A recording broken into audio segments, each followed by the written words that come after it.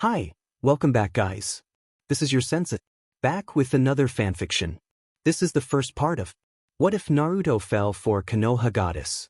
Now before starting, please give this video a like and subscribe to the channel if you want more videos like this. Now let's get into the fanfic.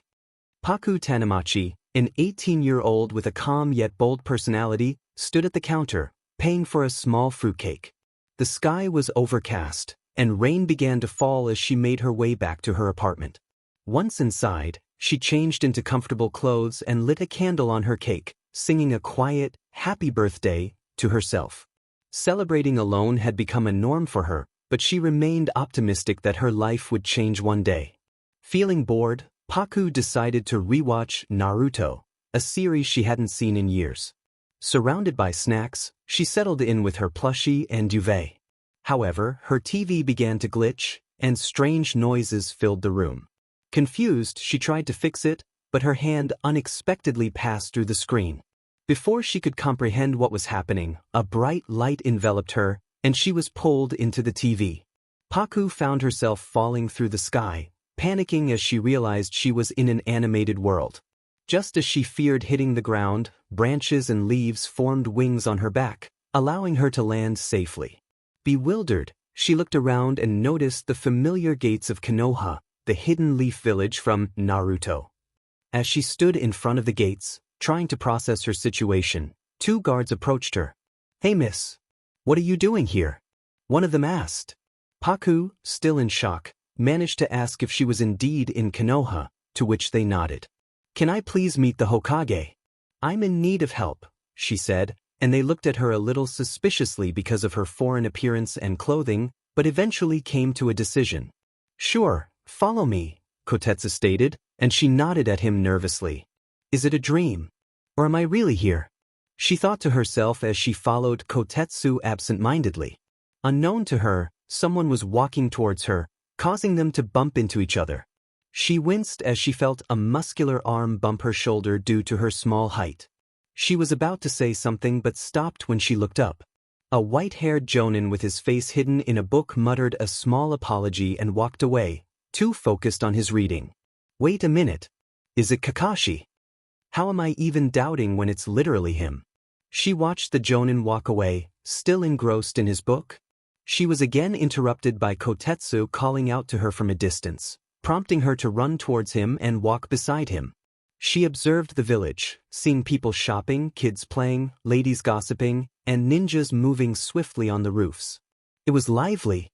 She then looked at the rock sculptures of the Hokage, noticing Tsunade's face. So she has become Hokage already.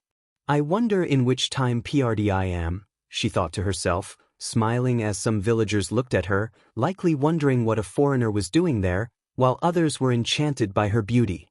They finally reached their destination as Kotetsu knocked on the wooden door, earning a faint "come in." Kotetsu walked inside, followed by the nervous brunette.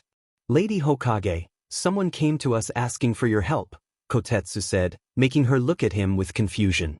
"All right, you can go," Tsunade said, looking up from her paperwork and putting down her pen before focusing her eyes on the brunette with squinted eyes.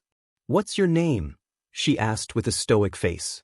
"Paku Tanamachi," she answered without hesitation. Tsunade nodded at her before asking again, "Where are you from?" making the brunette stiffen. "What should I say?" she thought to herself, looking everywhere except at Tsunade. "Well, actually, I found myself in the woods. And I don't remember much," she said, trying to defend herself. Tsunade raised a brow at her before asking again, "Where are your parents?" Tsunade asked, making her freeze at the sudden mention. Tsunade noticed her tensed shoulders, softened her gaze, and gave a sympathetic smile. "I see you don't have one," Tsunade said, causing the brunette to look at her with slightly glossy eyes and nod slowly. "Well then," Tsunade said before taking some papers and signing them. "You can be a villager of this village or more like a ninja." Tsunade looked at her again, and she saw the brunette's eyes filled with stars as she nodded eagerly. Tsunade chuckled at her. "I will assign you to a team, and while going on missions, you will be trained because the age for the academy has passed, so you will be in a team. And never betray the village," Tsunade said, sending a stern look her way, which worked. Tsunade regained her posture and then looked at the brunette, giving her a sweet, motherly smile. But I know you will never do that. And I do believe you have the potential to become the best kunoichi ever in history. I will, with pleasure. Paku bowed before she was shown to her small apartment, and a new journey began. After Paku was shown to her apartment, she sat there for a good 30 minutes, many thoughts running through her mind. She stared at the ground, remembering all the events that led her here and her declaration as a citizen of the village. Am I hallucinating? She asked herself, still in disbelief, but later smiled, remembering Tsunade's words. She believes that I would be a great ninja. She was so engrossed in her thoughts that she didn't notice an ANBU member at her window knocking. Excuse me. After the loud call, she snapped back to reality and looked at the source of the sound, finding it was from her window where an ANBU stood. Yes, she said, walking to her window. Lady Hokage wants to see you, he said before leaving behind a confused Paku. Wait, why does he sound familiar? I know that voice, but I can't point it out. Who is that, and why did Tsunade-sama want to see me? She thought to herself before walking out of her apartment, locking it, and making her way towards the Hokage Tower. She soon reached Tsunade's office and stood in front of her. So, Paku, as you're new here, I've already thought about which team you would be on. And your team member will show you around. As much as I'd like to do that myself, I am busy, so it's my apprentice. In that way, you can go shopping because I believe people might find your clothes unusual, Tsunade said, surprising Paku, who looked down at her attire, which was a sweater and shorts. I see nothing wrong with this. So, meet my apprentice. Sakura Haruno. After Tsunade spoke, Sakura entered the room, greeting Tsunade, while Paku looked like a lost puppy. Hello, I am Sakura Haruno, your teammate. Nice to meet you. I look forward to working with you. Hi, I'm Paku Tanamachi. Nice to meet you too. Paku greeted her with a large grin as she waved at Sakura, who admired her beauty. You both can now leave, Tsunade announced as both girls left the office without any objection. Now both girls were walking side by side, lost in their own thoughts. One was pondering how to start a conversation, while the other was thrilled about being placed in team. So, you're new here, right? Sakura asked. Yes, Paku replied. Makes sense, since I've never seen you here before, Sakura said as they continued walking. Yes, I'm new here. Please help me settle in, Paku said with a sweet smile, thinking to herself, new to this world. Of course. I'll help you, after all, we're friends now, Sakura said, causing Paku to smile widely. Oh really? Paku asked. Yes really. Sakura matched her enthusiasm. Paku suddenly hugged her, catching Sakura off guard, but she hugged back. After a few seconds, they broke the hug. So, how is our team? Paku asked. Chaotic, Sakura replied, making Paku laugh. Sakura, can you take me to a clothing store? Paku asked, and Sakura nodded, leading her to a store. After shopping, Paku was holding many bags, with Sakura helping by carrying some. I'm hungry, Paku whined. Oh, let me take you to a place where the ramen is really delicious. Follow me, Sakura said, leading the way. They reached Ichiraku ramen. Wow, it smells good, Paku exclaimed, her stomach growling softly. Embarrassed, she held her stomach as her cheeks turned pink. Sakura laughed at her silliness. Tucci greeted them as they sat down. What would you like to have? Sakura asked. Can I have dumpling ramen? Paku asked hesitantly. Yes, you can, Tucci confirmed. I'll have pork ramen, Sakura ordered. As Tucci prepared their meals, Sakura said, Paku, today was fun. I hope we hang out more often. You're fun to be around. I also enjoyed my time with you. We will hang out more, don't worry, Paku replied, her curly hair bouncing slightly. You have nice curls. Are they natural? Sakura asked, admiring them. Yes, they are, Paku confirmed. They're so pretty and well-defined, Sakura complimented, making Paku blush slightly. Oh really, thanks, she said, just as their orders arrived. Ramen is ready, ladies, Tucci announced, placing the bowls in front of them. Itadakimasu. Paku's cheeks turned rosy with contentment after tasting the ramen. It's so tasty, she exclaimed. Ichiraku is the village's best ramen store and very famous, Sakura explained. I can see why, Paku said, doing a little dance in her seat. Sakura laughed at her childish nature, appreciating Paku's ability to find joy in small things. Do you want to try the tofu one? Sakura asked. Wow, they sell tofu too. Paku asked excitedly. Yes, they do, Sakura pointed to the menu. Every ramen looks delicious, Paku said, eyes sparkling. Tuchi-san. Bring a bowl of tofu ramen too. Sakura ordered. You'll have one more? Paku asked, confused. No, it's for you. I can't eat that much. Cancel it. Paku yelled. You're so loud. Cancel. It was a normal day in Konoha. Paku was still asleep, too tired to wake up. She murmured, rolling over to sleep more comfortably. Paku-chan. Someone called from outside, causing her to fall out of bed. Huh? She groggily shouted back, sitting on the floor tangled in blankets. It's me, Sakura. Paku's eyes widened, and she rushed to the door, hitting her leg on the table. She opened the door, leaning against it. Yes, Sakura, she screeched. Sakura looked at her and sighed. I was thinking about spending time with you today, but you were still asleep. Sakura asked, raising an eyebrow. Oh, that was. I'm kind of a heavy sleeper, Paku admitted, embarrassed. Hey, it's okay, you must be tired, Sakura said, walking inside as Paku followed like a lost puppy. Yeah, I was. I slept around too, Paku said. Sakura looked at her, surprised. Huh? Paku responded, confused. How can you be awake till 2? Sakura asked, sitting in a dining chair. Oh, I don't know. I have a habit of sleeping late, Paku said while preparing tea. Oh, I see.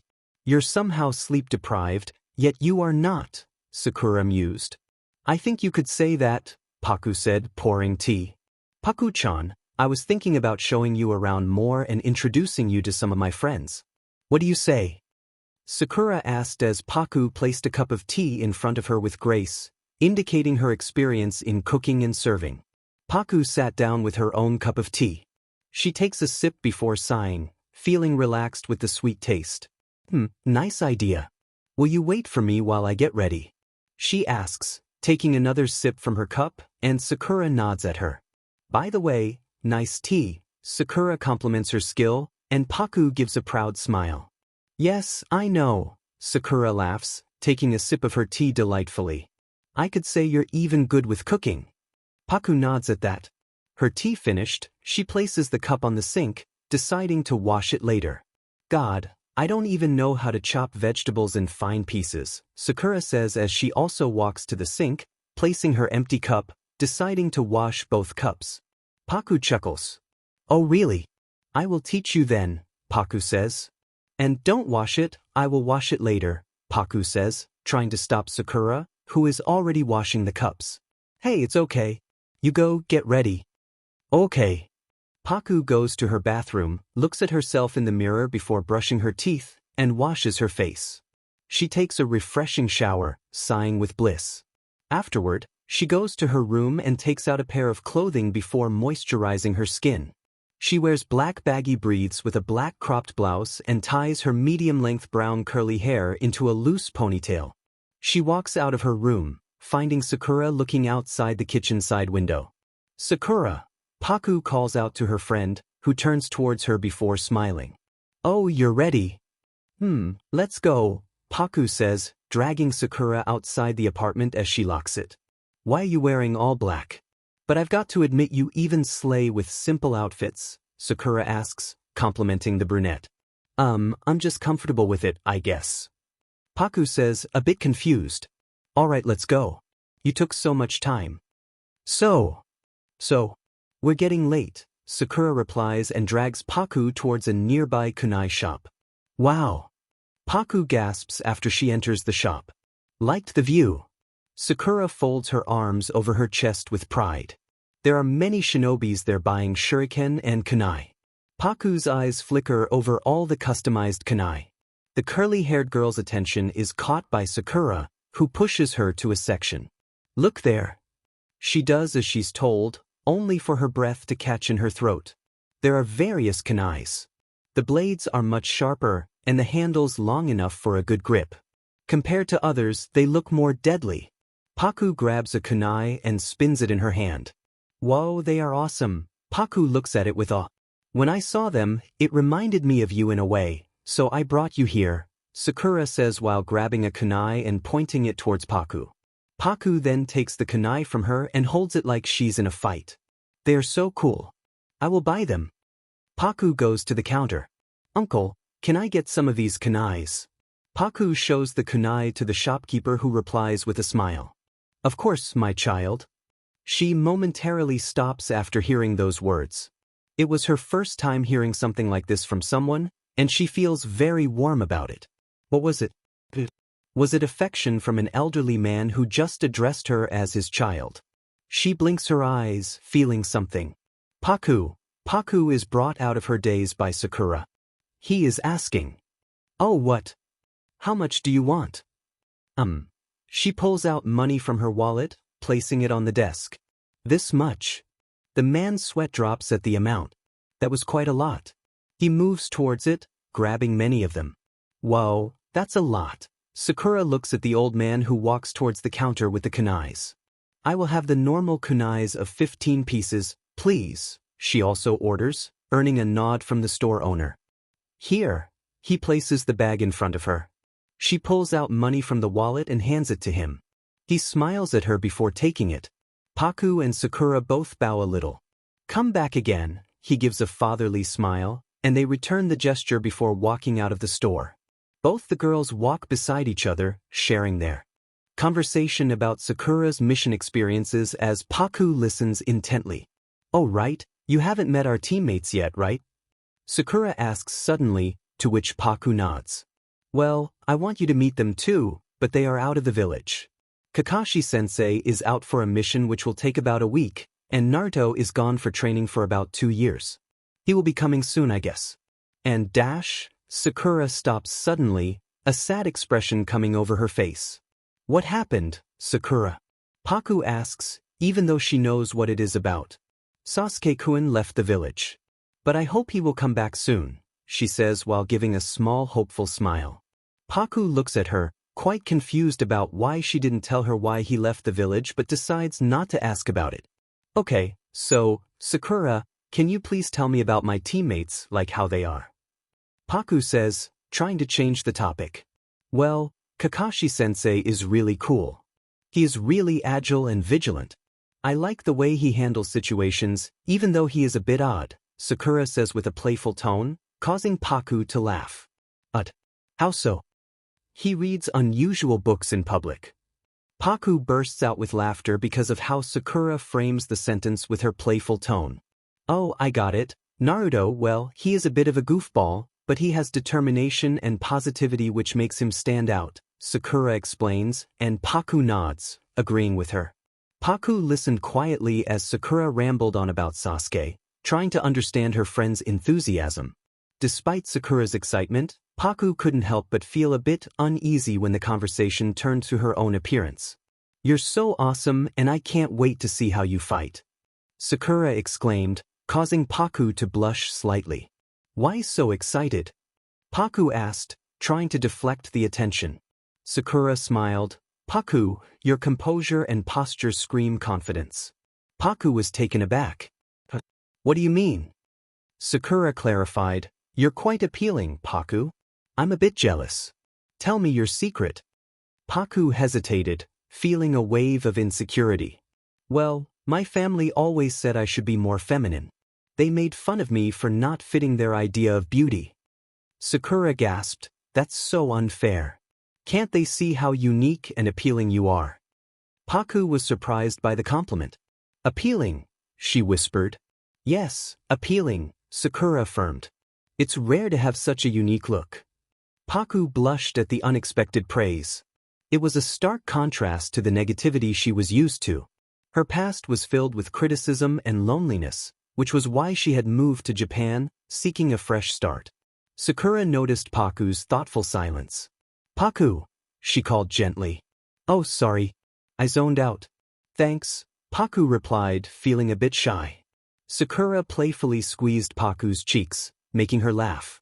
"You're so cute," Sakura teased. "Stop." Paku giggled, trying to fend off Sakura's playful antics. Sakura eventually stopped, looking at Paku with admiration. "Now, tell me how to be more like you," she said, pointing to Paku's figure. Paku blushed, embarrassed by the attention. "Not in public," she protested, laughing. Their playful exchange was interrupted as Paku remembered her meeting. She was on her way to the Hokage Tower, having received a message from an ANBU member. As she arrived at the Hokage's office, she knocked and entered, finding Tsunade, Shizune, and Sakura waiting for her. "Did you call for me, Hokage-sama?" Paku asked, trying to hide her confusion. Tsunade nodded. "Yes, as you're new to the village and the ninja world, I want to train you in some areas. However, I'm quite busy, so I'm entrusting Sakura and Shizune to guide you in medical ninjutsu." Paku nodded, feeling honored. "I'm grateful for the opportunity, Hokage-sama." Tsunade smiled. "Shizune, take Paku with you while training Sakura." Shizune nodded, and Paku felt a sense of excitement for the new chapter in her life. "Yes, Tsunade-sama," Paku replied. "You're free to go now," Tsunade said, returning to her paperwork. Shizune led the two teenage girls out of the office. "I never got to talk with you before, but I'm Shizune," she offered a soft smile to the brunette, who returned it. "Nice to meet you. I'm Paku." "Paku, as Tsunade-sama mentioned, I will help you throughout the training, and so will Tsunade-sama," Shizune explained, giving her small glances. "And I will help you too," Sakura added. "I'm glad," Paku grinned. They reached a lab, and the pungent smell hit their noses. Paku's nose scrunched with discomfort. "I know it smells, but you'll get used to it," Sakura reassured her, and Paku nodded. Shizune walked to a nearby table and motioned for them to come closer. "Paku, try to gather chakra as much as possible in your hands. Concentrate, and when you feel it's enough, try to heal," Shizune instructed before excusing herself, leaving Paku confused. Sakura rolled up her sleeves and tied her hair back. "See this. The chakra flows throughout your body, so you need to focus it on a particular part, like your hand. See?" Sakura demonstrated, her hands glowing pale green. "Wow," Paku exclaimed, nodding. "I will try." Paku closed her eyes and concentrated on the flow of chakra in her hands. It was challenging, but she focused intently. After a few seconds, her hands glowed maroon briefly before the glow faded. "Oh my! Did you see that, Paku? They were glowing a different color. Was it red? Magenta? Try again. You'll get the hang of it," Sakura encouraged, shaking Paku's shoulder gently. Paku nodded and focused again.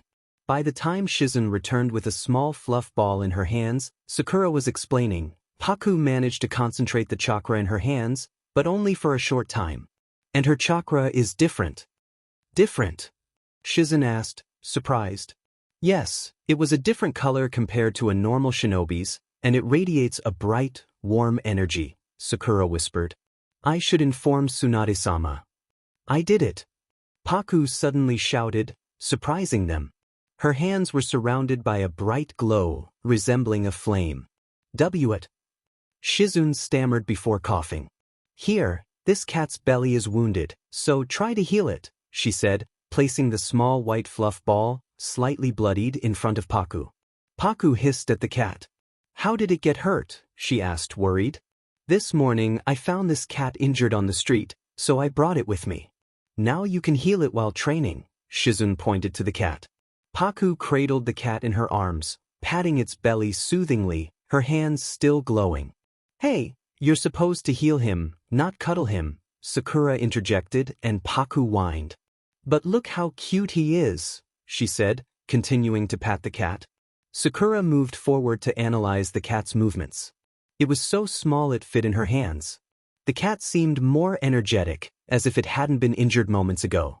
"Wait, let me see," she said, moving the fur slightly to look at the cat's belly, which was now scar-free. "It's healed," she exclaimed. That's what I'm thinking, Shizen-san, Sakura said, stunned, while Paku stood with her head tilted. She's giving off a different aura, and her chakra feels warm and heavenly. She's incredibly powerful. I need to inform Tsunade-sama, Shizen thought, smiling. Paku, you're doing great. No need to worry.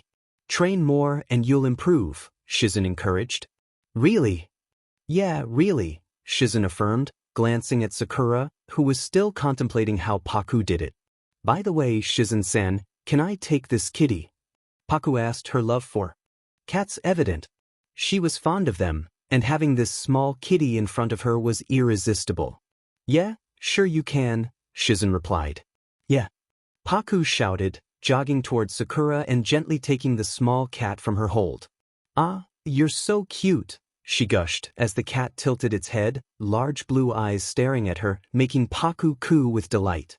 Your name from now on is Luna because your fur resembles the moon, she decided, and the small cat meowed in agreement. Paku-chan, let's go now.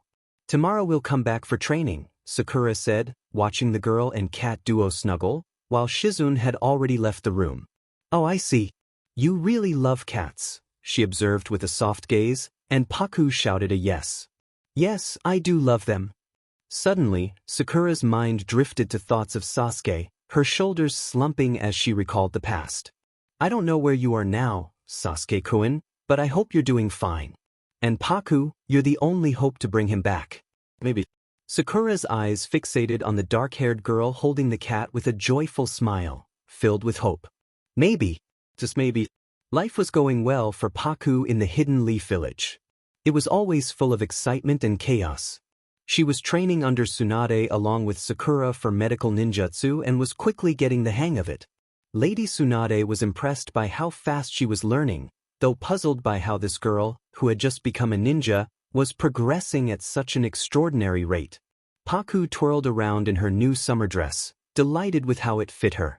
How do I look? She asked, swaying playfully. Gorgeous as always, Sakura replied with a smile.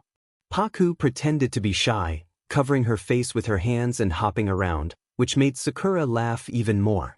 But I won't wear this today, Paku suddenly decided, interrupting Sakura's laughter. Why not? Sakura asked. I want to save it for a special occasion, Paku explained. Sakura teased her about having a boyfriend, to which Paku replied dramatically, I'm so single that even the universe is telling me to keep going. Sakura reassured her, don't worry, someone will come along. Sakura urged Paku to change, and soon Paku emerged wearing denim shorts and a white shirt. Ready to go? Sakura asked, and they headed out together. As they walked, they were greeted by Konohamaru and his friends. Where are you off to? He asked. To the main village gate. I need to pick up something for Lady Tsunade, Sakura replied. Paku introduced herself to Konohamaru, who shyly shook her hand. Meanwhile, on the other side of the village, a conversation hinted at the passage of time. Back with Paku and Sakura, Konohamaru shared a story about a mission gone awry. Paku listened, reflecting on how much her life had changed. Sakura mentioned Naruto, and Paku felt a bit out of the loop. I just feel out of the conversation, she admitted. Sakura encouraged her not to worry. They reached the main gate and greeted the guards, who hinted at something interesting happening back in the village. Intrigued, Sakura, Paku, and Konohamaru hurried back. Suddenly, Sakura spotted Naruto standing on a pole. Naruto, is that you? She called out. Naruto jumped down and greeted Sakura warmly. Paku felt a bit invisible but watched the reunion with interest.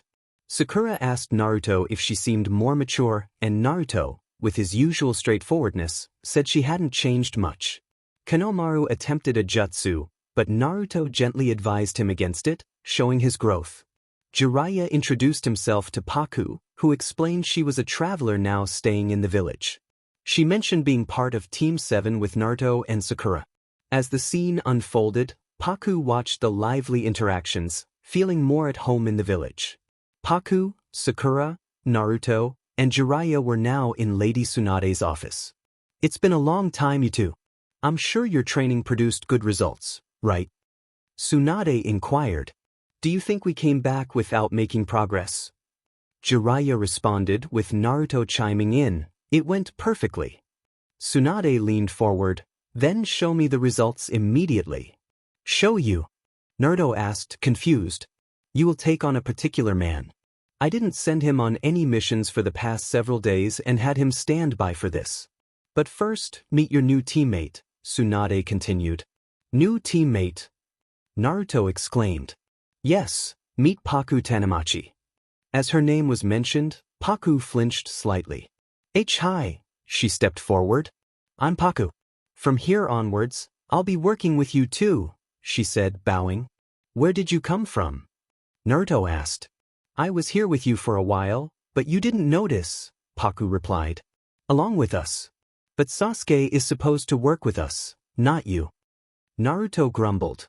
But Tsunade-sama assigned me to your team, so I will work with you too, Paku explained, confused by his rudeness. Listen, nobody can take Sasuke's place, Naruto insisted. But it's a team of 4 now, I don't care. I will bring back Sasuke. Enough, Naruto, Tsunade interrupted. Sakura was also puzzled by Naruto's behavior. She is on your team now, and you will work together.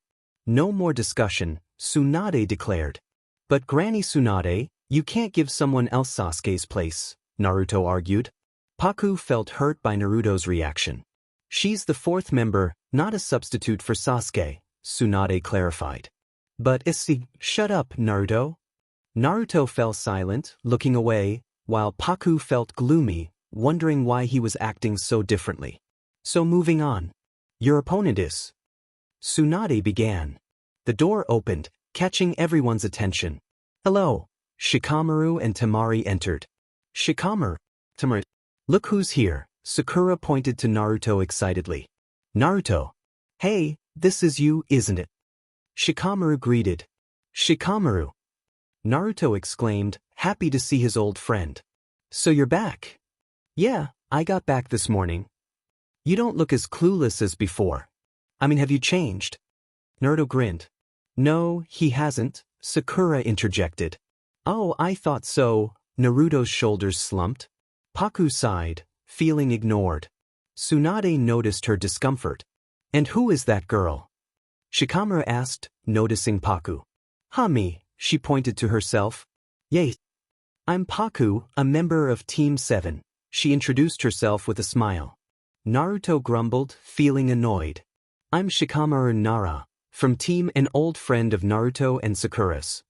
Oh wait, then, does this mean you're my opponent, Shikamaru? Opponent?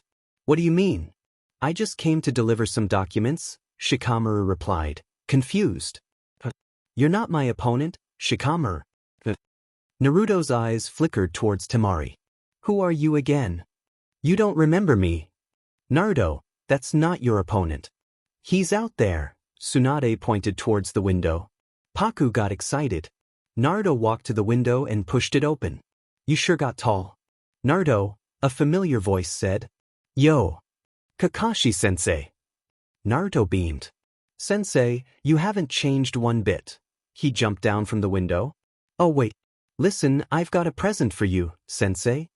This sure is a nostalgic sight, Tsunade remarked as she stood beside Sakura and Paku, who smiled at the interaction. What? You got me. This is the first new title in the series in 3 years, Kakashi said, surprised and pleased. I think it's totally boring, but you like this stuff, don't you, Sensei? Kakashi opened the book, acting as if a bright light was blinding him. Alright, that's enough fun for now, Kakashi, Tsunade said, walking to her desk. Don't tell me. Are you my opponent? Not quite. Kakashi walked towards the window, meeting the 2 girls. Gee, it's been a while since I saw you too, Sakura.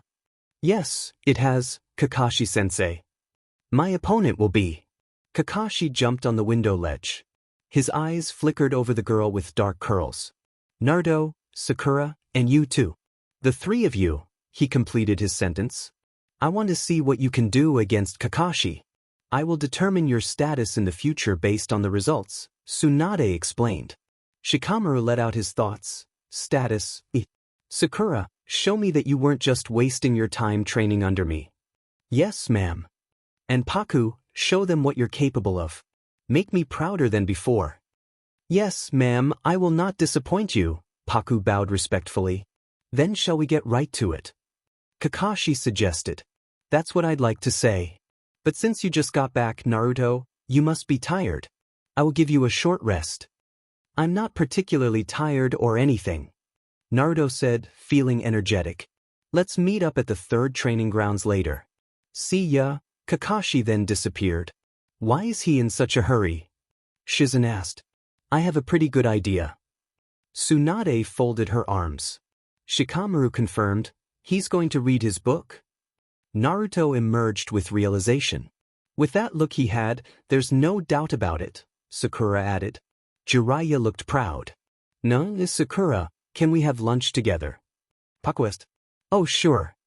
But, Sakura-chan, you were supposed to have lunch with me. You said that before, Naruto protested, not liking the idea of Paku spending time with Sakura. When did I say that? Sakura pondered. You did. Naruto insisted. I don't remember. Then, let's get lunch together, he suggested, ignoring Paku. Why not have lunch together? Sakura proposed. Sure, not with her. Paku and Naruto stopped mid-sentence. Paku felt disheartened. I will pass, she said with a somber smile. But, Paku, it's okay. Look, you made her upset. Sakura scolded Naruto, giving him a light smack. But she said she doesn't want to, she will come with us. Sakura quickly went to Paku's side, grabbing her wrist and pulling her towards the door. You go, we don't need you. Sakura-chan. Naruto cried out. Later, Naruto grumbled that Kakashi-sensei, is that book more important to him than our training results? Well, now we can discuss our strategy against Kakashi-sensei, Sakura suggested. We should work as a team, Paku said, earning a nod from Sakura. Naruto leaned in and whispered, So, are you guys on a date? Shikamaru remained composed. It's not like that. Temari clarified, Why would I be on a date with this guy? It's almost time for the Chunin exam. I've been going back and forth for meetings concerning the exams. She added, I've been put in charge of the exams and to act as a guide for the Sand Messenger. Chunin exams, huh? That sure takes me back, Naruto reflected. Oh, so what are you going to do, Naruto? Sakura and Paku listened in. About what? About the Chunin exams, Shikamaru pointed out. You're the only one from our class who hasn't become a Chunin. What? Naruto shouted. Oh boy, Paku sighed. Then it means you're also a Chunin. Naruto asked Sakura, who smiled confidently. Heh, that's right, she said, flashing a peace sign. And just for the record, Kenkro, this person here, and Niji, who's one grade above us, are already Jonin, Shikamaru added. Then what about Gaara? He is the Kazekage of the Sand Village now, Temari answered. I see, so Gaara became the Kazekage. That's awesome, Naruto said with determination. I won't be outdone. He pointed towards the Hokage's rock-carved faces.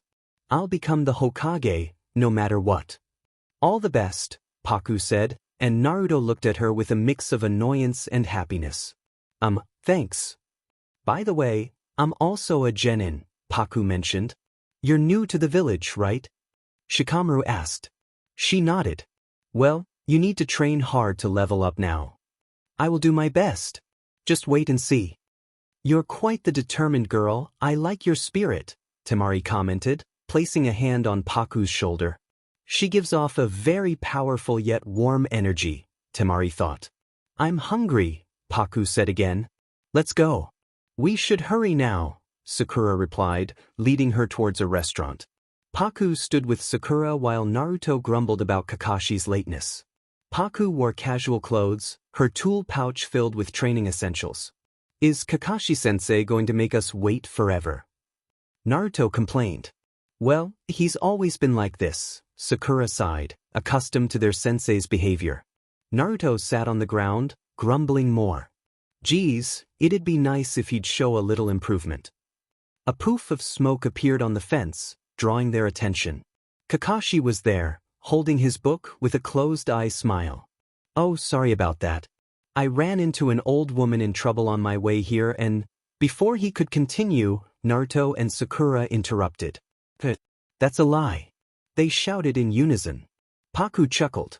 Kakashi glanced at her before stepping off the fence. Hello, sensei, Paku greeted awkwardly, aware she was meeting the renowned Kakashi Hatake. He nodded in acknowledgement and led them to the training ground. They stopped in front of 3 training posts. This place kind of takes me back, Naruto said, recalling when he first became a ninja. Sakura also seemed to reminisce. Oh, come to think of it, this was your first training ground, wasn't it? Kakashi asked, tearing his gaze from his book. Squad 7. Sakura looked down solemnly. The 3-man squad, huh? Naruto also looked down. We had Sasuke with us back then, didn't we? Kakashi joined in. Paku scratched her head, feeling out of place. I feel out of here, she muttered, thankfully unheard. Kakashi noticed Naruto and Sakura's somber mood. Shoo, Paku said, trying to lighten the atmosphere. Kakashi seemed to reflect on his life choices due to the topic. Naruto and Sakura snapped out of their mood when they heard bells ringing. Kakashi held 2 bells. Oh, let's see how much you've grown. You haven't given up on Sasuke, have you? Absolutely not. Naruto declared. That's why I continued my training. Kakashi smiled before putting the bells away. The rules are the same as when we first met. I don't care how you do it. Just take a bell away from me. If you don't, come at me with the intent to kill, Naruto continued. We won't be able to get the bells, right? Sakura finished with a smirk. Kakashi nodded at the group. Exactly. If you don't come at me with the intent to win, you won't be able to get the bells. You have until sunrise tomorrow. Everyone grew serious. Naruto reached for his headband while Sakura adjusted her gloves. Kakashi closed his book. Shall we begin? Naruto grinned. You're not going to do it while reading your book this time, Kakashi-sensei. Sakura slid her glove on. Paku also adjusted her gloves, feeling excited. Nope. I thought I'd save the fun part for later. Besides, I get the feeling I may have to be serious this time. Kakashi lifted his headband, revealing his Sharingan. Paku smirked, feeling her excitement rise. Time for real action. A tense atmosphere settled as everyone stood ready. I don't know how to take a stance though, Paku thought nervously. Let's go. Naruto threw shurikens at Kakashi, who ducked and caught them, throwing them back. Naruto leapt into the air, using his Shadow Clone Jutsu. The clone pulled him out of the way. Naruto landed as his clone transformed into a large shuriken, but Kakashi caught him from behind. This is awesome, Paku thought, amazed. Okay, that's as far as you go, Kakashi said, noticing a clone of Naruto pointing a kunai at him. You've grown, Naruto. But you're just as impatient as ever. I haven't even said start yet, have I? Now then, let's begin. Ready, start. Kakashi's clone vanished, surprising them. Damn it. I've been had. Naruto complained. Come on, Naruto, focus. Sakura scolded.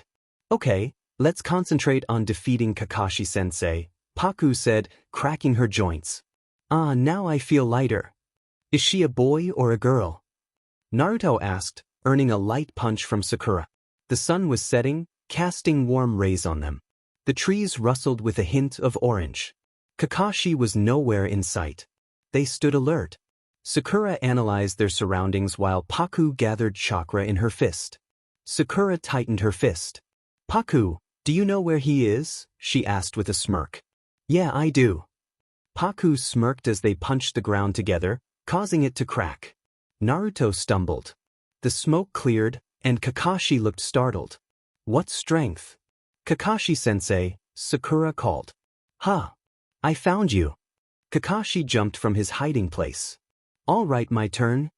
He dashed into the woods.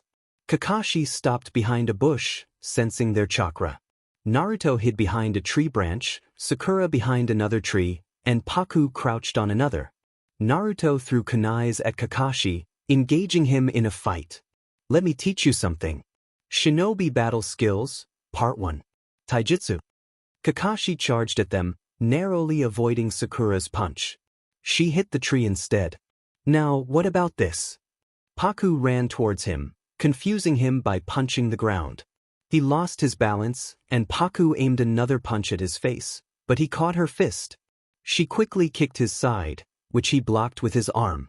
Nice one. She dashed at him again, her punches fast and relentless. She's strong, he thought, feeling the impact on his chest. Oh, did it hurt? It was just a simple punch, she said with a smirk. She's using strategy. First, she unbalanced me, then attacked directly. She's fast. Kakashi focused on her. Shadow clone jutsu. Naruto jumped down with his clones. Kakashi quickly dispatched them. Another clone reached for the bell, but Kakashi caught him and threw him into a tree. Both he and Kakashi jumped upwards, with Kakashi using a familiar technique. That's Kakashi-sensei's copy ninjutsu. Sakura exclaimed. Where's the real one? Here. Naruto jumped from a bush, performing the tiger sign. Secret finger jutsu. 1,000 years of pain. Naruto aimed for Kakashi, who looked horrified but dodged in time. It. I missed. Naruto looked up. Kakashi landed a little farther away. That was close. In a different sense. Sakura then jumped to kick him, but he dodged again, and she kicked the tree. Paku pulled out her kunais and charged. Kakashi blocked her attack. She stepped back and threw a kunai, transforming it into a trident. His eyes widened. Now, what about this? She attempted to attack, but he jumped back, raising his hands in a gesture of surrender as the trident embedded itself in the ground. Whoa, calm down. But you said to come with the intention to win, right? She said, determined. Naruto's multiple clones charged at Kakashi again. Sakura punched the ground with a significant amount of chakra. Well, it's getting interesting, Jiraiya observed with interest. They are doing great, Shizen exclaimed, and Tsunade smiled. It's just started. It was now midnight. Naruto, Sakura, and Paku roamed around to find their sensei. I swear I heard the bell somewhere here, Naruto said, looking around. Be careful, he might have rung them intentionally, Sakura warned. Yeah, after all, he is Kakashi-sensei. Naruto. Sakura. Help me. A limping and injured Sasuke appeared from behind a tree, grunting in pain. We will not fall for this trick again, Kakashi-sensei. Release, Sakura said, breaking the genjutsu. He is behind that tree, Paku pointed. Shadow clone jutsu. Naruto created a clone to help him form a Rasengan. He ran towards Kakashi, hitting the tree with the Rasengan. Kakashi jumped back. Kakashi-sensei, Sakura called out. Ha! You've got something to say, don't you? I missed it before. Kakashi's sweat dropped. Shinobi Battle Skills, Part 2. Genjutsu. No way will we fall for the same trick again, Naruto joined in. No, that's not necessarily the case. Naruto's eyes caught a glimpse of the bells on the ground. Alright, he dropped the bells. No, Naruto, don't. Paku called, but Naruto was already caught in a trap. See, Naruto would still fall for the same trick, Kakashi said, but Naruto disappeared into a puff of smoke. Ha! Kakashi was surprised as Naruto emerged behind him, aiming a punch. No way will I fall for a trap like this. Naruto punched Kakashi, who substituted with a log. Kakashi ran off, with the three following him to a river. Shinobi Battle Skills, Part 3. Ninjutsu. Kakashi wove hand signs. Fire style. Fireball jutsu. Sakura and Naruto jumped away, but Paku stood her ground. Okay, let's give it a try. She performed hand signs, manipulating water from the river to extinguish the fireball. Oh wow, she thought, but Kakashi was gone. How did she do that? Naruto looked at Paku with amusement. They ran towards Kakashi, who was on the river surface. Water style. Water dragon missile. Water dragons rose, pushing them away from the Jonin. I always knew the Sharingan is really something, Paku said, and Naruto agreed. They hid behind a tree while Naruto kept watch. But even more than that, the speed of his hand signs. It's tough for us to get near him. We won't get the bells unless we do something about his hands. We have to come up with something to defeat him, Paku said, knowing Naruto would soon have an idea. Yeah. Kakashi-sensei is incredibly strong. He's smarter than Shikamaru, has a better sense of smell than Kiba, his Sharingan is better than Sasuke's, his taijutsu is better than Bushibrow's, and he's got way more experience than us, Naruto concluded. But Kakashi-sensei must have a weakness, at least. Paku exclaimed. Sakura indicated for her to keep it low. Yeah, Paku is right. He might have one. If we think hard about it. A weakness? Naruto sighed. Oh, he does have a weakness. He shared his idea with the two girls, who nodded, listening attentively. The three jumped out from the bushes towards an alert Kakashi. You're underestimating me. To think you'd attack me head-on like that. Now, Naruto. Sakura signaled. Here we go, Kakashi-sensei. Naruto started talking about spoilers, causing the Jonin to cover his ears and eye in fright. Kakashi opened his eyes to see the three of them. Naruto and Sakura held bells, while Paku pointed at the last bell as if it were a treasure. A ninja is supposed to read beneath the surface, Naruto said. Right, sensei. Sakura held up a peace sign. Kakashi looked at them in disbelief. You got me, he admitted, and they burst into laughter. I never thought this would be my reason for losing. Kakashi looked at the book, then at Naruto, Sakura, and Paku. They grinned, showing the bells. I should have just finished the book. But how can you even read such a boring book? The pervy sage loaned it to me, but it was so boring I didn't even make it 10 pages. So, of course, I don't know how the book ends. Naruto grinned at Kakashi, who stood there wide-eyed before slouching in defeat. Paku giggled, enjoying his defeat.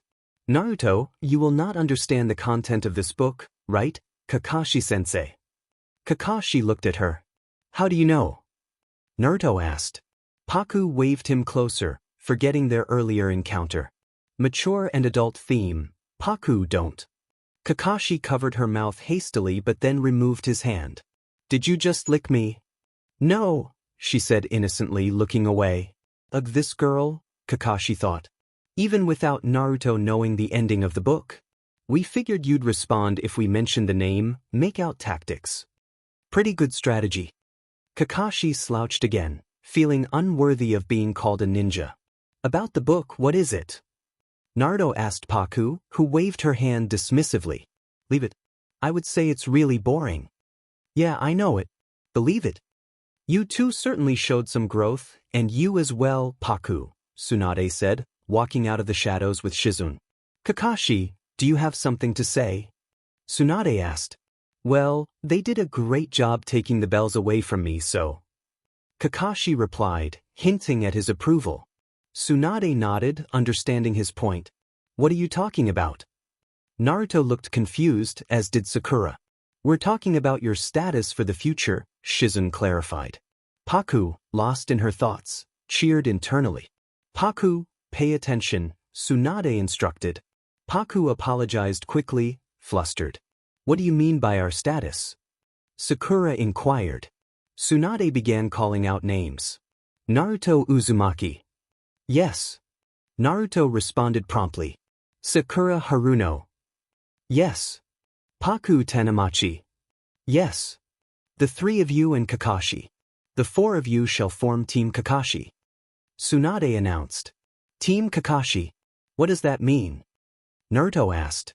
The three of you will form a team with me and will carry out missions together, Kakashi explained. We're not students and teacher anymore. We will work as equal leaf shinobi. Got it? Sure, I got it, Naruto confirmed. Later, Naruto exclaimed, Kakashi-sensei. It's been decided that you're going to treat us to some ramen. Hurry up. Sakura added. I want dumpling ramen. Paku chimed in. Sorry guys. I have to create and turn in the unit list for the next team. See you, Kakashi said, disappearing in a puff of smoke. Paku sighed. He was lying. He excused himself probably to read that book of his, Sakura remarked. Naruto hesitated, then asked, in that case, how about we go on a date, just the two of us? That's fine. But you're paying, Sakura replied, leaving Paku feeling a bit left out. Paku noticed Naruto checking his money pouch, which seemed empty. She took some money and slipped it into his pouch. Here, treat yourself, she smiled, her features softened by the moonlight. Naruto looked at her, surprised. But, no buts. Eat as much as you want, she insisted, waving him off before walking away. Naruto watched her leave, feeling a mix of gratitude and embarrassment. She's kind. I should apologize for my behavior earlier, he thought. The next morning, Paku was up early and took a relaxing bath. She dressed casually and headed out for her first mission with her team. The streets of Konoha were quiet, with vendors setting up their stalls. She reached the Hokage Tower and heard loud footsteps behind her. Move it! Move it! A lady yelled, causing Paku to step aside quickly. Whoa, what's her problem? Paku wondered, shrugging it off. She knocked on Tsunade's door and entered when called. Paku right on time. I was heading to the mission room, Tsunade said, standing up. Mission room. Paku. It's where we usually assign missions to the ninja, Tsunade explained, guiding Paku along. Oh, is it so? Paku replied, following her. They arrived at the mission room where Team Kakashi was already gathered. Good morning, Tsunade greeted, settling at her desk. Paku joined her team, standing beside Sakura, who waved at her with a smile. Granny, what's our first mission as Team Kakashi? Naruto asked eagerly. Tsunade looked through some files. Well, I have already decided on your mission, she said. Really? What is it? An A rank mission. Or an S rank? Naruto asked excitedly. You will be guarding a gold bullion transport convoy, Tsunade announced. Naruto's excitement turned to disappointment. What? A guard for a gold bullion transport convoy? He exclaimed. You got a problem? Tsunade asked. That's totally a C rank mission. I'll just have to say no thanks to a mission like that, Naruto protested. Everyone expected his reaction. Naruto, you haven't matured mentally at all, have you? Ichiraku sighed. Naruto, I gave you an easier mission once. This is more or less a comeback for you, Tsunade began, but Naruto interrupted. I didn't ask for this. Sakura punched his head, apologizing for his behavior. Man, they are chaotic. Paku thought, watching them. I'm sorry, I'll give him a good scolding later, Sakura promised. The details of the mission are written here, Tsunade said, sliding a scroll to Kakashi. The old man, the third Hokage, was much more understanding. Naruto mumbled. Did you say something? Tsunade asked, irritated. Sakura flinched, tightening her hold on Naruto's neck to silence him. Sakura, you shouldn't squeeze his neck like that, Paku said, concerned. Sakura released Naruto, who rubbed his head. Don't behave like that in front of MSTR. Understood. He nodded. Are you okay? I know Sakura's punches are quite deadly, Paku chuckled, and Naruto agreed, mumbling under his breath. Says the one who can destroy a nation with one punch. Did you say something? She looks at him, but he flails his arms nervously, not wanting to be caught. Nothing. Believe it. The door to the room slides open, and the lady who was running in the hall stands there. Ditch, there's trouble. Fifth Hokage. The lady runs towards Tsunade. Oh right. Gaara. What's all the commotion? We just received an emergency message from the sand. The sand? Naruto looks confused. Did you say an emergency message? The lady hands over the scroll to Tsunade. This is what we have deciphered. Tsunade's eyes scan through the paper. What? Oh my god. Ichiraku gasps. It can't be. Shizune also looks nervous. As Naruto is the most curious one, he thinks about asking first. Hey, what happened? The Kazekage of the hidden sand has been taken by members of the organization called Akatsuki. Everyone in the room is shocked except Paku, who stands there nonchalantly. Gaara, those guys again? We have more information concerning the Akatsuki. And so, the hidden sand has officially requested our help. As if Shizune understands what Tsunade is thinking, she tries to protest. Lady Tsunade, don't tell me you're going to send Team Kakashi. This is a time of emergency.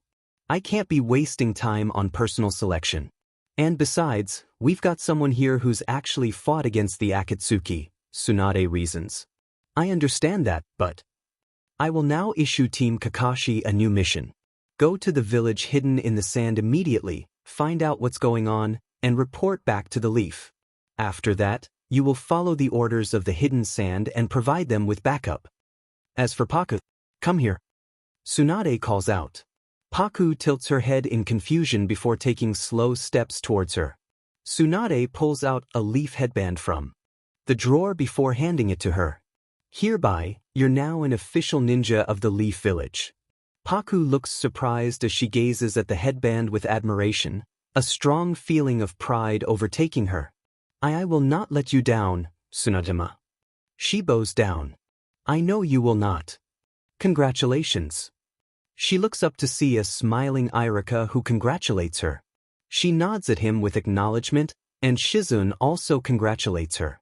You're dismissed. Paku changes into a cropped white button-up shirt with the first 2 buttons open, black shorts paired with thigh-high ninja boots. Her hair is tied in her usual messy bun as she looks at herself in the mirror. Hey Paku, this is your first mission. Best of luck, don't mess up. Paku slaps her cheek before taking a deep breath. She then looks at the headband resting on her bed as she reaches out to grab it. She stares at the leaf symbol before thinking about tightening it around her left thigh. She packs her bag with many sealing scrolls containing her necessities. She leaves her apartment wearing her black wrist-length gloves. She reaches the gate soon, spotting her team along with Tsunade and Ichiraku already. She rushes towards them, thinking she was late. Sorry for being late, did I keep you waiting for long? She asks, bowing down several times. Sakura waves her hand dismissively while Kakashi shakes his head. Okay, we're off now, Naruto declares. We'll be back in. Right. Tsunade nods. Ichiraku sighs before speaking. Naruto, good luck. Thanks. As they are about to walk off, Jiraiya jumps in front of them, stopping them and taking Naruto to the side to talk privately. Say, Kakashi-sensei, how old are you? Paku asks out of nowhere. The said Jonin looks at her with his one eye. Why do you want to know? His eyes fixate on the brunette before him, who shrugs her shoulders. You know, just curious. He just ignores her rather than answering her. Oi, why are you ignoring me? She pouts. He stares at her for a moment before flickering his gaze over to where Jiraiya and Naruto are. Jiraiya is now in front of Kakashi. Kakashi, keep an eye on Naruto and make sure he doesn't do anything too reckless. I'm counting on you, Ō-uke. Kakashi gives his famous closed-eye smile while nodding. Paku, give your best, Tsunade suddenly says, catching the brunette's attention. Yes. I will bring progress. Let's get a move on already. Naruto walks ahead, followed by Paku, Sakura, and Kakashi. We're coming. Team Kakashi is jumping through the woods as Naruto keeps assuring himself that he will get to Gaara in time. Naruto, I know you're in a hurry, but don't disrupt the unit. Kakashi warns. But, he stutters. Don't lose your cool. Jiraiya told you not to, remember. Naruto grits his teeth. Guys, look there. Paku points at the ground where a figure is walking. Temari. They stop in front of her. Do you know Gaara is kidnapped by the Akatsuki? Sakura says. Temari looks shocked at the news as she gasps. What? Gaara was. It'll take about 2.5 days to get to the sand from here. Let's hurry, Kakashi suggests as they nod their heads before jumping off. They are still traveling through the woods until it is midnight now. As time passes, Naruto grows more impatient, leading him to be ahead of the team. Paku, however, gladly keeps up with them as she also jumps through the woods. Naruto, I told you not to disrupt the unit. Kakashi is cut off by Naruto. I don't like it. Even I know why they're after people like Gaara and me. You know it already, don't you, Sakura-tan? That I've got the nine-tailed fox spirit sealed inside me. Everyone keeps silent, not knowing how to answer it. Gaara and I both have monsters inside us. That's what they are after. That's what I don't like. They only see us as monsters. I don't like their selfish way of viewing us. Everything about us was the same. And he fought all by himself a lot more than me. Naruto is running ahead, but Paku knows he is upset. She thinks over whether she should comfort him before deciding to jump ahead, trying to match his pace. She gathers her courage before speaking. Naruto. See, I don't know what you have gone through, but don't let the negative emotions take over you because of people's thoughts or their stereotypes. People catch on to bad things faster than the good, so it will take time. So, prove them wrong that you're not a monster but also a human, and of course, I will be there with you along with Sakura and Kakashi-sensei. After her speech, it is very silent as the girl blushes because of embarrassment, thinking the way she said it was lame. I'm not good with words, but believe me, you can do it, she stammered quietly, avoiding his gaze. Unbeknownst to her, he was looking at her with an emotion he didn't know existed within him. He unconsciously grabbed her hand, intertwining it with his. Caught off guard, she gently squeezed back, her rosy cheeks thankfully hidden by the night. Thank you, he muttered. They soon reached the sand village, where Paku and Sakura hurried to the treatment room to help Kankuro. Everyone paused when Chiyo attacked Kakashi, but Naruto blocked it. Chiyo's brother said something to her, and she laughed it off, claiming she was only pretending to be senile. In the room, everyone gave her a disbelieving look. Paku and Sakura moved closer to the groaning Kankuro. Let me have a look, Sakura said, tying her hair and motioning for Paku to ask the others to leave. Kakashi-sensei, please step out while we do a checkup, Paku requested. Everyone complied, giving the two girls space. Sakura listened to Kankuro's faint heartbeat. It seems like they've used a heavy metal toxin. It's the type that attacks the muscles, she noted. Paku asked for his medical record and scanned it. His cardiac muscle will get damaged, and his heart could stop at any time, Paku pointed out. In this condition, it's difficult to say whether we can make an antidote in time or not, Sakura added. Temari looked desperate, but Paku nodded reassuringly. Please assemble the items I request immediately, Sakura instructed. The staff returned quickly with the items, and Sakura prepared an antidote. The treatment took some time, but they succeeded. He is out of danger now, Sakura announced. Naruto and Kakashi entered with looks of relief. Way to go, Sakura-chan and, new girl. Naruto said. Paku sulked at his use of new girl. She has a name, Naruto, Kakashi corrected. You two are like that slug girl, Chiyo observed. Yes, Lady Tsunade is our MSTR, Sakura replied. Paku excused herself to the washroom, splashed water on her face, and returned to find Kankuro awake. He was recounting his encounter with two Akatsuki members, and everyone listened intently. His smell is in that cloth. I got a scrap of his cloth when I fought him, Kankuro said. Kakashi picked up the small piece of cloth and summoned his hounds. 8 ninja dogs at your service. Pakin announced. Paku gushed and patted the hounds. Pakin. Naruto called. Hey, is that Yuna? Long time no see. And who are you, girl? Pakin asked as Paku grinned. Yes, it's me, and that's Paku, our new team member, Naruto introduced. Pakin nodded in acknowledgement. Okay, enough of this chat. I need you to get to work right away, Kakashi instructed, holding out the cloth. The hound sniffed it. I want you to find out which direction he headed. Now go. We'll contact you right away when we find something, they assured and scrambled away. Soon, night fell, and they were given rooms to rest before retrieving Gaara the next day. All right, as soon as the sand is ready, we'll join them for Gaara's rescue. Team Kakashi prepared to set off. Sorry to keep you waiting, Temari said, approaching with 4 other sand ninjas. All right, then let's head out, Naruto began, but another sand ninja stopped him, ordering Temari to stay back. She argued but stopped when an elderly voice spoke. I'm coming. The only sand shinobi you need is me. I'm already retired, so I can do whatever I like, and don't you dare treat me as an old lady, Chiyo declared, jumping down from a building and landing safely. Wow, she's awesome, Paku admired, recalling Chiyo's impressive fight in the anime. Well, we will head out then, Kakashi declared, and they set off to find Gaara. On their way, Chiyo explained the tailed beasts and related matters as they continued. Suddenly, Kakashi commanded, everybody, stop. They halted, facing an individual in a black cloak. The team stood on guard.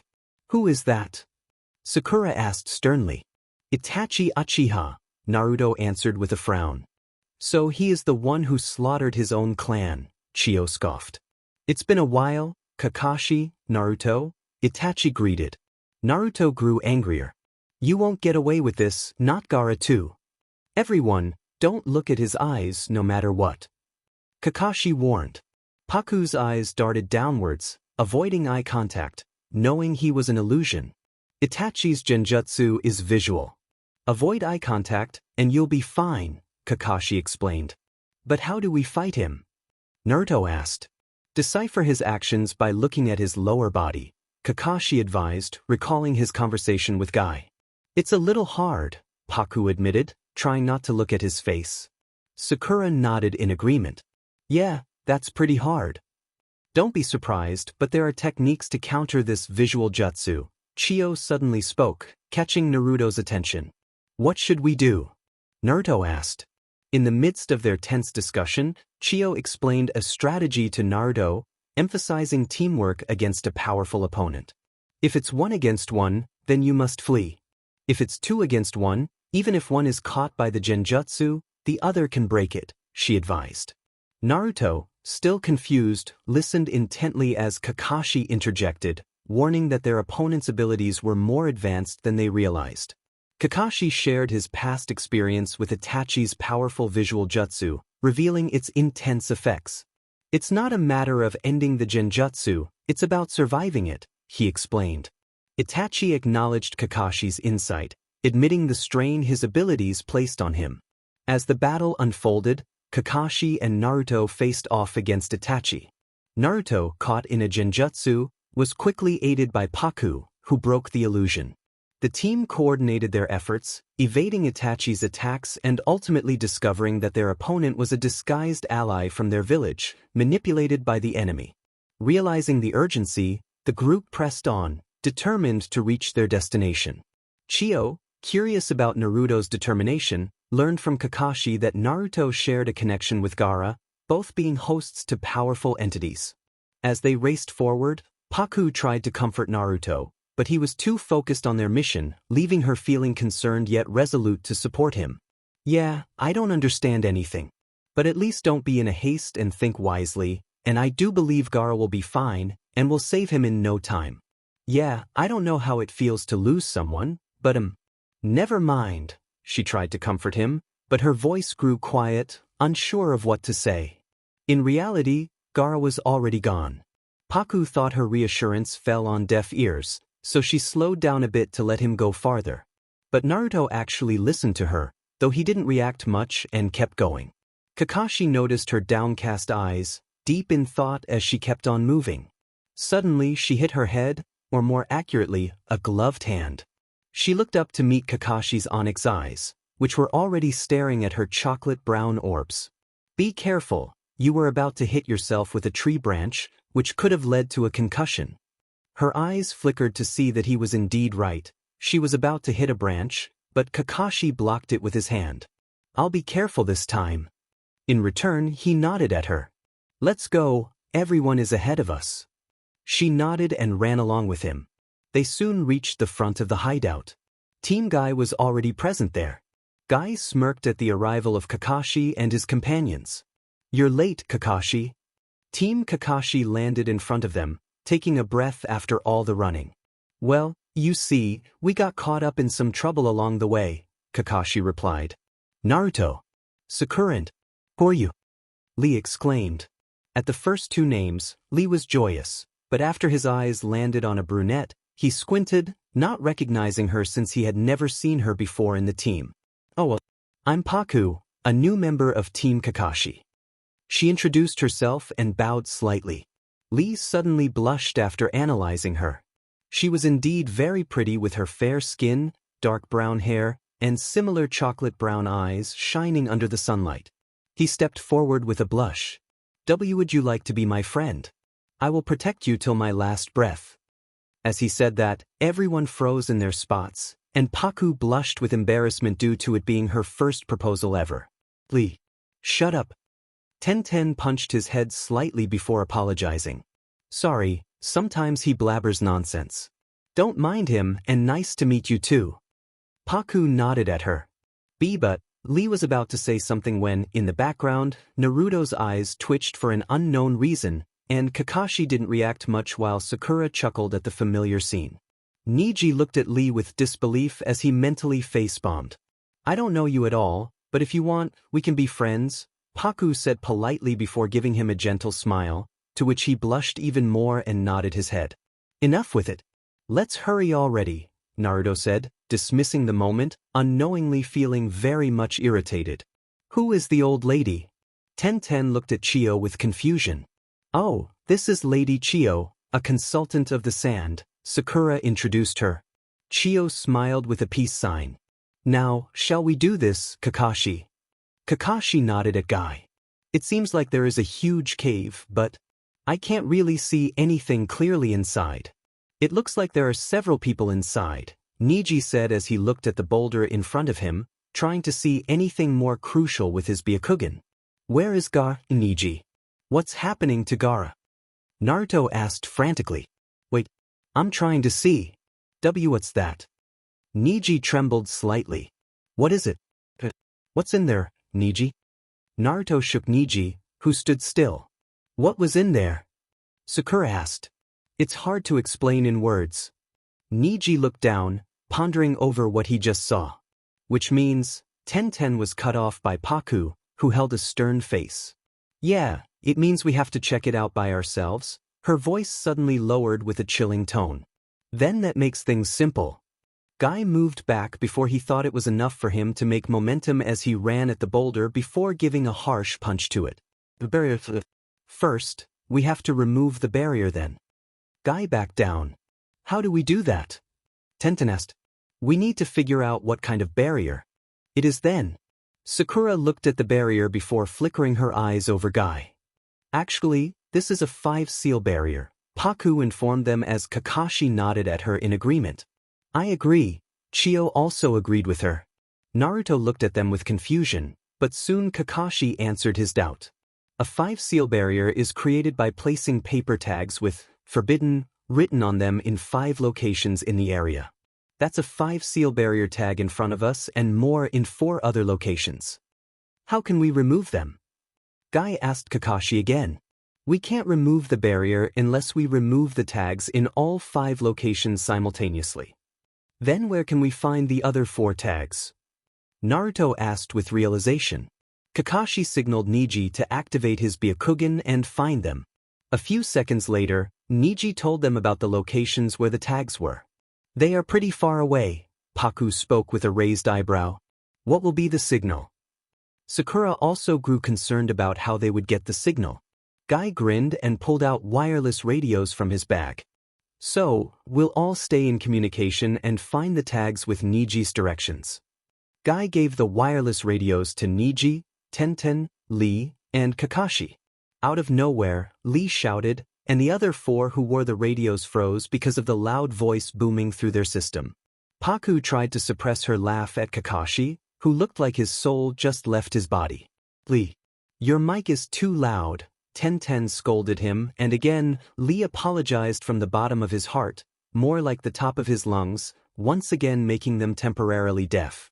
Team Guy did their hand thing, to which Naruto also asked his team to do that too, only to be rejected by them.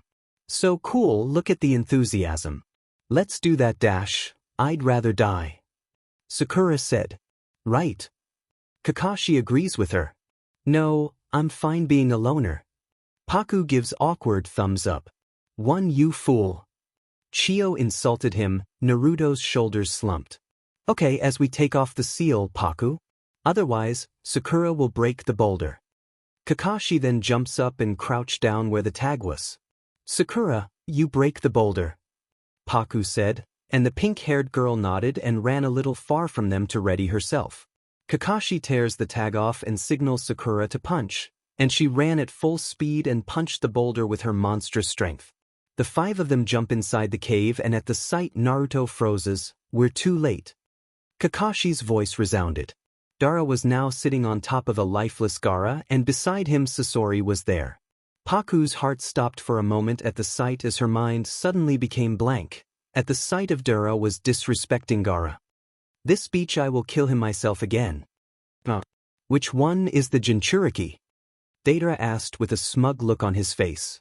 Naruto's eyes turn red and now there were slits on them and his whiskers darkens along with visible fangs. ᧁꫮᦓᦓ. I'll kill the both of you. The first one to yell is the one.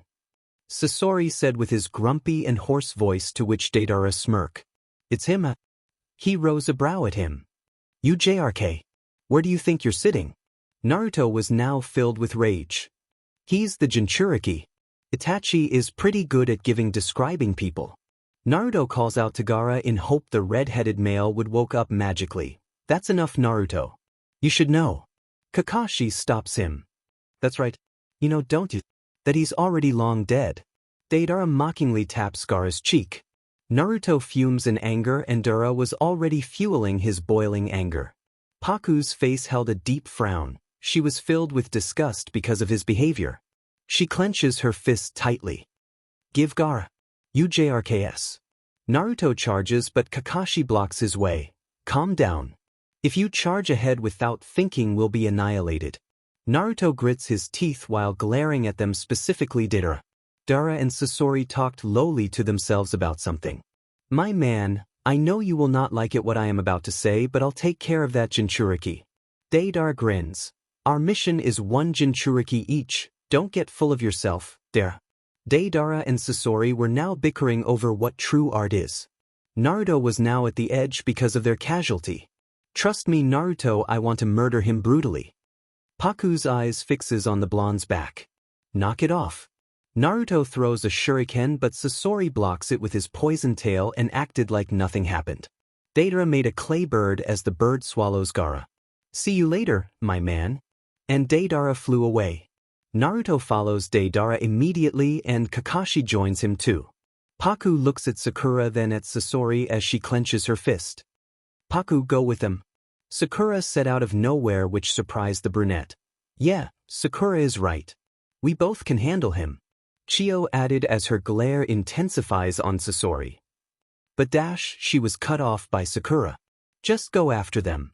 She looked at Chio and Sakura before she hesitantly moved from there and followed them. Paku stops beside Kakashi and Naruto. It seems it has started. The little girl and old hag really up to the task of taking on my man Sasori. Deidara grins down at them. Paku, Kakashi-sensei, go back to Sakura. I'll save Gaara. Naruto jumps up with force but misses hitting him. Deidara let out his explosives. Return Gaara to us. Deidara flew to a different direction. Naruto follows him right on his tail. Naruto, stop. Paku calls out as she and Kakashi follows him too. / time skip / cause I can't write that all running scene. Everyone were now at an open field with Gaara. Sakura tried healing him countless times but it didn't work. Paku, help me. Sakura asks for help but Paku's frowns at her as she settles herself beside her. But it's not of any use when he's already. Paku mutters quietly to her friend who had her head hung low. What happened? Naruto asks and Sakura shook her head at him. If only I knew how to bring someone from dead, then Chio could also live. Paku's eyes casted down at Naruto's outburst as his tears slid down his cheeks carelessly. Paku clenches her fist before she punches the ground with quite rage, feeling that she was not of any use at all. She wanted to save Gaara as well as Chio. But how? She was not an legendary ninja who would bring back the dead back to alive. Heck, she was an ordinary girl with no powers who started her ninja career just few months ago. What was she supposed to do? If she can't save them, how will she save the upcoming future? She bit her bottom lip and closes her eyes frantically. Chio looked at their condition before she make her decision and moved towards Paku and Gaara and settle herself with them. Chio started passing her chakra to Gaara. Paku looked away, more not getting the guts to look at the scene anymore.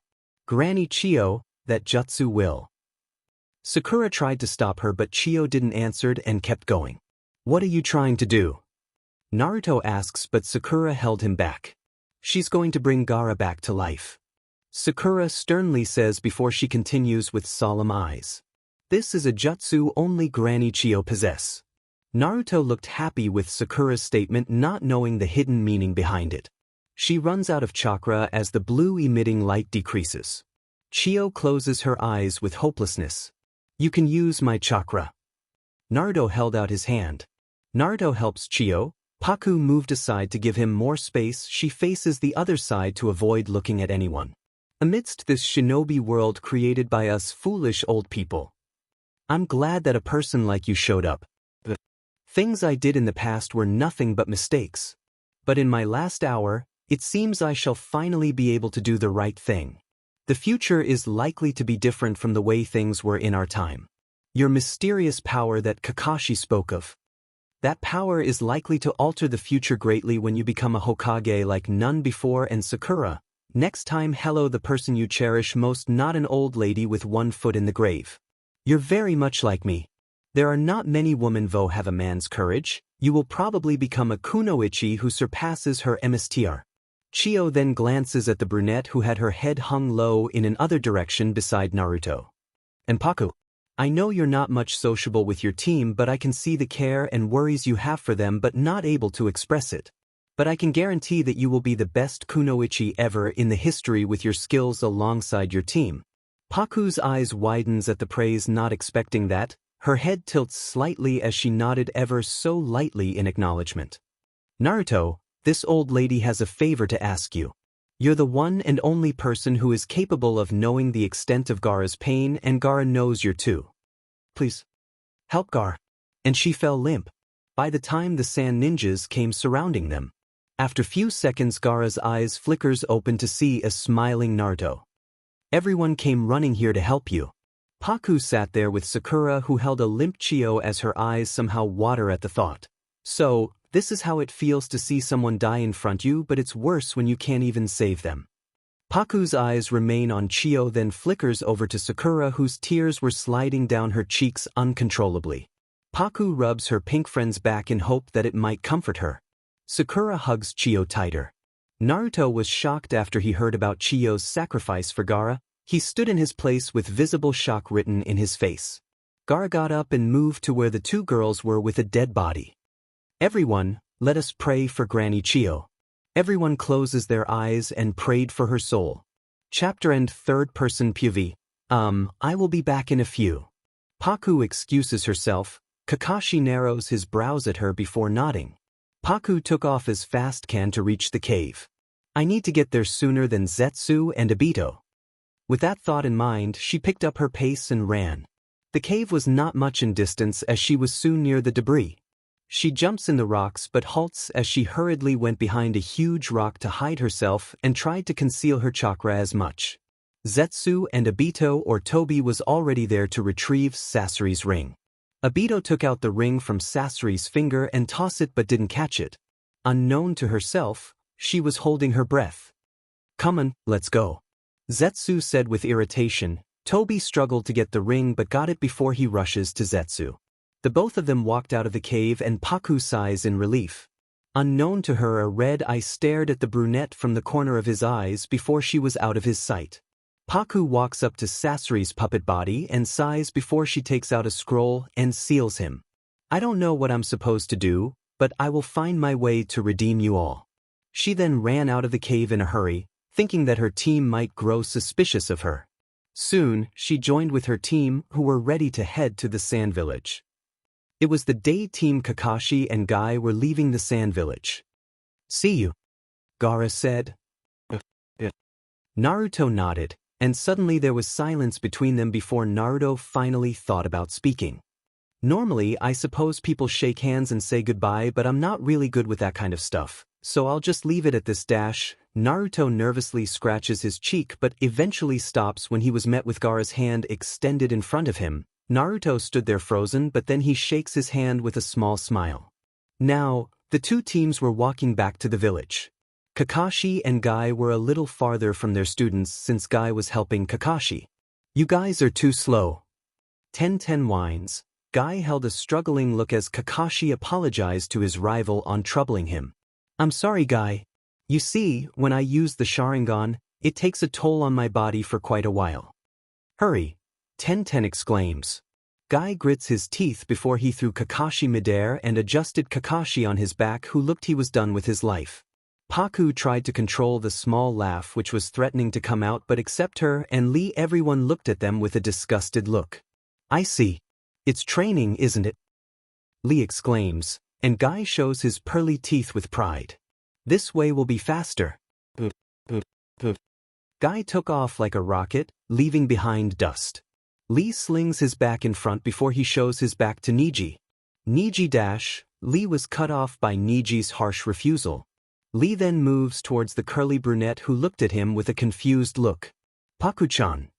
He did the same with her like he did to Neji seconds ago. Paku sweat drops at him before giving an awkward smile. I can walk on my own, but thank you. Lee sulks at double refusal as they continue. They soon reach Konoha with Guy running like a bull followed by Lee. First place, Guy exclaims, and later Lee also joined beside him. Sadly, second place. Everyone there looked at the both of them with a sweat drop. As usual, I can't keep up with their craziness. Neji comments.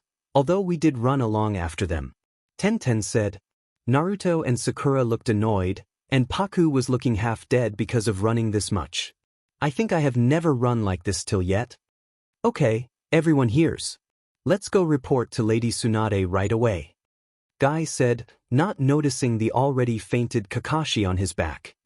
Guy-sensei, we should go to the hospital first, I guess.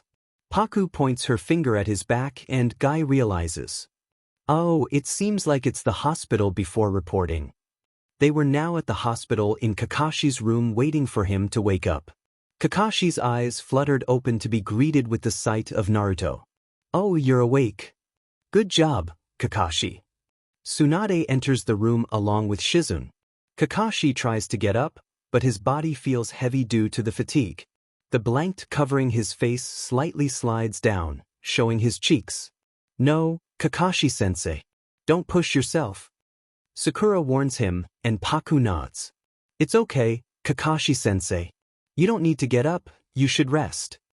Kakashi hums at Paku and lay down completely. Naruto tries to take a peek at Kakashi's face while he is busy talking with Tsunade. Sakura glares at him, and he awkwardly smiles at her. Team Guy should rest too. You can give the report later. Tsunade dismissed them and walked out of the room with Sakura and Shizune following her. Soon one by one left the room, but a certain curly head didn't. She looks at Kakashi who had his eyes closed. She thought about asking, but she was too shy to even say with the thought that she embarrassed herself, but she then thought against it and gathers her courage, but Kakashi beat her to it. What happened? Are you not going? Kakashi asked her as she shook her head.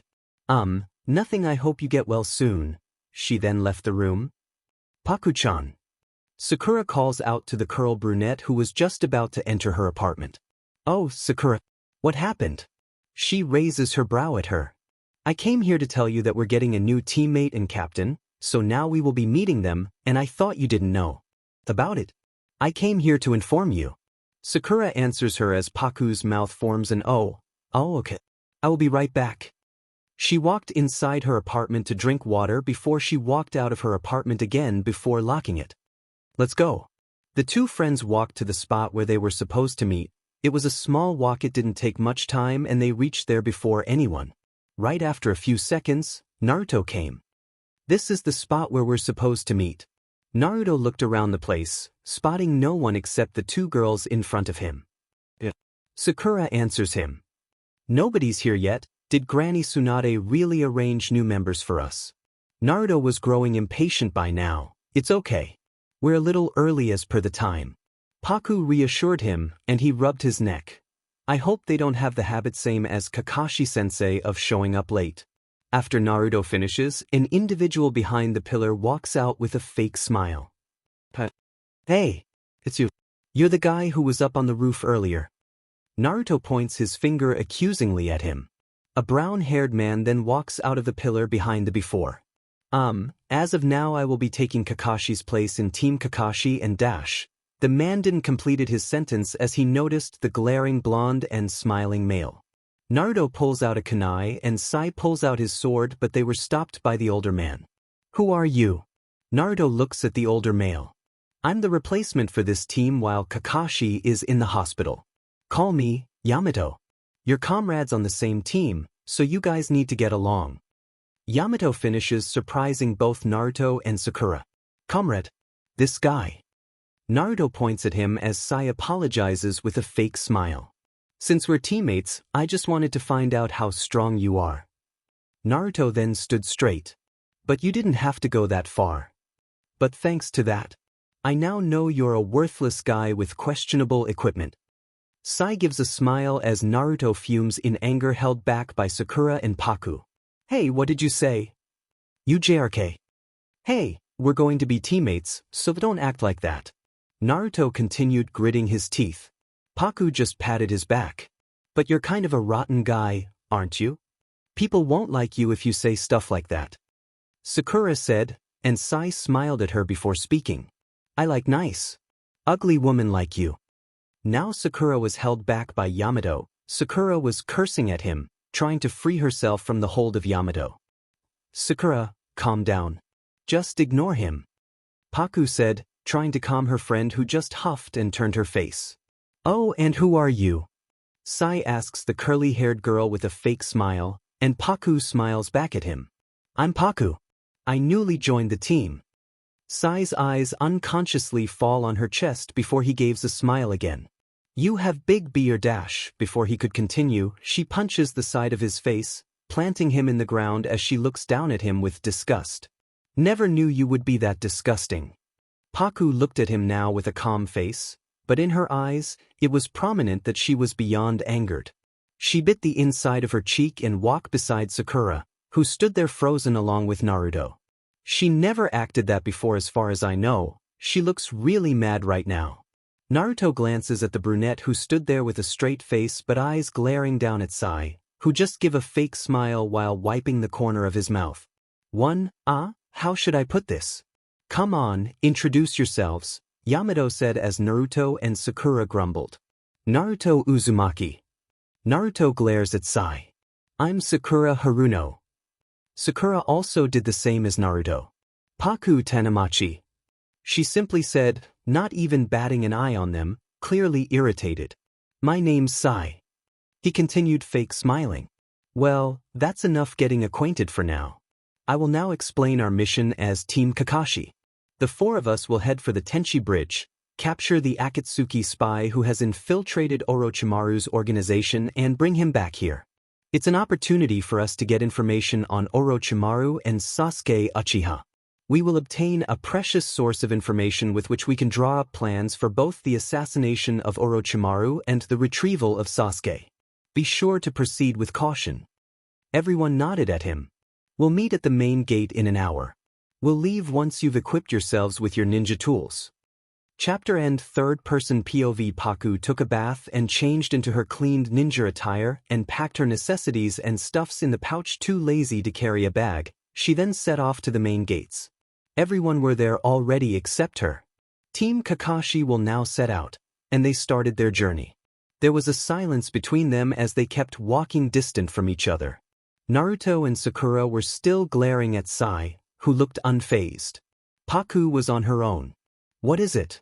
Sai asked, feeling the glare from the blonde, but the blonde kept glaring at him. Please don't stare at me like that. I'll P&D you. Sai gave his famous fake smile. You tick me off with everything you say. Naruto clenches his fist. You know, I don't mean it. Sai tried to change the topic. You liar. I'm just trying to portray myself like that. Everyone stops in their track because of the growing intense atmosphere. You tick me off. Naruto said sternly. Don't act like that in front of your captain, Naruto. I'm sure Kakashi taught you that trust and teamwork are most important to a team. You are under Kakashi, so what's your problem? Yamato tried to stop them, but actually, Naruto got even more mad. He's not a member of Team Kakashi. The other member of Team Kakashi is Sasuke. This guy was chosen to cover the place of Sasuke. I don't acknowledge him as a team member. Naruto denies to accept him as a member. Well, that's actually easier for me. He betrayed the leaf and ran off to serve Orochimaru. I don't want to be lumped together with someone like him along the same line. Naruto clenches his teeth in frustration. ᧁꫮᦔᦔᦓ. But Paku stops him midway.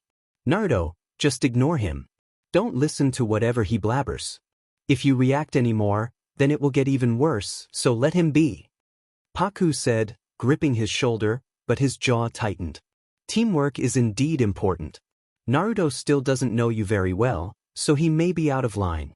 I'm sorry, please forgive Naruto. Sakura apologizes, Yamato sighs in relief, thinking actually someone was there understandable. Sai flashes her his fake smile.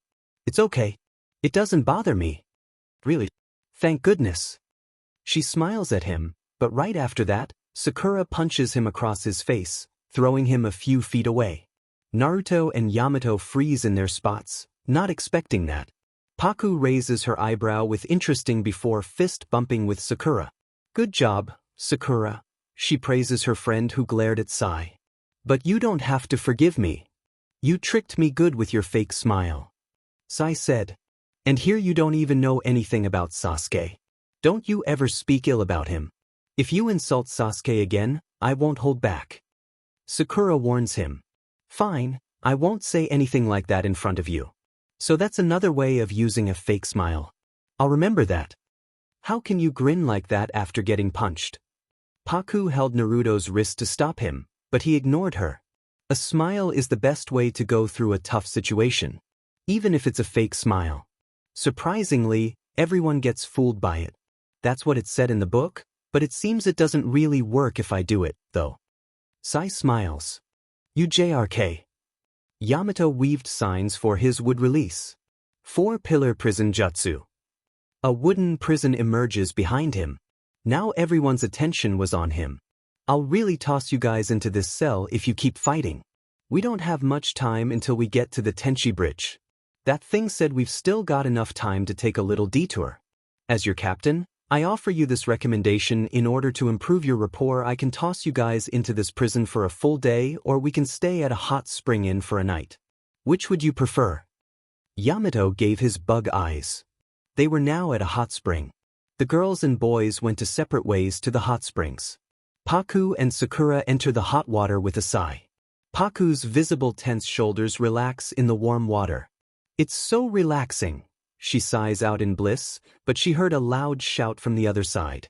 Shut up with all that talk about my equipment. It was Naruto who was yelling, and the two girls recognized the boy.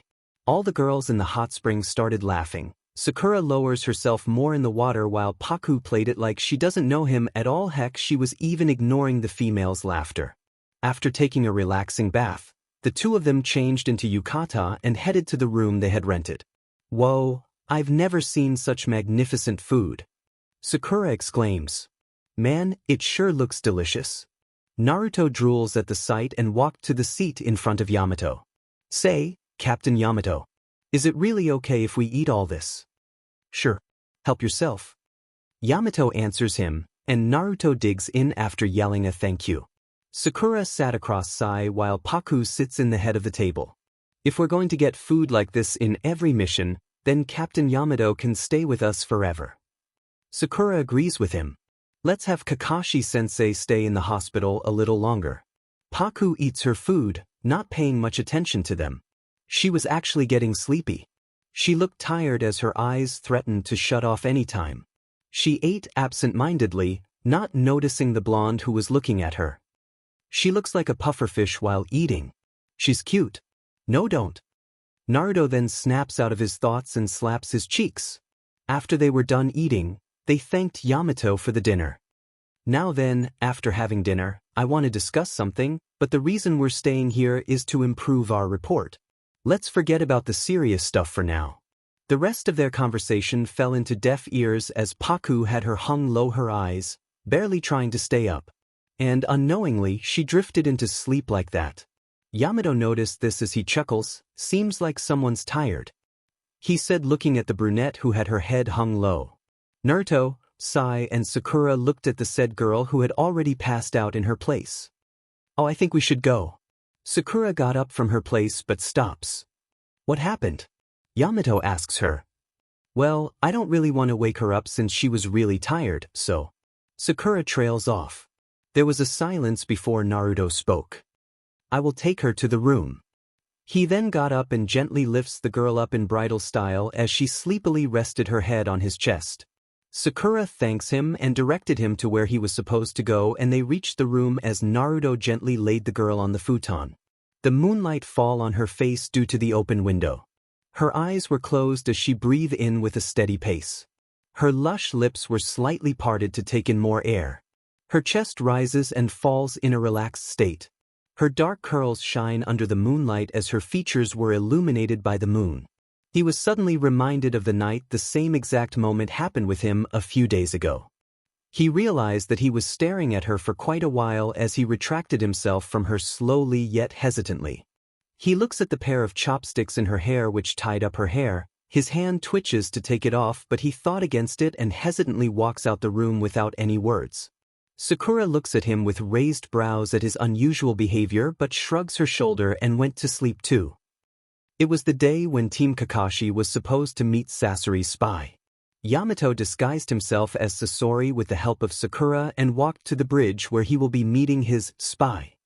Naruto, Paku, Sakura, and Sai remain hidden in the bushes, keeping a close eye. A figure from the woods emerges out with his face hidden.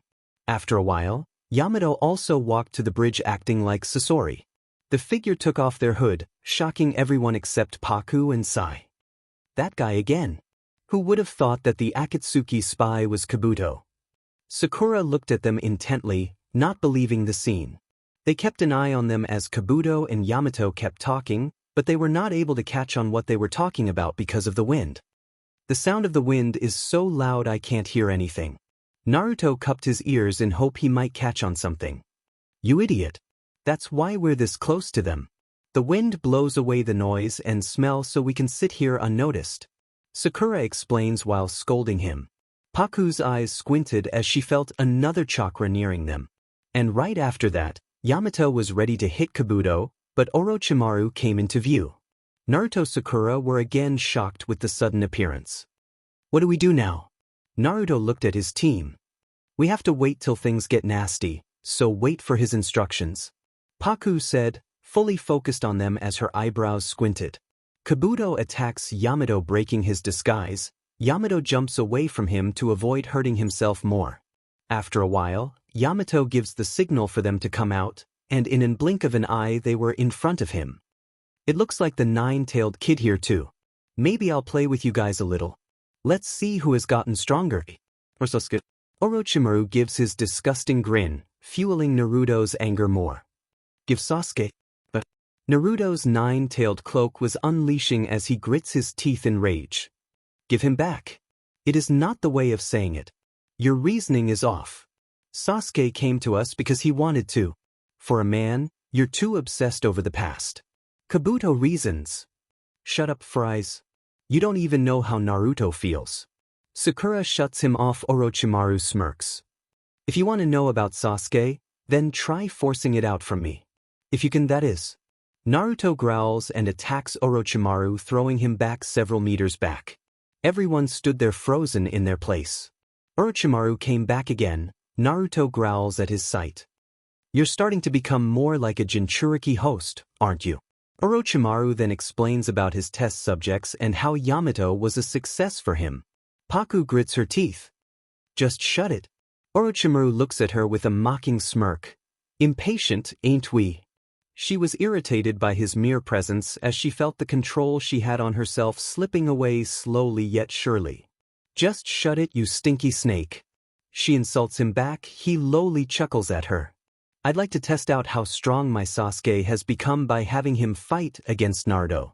Naruto growls at him as two more tails unleashes. He doesn't belong to you. Paku looked at him with a horrified look because witnessing it in real life was something else. He looked feral. He was losing control over himself. The atmosphere around them was tense because of the unleashing of heavy amount of chakra.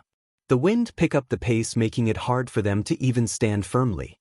Kabuto tries to attack Naruto, but he is blown away meters away, hitting Sakura midway, who fainted. The bridge shook violently and was crumbling into pieces. Naruto and Orochimaru jumps in the woods to fight. Yamato did his wood release to hold the bridge to avoid letting Sakura fall, who kept on slipping. Sai flew down with his ink bird, giving Yamato hope that he will save her, but he did the opposite and flew away. Yamato stood there with a horrified look. Paku jumps down the bridge as leaves and branches attaches to her back like before when she first came to this world and did this to save herself. She dived down with full speed before she caught her and flew back to the bridge beside Yamato with Sakura on her arms. Yamato looked at her with a bewildered and impressed look. "How did you do that?" But Paku was not in the mood to answer him, her eyes visibly glaring at the forest in front of them. "That question is for another time, save it. We must hurry since Naruto is losing control over himself." Before Yamato could protest, she sprouted her leaves and branched wings and held Yamato and Sakura by their wrist and flew towards the scene. Paku levitated on the air, still Sakura and Yamato on her hands as her eyes squinted with a gasp. Half of the trees in the forest was blown away. "Naruto has unleashed another tail," he was growling loudly. Naruto made an Biju ball and aimed it at Orochimaru, but he already had summoned his triple wall. "Captain Yamato, you need to stop Naruto." Paku drops both of them down behind a tree. By now Sakura was back to her consciousness, who watched Naruto with a terrified look, not believing her eyes. Without thinking anything, she rushes to him saying that it was okay as she started tearing up and stumbled on her feet. Paku grits her teeth and runs towards her friend to retrieve her back.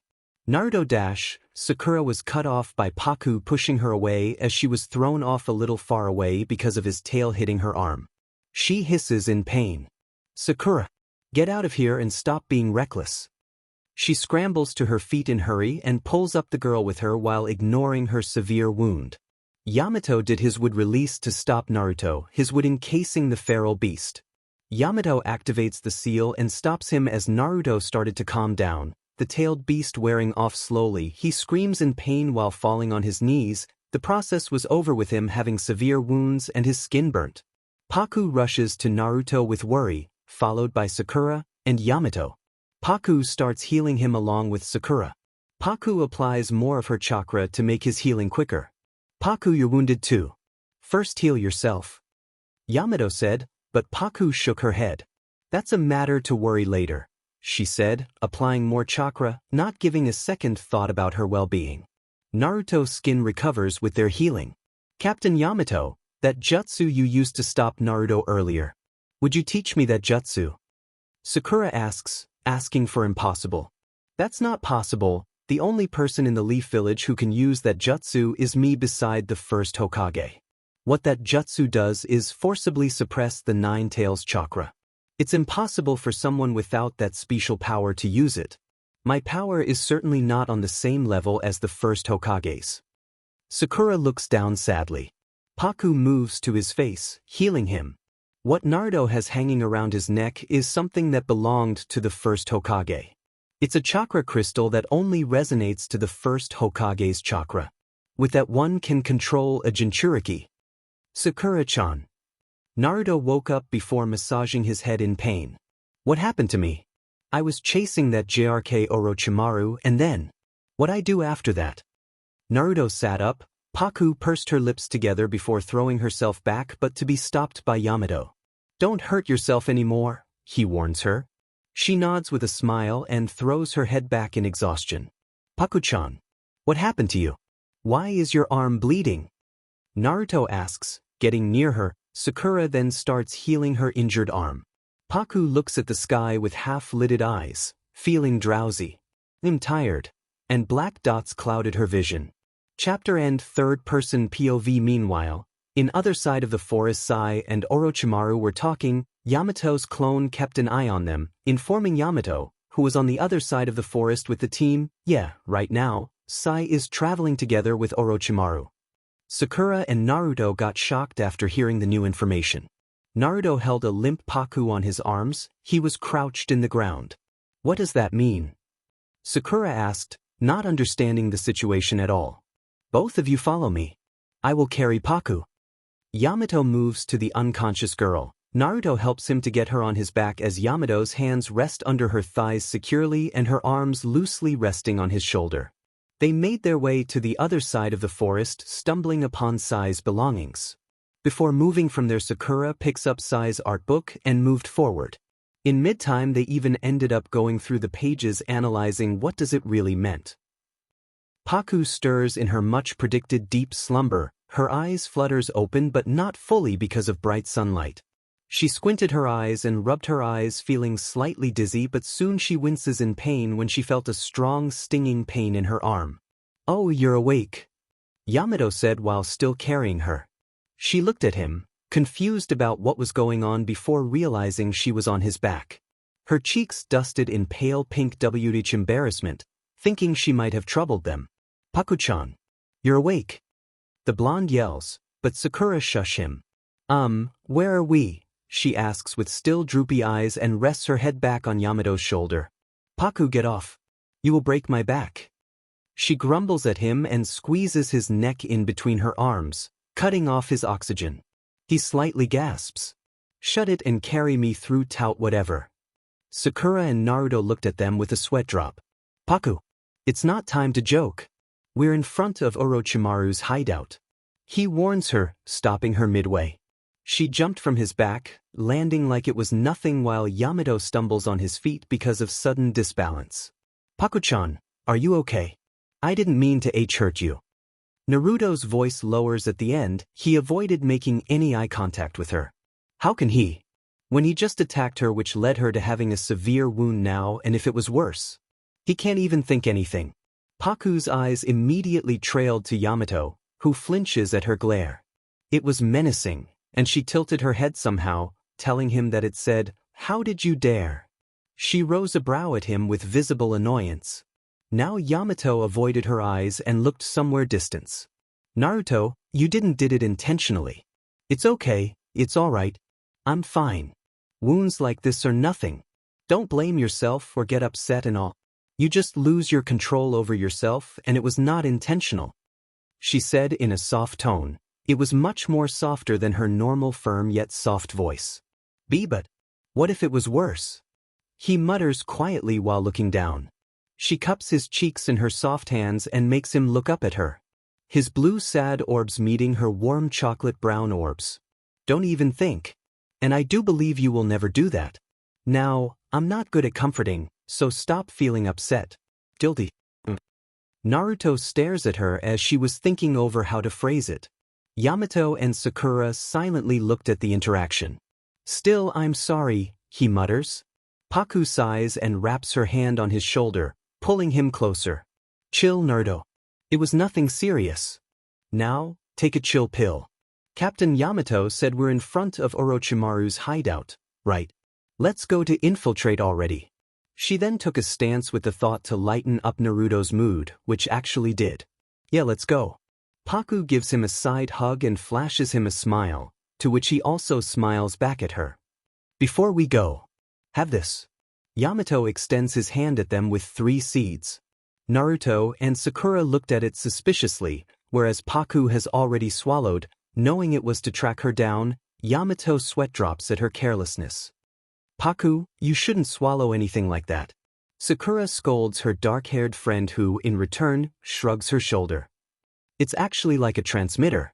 I can track you down by this while we'll be inside the hideout. I even sneak it into Sai's food to keep an eye on him since Lady Tsunade told me to." Naruto and Sakura swallows the seed with slight hesitation. "All right, let's go." Yamato made a pathway underground by his wood release. They kept going. Eventually, they stopped in front of a rock wall.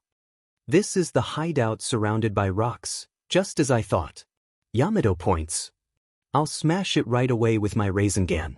Paku held Naruto back by his wrist. He turned to her with confusion. "No, Naruto. They will know that we're here if you use it. Besides, infiltration is supposed to be done quietly." Paku said. "But how are we supposed to do that?" He asks her with confusion. "Let Captain Yamato do it." Yamato made a pathway for them and told the 3 of them to conceal their chakra so they wouldn't be noticed. Yamato immediately tracked Sai, and they headed to find him. Soon they found Sai in a room. "Now tell what's all this about?" Yamato asked sternly. "Well, what can I expect from an Black Ops straight directed by Hokage?" He gave his fake smile, which was enough to boil Naruto's anger. "Why did you betray us?" Naruto clenched his teeth. Sai looked unfazed, still having his smile. "Don't make a commotion here. Otherwise, it will be troublesome. Sakura then pulled out the art book before extending towards Sai. He was shocked, but soon it was replaced with his thankful smile. It's in Danzo order, right? Orochimaru and Danzo. What are they planning to do? Sakura was fuming in anger, but she tried to hide it. Paku was now looking rather bored and stood at the back, not paying attention to the conversation anymore. Out of sudden, Naruto grabs her wrist, pulling her with him. She looked at him with confusion. Someone's coming, we have to go. He whispered, yelled, and dragged her. Sakura and Yamato had already left with Sai. They were now at the outside of the hideout. Sai was sitting in front of them, binding in Yamato's would release. Unfortunately, I'll be having my clones stand guard over you here. Okay, let's go back. We will save Sasuke. Naruto held a determined look. I wouldn't even bother. Sasuke always has Orochimaru by his side. This is to say, you'll have to fight Orochimaru once again. You'll end up being chopped up into pieces and turned into a test subject. Sasuke-kun said he doesn't care about you. There was an uncomfortable and tense silence now. Everyone stood there thinking over everything, what to do and what not to do. Why are you trying to get him back? Going so far to oppose Orochimaru and put your life at risk. Why is that? Sai asked with cold look, but his eyes widens when he saw Naruto smiling at him. I used to really hate Sasuke. Even though, like me, he didn't have a family. He was elite and I was always at the bottom. But it was actually fun being with him. He's the person who acknowledged me. More than anyone else. Sasuke is my friend. It's a special bond I was finally able to make. It doesn't matter whoever is the opponent. If my arms will rip off, I will kick him. If my legs will torn off, I'll bite him. If MH head gets torn off, I'll stare him down. If my eyes got turned out, I'll curse him in my grave. Even if I get chopped into pieces, I'll take Sasuke back from Orochimaru. What? Such a nice speech. Keep it up, my beau. Paku thought over proudly. Team Kakashi was running inside the hideout, frantically searching in every rooms. As per Yamato said, they were divided into 3 groups. Yamato and Sakura, and the other were Naruto and Sai, and the last was Paku. Paku ran through the halls and she checked every rooms and corner. Her loud footsteps echoes throughout the halls. She kept on doing that, but suddenly a loud explosion rumbles, causing her to flinch slightly at the sudden commotion. She ran to the direction where the explosion happened with much more speed. She kept on running, but her breath hitches when she sees a blinding light peeking through the hall. Without wasting any time, she made her way out of there. As she grew closer, she spotted a frozen Sakura beside Sai. At the same time as her, Naruto emerges from the other side as they stumbles on their steps to slow down. Paku stood up straight, regaining her posture, and her head snaps to the direction where everyone was looking at. Sasuke's eyes were on Naruto. He was looking much more cold and emotionless. Naruto. So even you were here. Then is Kakashi also with you? Sorry, it's not Kakashi. I'm his substitute. Team Kakashi now will be taking you back to the leaf. Sasuke's eyes then scan over everyone: Yamato, Naruto, Sakura, Sai, and lastly Paku. He rose a brow at the 2 newcomers. Sai pull his tanto. Sai. I knew it. Sakura shouts without knowing anything about Sai's intentions. So he's my replacement? If he's my replacement, then who is she? Some softy has joined the team. He said he wants to save the bond between Naruto and I. Everyone ignores his first question. Sai, I thought your mission is to kill Sasuke. Sakura was cut off by Paku. Sakura, I know Sai was supposed to kill Sasuke, but he has changed his mind.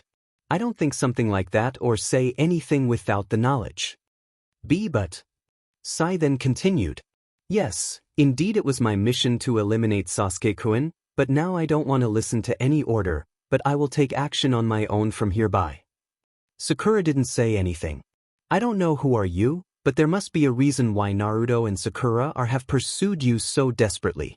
They don't want to sever the bonds with you. They're giving it their all to secure those bonds. I still don't understand it all that clearly. But Sasuke-kun, you should understand. Yeah, I understand. That's why I serve the bonds. I have different bonds. Bonds of hatred with my older brother. He answered. Naruto looked at him with wide eyes. Paku clicks her tongue with annoyance because of Sasuke. Sasuke, I swear at the end you wouldn't like the result at all. Not at all. He questioningly raised an eyebrow at her. And who the hell are you to tell me what I'll like or not? Nobody, but I do know you ain't going to like the consequences. Everyone in the team looked at her. The previous shy and silent Paku was now talking with much more confidence and hostility. Her eyebrows were furrowed because of the discomfort and tension. As if I give if about it, he retorted back. There was a heavy silence as everyone focused on the Uchiha before them. The rustling of the wind was growing louder. If that's the case, then why didn't you kill me back then? You think that could break our bond? Naruto shouted with desperation while Sasuke was unfazed and emotionless. The reason is simple, it's not that I couldn't break the bond with you. It was just irritating to me. Obtaining power based on the method. He told me. Sasuke said, what do you mean by that? Naruto asks quietly. It's not necessary to explain that to you. What I want to say is that back then you're alive because of my passing whim. There was a silence, but after a while, in a blink of an eye, Sasuke was in front of Naruto, shocking everyone with his speed. Come to think of it, wasn't it your dream to be the Hokage? If you had the time to be chasing after me, you should have spent that time training or something. Right, Naruto? And so this time you'll lose your life because of my passing whim. Sasuke pulls out his sword from its scabbard slowly, making the discomforting screeching noise. No way can a guy who can't even save one friend become the Hokage. Naruto answers him. Sasuke suddenly raises his sword and aims it at Naruto. Since Paku was near them, she gets behind Sasuke while holding back his hand which held the sword. Don't even dare, she said through her gritted teeth. Sasuke then pushes her and Naruto off him as Yamato tried to capture him. Sakura aims for a punch, but Yamato blocked her and took on the hit from him. Paku hurriedly stood up. Yamato made a dome out of his wood, but Sasuke bursted through it, standing back on the place he was before. Why don't you get it? Soon Orochimaru is going to take over your body, Naruto shouted. Paku's eyes were focused on the Uchiha. Her eyes held hostility, dislike yet warmth for him, which was very much unnoticeable. Sasuke looked at her dark orbs with his Sharingan, his brows knitted after he can't decipher what does her eyes' emotions held. If it happened, it happens. You're still a kid, Naruto. Revenge is everything to me. If I can carry out my revenge, it's no concern of mine what happens to me. To say it simply, neither I or Orochimaru can defeat Itachi right now. But if I can obtain the power to accomplish that by my giving my body to Orochimaru, then I will gladly do. Bro, you yourself are a kid, and that last sentence sounds so Paku grimaced. The talking's over now, Naruto and Sakura. I didn't want it to do anything in front of you, but I'm going to get serious now. I can't just let who left the village in the same as Orochimaru run loose. So I'll do whatever I have to do to haul Sasuke back to the hidden leaf, Yamato said while standing up on his place properly with numbness still in him. I've had enough of you guys. Sasuke stabs his sword on the ground and made hand signs swiftly as he raised his hand. Orochimaru came in the view and held back his hand. Don't bother with that jutsu, Sasuke. His raspy voice resounded. Let go of me. Sasuke glares at him as Orochimaru let his hand go. Hey, don't talk to Orochimaru like that. You know what the Akatsuki are up to. We want these guys to take care of the Akatsuki first for us, otherwise your revenge won't turn out well if the other Akatsuki get in the way, right? Kabuto appears beside Sasuke. Sasuke seems like he agreed with Kabuto's statement. Let's go, Orochimaru says. Sasuke took out his sword from the ground, meanwhile staring at Naruto, who also stared at him. One was looking with cold expression while the other was desperate. At the end, Sasuke's eyes unconsciously flickers to the dark-haired girl who was glaring at him with her head tilt. Her eyes held anger, rage, frustration. He couldn't read her eyes before too with his Sharingan. He held the eye contact for a good few seconds and the three of them vanished from their sight. Naruto's lips quiver. After all this time and hardships he has gone through didn't pay him well, which was bringing his friend back. He has lost his friend again. He lost him. His mind got blank as he lowers himself in the ground more. His shoulders shook as he let out loud sobs of desperation and need. Crying won't bring Sasuke-kun back, Naruto. I'll get stronger with you. Sakura's voice trembles as tears slides down her cheeks one by one. Paku's eyes softened at their broken sight. Paku places a warm hand on Sakura's shoulder before pulling her in a small hug. She patted Sakura's back in a way to console her. "I'll help you bringing him. I'll be with you too through thick and thin. I will definitely bring him back even if it will cost my life." Paku said, not caring about the words she just said cause she knew in the way she could even get killed, and she's not afraid to die while saving him from going to the dark path which he was already slowly yet surely stepping into. She wanted to show him the light path. The bright path. The path where the darkness never resides. The path which always brings hope and is positive. Sakura broke from the hug and rubbed eyes to get away the tears. Paku gave her a solemn smile before moving on to Naruto, who was still on the ground. She held up his head, making him look at her with his sad, dull and teary blue eyes. His cheeks had tear stains while his lips were quivering uncontrollably. Paku's heart broke at the scene before her. He avoided her eyes as his tears falls down his cheeks carelessly. "Oh my love, I can't see you like this. It hurts my heart to see you in this state." Paku pulls him into her embrace and embraced him. Her arms wrapped over his head, blocking the world to see him at all. He cries on her chest while hugging her tightly. She runs her hand through his hair. He hears to her heartbeat. He presses his head further on her chest to hear her calm and steady heartbeat, which was relaxing him. "We've got 6 months left approximately, right? It goes without saying that 4 are better than 3, right? Beside, I'm pretty strong." Sai tries to lighten the atmosphere as he tried to give hope to the two. Now don't get this gloomy. It will happen, there will be more hardships, so let's be strong together and bring Sasuke back." Paku said with her soft tone as her eyes went over to Naruto, who was now standing with a smile of hope along with Sakura, who also stopped crying. Paku moves towards to Sai and ruffles his dark hair with a soft, gentle smile. "Welcome to the team." He looked at her with his mouth slightly agape before a pink hue spread across his cheeks. It was very unnoticeable. He lowers his gaze, avoiding her shining warm chocolate orbs. "Yeah, we will bring him back."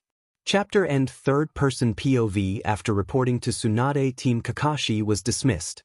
After Paku reached her apartment, she immediately went to shower. The shower was warm and relaxing. The tense muscles in her relaxes after the warm water made contact with her skin. Now Paku was walking to the village hospital with a bento in her hand. She walked through the busy streets of Konoha. Her curly strands moves with the morning relaxing wind. She reaches the hospital as she made her way to a particular room with haste. She was now in front of the room. She raises her hand to knock but stops midway with nervousness. "This is my first time talking with Kakashi, just me and him." Her mind was now clouded with Kakashi's thoughts. Will he like the food? Or should I head back? She flinches in her place when she sees Jiraiya coming out of the room. "Oh, Paku, you are here to see Kakashi." She nods in response, and Jiraiya gives her a smile. "Go, he is inside." He excused himself as Paku walked inside the room to be met with a Kakashi who was reading his book. Him and his obsession with ᧁꫮᦗ. I can't blame him. Upon the entry of someone, Kakashi looks up from his book to the curly-haired girl with raised brows. "Paku, what are you doing here?" He asks her while shutting his book to pay more attention to her. "Well, can I come to see you?" She's settling herself in the stool beside his bed. "But you're supposed to be in a mission." Paku smiles at him and shakes her head. "Yeah, we'll soon be getting a mission. And the reason that I came here is that I made you something, considering you will obviously not like the hospital food." She shows him the bento, which was wrapped in a cloth neatly. He finally notices the bento in her hand. He let out an "Oh. I heard you met Sasuke," Kakashi said, to which Paku nodded in response. "Yeah, we did, but he is much more persistent and vengeful than I expected," she sighs. "Well, it was expected from him. Before you came, Mr. Jiraiya informed me about that." Paku now untie the cloth wrapping around the bento as she opens the lid. The delicious aroma invade their nostrils. "It smells delicious," he said, letting out a giggle from Paku. "Here." She places the 2 bentos in front of him. His eyes widen at the sight. "How did you know that it's my favorite?" he asked, taken aback. Paku visibly freezes in her place. She scratches her cheek in thought. I didn't have much more thing in my freeze, and what I see I just made out of it. She nodded and surprisingly he agreed with her. Help yourself, she let out a smile, waiting for him to eat. There was a silence as nobody moved from their place. Kakashi just stared at her while Paku also stared at him with confusion. She was then hit with realization as she laughed awkwardly. I will turn while you eat. She completely turns on her sit. Now her back was facing Kakashi who sat there with slight wide eyes. It was his first time witnessing someone who didn't try to take a peek at him. To confirm he looks at her who has her back completely turned to him. Indeed it was his first time who was respecting his privacy which warmed his heart a little. He hums and slides down his mask. He grabs the chopstick and takes a bite from it. His taste buds were invaded with the tasty food as he inaudibly hums in delight. How is it? Paku asks him. It's great. Thank you for the food today. I appreciate it. Paku blushes at the praise and clasps her hands together. I'm glad you liked it. If you want, I can cook for you again, she said with stars on her eyes. Kakashi chuckles at her excitement and nods. Kakashi-sensei, I want to ask you something, she asks, and Kakashi hums and tells her that he has finished his food so she can face him. After you recover, can you teach me ninjutsu? You see, I'm new to this ninja life, so I'm probably lower than a genin, so I want you to teach me so I can level up. Kakashi shook his head at her with denial before speaking. No, you're doing great. You joined later and in a short period of time you're progressing very much. The bell test day when I fought you I noticed the potentiality in you. You can do some of ninjutsu and you can control your chakra perfectly. So during ninjutsu you need a proper knowledge of chakra control which you have and you will learn that in no time. Sure, I will help. Paku smiles at him with appreciation. I look forward to it. Today, I brought chakra papers to see what is my chakra nature. She pulled out 2 papers from her skirt's pocket and held it out. Oh, hold it between your fingers and it will show the results soon. If it will tear then it's wind, if it will crumbles then it's earth, if it will get damp then it's water, if it will burn then it's fire and if it shrinks then it's lightning. He explains and hands it to Paku. She then hold the paper in between her index and middle finger passing some of her chakra. After a second the paper tear into 4 pieces and each of them burn, shrink, crumbles and gets damp. Kakashi's eyes widens. Impressive. He indeed was surprised to see the result. Now his mind was full of thoughts. Just who is this girl? Is she a threat to the village? How can she have all the 5 chakra nature? Indeed, she is interesting. The next day Paku was now roaming around the streets of Konoha. While in her way she spotted a blonde sitting in a concrete with a casual attire which consists of a black shirt and orange breathes with his usual sandals. She went and sat beside him, surprising him. Paku-chan. She waved at him with a small smile.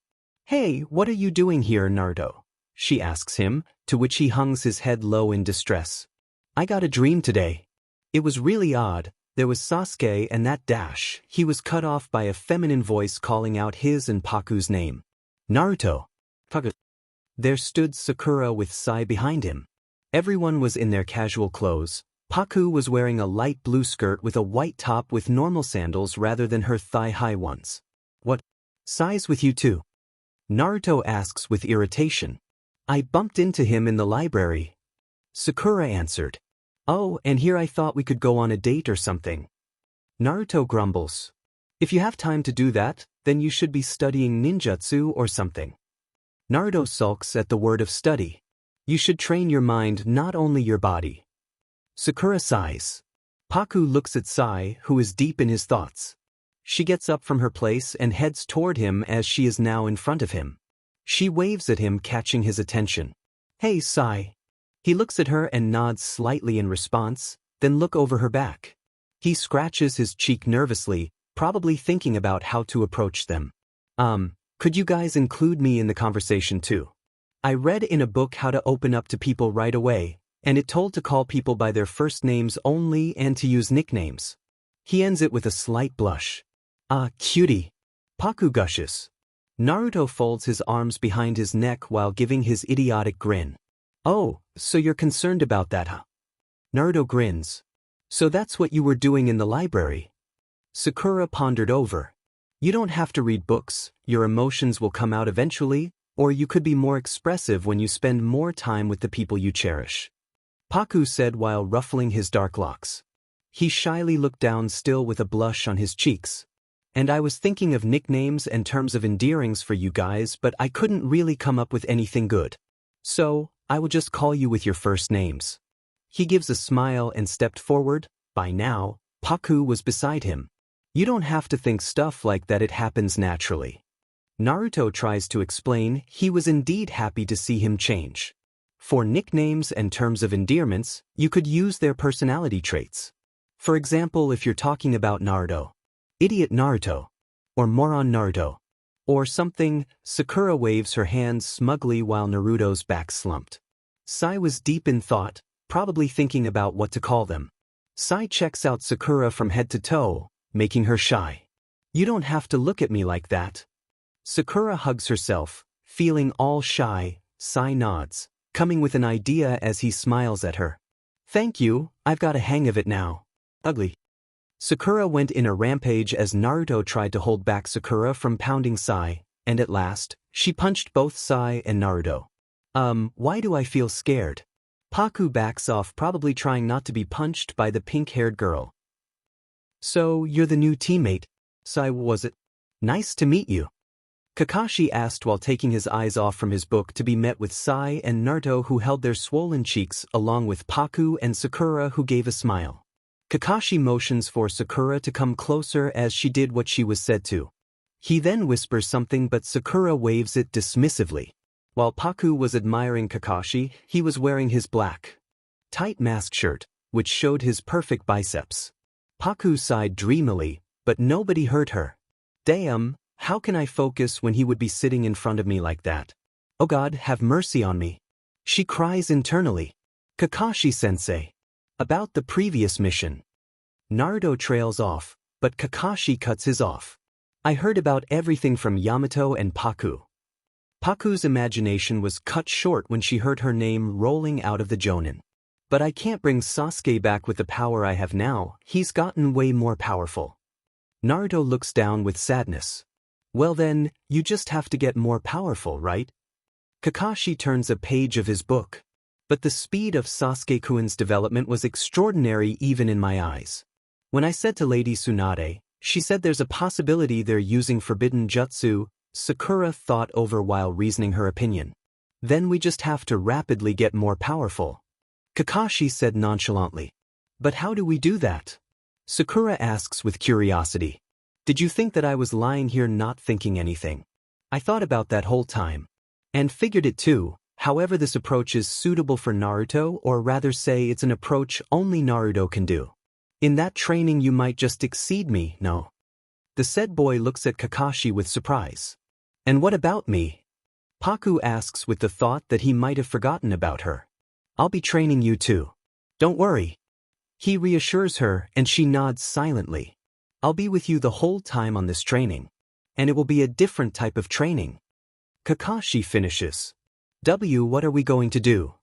Naruto asked with pure curiosity, not having an idea on what he was about to do. We're going to create ninjutsu of ultimate strength just for you. In other words, you're going to learn a new ninjutsu that will exceed the Rasengan.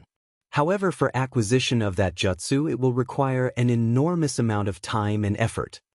But how can we get that much time? Naruto asks with confusion. I have an idea on how you will do it in a short time dash. Before Kakashi could finish his sentence, the door to his room slides open with Team 10 standing there along with their sensei. Asuma-sensei, you could knock at least. Ino scolds her teacher, who nonchalantly walked inside the room along with the other two. Paku waves at Shikamaru, who returns it with his lazy smile, while Ino and Choji looked at him with question that how did he know her, but then Shikamaru's eyes narrows at the sight or Sai as he grumbles. You're that guy from back then. Shikamaru grits his teeth while Ino had a slight blush on her cheeks, pondering over who he was. My name's Sai. Please just call me by my first name. Sai says with a smile, and Ino moves over to Sakura as she whispers something in her friend's ear. When did you have a last name, though? Paku looks at him as if he grew a head. You guys go to Yakiniku-Q along with the guys from Team. Kakashi should go too if you want. I need to talk to Kakashi with something alone. The treat is on me. Choji cheers at Asuma words. And everyone in the room headed to the barbecue except the two jonins. They were now sit on a table. Paku and Sakura were sitting in the head of the table from both sides while Naruto and Choji sat, and across them sat Ino and Sai. Ino was showing her favoritism towards Sai and gave him more share of barbecue. Alright, I will be eating Shikamaru's share too then. Choji drools over the food, ready to gobble it, but Ino stops him. Sai is new, why don't you think about introducing ourselves first, Choji? Ino said with a smile, but her voice was threatening. Paku looked over with a look of disbelief. Bish, am I not visible to you? I'm also new. Choji introduces himself and Sai smiles at him, thinking over how to put his words. Before he was about to say something, Naruto slaps his hand on Sai's mouth, shutting him off, and explains that it was taboo word for him. Paku ate silently, feeling out of place. Why did I even agree to come here? My name is Ino Yamanaka. My family owns the Yamanaka flower shop. Nice to meet you. Ino introduces herself with a beaming smile. Nice to meet you. A pretty lady, Sai said, and Ino frozes, but Paku knew too well that he actually meant the opposite. Why do you say that to when it's Ino? Sakura grits her teeth and punches Sai again as he holds his swollen cheek again while Ino was fussing over whether he is okay. By the way, Paku is also new to our team. Sakura says, catching their attention, and looked at the girl who was just sit there with a bored expression. Huh, I didn't notice you. Ino said with realization. Well, how will you? When you're so focused on Sai. A irk mark was visible on Sakura's forehead as she forced out a smile, and Ino smiles sheepishly. The name's Paku. It was nice meeting you. She lets out a fake smile. And they nodded, dismissing her already as Choji went back to eating while Ino went back to flirting. Naruto and Sakura looks at their teammate, feeling sorry for her as she sighs and drops her head on the table. Actually, Paku-san, can I call you with a nickname too? Sai suddenly asks as she looks at him through her curly strands, and she nods slowly. I just hope he doesn't give me anything weird. Is appealing okay? She nodded but stopped after processing his words. Huh, what? Everyone in the table was either shocked and fuming with jealousy. Well, it was Ino while Sakura's jaw dropped to the floor. He trails off while scratching his cheek with a slight blush on his cheeks, which was very much visible under the bright light of the restaurant. Are you faking it? Or you do mean it? 'Cause I don't really care if you say about what do you think about me in general rather than faking like B-. She stops as she remembers that Ino will go on rampage after that. I actually do mean it. You're appealing. He whispers the last words, avoiding her eyes. Unknown to her, Naruto looked at Sai with annoyance as he gritted his teeth, not liking the interaction even a bit. Sure, if you want to. One bang from Ino's side was heard. She punched the table with envy while glaring at Paku. Appealing, Sai said, and Paku smiles at him, which he flushes red. Ino grits her teeth in annoyance and latches herself on Sai, trying to regain his attention. Paku-chan, try this grilled chicken. Naruto places some of his chicken from his plate to her plate as she nods, not knowing the reason that he was trying to make her pay more attention to him. It's tasty, right? He asks, and she nods in response and chews on the tender chicken. But little did she know that one was feeling envious while the other was feeling as if he got an achievement in life. Chapter end, third person p. Hello. Am I late? Oh, I'm late. Paku looks around her surroundings with dotted eyes. Naruto, Kakashi, and Yamato were already there, and a huge but waterfall too. Yo. Kakashi lets out, and Paku also yoed at him. I didn't know you would be late, Paku-chan. Paku rubs the back of her head sheepishly at Naruto's exclamation. Well, you see, I had something to do. She lets out a peace sign. Am I becoming a female version of Kakashi? Huh. Naruto tilts his head at her. Kakashi then continues with his explanation. Captain Yamato, will you teach me how to use with style? Paku asks the male. The said male stared at her with confusion. How could you? It's a Kekei Genkai. Yamato voices his confused thoughts. Paku shrugs her shoulders coyly. Well, apparently I have all the 5 chakra nature, so it is applicable for me to use with style, isn't it? Yamato was beyond surprise. You have the 5 elements chakra nature? He asked with amusement, and she nodded in agreement. Yeah, I have water, fire, lightning, wind, and earth.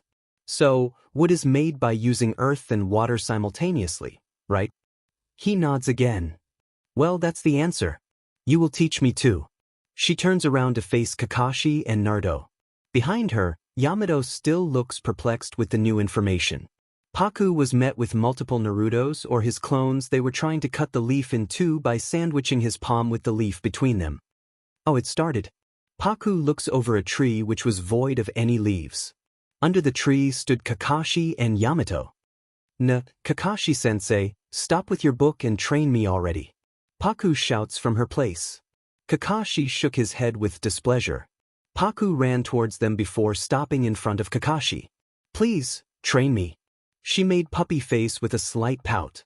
Kakashi looked at her for a moment before avoiding her face, feeling weak with her adorable face or whatever jutsu she cast. Fine. Stop with that face. He puts away his book and motions her towards a direction where it was empty since Naruto's clones took over most of the ground. He made a clone of himself to look over Naruto along with Yamato. Since you have all the natures, it wouldn't be much of a problem to train you, or it will not take much time. Paku nods, remembering the time when she discovered her chakra nature. In fact, you can even use my Chidori. Paku's eyes sparkles with the thought. Oh really? He nods to clear her doubt. Indeed, you have a different kind of chakra. I don't know how to put it, though. It's enormous, warm, and bright but with a tinge of ferocity, and it's unpredictable, Kakashi explains, earning a surprised "oh" from the girl. I do believe you have a great knowledge of chakra control. After all, you were trained under Lady Tsunade. She nods, agreeing with him. Well then, you could try the fireball jutsu at first. It's actually quite easy. He then performs the jutsu, giving her an idea about how to do it. She awes with amusement. Now you try. He motions her, Paku nods, and do the hand signs Kakashi used before. She then blows out fire from her mouth. Good, you're keeping up. Though it's a normal size. Kakashi praises her. Now, try to add more chakra into it. She then does as she was said to. She weaves the hand signs again and blew out fire, which was much larger than the earlier one. See, it's pretty easy for you. Kakashi said in a matter-of-fact tone. I didn't know it would be this easy. She was indeed amused. Try any other element. Like wind or earth. Besides, I have seen you can do the water-style jutsu too perfectly in the bell test a few days ago. She agrees with him. I want to try the earth. Kakashi nods and weaves hand signs doing the mud wall technique. That way, Paku follows his instructions on weaving hand signs and how to use a technique. Kakashi was indeed impressed with her due to how fast she was keeping up. They were now engaged in a taijutsu as Kakashi points out what to sharpen and all. He blocks an incoming punch from her. He inaudibly winces at the impact. She kept on throwing punches as he continued blocking those punches while struggling to keep up with her speed. Paku swipes a kick under his leg to lose his balance, but he jumps in time. She stood up hastily and spins to land a powerful kick, and she did a 360 degrees kick, surprising him, but out of pure reflex he blocks her kick with his arm. She then aims a punch at him again, but he held her fist in his and spins her around. He held both of her wrists with his hand while the other held her throat, her back pressed flushed against his chest. Both of them didn't notice that what kind of intimacy they were sharing. You're actually quite skilled in taijutsu. He praises her, letting out a proud smile from the curly-haired girl. As she did, small strands of curly hair bounced slightly, catching his attention. He rose and brow as he saw her dark curls held up with a pair of chopsticks. Why are you wearing chopsticks in your hair? Oh, that. Well, I'm used to keeping up my hair like that since I don't prefer using rubber bands and all. She answered. Are you going to what I'm thinking? No, don't dash, but she was too late to stop him. He already took out the pair of chopsticks from her hair, letting her curls fall freely. Unknowingly, the moment was slow as her long dark curls fall past her shoulder. She tilts her head back with a look of, "I'm done with you." But he ignored it as his eyes visibly widened at the newfound mesmerizing view in front of him. Her hair was long and shiny. As she tilted her head, her curls bounced with the movement. "Kakashi-sensei, why did you take it off?" She pouts as he let her go. She fully turned to him and snatched the chopsticks from his hand. He was still frozen there, his eyes still fixated on her. Is it just me, or was she always this pretty? Kakashi looked at her as she gathered her hair in a messy bun before securing it with her chopsticks effortlessly. His eyes flickers over her small strands, which fell over her face. "Why don't she leave it open?" "Kakashi-sensei, is everything okay?" Paku asks with concern, not earning a reply from Kakashi for the past few minutes. "Nothing," he said and cleared his throat. His ears were ever so pink. "We should head back to Naruto." Paku got confused over his odd behavior but didn't mind it much and followed him. Paku saw Naruto, who was jumping in achievement. Apparently, he was able to cut the leaves into two. "I did it." He grins with pride, but seconds later, his eyes flutter shut as he stumbles on his feet. Before he was about to hit the ground, Kakashi was in front of him supporting his limp body by his back. "Naruto." Paku rushes over with worry. From the woods, Sakura and Sai also came out while running to the blonde with concern. "Is he all right?" Sakura asks, crouching before them. He just pushed himself. "We'll be taking a break now, Yamato." Sakura then looks at Kakashi hesitantly calling him out. "What is it, Sakura?" he asked, noticing her distress. "Lady Tsunade is calling you." Kakashi hands over Naruto to Paku, who was near him. He then ran away in urgent.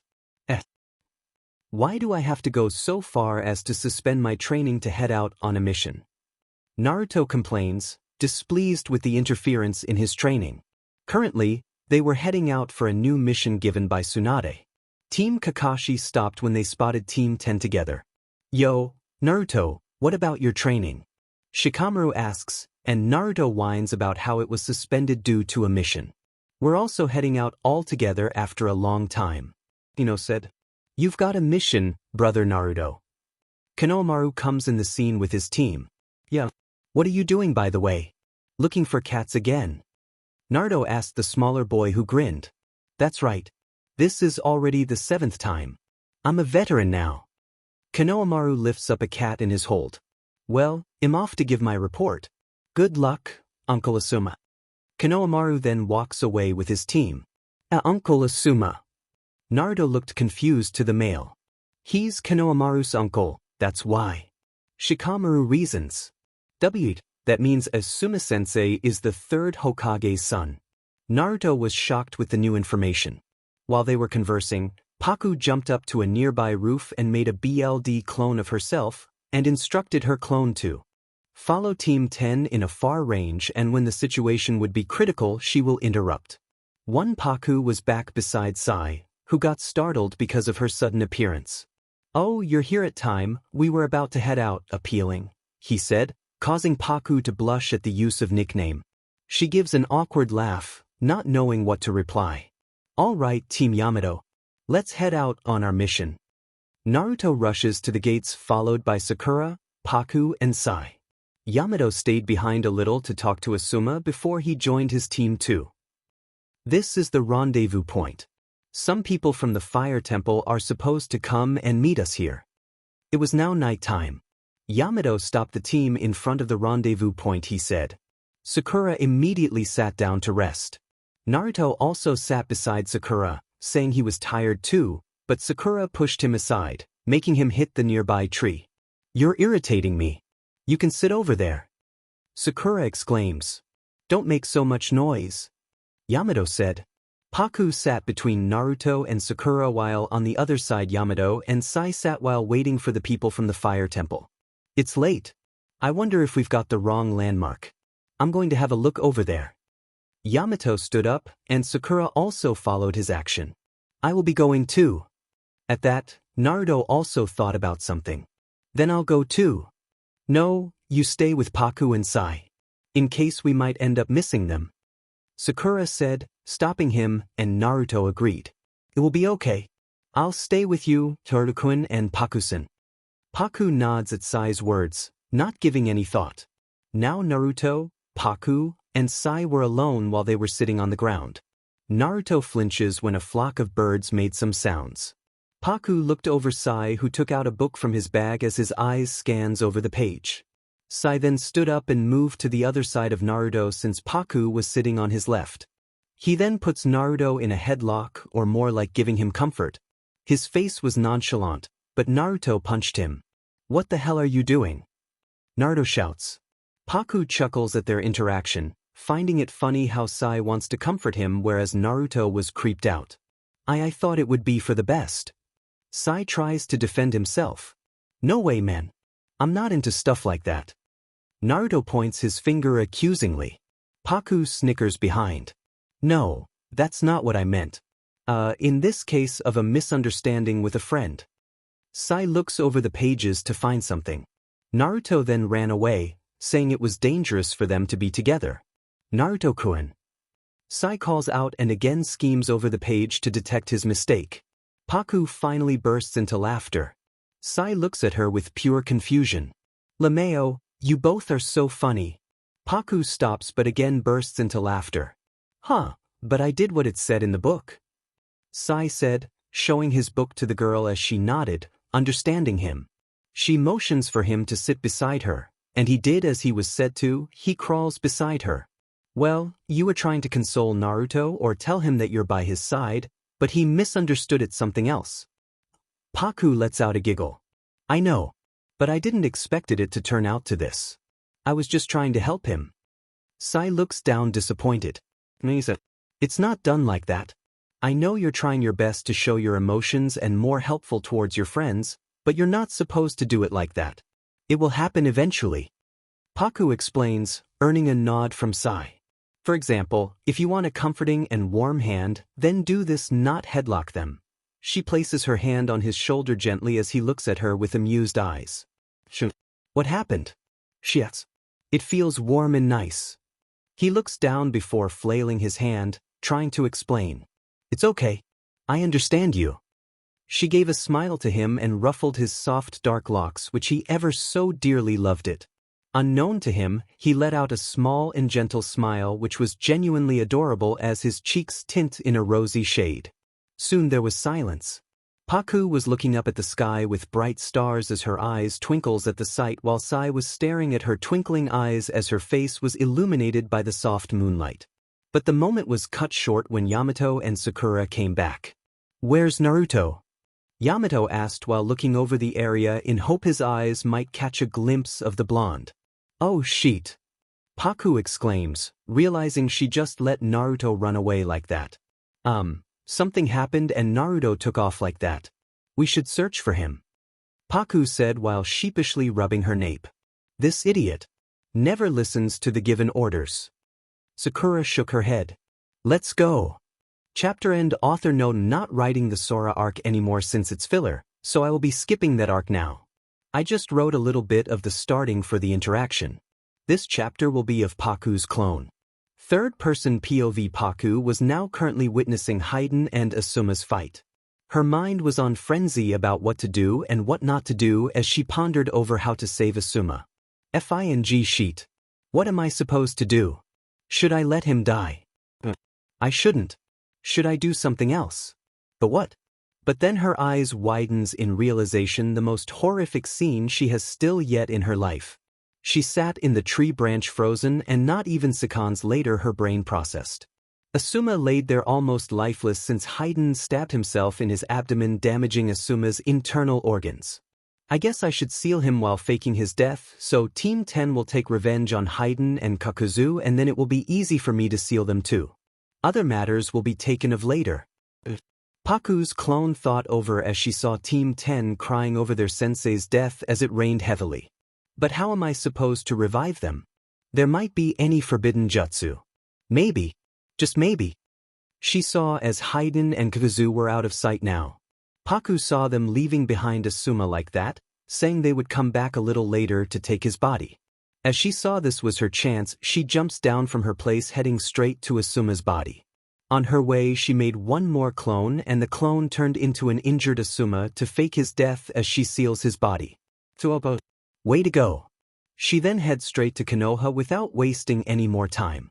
Paku POV. I was on my bed looking over scrolls, which Kakashi gave me to sharpen my knowledge on jutsu. Luna, the small white fluff, was resting on my lap since the day I treated her. I took her in. But then I stopped what I was doing when I heard a loud thud coming from my bedroom's window. I look over to see my clone holding out a scroll before she poofs away. The memory of the fight came to me all of a sudden as I hurriedly walk over where the scroll was laying down and unsealed it. Asuma was now lying before me lifeless due to the severe wound. He's dead, so healing him will not work, but what should I do? I pondered over. It was impossible to bring back a dead back to life. I will think about it later. And I do hope that I would find a way. Please God. I then sealed his body again before going back to my bed, and I started reading the scroll about medical ninjutsu in the hope that I might find something helpful. The next day, Asuma's funeral was held. And I too attended his funeral despite knowing it was actually my clone who transformed to Asuma. Third-person POV. Team Kakashi, right away, headed to where Team 10 and Kakashi went in a hurry. After Naruto mastered his new jutsu, Lady Tsunade assigned them to be backup for Team 10 and Kakashi. Meanwhile, Hideout and Shikamaru were on the other side, whereas Kakashi was struggling to beat Kakuzu.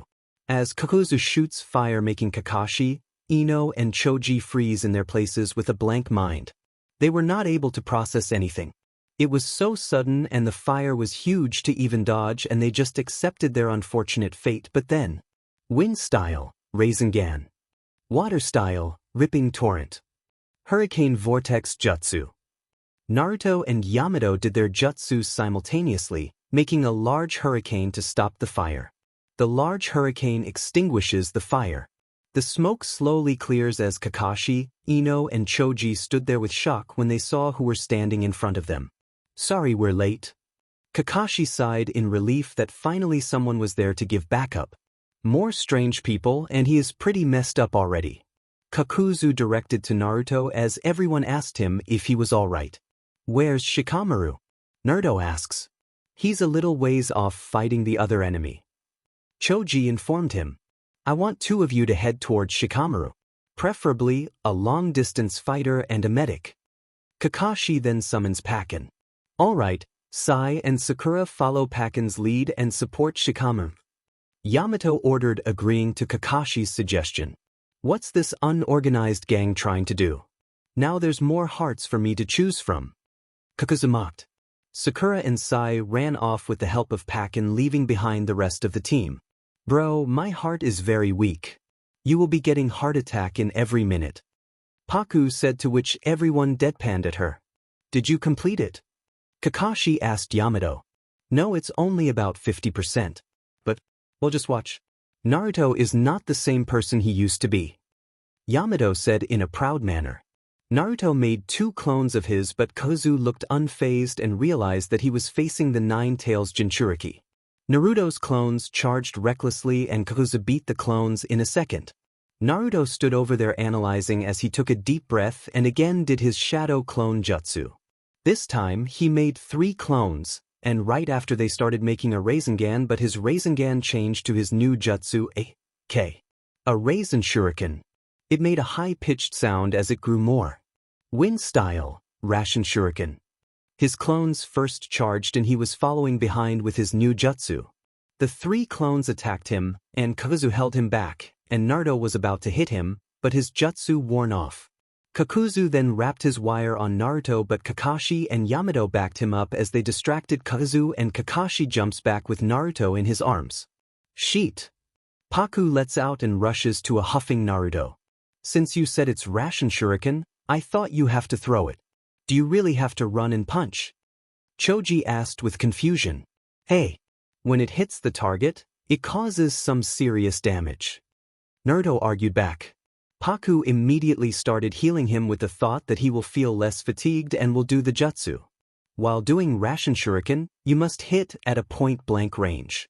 That's why this jutsu relies on shadow clones as a diversion. Yamato informed the group. And the jutsu lasted for a few seconds too. Kakashi said from his observation. In that way you could never hit your target. Not against someone like him. Choji said. No, Naruto will do it. I do believe he can do it. Paku suddenly said, catching everyone's attention as her gaze was stern on Kozu. If he will in a way hits him, it will leave behind a huge damage. Naruto clenches his fist in anticipation and pushes Paku off him gently. Kakashi-sensei, do you remember what you told me when I was training? You said you believe I'm the only shinobi who can surpass the fourth Hokage. I know teamwork is important. I also know that this is a very risky path. Even so, I want to take this risk alone. If I can't beat this, I'll never be able to grow up. Kakashi sighs at Naruto's bold words, sensing determination from Naruto and getting behind him. Then it's settled. Go no. Naruto again made 3 clones as they worked up on making Rasen Shuriken. The high-pitched sound again resounding throughout the area. Naruto charged in along with his clones in front of him.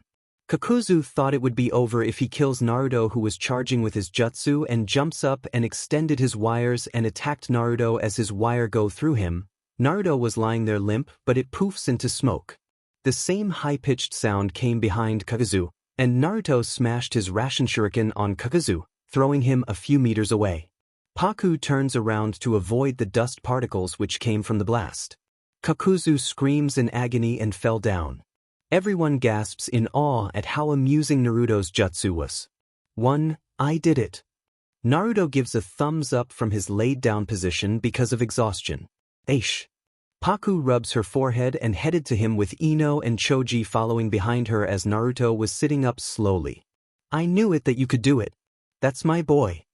Paku throws herself on Naruto, hugging him tightly while giving a Cheshire grin as he also grinned and hugged her back. Paku pats his head and started healing his minor injuries. Who would have guessed that the original was hidden among the clones? Ino said with surprise, and Choji agreed with her. You're not up to Shikamaru's level, but I guess you're pretty smart, Naruto. Naruto groans. Don't compare me with Shikamaru. I'm also surprised that you did your jutsu 3 times in a day even while training it was limited for 2 times. Yamato also praises him, and Naruto gave a victorious smile. You did great, Naruto. Now you can rest. Paku said as she was done with healing him and right after Naruto fell limp on her. His face fell on her lap as he closed his eyes in exhaustion. You should definitely rest. Paku chuckles and sits down properly before placing his head on her thighs. Captain Yamato, I think I will send my clone to see what's happening with Sakura and Sai. Paku said, and Yamato nodded at her, approving her thought, and secretly she made 2 clones of herself. Her clones ran to the forest in order to find the other team. Soon, she reached there to find Shikamaru, Sakura, and Sai walking back in the direction. Hey guys, are you done? She asked with uncertainty over how to ask as Shikamaru lets out a tired smile and nods. We were heading back. What about you guys? Were you able to defeat him? Sakura asked. Yeah, everything's fine now. Let's go. And they run back to where everyone were. Paku's second clone goes to find Haiden, but she stops when she sees huge crumbs of rocks and deers guarding the area. Oh shit. How am I gonna deal with them? She jumps in front of the deers who also stopped in their tracks. I'm sorry, but I have to take him. She reaches out and pats the deer head, who leaned into her touch. I'm really sorry, she whispered gently and bowed down slightly, and to her surprise the deers also bowed at her. Oh wow. She then motions the deers to back off as she punched the ground harshly, breaking into more smaller crumbs. There he is. Man, I don't want to save him. She whines and seals his body parts and his head, who was asking many questions and cursing at her. Who the hell are you? What are you trying to do, Beach? Leave me behind. Paku rolls her eyes as she seals his head too and sighs in relief. Finally, some peace. I'm sorry again and thank you. Paku bowed down for the last time as the deers bowed at her. She giggled at the scene and headed back. Chapter and third-person POV Luna. Paku rushes to the white furball who yawned. You're such a cutie, moi. She kisses Luna and gushes over how cute she was. She hugged her small kitty and danced around her room before settling Luna on her bed. Ima wears something fashionable. But this ninja apparently doesn't know what fashion is. She dramatically slumped before standing straight again, and she looked through her wardrobe. Style icon size 0 and my boots from Valentino. I'm a self-made runaway queen, and my dad is Alexander MC Queen. She sang as she went through every clothes. This looks good. Comfortable, CC and iconic. She wore a plain black short dress with a blue and white lining shirt. This looks good. She twirls around before making her usual messy bun with a pair of chopsticks. She then kisses Luna for the last time and head to the main door and slides her normal sandals like Tsunade's and walked out of her apartment. Paku walked around absent-mindedly as she went wherever her legs took her to, but stopped in front of Ichiraku ramen when she heard Naruto and Sakura's voice. Thanks for the ramen. Kakashi-sensei will pay. Yeah, thank you.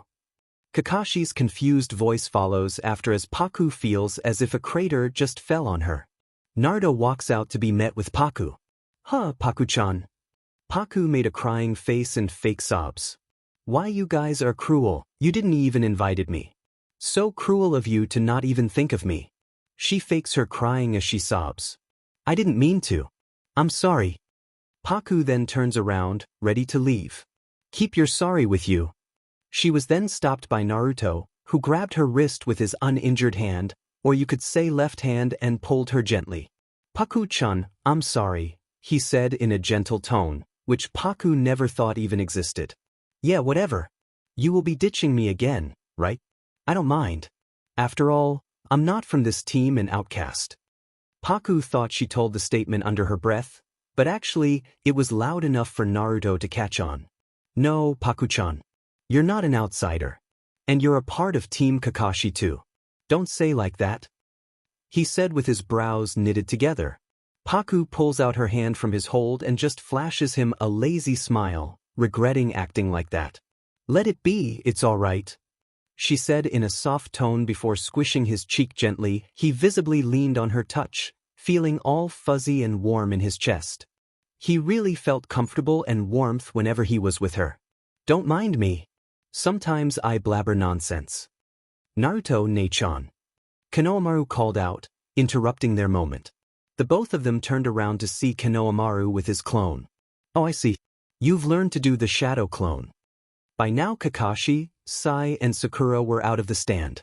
Then, let me see how much you've improved. Here I come, big brother Naruto.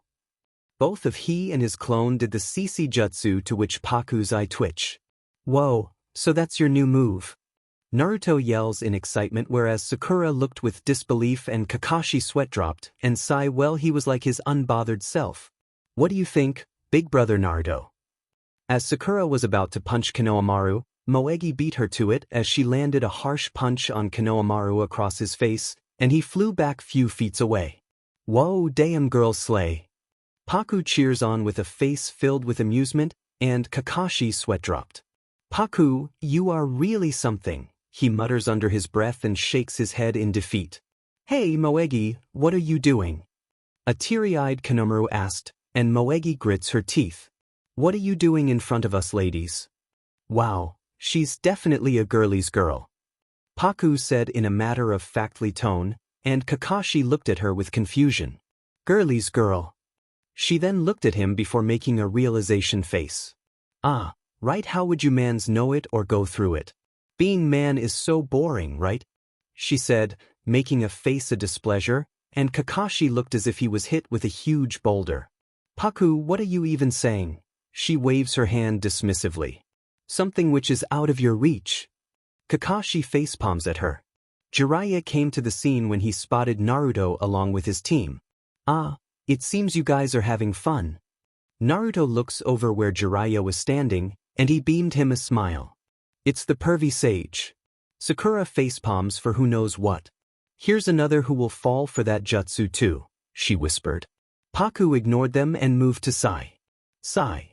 She waved her hand with a Cheshire grin, and he gave her a smile too and waved back at her, which she found adorable. Hello, appealing. Paku then closes her eyes hissing.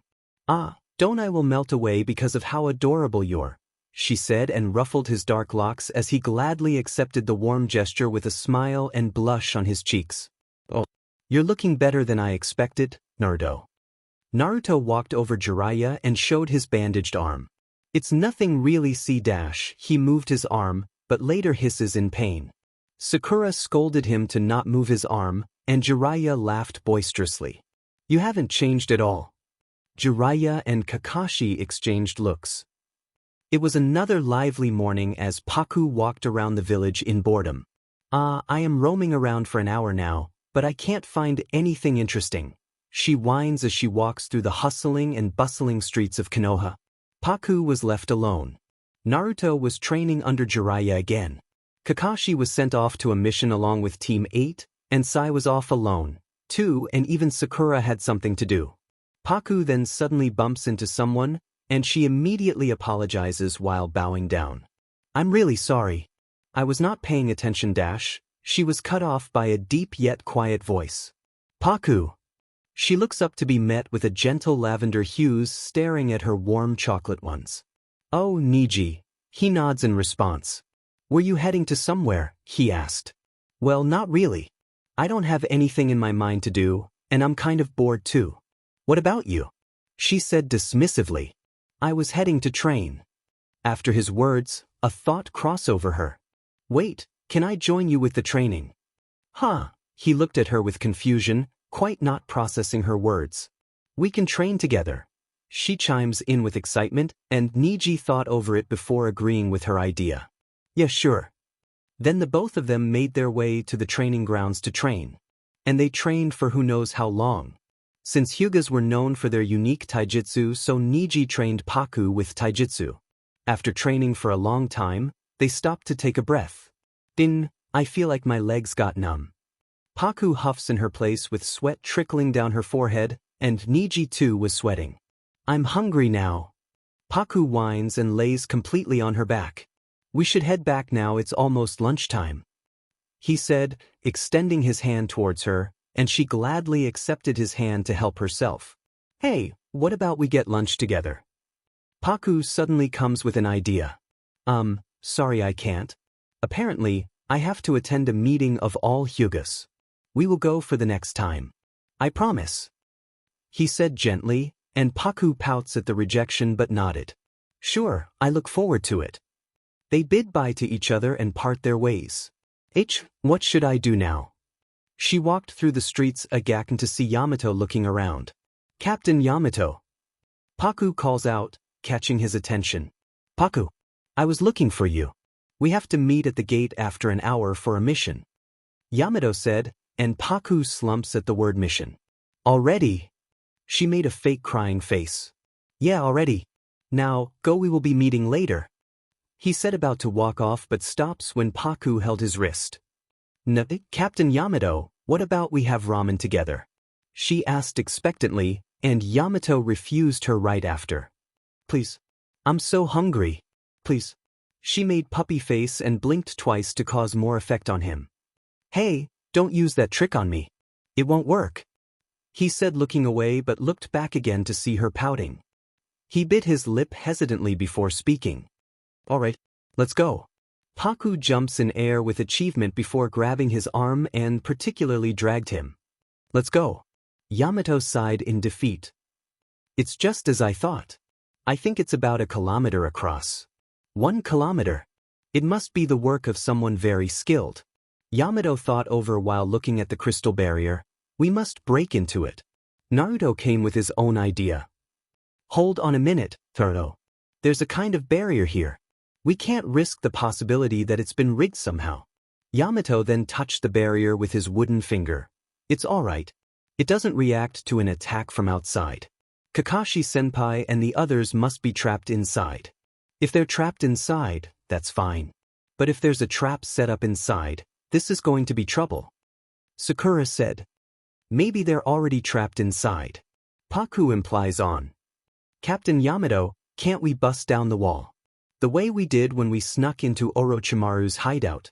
Naruto asked while touching the crystal. I'm afraid that this crystal possesses an extremely tight structure at the molecular level. Unlike the clay wall, there are no weak spots. But If we went from underground. Yamato did his would release to make a path for them underground, but even the ground was encased with the crystal. Even the ground itself is encased itself in crystal. There are no weak spots at all. It appears to be very strong. It doesn't look like we could break it with a jutsu concentrated at one point. Sakura agrees with Sai's words. With something this large, the force would be dispersed equally in result weakening the power of the attack. Sakura said. But there might be a way. Like a wide-range jutsu. Paku said with a thinking pose, giving pressure to her mind to think of something. Yes, it would have to be a jutsu that could do both widespread and powerful damage. Yamato said with confirmation. Sounds fun. Naruto said with a grin. You mustn't, Naruto. Sakura scolds. I'll be fine, Sakura. I won't use that jutsu. Let me try out a jutsu I've been working on. Naruto then did his summoning jutsu and summoned 2 frogs. Oh. We've been summoned. Wow, you can do the summoning jutsu, Naruto-kun. Sai asked with surprise, and Sakura too was surprised with it. What are you going to do with summoning jutsu? Yamato asks with curiosity. Just watch and see. Naruto said with pride. I know we haven't perfected it at all, but it's all we've got. Naruto says to his summoning with an idea overcoming his mind. We need water. Naruto said. Wait, I can do a water jutsu. Paku chimes in. That would help Paku-chan. Paku then did a water jutsu and filled Gamakichi and Gamatatsu. We're ready. Gamatatsu said while struggling to say the words. Okay, listen. Use the timing we worked on earlier to pour in the chakra. What are they going to do? Sakura asks no one in particular with worry. Sakura, don't be like that. Believe in Naruto. I do believe we will break the barrier in a way or other. Paku said with little irritation. Well, let's see what they're doing. Yamato said, stopping the 2 girls. Except Naruto, everyone was standing behind Naruto in a tree to ignore any harm from the attack Naruto would do. Let's do it, Gamatatsu. But then Gamatatsu throws up the water, saying he forgot to mold the chakra. Sakura sighs in defeat. Naruto and Gamatatsu again did the process. Naruto shouts that it was the time. Wind style, Toad water pistol. The jutsu actually did break the barrier. We did it. Let's go. All of them head inside, and in no time, they found Kakashi and Team 8. Back up. The girl who was fighting Kakashi and Team 8 before said. Naruto, what was that? Kakashi asks with amusement. That was collaboration ninjutsu with a road. We learned it from Pervy Sage. Now it's my turn. There's nowhere to escape. Guren smirks at th newcomers. Naruto then sees Hinata was trapped in crystal. What did you do to Hinata? We can't attack them recklessly since Hinata has been taken hostage. Besides, any small shock, it will cause that crystal to shatter into pieces, Kakashi informed. Naruto again did his new jutsu, but Guren turns it into crystal. My crystal style can crystallize all material. You need 10 more years of experience before you can challenge me. Crystal style, burst crystal falling dragon. Her crystal dragon head to attack Naruto, and everyone jumps out of the way except Paku. Crystal style, crystal wheel. Paku shouts out of suddenly as a maroon crystal wheel clashes with Guren's crystal dragon shattering into pieces. By that moment, everyone was shocked at the new jutsu Paku just did. Paku, you can do the crystal style. Kakashi asked with astonishment, and Guren also looked surprised. Another crystal style user. It's rare to see. Guren clicks her tongue in annoyance. Paku also jumped to a nearby tree to avoid her. It's useless to hide. Don't forget, I have a hostage. Guren said while making a dragon. Kakashi and Yamato sent their clones to distract her, and indeed, they were successful in distracting her, and Naruto took the chance to take the crystal in which Hinata was trapped with the help of Gamatatsu. And the whole team ran out of her sight. The whole team was now in another part of the forest. After making sure there was no trouble, Naruto told Gamatatsu to bring out Hinata from his mouth. Do it gently. Naruto instructs Gamatatsu to put do and Hinata gently. But Gamatatsu sees a fly and unwrapped his tongue, which was wrapped around the pink crystal. Everyone looked at her with worry. Fool. What are you doing, idiot? Gamatsu scolds. The crystal cracks slightly but stops after a moment. Ding, we're too late. Another voice pipes in. Pakin. Kakashi let out with surprise. Pakin explains over the analyzation of Shino's insect. Paku, Sakura, and Naruto were near Hinata's crystallized form. Kakashi-sensei, is Hinata all right? Naruto asked, but Kakashi stutters in response. We should take her to the village immediately. Yamato said. Paku-chan, you just did the crystal style. Do you perhaps know how to undo this? Naruto asked expectantly, but Paku shook her head as a no. Well, it's her crystal style, not mine. If I would have done this, then I could have undo the jutsu. But then the crystal breaks as Sakura checks Hinata's pulse. She's all right. When I received that jutsu, I released my chakra from my chakra points all at once to make a think film in which to cover myself. Hinata said. And Paku, how were you able to do that crystal style? Kakashi said, getting suspicious over her, yet he was amused. Paku got scared over how to answer his question. She didn't know how to answer him. If she said something, he would be more suspicious about her considering she was not even good in phrasing words sometimes. Before she continued, another voice cuts her off, which Paku was very glad for. Who are you? I've never seen you before. Kiba said with his brows raised. She's Paku-chan. Our new teammate. Naruto answers him before Paku could do that. Paku looked at him before nodding along. Naruto's statement. Then Kiba introduced himself along with Hinata and Shino. Kakashi then talked about retreating back, but Naruto and Kiba argued that it was useless. Okay, then we have enough members to split. Sai and Sakura, you two stand by here to wait for Hinata's recovery. The others will track them, and especially Paku since she also has the crystal style. But as they move, they're erasing their scent. It's impossible to track them even for Akamaru. Kakashi informed before jumping to the matter. Then how can we find someone that seems so impossible to track? Naruto asked. We can use their monitoring bats. However, if we get too close to a bat, they'll find us first. So we should be very careful from this point on. We also should be careful about the crystal style barrier which Naruto just broke. Even if you find them, don't attack. After all, our goal is to investigate them. Kakashi instructs everyone to be careful as they keep their guard up. Everyone, let's go. Everyone except Sai, Sakura, and Hinata scrambled off. Chapter end. Third-person POV. Paku was following Naruto, who recklessly thought about going to the lake alone. Kakashi told her to follow him, and she did what she was told to. Naruto. Wait. She calls out to him. All right then. From here, I'm going to head into the lake. Naruto jumped into the lake without any more thoughts, and Paku too jumped in. Naruto summoned Gamatsu and Gamakichi again as Naruto rested on Gamatsu. Paku was sitting on Gamakichi. Naruto, you're so reckless. Paku scolds him, and Naruto gave her a sheepish smile, and Paku sighs in defeat. Gamatsu and Gamakichi were swimming in a random direction. As they were getting to the center of the lake, the both of them heard a screeching sound. What's that sound? Naruto asked after noticing the sound. It seems like someone's in pain. Paku implies. What kind of place is this? It's weird. Wait, I see something. Naruto said when he saw crystal pillars and in between them was a creature trapped inside it. It's a turtle. There's a turtle inside. Brother, what kind of turtle is this? Genjutsu asked with amusement because of how huge the turtle is. Naruto, this is a T-tailed beast. It's the three tails.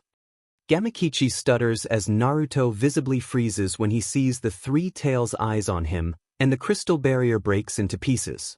Guys, back off. Paku said as huge waves came towards them. Gamakichi and Gamatsu swimmed a little further from the beast. Naruto looked at Guren, who was fighting the tailed beast, or more like tried to. Why is she even fighting the three tails? Paku then looks at Naruto, who held a horrified face. What are you even doing here? Don't tell me. Naruto mutters to himself as Paku frowns at his words. She looks back at the direction where he was looking and she realizes that he was looking at the younger boy, Orochimaru. the loud screeching voice before resounded again through the area. The three tails suddenly stopped moving. What? The three tails has stopped moving. Urine crystals were glowing, but the crystals slowly broke down into small pieces, and Orochimaru stopped controlling the three tails with exhaustion, and the three tails did something, sending large range waves as Paku hurriedly made a crystal barrier around the four so in case they would drown into the water. The water twirls around as her crystal also moves along with it. Paku-chan. Nice idea. Naruto said but stopped when Paku was thrown on him, but he securely held her in his arms. Paku-chan. Are you alright? Paku tried to stand up but again lost her balance, but then Gamatotsu and Gamakichi crashed on her, causing her to press flush against Naruto, who turned beet red. He was able to smell her fragrance. It was of cherries and sandalwood. It was a different mixture, but it smelled rather awesome, relaxing, intoxicating, and out of this world to him. It was as if the time stopped for him. Yeah, but for the moment, I loosed my balance as you can see now. Paku said while speaking near his ear due to the forced proximity. Paku pressed her hands on the crystal wall to not put all her weight onto him as he grabbed her waist, unconsciously feeling her luscious curves under his touch. It's alright. Unknown to her, Naruto was blushing a mess for the position they were in. We should head out. Paku said when the water calmed down. Crystal style, crystal lance wheels. Two large wheels form and attach themselves on the crystal barrier they were in and headed to the land. They were back to the land in no time. The two of them took a breath of relief, but Paku stopped when she heard Naruto talking to himself before charging towards her with Rasengan. Stop, Naruto. But then out of nowhere, Kakashi and Kiba came as Kakashi held Naruto's hand, stopping him. Naruto wad back to his senses as he looked at them with confusion. Whoa, that was close. I was about to get Rasenganned. Paku joked. We finally found you. What do you think you're doing, the both of you? Kiba scolds them while pointing an accusing finger. But Orochimaru was right here. Kiba looked around confused due to Naruto's statement. But I don't pick up on sense. You were about to attack me, Naruto? Paku said with disbelief as Naruto mutters an apology to her. It seems that it was an illusion. Kakashi thought over, but Yamato came from a direction along with the other members. We've assembled everyone. Shino shows his insects to Kakashi, who were acting weird.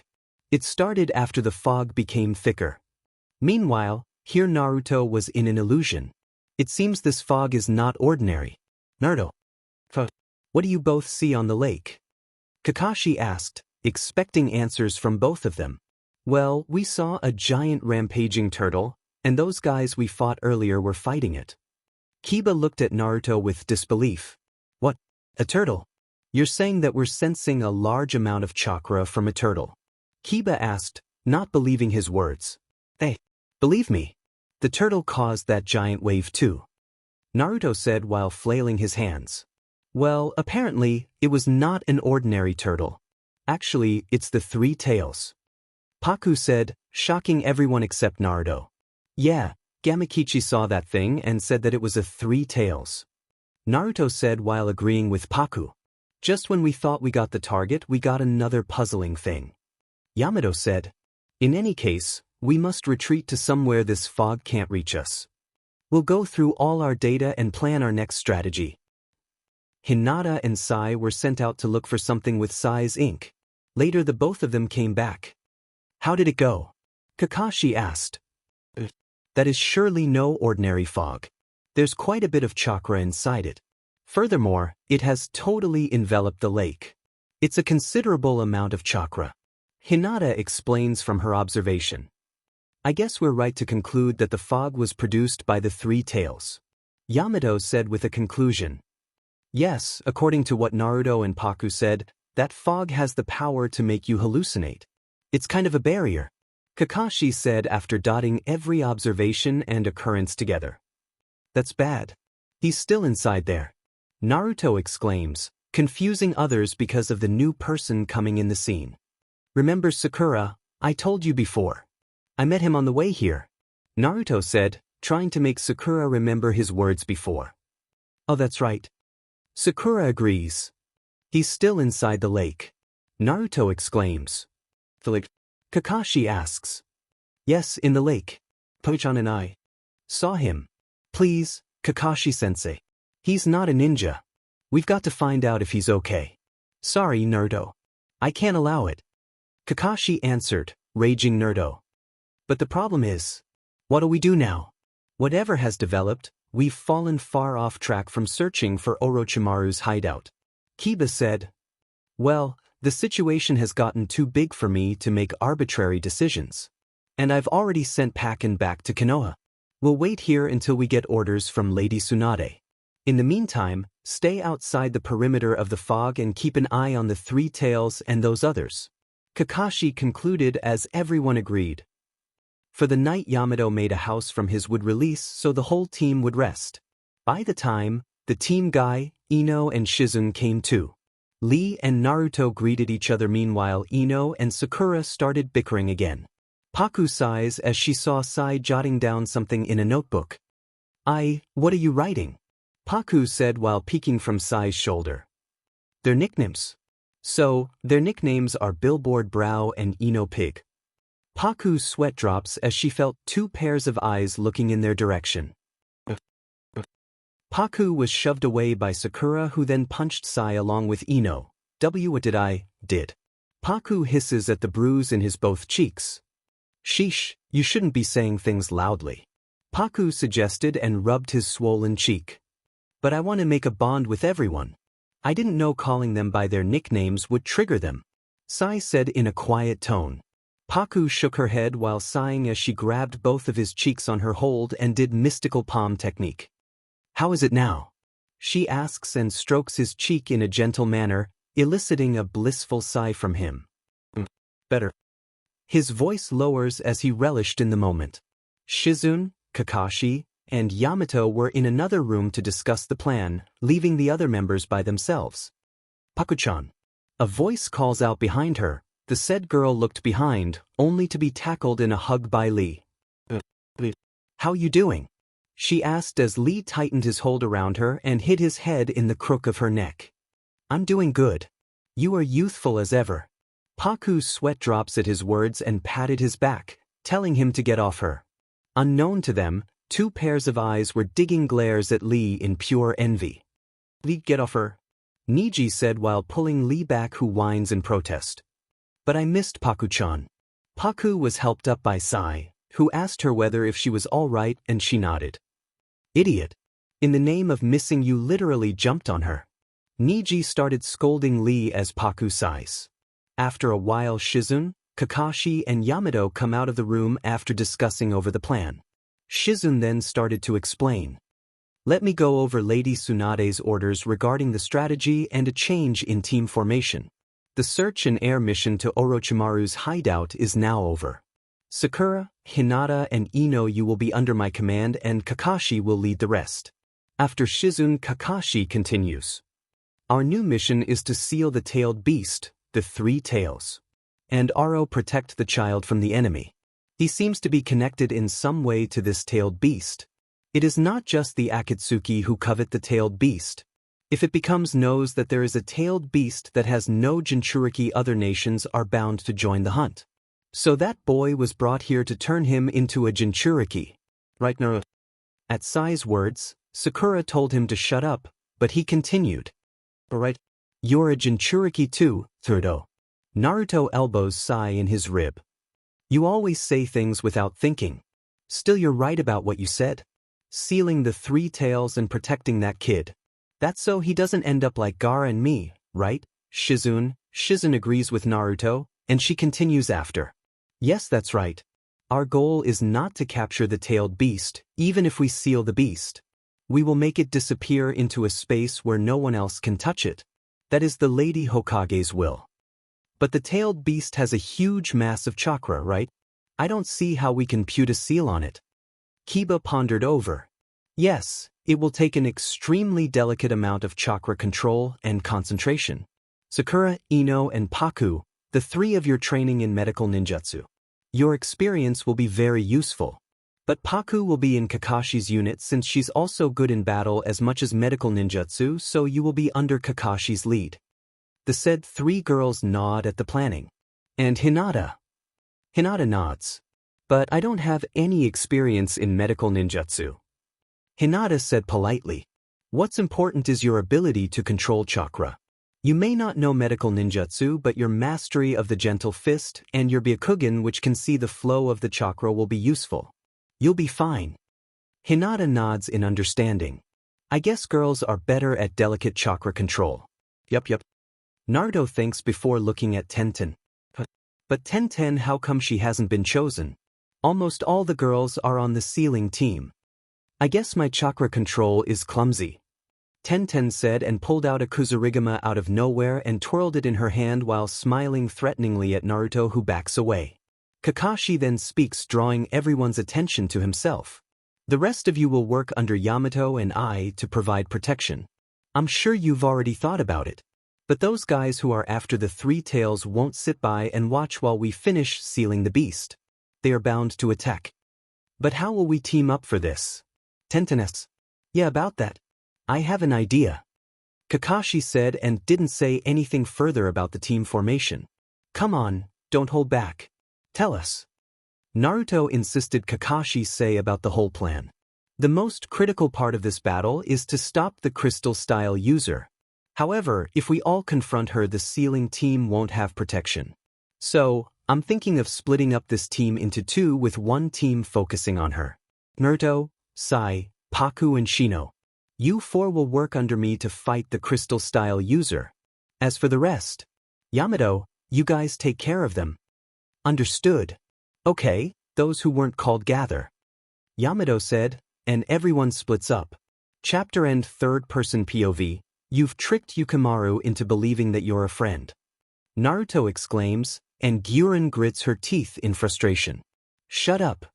Gyurin attacked Naruto with her crystal style, but Naruto was able to dodge it at the last moment. By now Team Kakashi was facing Gyurin with one of her companion. Gyurin charged straightly, hitting Naruto's clones before Kakashi stopped her crystal armor by his kunai. Fight me, Kakashi of the Sharingan, she said while applying more force, but it didn't budge Kakashi at all. Unfortunately, I'm not the hot-blooded type. Kakashi activates his Chidori, about to hit her, but she jumps back. Damn, he's such a hottie. Paku thought over as she saw Kakashi, who was in his glory. Where'd you hide Orochimaru? Naruto asked, and Gyurin clicks her tongue in annoyance. That's none of your business. Gyurin retorted. It's my fault that he went to you guys. I will beat you all up and rescue him. Naruto argued back. Shut up. As if you understand. Gyurin attacks with her crystal discs. Crystal style, crystal encampment wall. Paku shouts out and touches the water below her as her maroon crystals emerge from the water before making a wall before them, protecting the other three along with her from Gyurin's attack. Gyurin's coral crystals clashes with Paku's maroon ones and crumbling to pieces. Get out of my way, exclaims and sends many sharp crystals to Paku's direction, who jumps in the midair. While she flipped in the air, she did some hand signs. Lava style, raining debris. At her words, everyone's eyes widen and backs off immediately except Gyurin, who was in a closer range to her, too blinded to kill her with her attack. Paku blows lava from her mouth. It rains on Gyurin, but she was fast enough to dodge it by jumping back. Well, merely. Paku then settles beside Kakashi and Naruto, who were looking at her with bewilderment. Paku! Kakashi called out to the girl. The said girl gave a playful wink to him, which made his ears tinted in red. It's not the time. Kakashi mentally scolded himself. Paku-chan. You're awesome. Naruto compliments, and Paku held a peace sign. Meanwhile, Sai was fighting Gozu in a far distance. Gyurin sends more crystals towards them and they part from each other to avoid the attack. By now Gyurin was solely focused on killing Kakashi. Crystal style, burst crystal falling dragon. Gyurin shouts, and 3 dragons emerge from the water below her. The dragons head to Kakashi, but he breaks the dragons into pieces by his Chidori, but Gyurin later smirks, so naive. Kakashi was falling down, and he looked behind only for him to shudder at what's coming for him. Under him, Sharp crystals were there ready to impale him, but he never felt the impact but instead felt a strong yet gentle pair of arms holding him and jumped down, and he looked to the owner of the arms to find it was Paku. "Are you alright? Did the crystal hit you?" Paku asked with concern and set him down on the water surface. "Thank you, Paku. I don't know if you weren't here, then I would have been done for." Kakashi lets out a breathy chuckle and pats her head. "Yeah, it's not the time to relax." She scolded him. "Okay, let's settle this. Prepare to die." Guren's dragons charged at the both of them immediately, but Shino's insects were able to deflect it just in time. Just in the nick of time. Kakashi sighs in relief. "Insect user. Your jutsu is useless against me." Shino sends more of his insects towards her, but she crystallizes them and she smirks. "Didn't I told you?" She said smugly. "I wonder about that." Shino said, and Guren got confused. Shino's insects break through the crystal. Guren looked at it with disbelief. "Your jutsu won't work on me. And that's because my insects evolve limitlessly. They are now resistant to your jutsu." Shino says. "Yes, you did it. That's amazing." Naruto cheers from a distance.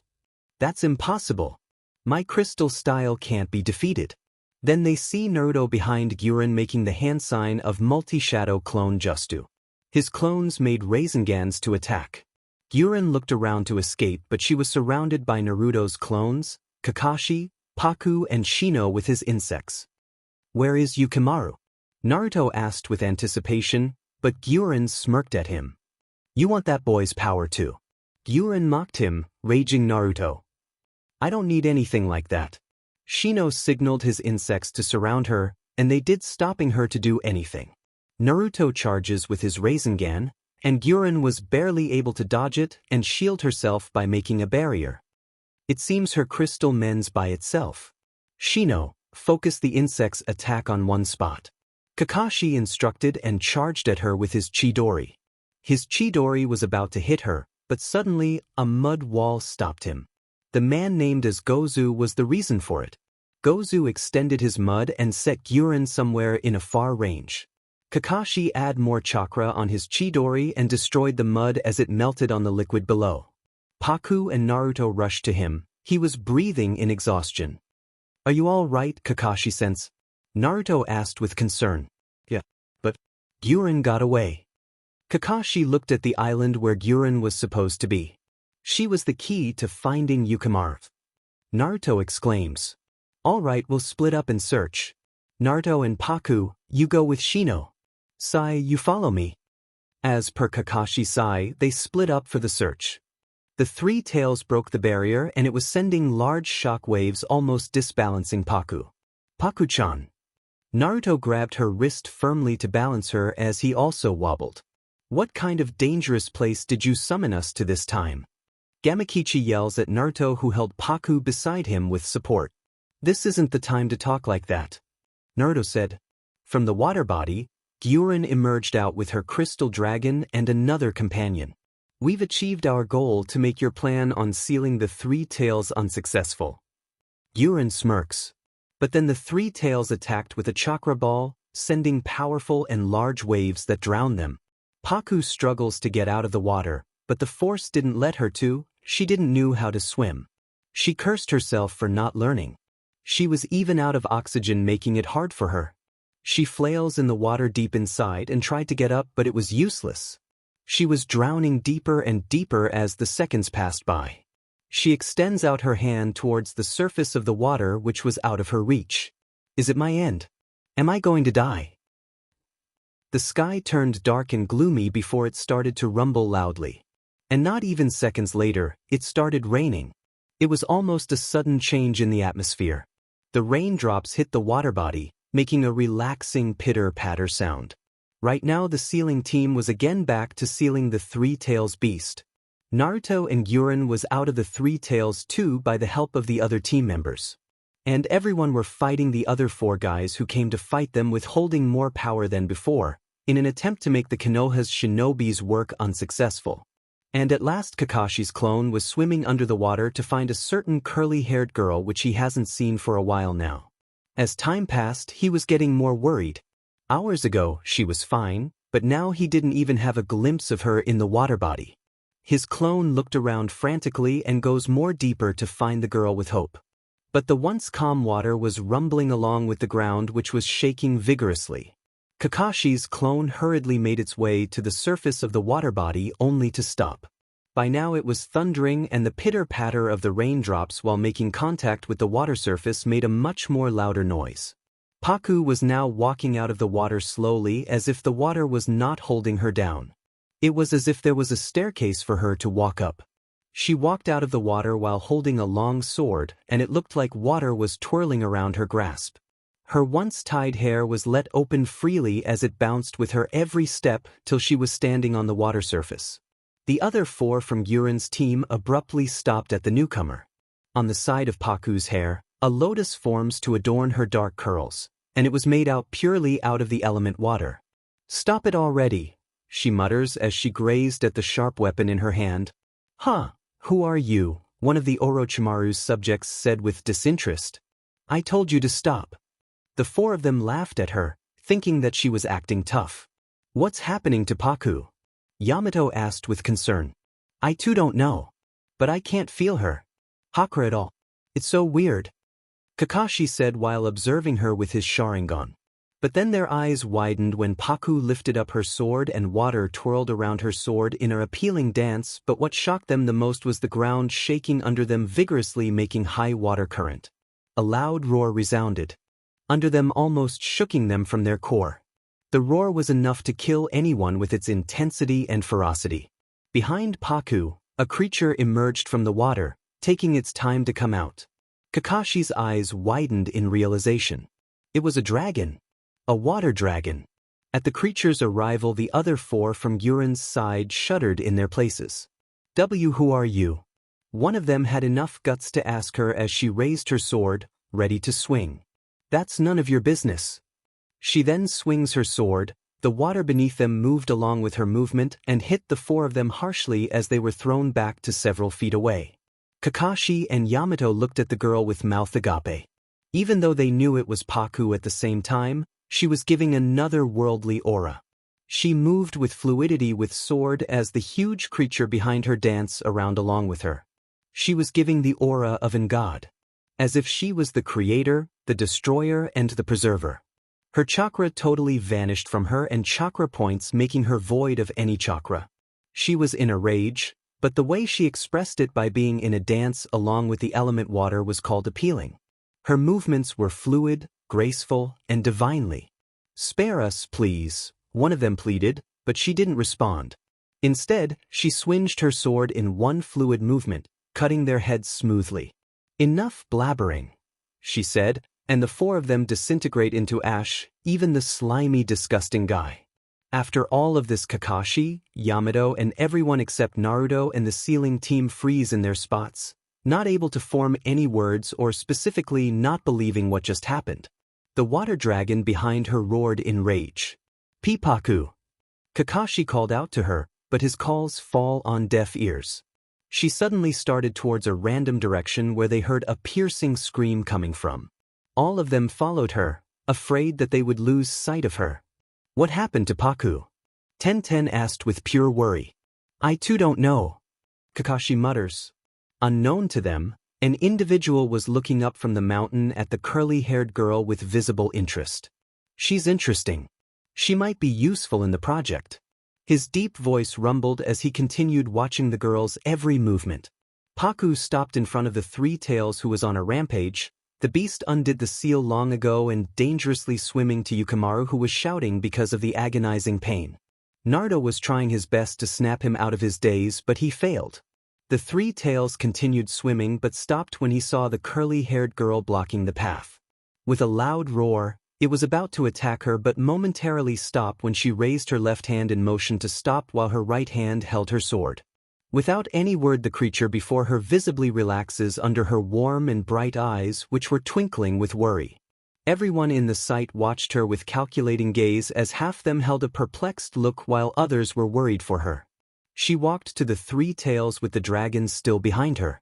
She took careful steps before stopping right in front of the tailed beast. She extended her hand and touched the hard shell in between its eyes. The tailed beast relaxes under her mother touch as the beast let its guard down totally. The place where Paku touched illuminated in a bright blue light before she retracted. "Go," she said, and per her request the tailed beast swam away from their view. And not even seconds later, Paku fell with exhaustion, or more likely she fainted. The water dragon before was also long gone, faded into the water body. Her sword also falls down before changing into a Senshu. 2. How the hell? The masked man who was watching her from the mountain looked confused, surprised, and amused. She could be helpful, he thought over to himself. By now, Orochimaru has also calmed down, and he was lying on the ground limply. Naruto jumped down from the cliff with haste. "Paku-chan." Kakashi immediately runs to her aid and holds her in his arms before she was about to sink in the water due to no chakra. She's exhausted. Kakashi holds her securely in his arms and checks for her temperature, but it was surprisingly normal. What was all that about? How was she able to control the tailed beast? Naruto bombarded Kakashi with questions as he settled himself next to him to inspect Paku, noticing her hair was left open and damp, which she never did. Sakura and Shizen rushed to her side to see for injury, but there was not even a scratch. "We don't know Naruto. We were set out to find her, but there were those guys who were with that crystal-style user before and they attacked us and they were much more powerful than before, but out of the blue Paku walked out of the water and killed them in no time. And considering what she did just now, we're confused too," Yamato said while eyeing the unconscious girl on Kakashi's arms. "I have to talk about her with Lady Hokage," Kakashi said after observing her strange behavior, or the case was her strange powers.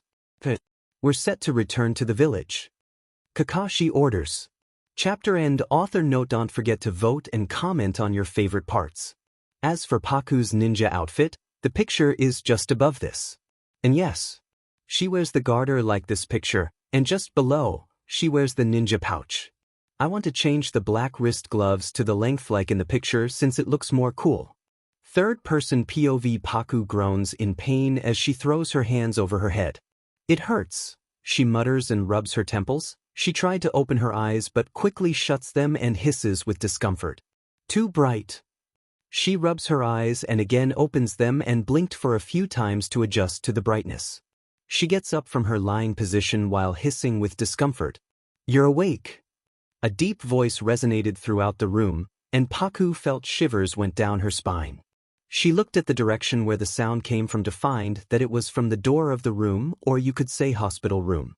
In the doorframe stood the silver-haired Jonin with his arms folded while he was leaning in the doorframe. "Kakashi-sensei." Kakashi walks to her direction before stopping beside her bed. "How are you feeling?" he asked her, and she was sure that his voice was laced with concern and even his eyes were not deceiving him. "I'm feeling all right, but my head hurts," she said while massaging her temples. "That's great to know that you're doing fine." Paku hums at him. "What did happen with me?" she asks with confusion, trying to find out the reason that led her to be in this condition. "Well, we were sent to a mission to capture the three tails." He trails off and everything all at once jumbled to her mind. The mission, Orochimaru, three tails, and then drowning. "Oh right. After I was hit with the tailed beast ball, I was hit with it and lost my consciousness, and then..." She trails of unsure to tell anything as she remembered about how her chakra depleted and how she woke up with a different power encasing her being. "Yeah, you remember very well. I see. We need to talk about something." Kakashi finished and Raig after loud click-clacks of heels resounded throughout the hall. The both of them looked towards the door to see the ash-blonde lady walking towards them with a serious look. "Greeting, Tsunade-sama." Kakashi greeted, and Tsunade nods in acknowledgement. "I see. You're back to consciousness, that's great to know. But I'm getting straight to the point." At Tsunade's words, Paku visibly shook in fear for an unknown reason. Kakashi looked at the girl with worry due to how fearful she looked at that moment. Kakashi said that while you were assigned to seal the tailed beast, you saw different characteristics like using crystal style and lava style, and later no ounce of chakra was present in your body when you fought. Even he said there was a dragon of yours like a summoning. Is it true? She asked with a brow raised at her in a questioning way. Paku took in a deep breath, in thoughts of how to phrase her words. If she will mess up even a little, then it will be big problem. Even it will come to the extent to kick her out of the village. She subconsciously fiddled with the sheets over her as her eyes moves around frantically. It's actually true. Explain. Tsunade simply said. Well, for lava style I used earth style and fire style simultaneously, and as for crystal style, I actually possess that style. But I don't actually know anything about the later scene. She told with all honesty. There was a thick silence in the room. It was so much thick that anybody could cut it with a butter knife. That's great to know that you're progressing this good. I was really surprised when Kakashi told me about it. Tsunade then sighs before motioning her head to the small table beside Paku's bed. Paku looks at the table, and her eyes widen slightly at the appealing object. Kakashi also said about this Senshu. When you lost your consciousness, the sword you were using suddenly turned into a Senshu. I did check the Senshu too, and as much as pretty it does appear, it's as much as dangerous. Apparently it doesn't have any chakra, or you could say it's a weapon with no chakra. I'm still surprised about how you fought without chakra. Tsunade clicks her tongue in wonder before continuing. From now on, train with that Senshu as much as you can. The aura it's radiating is something you can't ignore. By the way, you've now recovered fully. You were just only exhausted and you have your chakra back again. Tsunade said sternly. Paku was sitting there, and she was avoiding eye contact with Tsunade, afraid that something would go wrong. Her fingers were trembling lightly, and she nodded in every statement. Tsunade noticed this, and her eyes softened. She sits in the bed and runs her head through the girl's curly locks in a motherly way. Don't get so tensed. I do believe that you wouldn't do anything irrational or threatening to the village. In fact, you're really turning to one heck of a kunoichi. Heck, I'm even sure that you would be able to surpass me and many other great ninjas. Tsunade gives her a motherly smile, shocking the Ravenet, who thought that the situation might turn out the opposite. I'm counting on you, Tsunade said with a soft voice before leaving the room. Seems like Tsunade-sama believes in you blindly, Kakashi said while his gaze was fixated on the door where Tsunade left before. Unknown to him, Paku was looking down with teary eyes, a warm feeling spreading throughout her being. She felt overjoyed when Tsunade said that she believed in her. And the eyes and smile embracing her in a warm, comforting her, lulling her, and telling sweet nothings in her ears to calm her down, like a mother would do to her child. Paku! Kakashi calls out when he never got a response from the girl. He looked down to see the girl with glossy eyes as her eyes were also fixated on the door, but after hearing her name roll out from his tongue, she immediately shifts her attention to him. Hey, are you crying? He asks and settles himself beside her. Paku touches her cheek to find in fact she is crying, the tears that were held back by her finally escaping her eyes. His hands extended immediately to wipe her tears, but he stopped thinking about what to do as he awkwardly tried to stop her. Hey, don't cry, he stammers while panicking. Paku lets out a heartfelt smile with pink dusting her cheeks, and she was scolding herself internally from how silly she was. She held the hand Kakashi extended before her and pulls it closer to her face, letting him wipe her tears. He wiped her tears with his fingers without any hesitation. Paku-chan. Thank God. Naruto sighs dramatically with a hand resting on his chest. You worried us all there, he said before hugging her tightly, and he hid his head on the crook of her neck, and soon he was welcomed by her soothing smell, which he recently discovered. The girl, however, freezes in her spot with her cheeks burning. Naruto. I'm alright. The stiff girl reassures him, but he didn't even budge from his place but rather tightened his hold on her at his actions. The stiff girl slowly wraps her arms around his form too, enveloping him in a warm and comforting hug. Beside them, Sakura and Sai looked at them, one with a relief smile while the other with a smile too, well, fake smile. Even though he was smiling, his eyes were quite the opposite. Paku, we were so worried about you. But it's good to know that you're doing fine now. Sakura lets out a sigh before hugging her friend, who she grew so close to in no time. Paku reciprocated her hug, Paku, then moved on to Sai, who was standing still. Sai, no hugs? She asked. But before he could answer, she enveloped him in a hug. Because of the sudden action, the dark-haired boy freezes in his place with his heart suddenly beating faster and his breath hitched for a second when he felt her warmth enveloping his being. But it was short. Paku thought about breaking it since he didn't reciprocated the hug and just flashes him a smile due to the awkwardness. Unknown to her, Sai was blushing a mess with his heart beating in his chest loudly. He definitely felt it relaxing while being in her arms. He wanted to stay like that longer, but he was too shy to do that. He flashes her a smile of his own to not make it awkward or something, but he was definitely blushing. Naruto grits his teeth in annoyance before pulling Paku by her wrist. "Paku-chan, let's catch up on some ramen," he said and practically dragged her along with him, leaving behind a confused Sakura and Sai who followed right after. The four of them now were sitting on the stools of the Ichiraku ramen, and they ordered their ramens too. In no time, their ramen arrived, steaming hot. "Paku-chan, let's dig in." Naruto didn't wait for any response, and as per his words, he literally breathed in his bowl of ramen. "Whoa, Naruto, slow down or you will choke," Paku said with concern, with her hand held up to motion him to slow.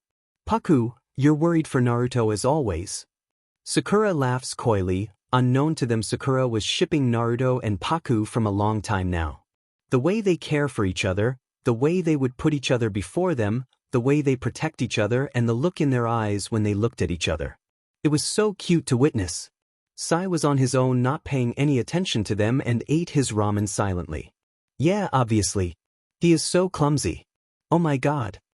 Paku dramatically wipes her non-existent sweat from her forehead with a fake tired look. Sakura burst into a fits of laughter, and Naruto looked clueless with a noodle dangling in between his lips. "Oi, eat properly." Paku scolds him and bonks his head softly.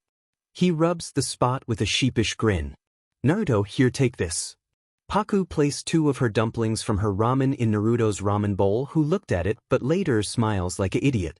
"Paku-chan, you too, take this."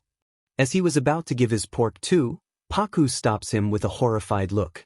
"No, I don't eat pork or beef," she flailed her hands, and Naruto sulks at it but chews on the meat. "Why don't you eat pork? It's so delicious," he said, and Paku shook her head with a sweat drop.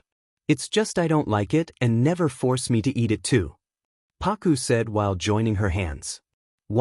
Nobody is forcing you to eat, Paku.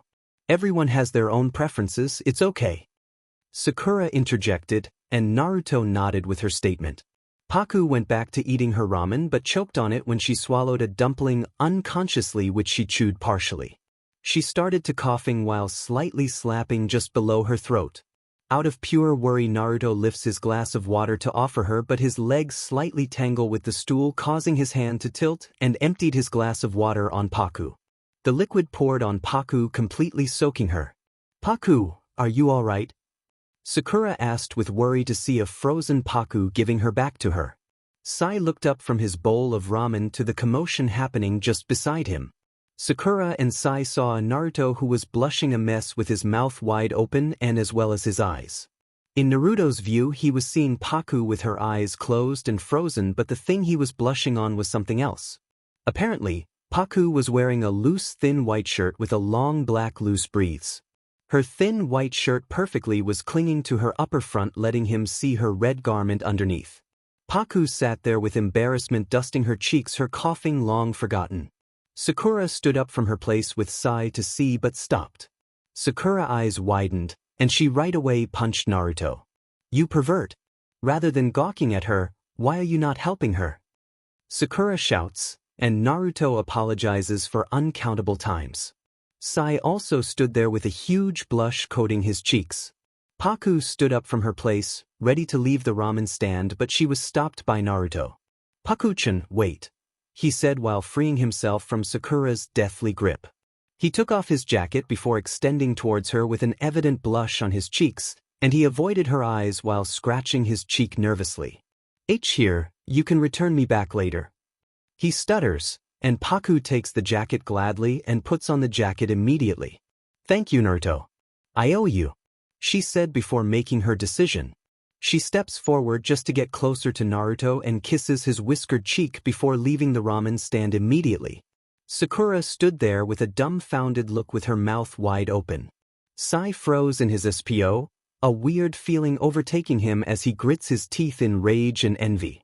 Meanwhile, Naruto was not able to process anything that just happened minutes ago. His hand flew up to his cheek where she kissed him before he erupted into a dark red shade with his lips quivering. Did she just kiss me? Am I dreaming? But it doesn't feel like one.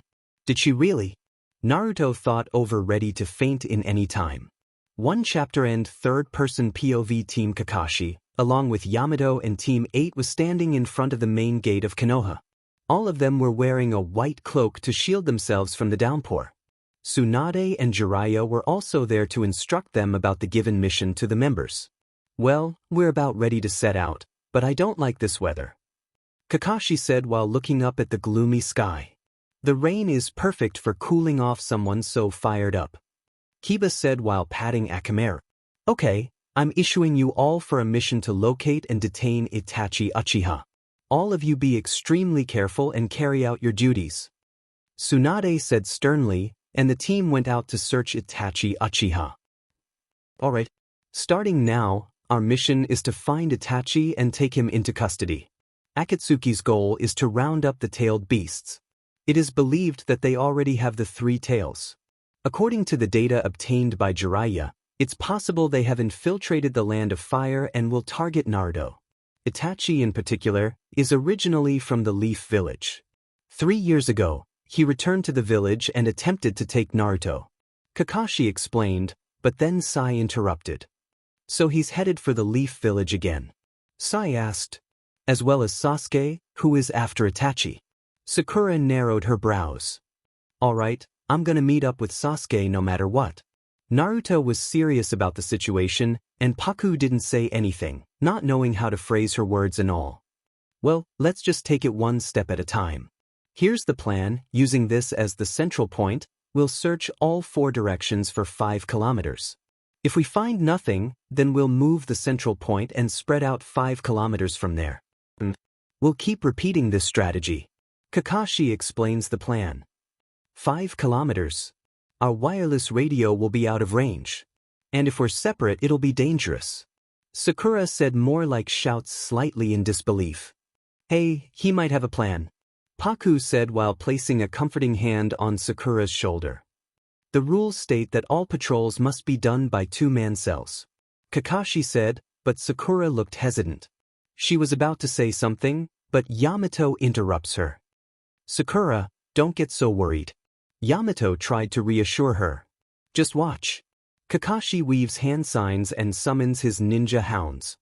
Our voices, which travel even farther than the wireless radios, and our noses that can instantly sniff out danger, will protect you. Pakin informed all of them. Alright, let me explain the patrol team formation. This time, 2 ninja hounds will be assigned to each member. Get along, all of you. As per Kakashi's instruction, 2 hounds walk beside each member, and at last, Paku was left out. What about me? Naruto asked. Naruto, you're the Jinchuriki they're targeting. Just in case you're attacked, you'll be with Yamato and Hinata and with Big Bark Bull. A big bull barks from behind Naruto. Well, for Paku, I guess she has to go alone, and I do believe she will not get any danger, and if anything happens, use your summon, Kakashi said, and Paku got confused over his words. Summon? But I don't have one, she said while tilting her head slightly in confusion. In our previous mission, the Dragon Dash, before he could continue, Paku face palms loudly. That's not a summon at all. You yourself said that you can't feel any chakra, and if I am in danger, why will I summon a large dragon to Infram? Paku asks with disbelief, and Kakashi smiles nervously while scratching his cheek. You will be going alone, and if anything happens to you, inform anyone who is in your closer range immediately, and for me and Kiba being ninja hound users, we will each have 1 dog. Paku furrows her brow but later realizes she will be alone, and it would make her work easier. Alright, she gives a thumbs up. Above all, you will track Itachi and Sasuke's scent. If you find either one of them, verify their location and return to this spot. Especially you, don't go running off ahead of us. Kakashi finishes, and Naruto nodded while understanding. Alright then, let's head out. Scatter. Paku runs off on her own immediately with the aim to find Sasuke or Itachi as soon as possible. I will save Itachi. Paku flinches in her place, almost jumping because of the loud ringing sound. A large amount of wind blew towards her, sending her curly strands flying everywhere, the air almost forcing her to fly out of her place. She shields herself with her arms because of the wind and brightness. That might be Sasuke and Deidara. After realizing the situation, she immediately dashes to the direction. She presumed that the explosion took over. But after she reached there, she was disappointed with the result. There was no one around except with a huge crater along with nature's creation burned and destroyed. Paku curses under her breath for her delay. Paku then turns around but bumps into something hard, or more like someone. If I didn't see a boulder being halfway through the sentence while she was rubbing her nose, she completely freezes in her spot at the taller figure in front of her. She tries to back down, but the person in front of her grabs her wrist in a firm grip with their large gloved hand. Leave me, she demanded, but her words fell into deaf ears as the person in front of her took a step forward. She was looking up at them because of the huge height difference. What do you want? After getting the guts to voice out her thoughts, she asked with certainty. And what if I say that it's you? He said in his normal deep and slow voice while tugging at her wrist gently towards him to pull her closer towards him. What do you want from me? She knitted her brows together at his odd behavior. I don't want anything from you. I want you. His deep and husky voice sends shivers down her spine in a pleasant way, but she ignores the feeling and his words too. She then made an attempt to make his hold her wrist to loosen and free her, but it was apparently difficult since he was not even budging. Don't even try. It won't work. He warns her. Paku knew it would be useless to attack him since it would not hit him at all, so she just put more strength into pulling her wrist away. Listen, you girl, I want you for my project. You might even play a vital role in my plan. He said, but Paku winced like a displeased cat. Heck if I want to. She said while gritting her teeth. She pulls on her wrist harshly, and surprisingly, the masked man let her go. She backflips several meters away from him to maintain distance. Aren't you a feisty one? I like it. His voice was laced with interest and liking. He chuckles lowly, making the girl in front of him confuse. What's so funny? She rose a brow at him questioningly. Not funny, it's interesting. He simply answers her before swirled in the air and disappeared. Paku was on alert as she looked everywhere. To her left, right, up and below. She looked behind her too, but she found nothing, but as she looked front, he was in front of her already. He instantly grabs her wrist with one hand and the other on her waist to pull her closer. Oi, leave him. Before she could continue, he tried to use his kamui on her since he had a firm grip on her, but she did the unexpected. She turned around in his embrace, fiving her back to him before she grabbed the hand which held her wrist before and flips him by her shoulder. He hits the ground with a loud thud. But he then stood up immediately and passed through the ground, vanishing away from her sight. Where did he just go to? She looks around to at least get a glimpse of him, but he is nowhere in sight. She sighs in annoyance before jumping off to find Sasuke and Itachi. By now, the sky was getting darker and more gloomy. It took Paku a whole hour to find the place where Sasuke and Itachi were fighting. She got it after she saw black fire going in a distance. She raced through the trees to get there soon. She finally came to a halt upon reaching the clearing. On the roof, as expected, they were fighting, or more like Sasuke was fighting now, a bleeding and weak Itachi. At last, she saw Itachi's Susanoo Esike away Orochimaru's curse on Sasuke. She cusses to herself and jumps in action without giving it any second thought. Fing sheet. I'm late. She made it just in time. She was now standing in between them with her arms spread wide to stop any one of them to attack. Itachi falls to his knees while coughing out blood. Sasuke stood there with a perplexed look, but then he gritted his teeth at her.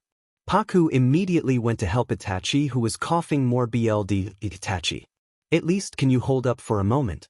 She stammers as she realized how worse his condition was. Itachi didn't have time to think of how the girl knew him. He simply nodded in response. Who the hell are you to barge in the middle of our fight? Sasuke shouts and charges at her with his blade in hand to attack her, but she deflects it by her senshu. He slides back in the pavement. She nonchalantly fans Itachi with her senshu. A gust of bright blue envelopes the severely injured man before her. His wounds were closing up in a lightning speed. There was not even a scratch on him. Sasuke looked at the girl who was healing his brother with surprise. In less than seconds Itachi was back to new. He was also looking at the girl who ate him. And the fact that she healed him in no time with her amazing Justu or power or whatever it was. What are you doing? And why? He asks lowly while staring at her with disbelief. She flashes him a smile before pulling out a seal.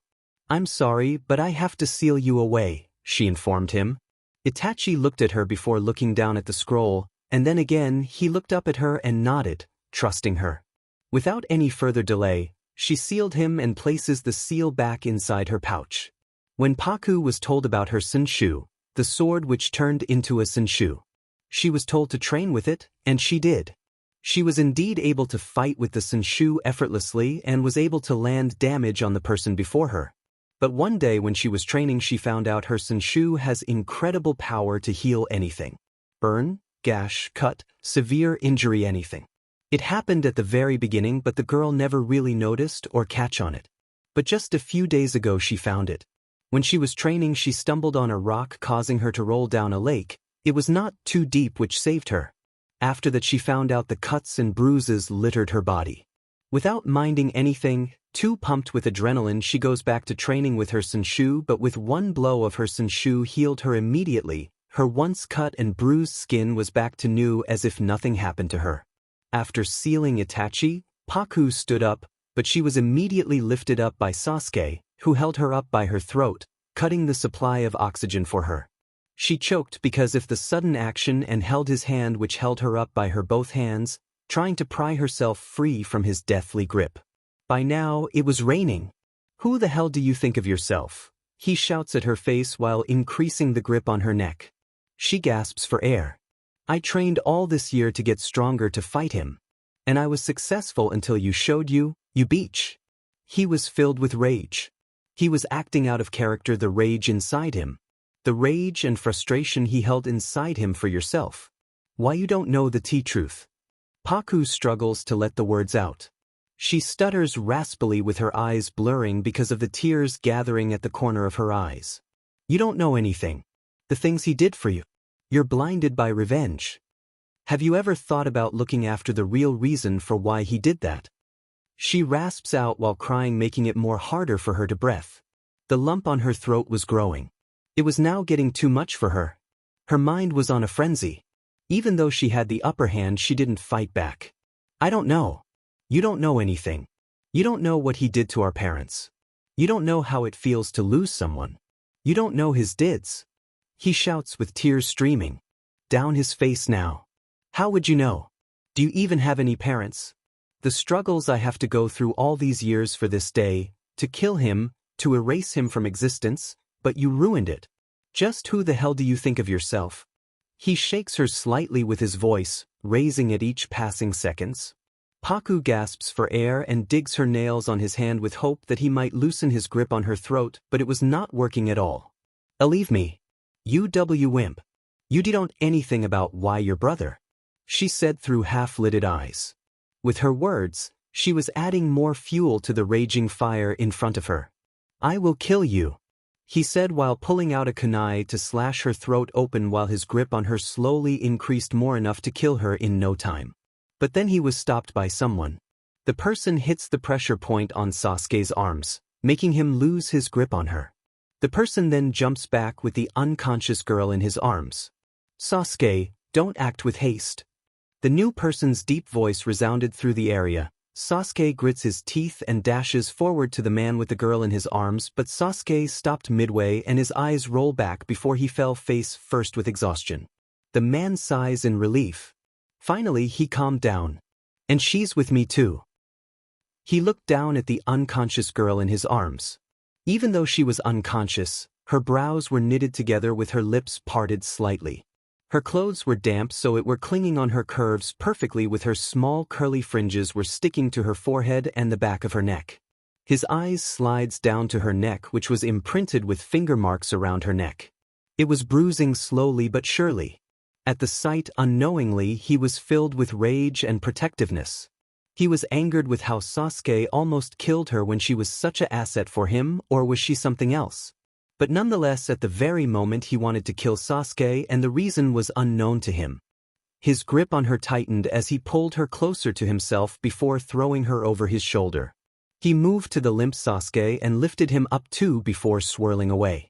Chapter End. Third-person POV. Paku groans lowly while rubbing her throbbing temple.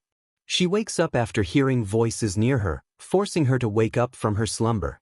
She curses under her breath and supports herself with her elbow while still she was laying. What the F is going on? She emits lowly because of her throbbing head. I see you're awake, the familiar deep voice before says beside her. Paku turns her head towards the voice to find the owner of the voice, the masked man. Paku then looks at her other side to find an empty futon, and nearby the wall Sasuke was sitting while binded with a rope. Sasuke at that time looked terrified and beyond shock. And everything struck her at once. Her hands go to her neck, almost at a lightning speed.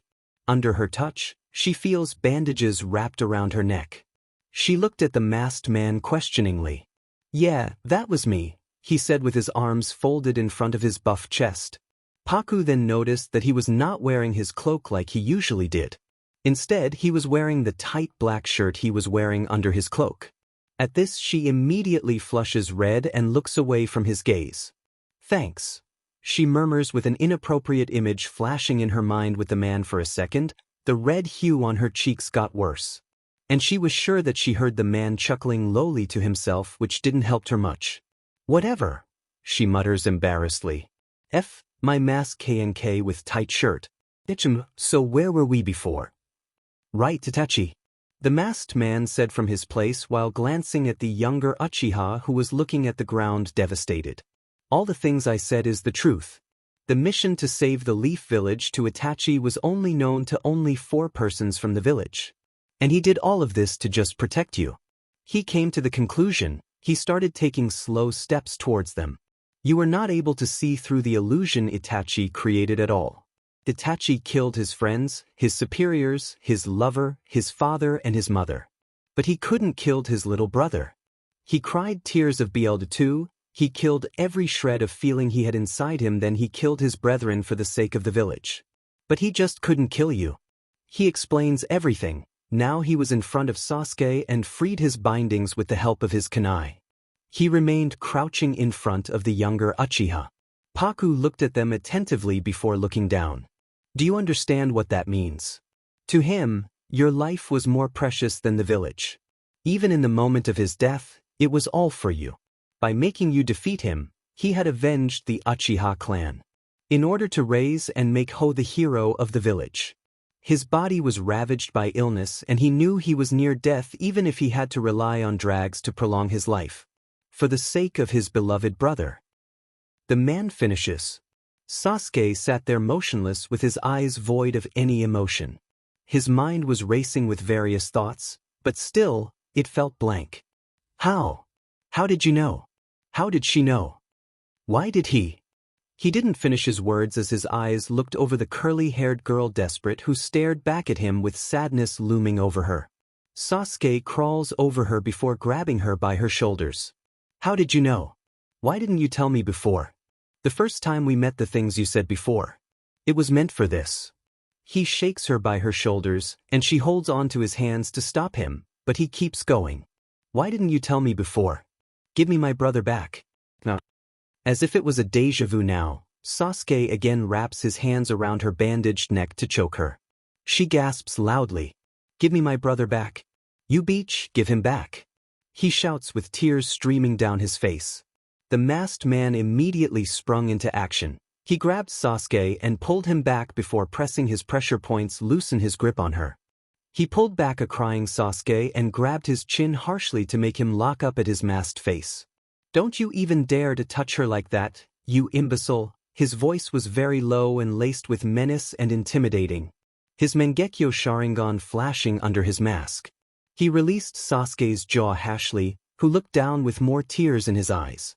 The masked man looked back at the girl who held her neck with her brows furrowed. He moved closer to her before cupping her face with his large gloved hands. Don't mind him. Take care of yourself. He didn't know what else to say, so he stared at her warm chocolate brown orbs. She also stared back at his onyx eyes.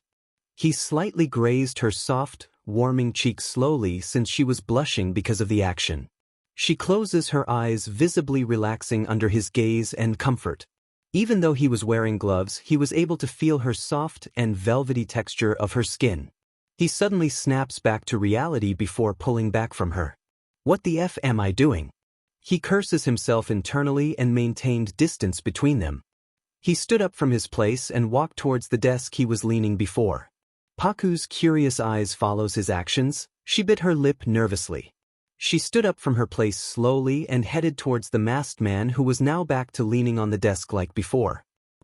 Thanks for taking care of me, she said and did her crystal release to form a small wall. She looked at the maroon crystal wall as her hand went up to the bandages wrapping around her neck. The masked man's eyes were trained on her, observing her every actions. She pulls on the bandage, loosening them with a sound of swish following behind. The used bandages falls down as her eyes looked at the nasty handprint of Sasuke. She touches the bruise lightly, which heals under her feather-like touch. The handprint was now gone. It was as if it was never there. Even though the man was surprised with it, he anyhow expected this from her. I have to go now. She glanced up at him. He didn't say anything in return. Taking this as the clue that he ignored her and her presence didn't matter to him at all, she heads to the only door present in the dimly lit room with the help of candle. Before she walked out, she stopped in her track. She turns towards Sasuke, who had his head hung low, thinking about all his decisions.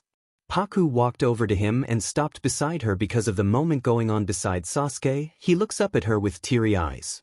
Without saying anything, she takes out her sunshu and fans over him for one time slowly with the green bright light like dust particles fall over him. He closes his eyes in delight, feeling relaxed and less exhausted, and less than a second he was back to his normal self with no wounds or even a scratch. Paku didn't say anything and walk out of the room with many thoughts running over her mind. The masked man she encountered before, she was much more worried for him. On the upcoming future, she have to be more prepared for the gruesome war she will witness. To save everyone, to save the village, to save Obito. Paku stops midway when she sees the masked man or the pretend Madara in front of her. What happened? She asks as the man before her shakes his head. Nothing, just here to say that we will be meeting soon. He finishes his words, or more like it was not the exact words he wanted to say. He wanted to say something else, but he didn't get the guts to, so he just sticked with this, and even it was true that he will be meeting her in the near future. He head towards her, or more like the door behind her through which she just came out of the main entryway to the hideout, but stops when he felt her small hand grabbing his wrist. He looks down at her and she kept looking down. She gulps loudly before doing the most unexpected thing. She wraps her arms around him in a warm, comforting embrace. She laid her head on his chest and tightened the grip around him. The man before her didn't react, too stunned to say anything. I know. You need this. I hope you change your mind in the future, she said while tightening the hug, but quickly detached herself after realizing what she just did. I will be going, she said and walked off. The masked man looked at the direction she had just left before. I will not change my mind. Paku, where did you go off to? Kakashi asked with concern after all they met her after a long time. I was looking around for Sasuke, she said as her gaze flickers over Naruto, who stood there with his back facing her. It was the same place where the Uchiha brothers fight. Naruto was looking at the big Uchiha sign on the big debris. It was raining heavily, not leaving any trace of Sasuke or Itachi, and even her. She was thankful to God about it. We didn't get any hints since it's raining, making it hard for my hounds to get any idea of their whereabouts, but it seems like the both of them fought, Kakashi said while looking around the damaged area. Paku acted surprised by his statement, and Kakashi narrows his brows at her. We should head back now. I will inform this to Lady Tsunade, he said before motioning over everyone to gather around him. We will be heading back to the village since we weren't successful to find either of the brothers. It was a normal day for everyone, but Paku felt something was off. And her gut feeling was always right. She felt very uneasy at the moment. She was walking to the Hokage Tower. Moments ago, Umbu knocked on her window to inform her that Tsunade was calling for her soul presence. And for that she was now walking to the Hokage Tower. Her brows were knitted together in thought, thinking over every scene that happened in the anime. As she was thinking over, she stops in her tracks when she spotted two frogs waiting near the Hokage Tower. She was getting closer to her conclusion, but certainly it was difficult for her to remember. She remembered this frogs waiting in front of the Hokage Tower, but for what reason she didn't quite remember. She walked inside Tsunade's office while rubbing her temple to ease her throbbing head, but she stopped when she found Tsunade, but she looked at her sternly, but her eyes were deceiving her exterior. In the room also stood Sakura, Shizune and Sai. In another corner of the room was the head of the frogs, and their Paku's eyes widens in realization. Oh my god. F up. I was late. She looked at Tsunade, who motions her to stand aside by Sai and Sakura. Paku did as she was told to without giving any thought. Her mind was now blank as her eyes stared at the ground blankly with disbelief. How the f did I just forgot about Jiraiya? I was so busy on saving Itachi that I forgot about him. I have to retreat his body immediately. But Paku, what the f did you just did? Paku curses to herself internally because of her absent mind. She forgot about Jiraiya and was very much invested on the brothers. But, just why? Why did I forgot about him? Her hands went up to her temples as she rubs it with pressure. F dash. Sai looked at her worry because it was very much visible that she was very much tensed. After a few moments, Naruto comes with Kakashi, leading him to the office. Naruto didn't notice the tense atmosphere. He is Jiraiya boy's student. The head of the frogs asked, and Tsunade nods in agreement. This is Naruto Uzumaki, the child of prophecy you mentioned. Tsunade answers to the frog. A geezer frog. What the hell? Naruto grumbles loudly, and Tsunade scolds him. Hey, watch your mouth, no. This is Lord Fukasaku, one of the two great sages of Mount Myaboku. He came all the way here to speak with you. Tsunade informed him before Fukasaku spoke. Well, to be more accurate, I'm a great sage toad, but never mind that you're without a doubt Jiraiya boy student. Jiraiya boy. But you talk as though the pervy sage is a kid. Who does this geezer frog think he is? Naruto points his finger at Fukasaku with irritation. I said to watch your mouth. Tsunade warns him. This great man is the one who taught sage Justu to Lord Jiraiya. Shizune says beside Tsunade, surprising the blonde. Fukasaku bursts with laughter. Pervy sage, what a fitting name for Jiraiya boy. Fukasaku said. So what does this geezer sage want with me? Naruto said, getting straight to the point. I'm not sure where to begin. But let's see. I suppose the most important thing is Jiraiya boy has died in battle. With Fukasaku's words, Naruto wasn't able to process anything as the room fell into silence. What are you talking about? Naruto asked with uncertainty in his tone. I know this is sudden. I don't blame you if you don't believe me. For quite some time, there were rumors that the leader of the Akatsuki was in the Amigakure. Jiraiya boy went in person to verify the truth of these rumors. Fukasaku starts over, but Sakura stops him by asking a question. The leader of the Akatsuki was in the Amigakure. As I recall, that village is difficult to infiltrate. A village closed to the outside world. Sai voiced out his thoughts, and Kakashi nodded in response. Yes. However, Lord Jiraiya was skilled in filtration and espionage tactics. Kakashi said, exactly, Jiraiya boy came upon the leader of the Akatsuki, Pain. However, Pain was Jiraiya boy's student. Student? What do you mean? Sakura asks. Jiraiya boy called him Nagato. And Nagato was a student of his.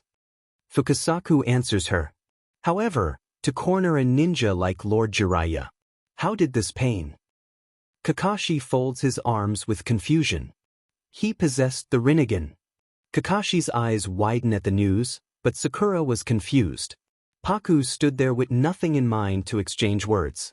She just kept on listening to them absent-mindedly. The Rinnegan is an ocular Justu that was said to be possessed by the father of all ninja, the Sage of the Six Paths. I thought it was just a legend. Shizune explains, and Fukasaku continues. The legendary ocular Justu. The Rinnegan itself power was beyond imagination. Not only that. As if Kakashi got the clue, he continued after Fukasaku. There were 6 of them who possessed the Rinnegan. How can that even be possible? Perhaps they have tricked Jiraiya boy only found out their secret. But even after he had Ji's throat slashed by pain, he left a message for you. Fukasaku took off his cloak and showed his back engraved with numbers to decode. I'm sure he did this to prevent painful noticing. I've told you everything about Jiraiya boy. Fukasaku wears the small cloak again. I wonder what Jiraiya wanted to say. If we can decode this, we'll understand, won't we? Tsunade asked, but Naruto's voice interrupts. Did you let him go, Granny? Naruto asked, and Tsunade nodded after a few seconds. That's right. Why did you allow such a reckless thing? You knew Pervy Sage better than anyone. How could you send Hill to such a dangerous place alone? As each word left Naruto's mouth, it got sterner and louder. Enough, Naruto. You of all people ought to know Lady Tsunade's feelings. Kakashi stops him, and Naruto looks over Tsunade, who was zoned out. Do you mean it? Naruto clenches his fist and turns back to the door. Naruto, what are you doing? Sakura asks with concern. Naruto didn't turn around at all and gave his back to the others while his hand was still on the doorknob. If Pervy Sage was the 5th Hokage, he wouldn't have let Granny Tsunade take such risks. Never. Naruto walks out of the room. Naruto. Sakura calls out, but Tsunade stops her. I will look over him. Paku said while bowing down and running out of the room without waiting for a response from Tsunade, who tried to stop her too, but it was too late. Paku was worried for Naruto due to how much he lost his mind over Jiraiya's death. She knew he was beyond angered, yet the angered was concealed with sorrow and grief. Paku runs out of the Hokage tower with her eyes roaming around to find the blonde. Soon she found him walking out of the Hokage tower with his head hung low and his hands rested on his pockets. Paku quickly moves beside him with her brows furrowed slightly. She places a comforting hand on his shoulder. Naruto, it's all right. Nothing happened. Before she could continue, Naruto shoves her hand away without any words. Naruto he walked faster, leaving her behind. She ran slightly to catch up to him. Naruto, he'll be and the unexpected happened. Paku-chan. Leave me. You don't know how it feels to lose someone so close. He was like my second parent to me. And you're telling me it's all right. How can it be all right? When he is dead. Just leave me. God, you're so annoying. He shouts with irritation while tears slide down his whiskered cheeks, and then he stomps away, leaving behind a frozen Paku. She knew he was not in the right state of mind, but she just wanted to console him, but she didn't expect he would acted this way. Sure, he lost many, but treating her like that. It hurt her. She didn't give much thought about it and head towards her home, but she was not able to ignore it. The words he said were like multiple spears jabbing her at the same time. She ignored the ever-growing tightening feeling on her chest as it beat faster, not in a pleasant way but in a sufferable way. She took a shaky breath to calm her mind, saying that it was okay. He said it out of frustration and didn't really mean it, but she failed to stop herself. Her lips were quivering badly as she held her head hung low. The lump on her throat grows more and more as each second passes by, and soon she reaches her apartment. Right after she closes the door behind her, the big fat tears which were threatening to fall down finally escapes her eyes. The ever-growing lump on her throat grew more as she clutched her chest and slides down the door. All the tears of frustration, tension, stress, and all of the negative emotions finally escapes its bindings. But just why? Why am I such a failure? Not even in the real world I was able to do something and being a disappointment to my family, and here also, nothing changed at all. Nothing. How am I be able to save everyone if I can't even save one? She stutters very badly because of the lack of oxygen, but her sobbing got worse. It was for the very first time she cried for, or more like cried for someone. At the time she was crying her heart out. She stood up from her place and head slowly to grab her weapon pouch, and since she was still wearing her casual clothes, she didn't even bother change into her ninja cloths.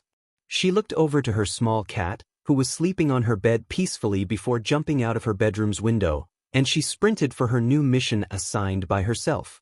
I will bring him back just for you. Author note: so, how was the chapter? Is my writing good enough for it to be enjoyable?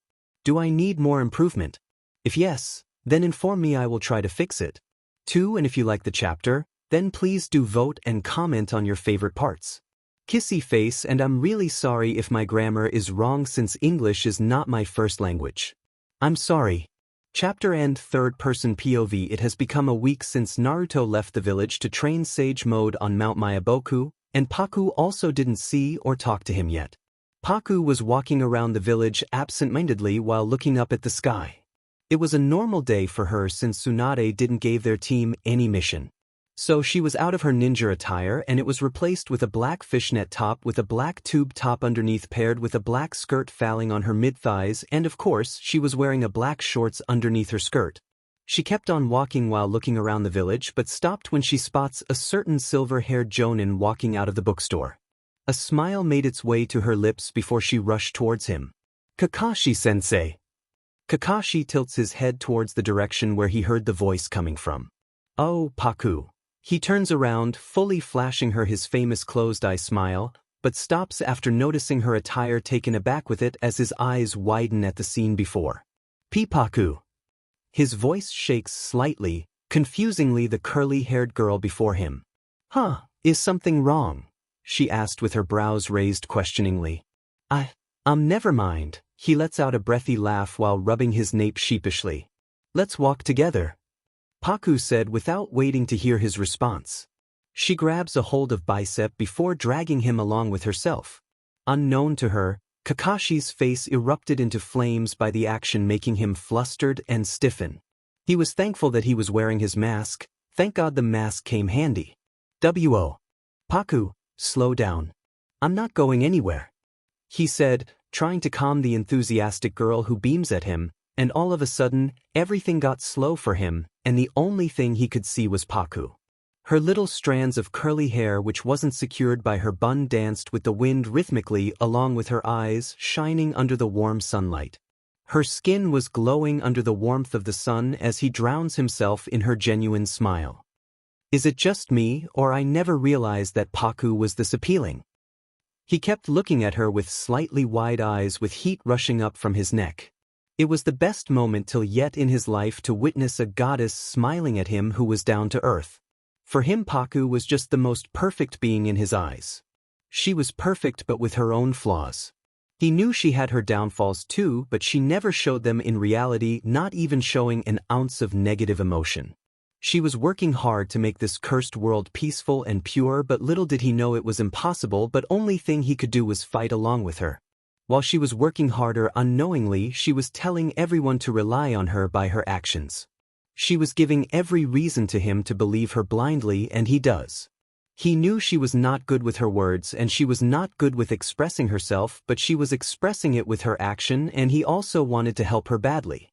If someone says perfect, then the image of Paku immediately flashes in his mind. Kakashi-sensei. Paku waves a hand in front of his eyes, snapping him out his daze. Right. Sorry, I was just thinking about something, Kakashi said, returning back to his normal self. They were walking in a random direction with Paku still holding his bicep. It's all right, Kakashi-sensei. By the way, do you want to eat lunch together? Paku asks, which he immediately replied. Sure, we can go, but stop calling me sensei when we're not in any mission or we're alone, Kakashi suggested, and Paku gasps loudly. Oh really? She asked, not believing his words. Yeah really? He flashes her a closed-eye smile, and the curly-haired beside him smiles back with rosy cheeks. He is divine, she cried internally. This restaurant is one of the best out here in the village, Kakashi said, stopping in front of a restaurant while informing the girl beside him. We should go then, she said, pulling him inside. A lady in her mid-40s greeted them in the way. Ah, such an appealing young couple. Welcome, I will show you your table. At the lady's words, the both of them got flustered. Sorry, but it's not like that, miss, Kakashi said while rubbing his nape nervously. That explains by looking at you both. Paku and Kakashi looked at each other, getting confused over what she was implying, but then they realized how close their faces were, and Paku looked down to see herself holding on his arm. She immediately flushes red and detaches herself, making the lady before them chuckle. Here, I will be back after a little to take your orders. The lady bowed before leaving their sight. Kakashi moved to Paku's side and pulled back the chair for her. Here, settle yourself, Kakashi said with a smile, and Paku smiled back before sitting on her chair. Kakashi also settled himself in front of her. You should try their famous curry with fried dumplings since you love eating dumplings, Kakashi suggested. What? You know my favorite, she says with disbelief. It's obvious, he said in a matter-of-factly tone. Right? Then the lady before came to take their orders and they ordered. Soon their orders arrive. Well, I'll be back from the restroom. Paku excused herself to the restroom to wash her hand, and she pulled out the pair of chopsticks from her hair to redo her messy bun properly and securely. While doing that, she saw from the corner of her eyes two girls looking at her, while one pointing her finger at her with an annoyed look. Look at her. She's no match for him, and how could she get him? One with the ginger straight short hair girl glared at Paku very sneakily, but Paku was able to notice it. You're much more appealing than her. You deserve him. Steal him away, the ginger-haired girl's friend beside her who had olive green hair encouraged. The ginger-haired girl smirks at the idea before they walk away, not noticing how loud actually they whispered. Note the sarcasm. Paku raises a brow, amused with a smirk of her own.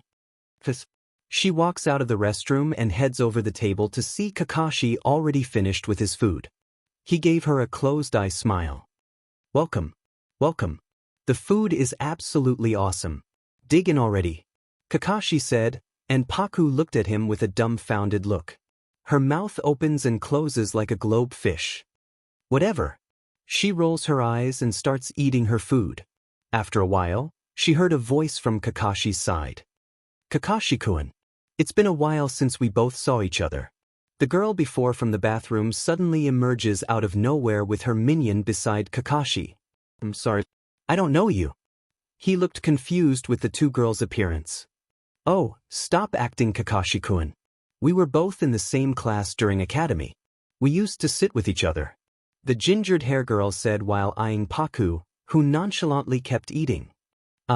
Sorry, I don't remember something like that. Kakashi apologizes, but the girl didn't listen. You're such a liar. I'm Hitomi. We used to walk together to the academy, and even we were benchmates. She laughed with her pitchy voice, confusing the poor jonin. Sorry, as far as I remember, I don't know you. You might have mistaken with someone else, Kakashi said while Paku looked up slightly. How can you, Kakashi-kun? That's mean. She pouted to look cute, and honestly, she looked no less than an ugly duck. Kakashi-kun, I like you a lot, why not the both of us go out together? She asks with her annoyingly pitchy tone, which was irritating Paku nonetheless because of how hard she was trying to sound cute and all. No, I'm not interested. He dismissed the matter and Paku snickers from her place. But, am I not pretty? Why are you even with this sheet-looking face? She doesn't have a pretty face nor a body. Look at her, she looks so disgusting and pathetic, the girl said while eyeing Paku, who raised a brow with interest. She's so ugly. You should be someone like me, Kakashi-kun. I like you from a while now. The girl kept continuing, and Kakashi was getting irritated by how she was talking about Paku, and he was about to lose his control. No, Paku is far better than anyone. She the most appealing person on this world with a pure soul and intentions. I would have accepted if it was for me, but not against Paku, so I advise you to shut that annoying mouth or yours, Kakashi said, not even giving a DMN about if he is rude. Paku then chuckles lowly before speaking. You know, currently I'm facing a disgusting and ugly sheet in front of me who is no less than a pick-me. Paku gives a sickeningly sweet smile, fueling the girl's anger. Shut the F up, you wear. Who the hell do you think PF yourself? Taking my Kakashi-kun and FANG him around. I can bet you're with him for your dirty desires. Paku suddenly bursted out with laughter. Girl, I ain't like you chasing a man for his looks. And no, I'm not tipping him around like you, you're literally undressing him with your eyes. Paku said mockingly, not realizing what she was saying. Kakashi's eyes widens at this, but he still remained silent. How dare you? Do you know who I am? She said, making the curly-haired girl laugh louder. I don't care unless it's about strength, which I could guarantee that you lack with it. Paku finishes with venom lacing her slightly deep and low voice. How dare you say like that to Hitomi? The ginger-haired girl's minion finally spoke up. It's truth. Paku shrugs her shoulder. Kakashi, we should go now. Paku said, ready to take his large hand with hers, but the ginger-haired girl had another plan. You where? She grabs Kakashi's glass of water before splashing it on Paku. The curly-haired girl didn't even flinch a bit, but Kakashi sprung off from his seat. Paku, are you alright? Did the water got on your eyes or inside your nostrils? He asks with concern, pulling out several tissue from tissue box. Paku motions him to stop him before she gives a sickening smile to the annoying girl before her. And in a blink of an eye she picks up her glass of water and splash water in a more forceful manner. The liquid hits the girl's eyes directly as she gasps loudly and backs away. She grabs Kakashi's hand before walking away but stops.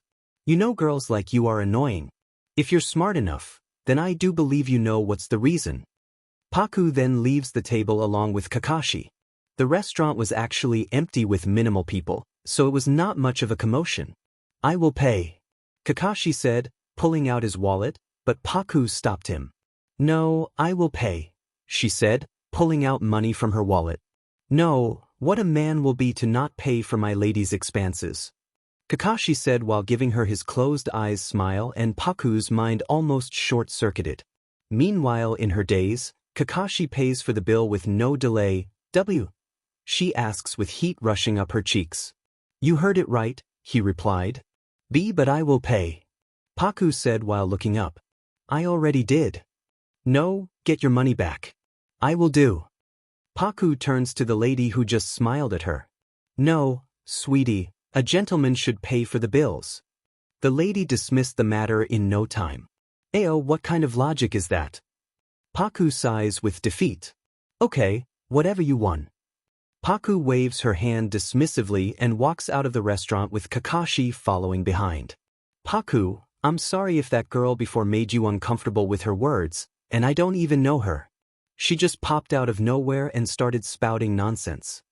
Kakashi says once they were out of the restaurant. Hey, it's okay. I know. There are girls like those who are very... I don't know if the perfect word to describe them even exists. Paku rolls her eyes but stops when she hears a voice behind her. Hey, you stop. It was the girl from before. She was looking more mad as she walked towards their direction. Oh God, not again. Kakashi rubs his temple in annoyance. Yes. Paku asks, acting like she didn't do anything minutes ago. You're just a disgusting piece of ack. Before she could continue, Paku, grab a fistful of that girl's ginger hair and pull on it. Dare to complete the sentence, and you're finished. Paku was still smiling whereas Kakashi was telling her to let her go, but Paku didn't even budge. Beach, leave my hair. Don't dirty my hair with your dirty hands. Hitomi says, trying to free herself. My feet are prettier than your face, don't worry, I will later wash my hands. I also don't like touching something so disgusting and dirty. Paku said before dragging the girl towards the wall and smashes her head on the harshly, almost breaking the wall. The girl screams agony as her knees buckled. I am sorry, leave me please. Hitomi finally started apologizing and begging, but Paku kept on smashing her head on the wall. Paku, that's enough. Kakashi wraps hand around Paku's wrist, stopping her midway to smash Hitomi's head. That's enough. Leave her, you're creating a scene. Paku rolls her eyes as her eyes flicker over the other people's, gathering around them. Whatever. Let's go. Paku did a simple water style just to clean her bloodied hands. They kept on walking with heavy silence.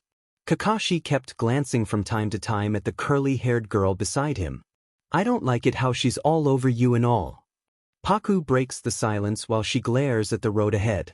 Just ignore her, Kakashi said while sliding his hands on his pockets. After a while, he spoke up. But don't you think that you were harsh back there? She deserved it. Paku said with a shrug of her shoulder, and Kakashi sighed at her. I didn't know you had a violent side, he said, now fully focusing on her. You don't know anything. Paku chuckles at him, and Kakashi nods in agreement. But she was really annoying. I don't even know her, and she started saying whatever came to her mind. Kakashi's sweat drops remembering the scene. Paku didn't say anything. Kakashi was thinking over the words and actions. It was clear that she was very protective over there, which brings a smile to his lips. Paku, do you really meant dash? Before he could complete his sentence, a loud explosion sounded somewhere far away, and the ground rumble. What the hell? Paku said, trying to balance herself in the shaking ground. Someone just infiltrated the village. Paku, I have to go. You go to somewhere safe. But dash, no buts. Please, just do it, he said while giving her a last look before he jumped away. The look he gave her, she quite can't figure out what it actually meant. It looked different. Was it worry? Pleading? Upset or something else? Pain is here. I have to go. Paku jumped to the same direction where the explosion took place. Chapter end. Third-person POV. Paku was running in the direction where she assumed Pain was. Paku stopped to look around the village to see many shinobis injured. But then she saw Katsuyu crawling to her. Katsuyu. Paku calls out to the summon who was enveloping her body entirely. There's no time to talk. After Katsuyu enveloped her entirely, Paku wasn't able to see something, but she felt the ground beneath her shook. After a few minutes, it got quiet, and then she came out of Katsuyu, who detaches herself from Paku. What the hell? She looked around as her mind got blank, and her ears suddenly started ringing loudly. I was late again. She was frozen in her place while looking at the barren land before her. Katsuyu, how long has it been that the village got infiltrated? Paku narrowed her brows at the slug. It's been a while now. Katsuyu answered her. Fing sheet. I have to go. Paku stood up with the thought to stop Pain in her mind. Podo. It's dangerous. Katsuyu warned her, but Paku wasn't even fazed. I know, and I have to do it. Without giving a glance back to the slug, Paku sprinted off towards Sakura, who was on the ground. Because of the barren land, she was able to see Sakura with no problem, but Sakura was in a little far distance. Paku made her way towards her pink-haired girl. Please, Naruto. Sakura screams out the blonde boy's name loudly, and in a blink of an eye with a puff of smoke, Naruto was standing on top of Gamakichi, who was standing on Gamabunta along with two other toads. Naruto was wearing a red haori with black flames on the bottom. He was carrying a giant scroll on his back too, orange painted on his eyelids, and his blue hues were a shade of orange, now showing he was in his sage mode. Naruto. Paku's eyes unknowingly well up with tears, but she was quick enough to blink them away. Paku sees Pain appearing in front of Naruto. Naruto was displeased with what Pain did to the village. You saved us the trouble of looking for you. Later on, all the other 5 Pains appeared. Tsunade was facing the 6 paths of Pain as she breathed from exhaustion. I'm the 5th Hokage. You trampled on the Judel, the dreams of my predecessors. I will never forgive you. I will settle this. Tsunade answers with rage laced on her stern voice while glaring at them. An Umbu appears behind her with worry. It appears you now understand a little about Pain. However, my business is not with you. My business is. One of the Pain lunged itself towards a frozen Tsunade, but Naruto takes him down with one punch. With me. There's no need for the Hokage herself with this to the likes of them. You just sit back and sip some tea, Granny. Paku jumps down from her place and makes her way to where Naruto was. Naruto. Paku calls out. Paku-chan. Naruto mutters, realizing the BLD gushing from her head down her chin. At this, Naruto gritted his teeth with fueled anger. Let's settle this. He shouted, and the Pains before them made a formation. Paku-chan, stay back. Naruto said while pushing the girl behind him. No, I will fight along with you. I will not even move from here. If you're trying to stop me, then there's ain't no way I will stop. Paku replied back while looking at his orange hues. But Naruto tried to protest, but he miserably failed. No means no. Paku said while not moving from her place at all. Naruto sighed before calling Gamakichi. Take Granny Tsunade somewhere safe and tell everyone in the village to stay out of the way. It'll be difficult to fight while trying to cover. At Naruto's order, Gamakichi nodded while understanding. Tsunade then pulled out Katsuyu from her Haori, showing to Naruto and Paku. Here, take Katsuyu. I know she'll be useful to you. She has intel on them. Katsuyu splits into two. Fukasaku jumps and takes Katsuyu from Tsunade's hand. Katsuyu girl, keep yourself hidden in Naruto boy's clothes. Fukasaku said while freeing Katsuyu, who hurriedly crawled up to Naruto's Haori. Paku also took the slug in her hand who crawled inside her top too. Now may not be the right time to ask a question like this, but now that I've mastered nature energy, I'm able to sense everyone's chakra. Is Kakashi-sensei on a mission away from the village? Naruto asked, expecting an answer from any of the two females who remained silent, giving him the answer. I see. All right, go Gamakichi. Gamakichi jumps away from the area leaving Naruto and Paku alone. One of the pains did her summoning jutsu to summon a giant rhino who attacked Naruto right after. Paku jumps out of the way as Naruto stopped the rhino by himself and tosses it somewhere else. The female pain did more summonings and Fukasaku took care of the summonings along with Shima. Naruto moved forward while making two of his clones who take care of the two summonings by doing Rasengan. The real Naruto charged at the pains. One of the pain was about to stab him with a black receiver, but Naruto was able to punch the pain. Paku, ninjutsu will not work on pain, and if you would attack him with ninjutsu, he will absorb all your ninjutsu. Katsuyu informed the curly-haired girl. She nodded, already knowing the information. She pulled out her Senshu but stopped when Naruto made two shadow clones. I see. You've become a sage and mastered just like Jiraiya-sensei. Pain said with his cold tone. Jiraiya? Naruto lets out with confusion. He was shocked with the new revelation. I also learned Jutsu from Jiraiya. He was once my MSTR, which would make us sibling disciples sharing the MSTR. You and I should be able to understand one another. Our MSTR desired peace. Pain explains, but Naruto held his hand up with his Rasen Shuriken. Shut the hell up. Naruto yells with anger. Paku holds on her Senshu tightly, ready for the upcoming battle. She will fight Pain without any chakra since if she does any ninjutsu he will absorb it. All that you've done here. Where's the peace in that? Naruto exclaims. You're only looking at the tree, not the whole forest. You don't know the true meaning of peace. So let yourself be captured.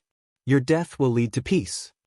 At this, Naruto was even more fired up and gritted his teeth. I told you to shut the hell up.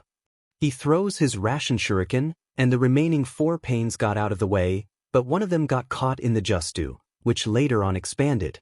The female pain summoned Drill-Beaked Bird who attacked Naruto, but he was able to dodge it. You're slowing down. It seems your Sage Jutsu power is decreasing. Did you use up your Sage Jutsu chakra with that last jutsu? Naruto breathed. So what? It doesn't mean we can't defeat you. Paku said while emerging behind from the exhausted Naruto. She charged at the nearest Pain or the one who did summonings. Paku attacked Pain from all sides, almost vanishing from everyone's view with her speed. The Pain before her stumbled around, but Paku had another plans. She moved her Senshu in a manner which looked very smooth, giving the false idea that the attack was not at all harmful, but after a second the Pain she was fighting, its head slides down from its neck before falling down with a thud along with the body. It was the most cleanest cut ever. Naruto stood there with bewilderment and also horrified along with Shima and Fukasaku.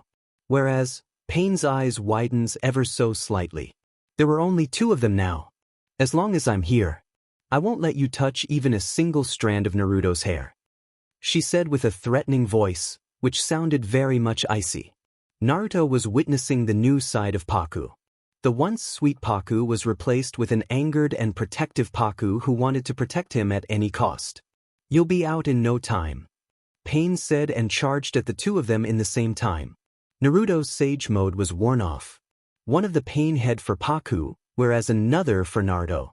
Fukasaku did the reverse summoning just to summon Naruto's clone who was in Sage Mode, and Fukasaku told Naruto to release it, and Naruto was again back to his Sage Mode and he successfully broke the black receiver pointed at him.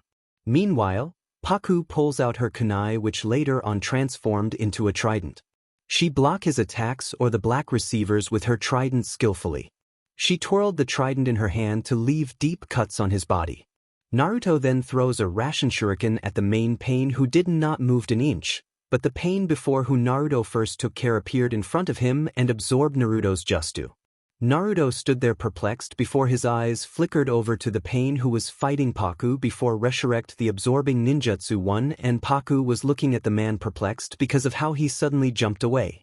Naruto throws a smoke bomb to confuse them and throws a ration shuriken, and as expected the pain who absorbs ninjutsu tries to absorb, but instead it transforms into Naruto, who threw a punch on his jaw throwing him back, whereas Paku at back hits the pain who resurrect dead back on his head harshly before shoving her trident forcefully on his abdomen, forcefully drawing out BLD. She was able to defeat two of the paths. She pulls out the trident again to do the action, and Naruto was about to finish the ninjutsu absorber one, but then Pain says in his normal emotionless tone, "Almighty push." Both Naruto and Paku were thrown several meters away. Paku rolls on midair, and she was about to fall, but at the right time, leaves and branches twirled around her before attaching itself on her back. She sprouted her wings and flew up to avoid hitting the ground. She looks for Naruto, who immediately stood up while Fukasaku was explaining something. The three giant toads try to injure the original Pain, but he jumps away from their attack before he levitated on the sky while his hands were on a T formation. Almighty push. The three giant toads were thrown off like Paku and Naruto before out of the area. Paku flew towards Naruto before settling beside him. "Diamond." He took the chief toad too. Naruto cusses loudly. "Hey, we must hurry and launch the genjutsu," Fukasaku said, and Paku nodded. "Yes, please. Do as soon as possible." She pulls out her senshu to launch for attack again. Performing a duet before everyone is so embarrassing. Shima complained. "Quit complaining. We've got to do it." Fukasaku scolds. "I already know." Shima retorted back. This genjutsu requires an enormous amount of sage jutsu chakra. In other words, it will take little time for the jutsu activation. Fukasaku explains. "I'm gonna go for that 5-second interval with Paku-chan. As soon as you take in enough sage jutsu chakra, starts the genjutsu right away." Naruto explains his plan, and Paku nodded in agreement. "Remember, you only have one shadow clone left to take in sage jutsu chakra for you, Naruto boy. Once that's gone, it'll be impossible to fight while taking in sage jutsu chakra, as it requires you not to move and your sage mode will run out in 5 minutes. Fukasaku gave a reminder to Naruto. Using shadow clones to help you maintain stillness and take in sage jutsu chakra was a good idea. But why didn't you make more of them? Shima asked with an annoyed voice. It's like trying to look to the right and the left at the same time.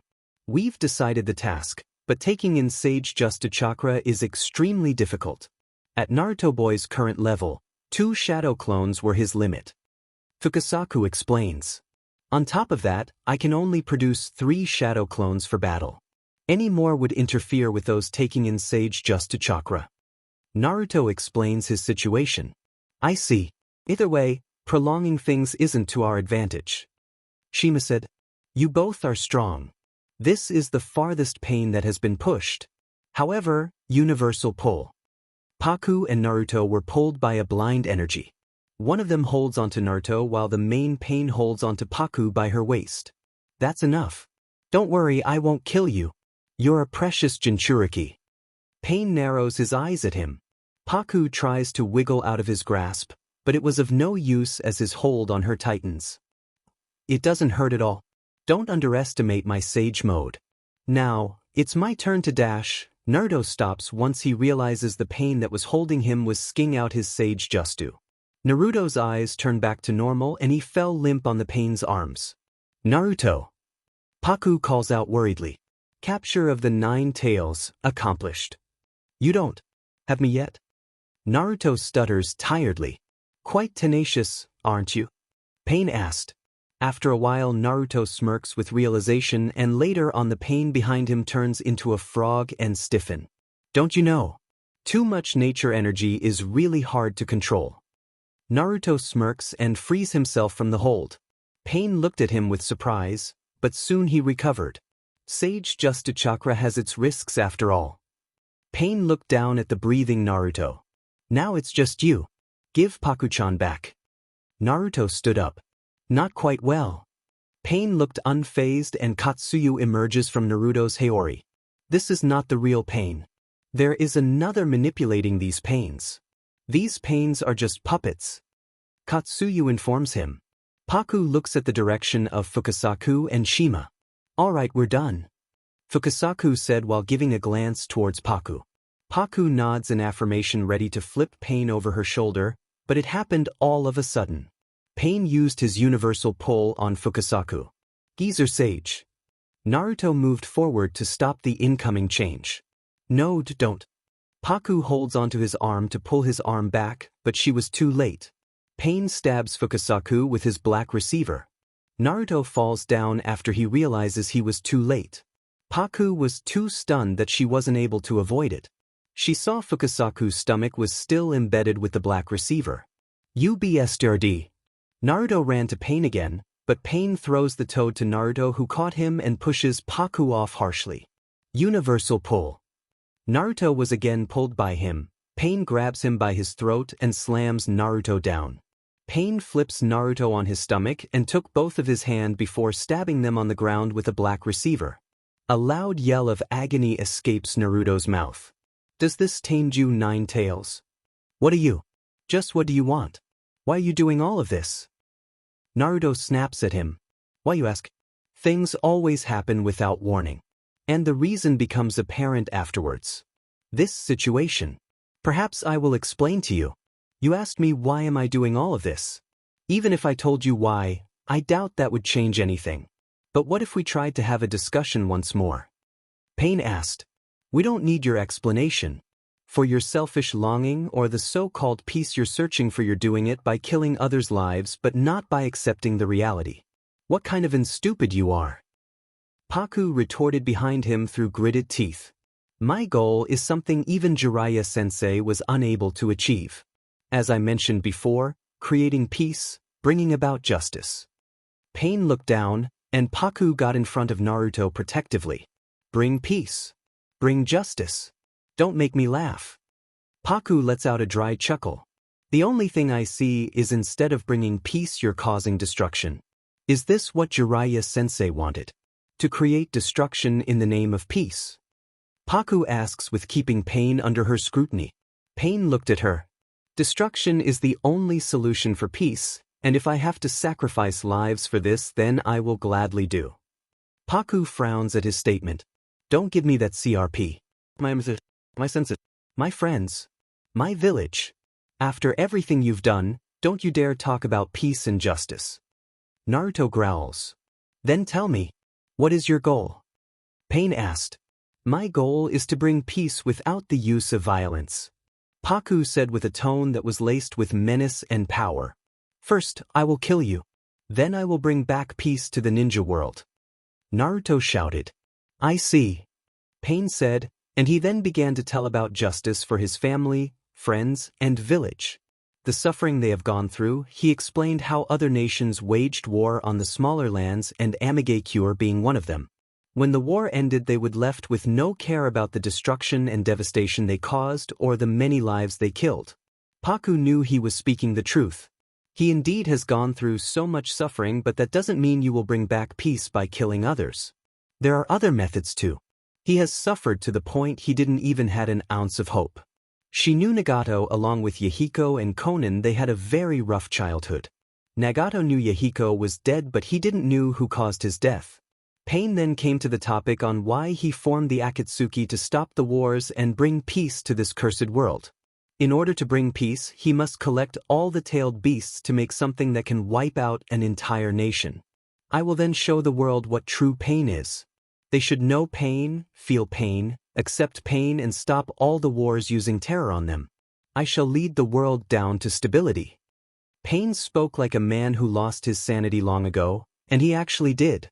Using fear and terror to control individuals to get what he desires. Not forgivable. If that's the method to bring peace, Then why are people accepting the reality and moving on? Paku snaps at him. Human beings are one of the foolish creations as well as intelligent. So they are ignorant of others but only care about themselves. Of course they say after some time the pain will decrease and vanish, but that doesn't stop the war. That unbearable pain will give rise to peace. This is my goal. You're saying that my way for achieving peace is wrong, but in this world I have to do it the way how it is supposed to be done since this world is cursed. Pain finishes his speech, pouring out all his emotions. It is true that war never stops, but that doesn't mean we should give up because the road to peace is tough. I understand your intentions are good, but the action you're taking is not. Your actions is nothing but violence. Paku shook her head dismissively while speaking in a soft voice. But Pervy Sage believes that one day people will understand each other and will live in peace and harmony without the use of violence. Naruto says from his place while glaring up at Pain. Empty words. You don't even have a proper answer to how you will achieve peace. Your only option now is to give me the power of the nine-tail, and after that, your death will lead to peace. Pain says, and a black receiver slides out of his cloak. Don't listen to him, lad. No matter whatever he says, don't listen. You're the child of prophecy, the savior of the world. Jiraiya and Pa sacrificed themselves for you, so don't you dare to lose. If you lose, I won't forgive you. Shima shouts, but then Pain did his almighty push to throw her off. Noisy frog. Pain said, you've got to go through me first. Paku glares at him, and Pain gave a hard stare. Get out of my way, little lady. This isn't between you and me. It is. You destroyed everything. You monster, you yourself were telling about how other large nations destroyed your lands and the situation was bad, but if you do it to our village is good. Not at all. You destroyed my village. My home. Killed my sensei, hurted my friends and other ninjas in the name of peace, and still you got the audacity to stand before me claiming that this isn't about us. How the hell it isn't about us? Has your small brain was only able to grasp peace? If you really want peace, then you have to understand the world in different views and don't jump to conclusions right away. You have to understand before coming to a conclusion. Paku said while tears welled up in her eyes, feeling mentally exhausted. You're so blind that you've lost your ability to think clearly. Paku harshly finishes. At her words, Pain clenches the black receiver tightly. Hinata was supposed to come, right? Is she going to come? Paku thought over. All right then, I will finish you off first. Pain says and charges at her with his black receiver. Paku blocks it with her Senshu before pushing him back. She then did a tornado kick, and successfully the kick landed on him, causing him to stumble. She backflipped several meters away and made 3 BLD clones to fight Pain. And successfully he was busy fighting her clones, and she returns to Naruto, who began pleading her to leave him as he is. Paku was too stubborn to listen his words. She was about to yank out the black receiver from Naruto's hand when she felt herself being lifted in the air suddenly, and she was pulled towards Pain. And she knew she effed up. She knew she wouldn't be able to get out of this one. Paku yelped out in pain, feeling Pain stab her stomach with his black receiver. She tastes the coppery taste of BLD on her mouth as the metallic liquid trickles down her chin out of her mouth. The taste of iron made her GG in disgust. If you would have listened to me before, you wouldn't be in this place like now. Pain said while yanking the black receiver out of her. She drops to the ground while groaning in pain. She was about to heal herself with mystical palm technique, but before she could do that, Pain stabs both of her hand in a T formation so she wouldn't be able to use medical ninjutsu. A loud scream resounded as she breathed heavily. Naruto looked horrified as well as livid, and after he sees the scene unfolding in front of him, he loosed his control and the Nine Tails chakra burst through, empowering Naruto's rage. Naruto growls with rage as he was consumed in a BLD red cloak. His body was not visible, only red eyes with monstrous intention, mouth and ears. For tails immediately sprouted from him. Paku's eyes widens, she was petrified. Naruto. Chapter End. Third-person POV. Naruto uprooted the entire ground with its sheer aura only. The black receivers stuck on Paku's hand automatically came out because of Naruto destroying the land. Pieces of rocks falls on Paku, but she ignored it. She focused chakra on both of her hands to heal it as her hands glow maroon. Paku got up in haste seeing Naruto's tailed beast form punching Pain right on his face, who flew back but regains his footing by backflipping. Naruto grabs a huge rock before throwing it to Pain, burying him, and his head was only sticking out, but he got out of it nonetheless. "Do you still think people can truly understand each other?" Pain asked, mocking him. At this, Naruto transformed again as bones appeared on his form. He had skull, backbone, and 6 tails of the 9 tails. "Naruto!" Paku called out while running towards him, but Pain was fast enough to aim a punch at Naruto. "It doesn't matter. My pain is far greater than yours." Paku took this as a chance and kicked him square on his face, catching him off guard as he tumbled back, sliding on the ground. Pain was about to use almighty push on her to throw her off, but Naruto appears in front of Pain, hitting him on the side of his head, throwing him meters away. The ground continues rumbling on and crumbled into more pieces, making it hard for Paku to stand still. The ground had larger craters and huge piles of rocks because of the destruction. Pain shouts before he punches the ground, drawing out water as it splashes everywhere. And he immediately runs off, chased by Naruto. They were now heading out of the village as Paku tried to keep up with them. Naruto makes a tailed beast bomb and throws it towards Pain, who used almighty push to make a barrier.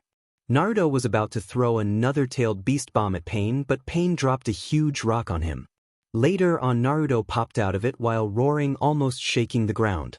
A green light suddenly surrounded him. It was from the necklace Tsunade gave to Naruto. It was trying to seal Naruto's tailed form, but Naruto broke the necklace with a single crush on his palm. Paku curses loudly as she pulls out her Senshu before moving it in a single blow, hitting Pain right on his fave, and he was again thrown off and his head wedged on a huge rock before it crumbles. But then Paku clenches her head with tears welling up in her eyes because of the sudden pain she felt. Her eyes felt like many needles were stabbed on them, and her ears rang loudly. Because of that unexpected pain, she falls down unconscious. She laid there motionless, not aware of the situation and danger she was in. She fainted because of the fatigue she felt. It was not physical but mental. It was too much for her. Witnessing something so devastating and listening the words which left Pain was not something normal. But it was not the actual reason. She was suddenly consumed by a numbing pain on her entire body, and her head throbbed, leading her to lose her consciousness. Meanwhile, a black orb forms on the sky as huge crumbs of rock attaches on that orb, and Naruto was getting trapped on that orb. Naruto blows out a beam of fire while roaring. Naruto was flailing to get out of it as more rocks attaches trapping Naruto, but a huge explosion happens as Naruto's head burst out of it with his neared 9-tailed form. Meanwhile, with Paku, she suddenly got up from her sleeping form slowly as her eyes remained closed. Paku twirls around slowly with her Senshu moving in a rhythmic manner as green light surrounds her along with leaves. It was looking like a breathtaking dance with the element earth dancing along with her in joy. But in actual it was something else. But then she stops in her place as seconds later, green light envelopes her body, and later on, the attire she was wearing before was not there anymore but changed into a appealing light green dress as it hugged her curves. Her hair was now flowing with the wind in a graceful rhythm as the normal blue and golden Senshu in her hand changes to a larger, green and silver one. Leaves twirled behind her as a brightening light then encased the leaves, and soon behind her a pale green dragon was flying. The dragon roared. A maroon rhombus-like structure forms on Paku's forehead as she felt a surge of chakra rushing to her. She opens her green's eyes once, which were chocolate brown, looks at the devastating scene before her. Naruto was entirely trapped inside the piles of rock. Paku turns to Pain, who was watching her with a surprised look. "Stop this as soon as you can," she says in a calm and relaxed tone. Pain was confused with the sudden change in her. Once she was normal and then she transformed into something else. Her once tied dark curly hair moved in the wind in a dance of rhythm as her green eyes shone brighter and calmer. She was giving off a different aura. He was able to feel her high amount of chakra on her, but it was very different. He also noticed her forehead, which was adorned with a maroon rhombus-like pattern. "No, I will not. After all these hardships, the mission to capture the 9 tails is successful." Pain replied back, and Paku rose a brow with amusement. "Oh, is it so? Your decision is not so wise. Unless you want me to change your mind. Paku said with a playful smirk. Try as much as you want, but I will not move back. Pain answered, at which Paku narrows her brow at him and her smirk falter. Then watch me, she whispers as she levitated on the sky with the dragon flying above her. She continued piercing Pain with her deadly glare as her Senshu glowed slightly, and in a blink of an eye she swings her Senshu. A blast of whirlwind traveled for meters, and with the impact it created a huge crater on the debris of rocks which was floating on the air and trapped Naruto inside it. The dragon behind her roars, shaking the ground with its intensity and power. The dragon flew to the crater too and hit it with its tail with a growl. With that, the debris crumbles into pieces as the pieces falls down the ground. Pain realized if she will keep this up then his plan will fail, so he also jumped up to stop her. He levitated on the air like her. At his appearance, she clicks her tongue before giving him a sickeningly sweet smile. Are you ready? She asks, and Pain gets confused over her question. For what? He questioned back. You know it's not right to answer a question back with another question. She gave her closed-eye smile to him. Pain lifted his hand up to do his technique again. Universal pole, he said, expecting her to come closer to him, but nothing happened to her. She was still on the air with her smile, which wasn't looking like a light-hearted one. Pain's eyes widened after realizing that his technique didn't work on her. Nobody could defeat the Rinnegan or a single technique, but he was now in front of this girl who didn't even move an inch. And at that time he knew he f up. Meanwhile, Naruto was back to himself after his talk with his father. Naruto was on his sage mode as he watched from the destroyed rock piles in the air, but he jumped down once he realized the rocks were about to fall down. He looked up to see Paku and Pain who were talking, but then Pain lifted his arm to do universal pull, but it didn't work. Naruto's eyes widens with the new appearance of Paku. What happened? He mutters, and Katsuyu crawls out from his jacket. While you were on a rampage and destroyed the village, Paku was trying her best to stop all of this. Pain used his planetary devastation, but Paku was able to stop it with her new form. She suddenly fainted, and in the next moment she changed, and she even unleashed the 100 sealing technique or the Byakugan seal, and now she is about to fight Pain cause after what he did to the village, and to you I don't think she will sit back silently. Katsuyu said. Byakugan. Fight him. Naruto asks, and Katsuyu responded with a yes. Is she also in any form right now? Naruto asked as his eyes flickered over the roaring dragon who was flying high in the sky. Yes, she is. But we don't know, but the aura and intensity we can feel. It is sure it's either godly or she's herself is the goddess. Paku then moves her Senshu in a manner like calling someone closer, and Pain moves towards her effortlessly in one movement. Take us to the real Pain, she says, and Pain was surprised to know that she found out too. First Jiraiya-sensei and now you. Nice one, but my answer is no. Pain answered back. The way he was talking, Paku was now at the end of her rope to lose it. She was indeed very much irritated with his stubbornness. She wanted to kill him so badly, but she would not even though her mind was on a debate with it. She was angered by him, but she didn't show a little ounce of any negative emotions on her face but rather gave a closed-eye smile. Die. She simply said, and in a single wing of her Senshu, Pain was thrown to the ground with many silver needles embedded on his body. It was from her Senshu's metal. Where Pain falls, his body crashes on the ground, and created a huge crater under his body. Blood gushes out from various injuries caused by Paku's silver needles. But then Naruto came into his view while glaring down at him. Tell us where the real Pain is. He growls, but Pain didn't answer at all, and he got up to attack Naruto again, but Naruto beat him to it by his Rasengan, and finally Pain fell down lifeless. He was not able to fight back Naruto anymore because of Paku, who landed severe damage on him just by single-hand movements. Paku then settles down on her feet beside Naruto, who stood still with his head hung low. It was finally over as Paku's gaze locked on Yahiko's body and noticed the boy beside her who remained looking down. Naruto, is everything alright? She asked worriedly, and Naruto remained looking down. Naruto Paku was cut off by Naruto hugging her tightly. He wraps his hands around her, scared to let her go at all. He hides his face on the crook of her neck while his face was gently grazed by her curly hair. I'm sorry. I'm really sorry, Paku-chan. I'm sorry for the way I acted with you back there. I shouldn't have said that to you. I know everyone has lost someone and overcoming that is hard, and I know you would have also gone through that, but I spouted nonsense that time. I wanted to apologize for the time, also how I first behaved with you and unwelcomed you when you came to the team for the first time. I'm really sorry, Paku-chan. It's okay if you don't forgive me. Naruto cried on her shoulder, and his hug tightened around her. Paku freezes in her place with the apology, and she suddenly felt bad just by hearing his broken voice. But then she smiles softly at this before wrapping her hands around him too as her hand lovingly caresses his soft hair while she rubbed comforting circles on his back. Naruto, it's all right, she whispers near his ear. Her dragon was now sitting behind her while observing them silently. It's all right. It was not your fault that you were overwhelmed by the news of Jiraiya's death, and I also don't blame you for how you reacted even for the time you acted so rude with me in our first meet. You don't need to apologize, I'm fine, it's all right. You didn't did anything wrong, and if you feel shitty about this then don't forget that I have forgiven long time ago.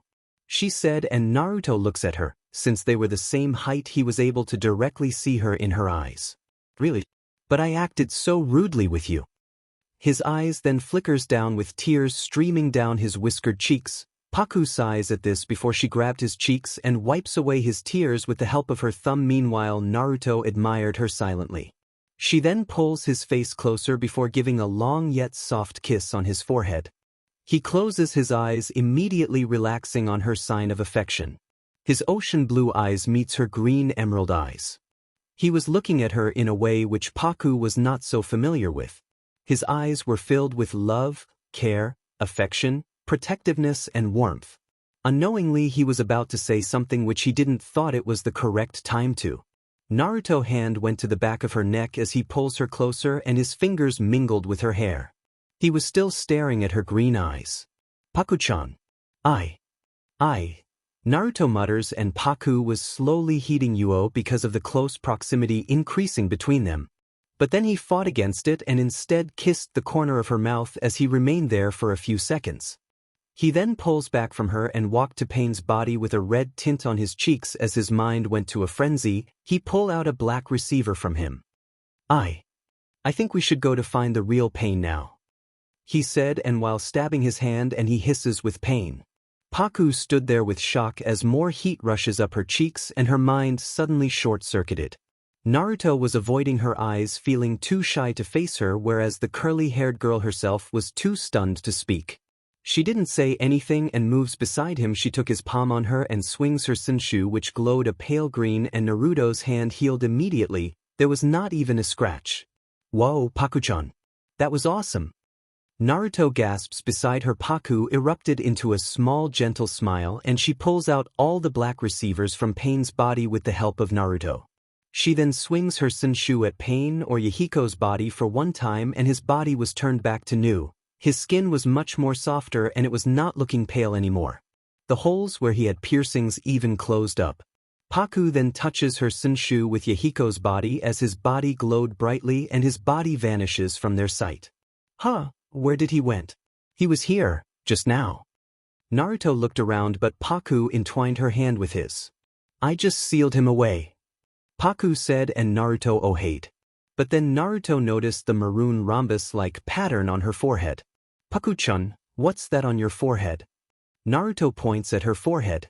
Paku touches her forehead, feeling nothing wrong with it. What's there? Paku asked, and Naruto touches the maroon diamond on her forehead. Yeah, it feels normal but it is very vibrant, he says, and right after Katsuyu appeared out of Naruto's jacket.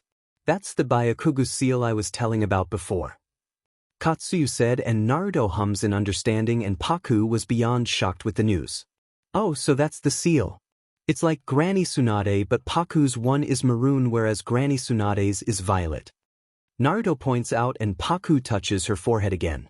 I really unleashed the Byakugo, she mutters lowly as she was overwhelmed with joy and pride. Yes, you did it, Paku, Katsuyu encouraged. You did it, Paku-chan. Naruto also joined. But then Paku's Katsuyu crawled out from Paku's here. Now, you both should head to where the Real Pain is. Katsuyu said, and Paku nodded. Paku places the Katsuyu which was with her this whole time on Naruto's shoulder, and the two Katsuyas merge together. Naruto stands up with Paku's hand on his as his eyes fixated on a mountain. Well then, let's go. Chapter End. Third-person POV. After confronting Inoichi, Shikaku, and a Hyuga, the both of them set off to find the real pain with determination.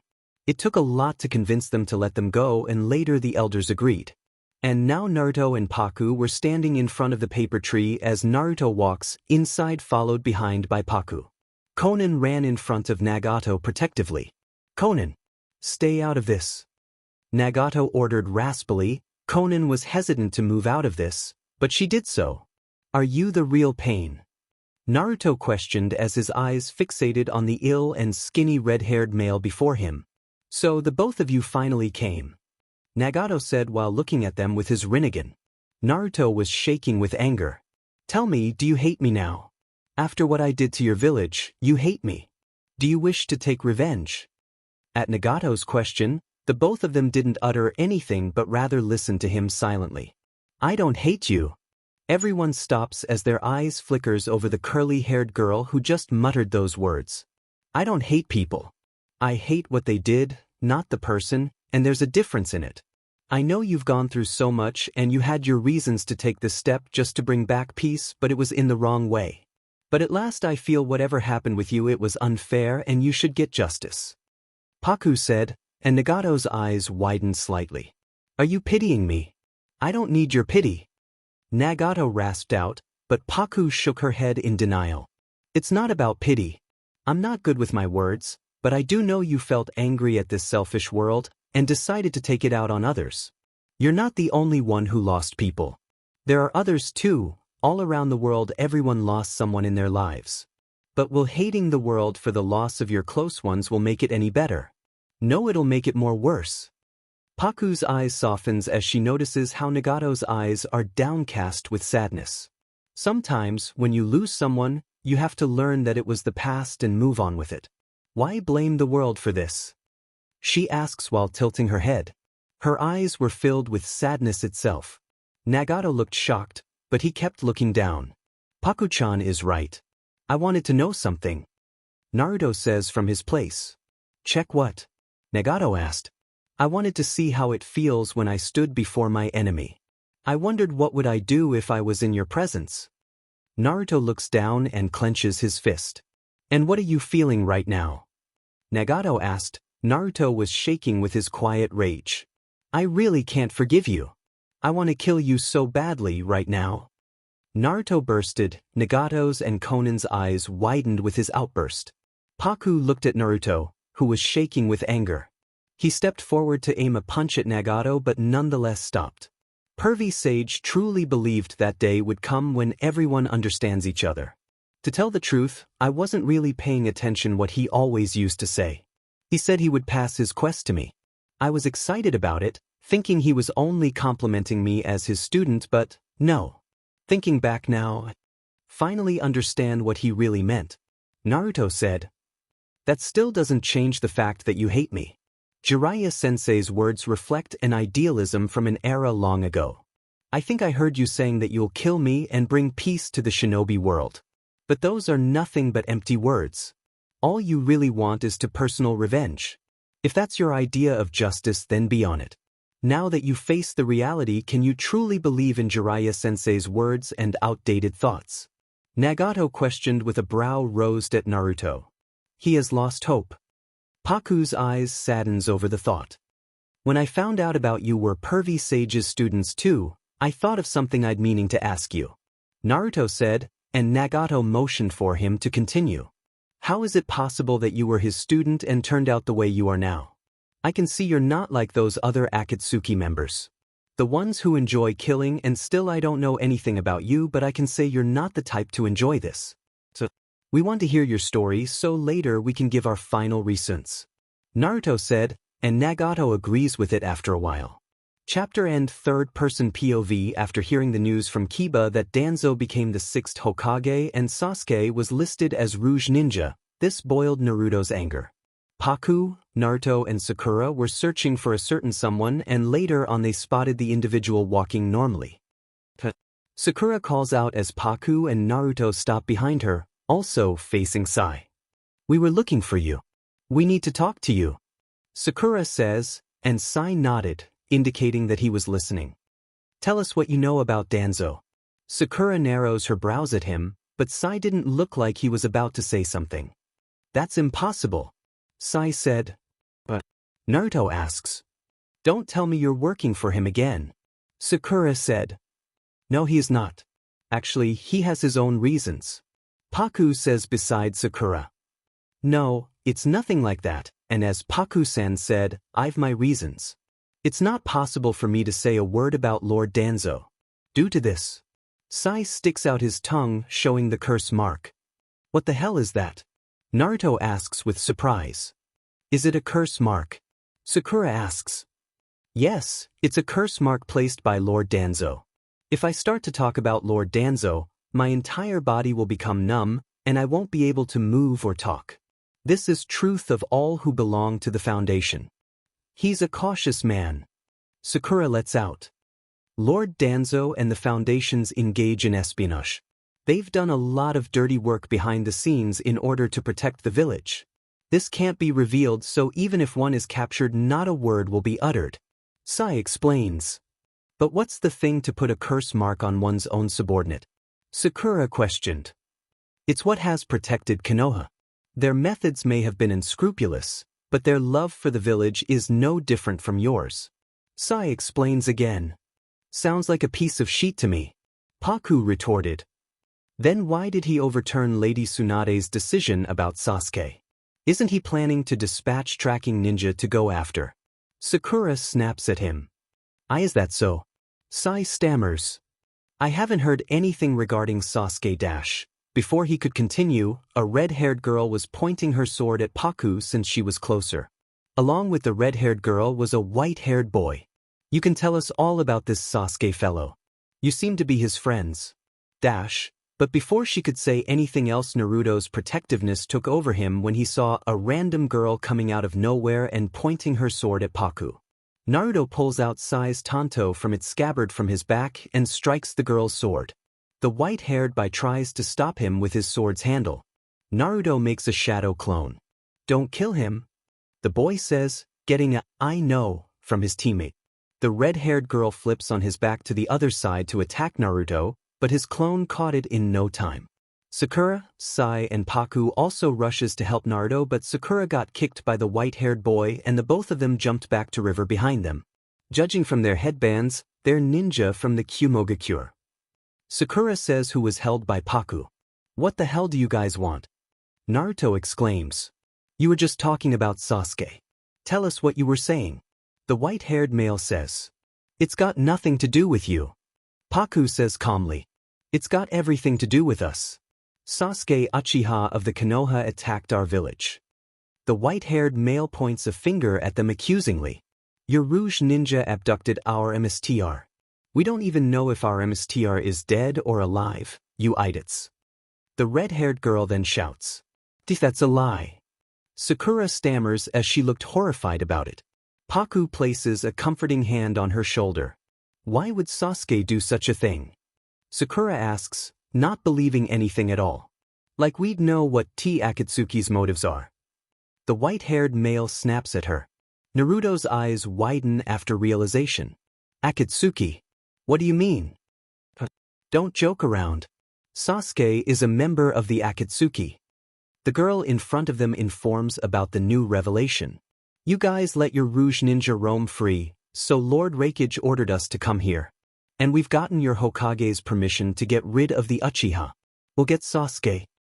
The white-haired male says with clenched fist. The Uchiha is ours. You will tell us everything you know about Sasuke. Of course, his ninjutsu style and powers too, and also any data you've gathered about the Akatsuki and Sasuke's partners as well as their past actions. The red-haired girl points her sword at them. No, it's a lie. Sasuke wouldn't join the Akatsuki. Sakura was still in disbelief. Are you sure about this? Naruto says he was also shocked as Sakura. Yes, the Uchiha family crest was verified. And his facial composite matched the list too. That's not possible. Sakura suddenly started to cry after hearing the unexpected revelation. Sakura, anything is possible in this world. The things they're also saying would be in actual, otherwise why would they just come out of nowhere and attack us? Paku says while comforting her friend. Why are you crying? We're the ones who want to cry. Your tears won't bring back Lord Killer B or Lady Yujito. If you have time to cry, then start talking about Sasuke. The red-haired girl says harshly because of how she was behaving. Paku was indeed angered by her tone. Could you just shut that irritating big mouth of yours? She raised a brow with annoyance. Even though her voice was calm and reserved, they could notice the annoyed undertone in it. Huh? What do you mean? The girl from another village felt offended, ready to say something back, but Sai interrupted. Wait guys. When the authorization to terminate Sasuke was given, all Konoha data relating to him should have been passed on to you.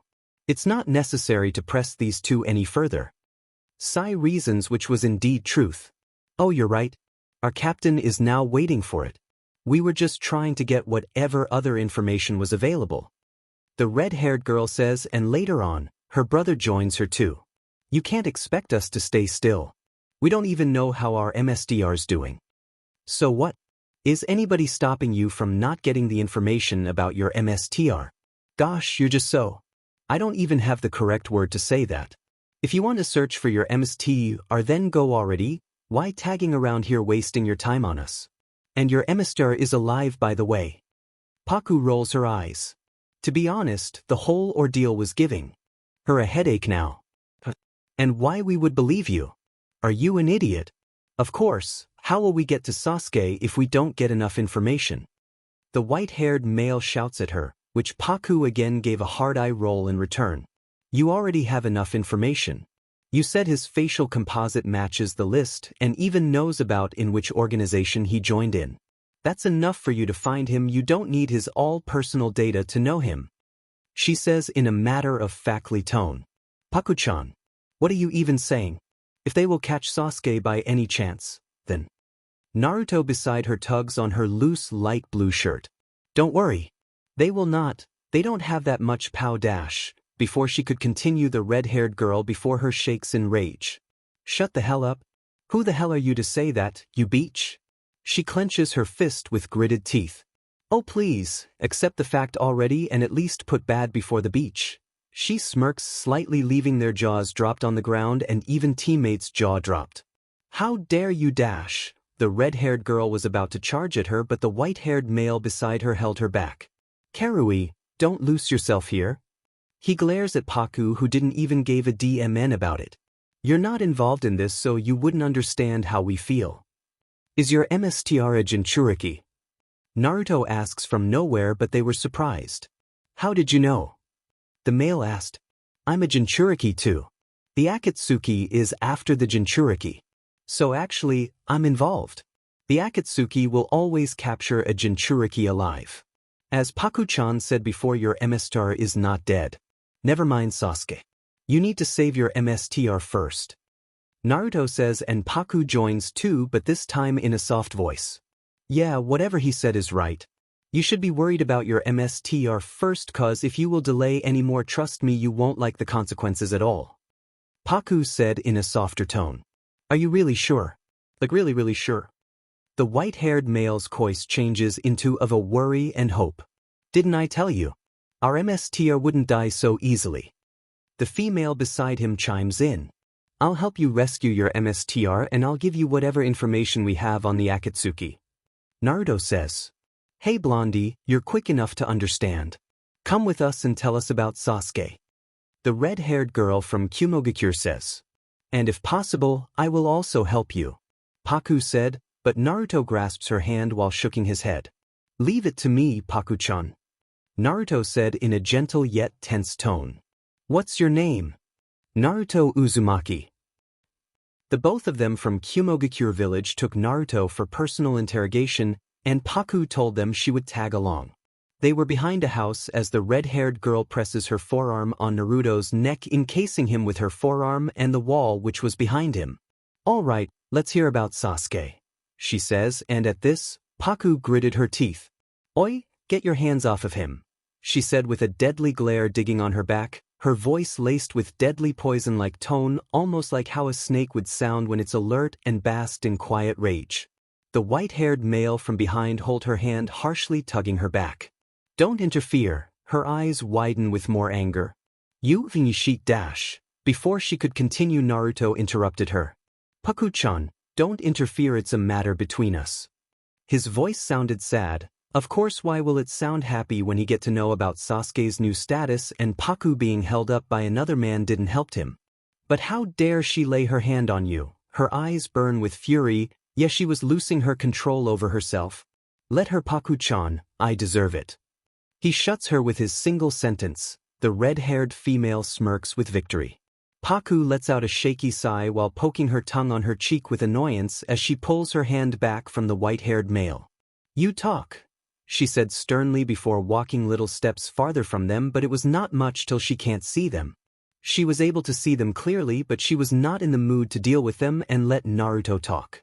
Naruto looked down solemnly as he spoke.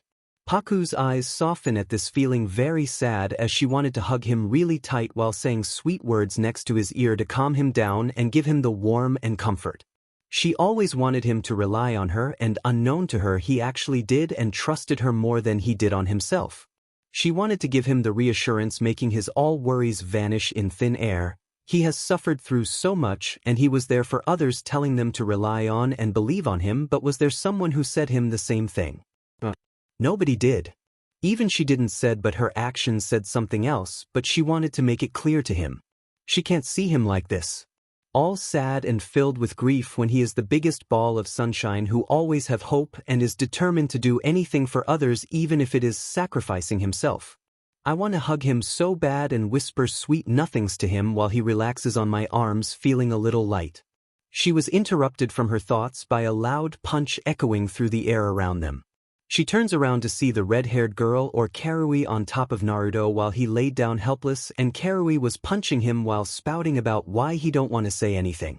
At this, the fury inside Paku loosened. She strides towards Karui, pulling her back by her hair. She did this action by her protectiveness taking over her. Even she didn't know why she did that, but she felt better. As she got a fistful of hold on Karui's red hair, she dragged her back from on top of Naruto. Karui shouts in agony while Omoi, the white-haired male, tried to stop her, but she jabbed her elbow on his side with a little chakra for an harder impact. He held on to his side with pain as he hisses. "What's wrong with you?" Karui whines while trying to free her hair from deadly hold. "What's wrong with me?" "No, what's wrong with you? Even he did given you his permission on punching him as much as you want, I won't allow. How much are you gonna punch? It won't help back or won't bring back your MSTR." Paku spouted. Naruto supports himself with his elbow with bruises on his whiskered cheeks, which Paku can't even stand for a little bit anymore as her hold on Karui's hair tightens. "How dare you hurt him?" she shouts while shaking in rage. "Paku-chan, leave her." Naruto pleaded quietly. "No, why would I? Who the hell she is? Who the hell gave her the permission to even touch you? Even if you gave the approval, I won't allow it. Can't you put your hands to yourself rather than punching him? Heck, why did you even dare to touch him?" she says as Karui holds on her hand to let her go, and she surprisingly did let her go before getting in front of Naruto protectively. "You got the very nerve to punch him, right? Do you want me to show you what a real punch is like?" Her voice suddenly lowers, and it was clear as day that she got really mad when Karui acted like that to him. Karui and Omoi were shaken to their core from her voice. "Paku-chan, please leave them," Naruto says suddenly while clenching on her legs slightly. She looks down at him. His face had bruises from Karui's punches and even his nose was bleeding. She sighs, unknowingly tears well up in her eyes. "I'm letting you go," just Naruto said.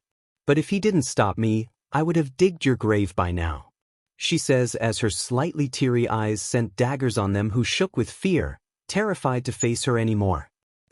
Pulls up Naruto to his feet and supported him by wrapping her arm around his back as she slides his arm on her neck to support him.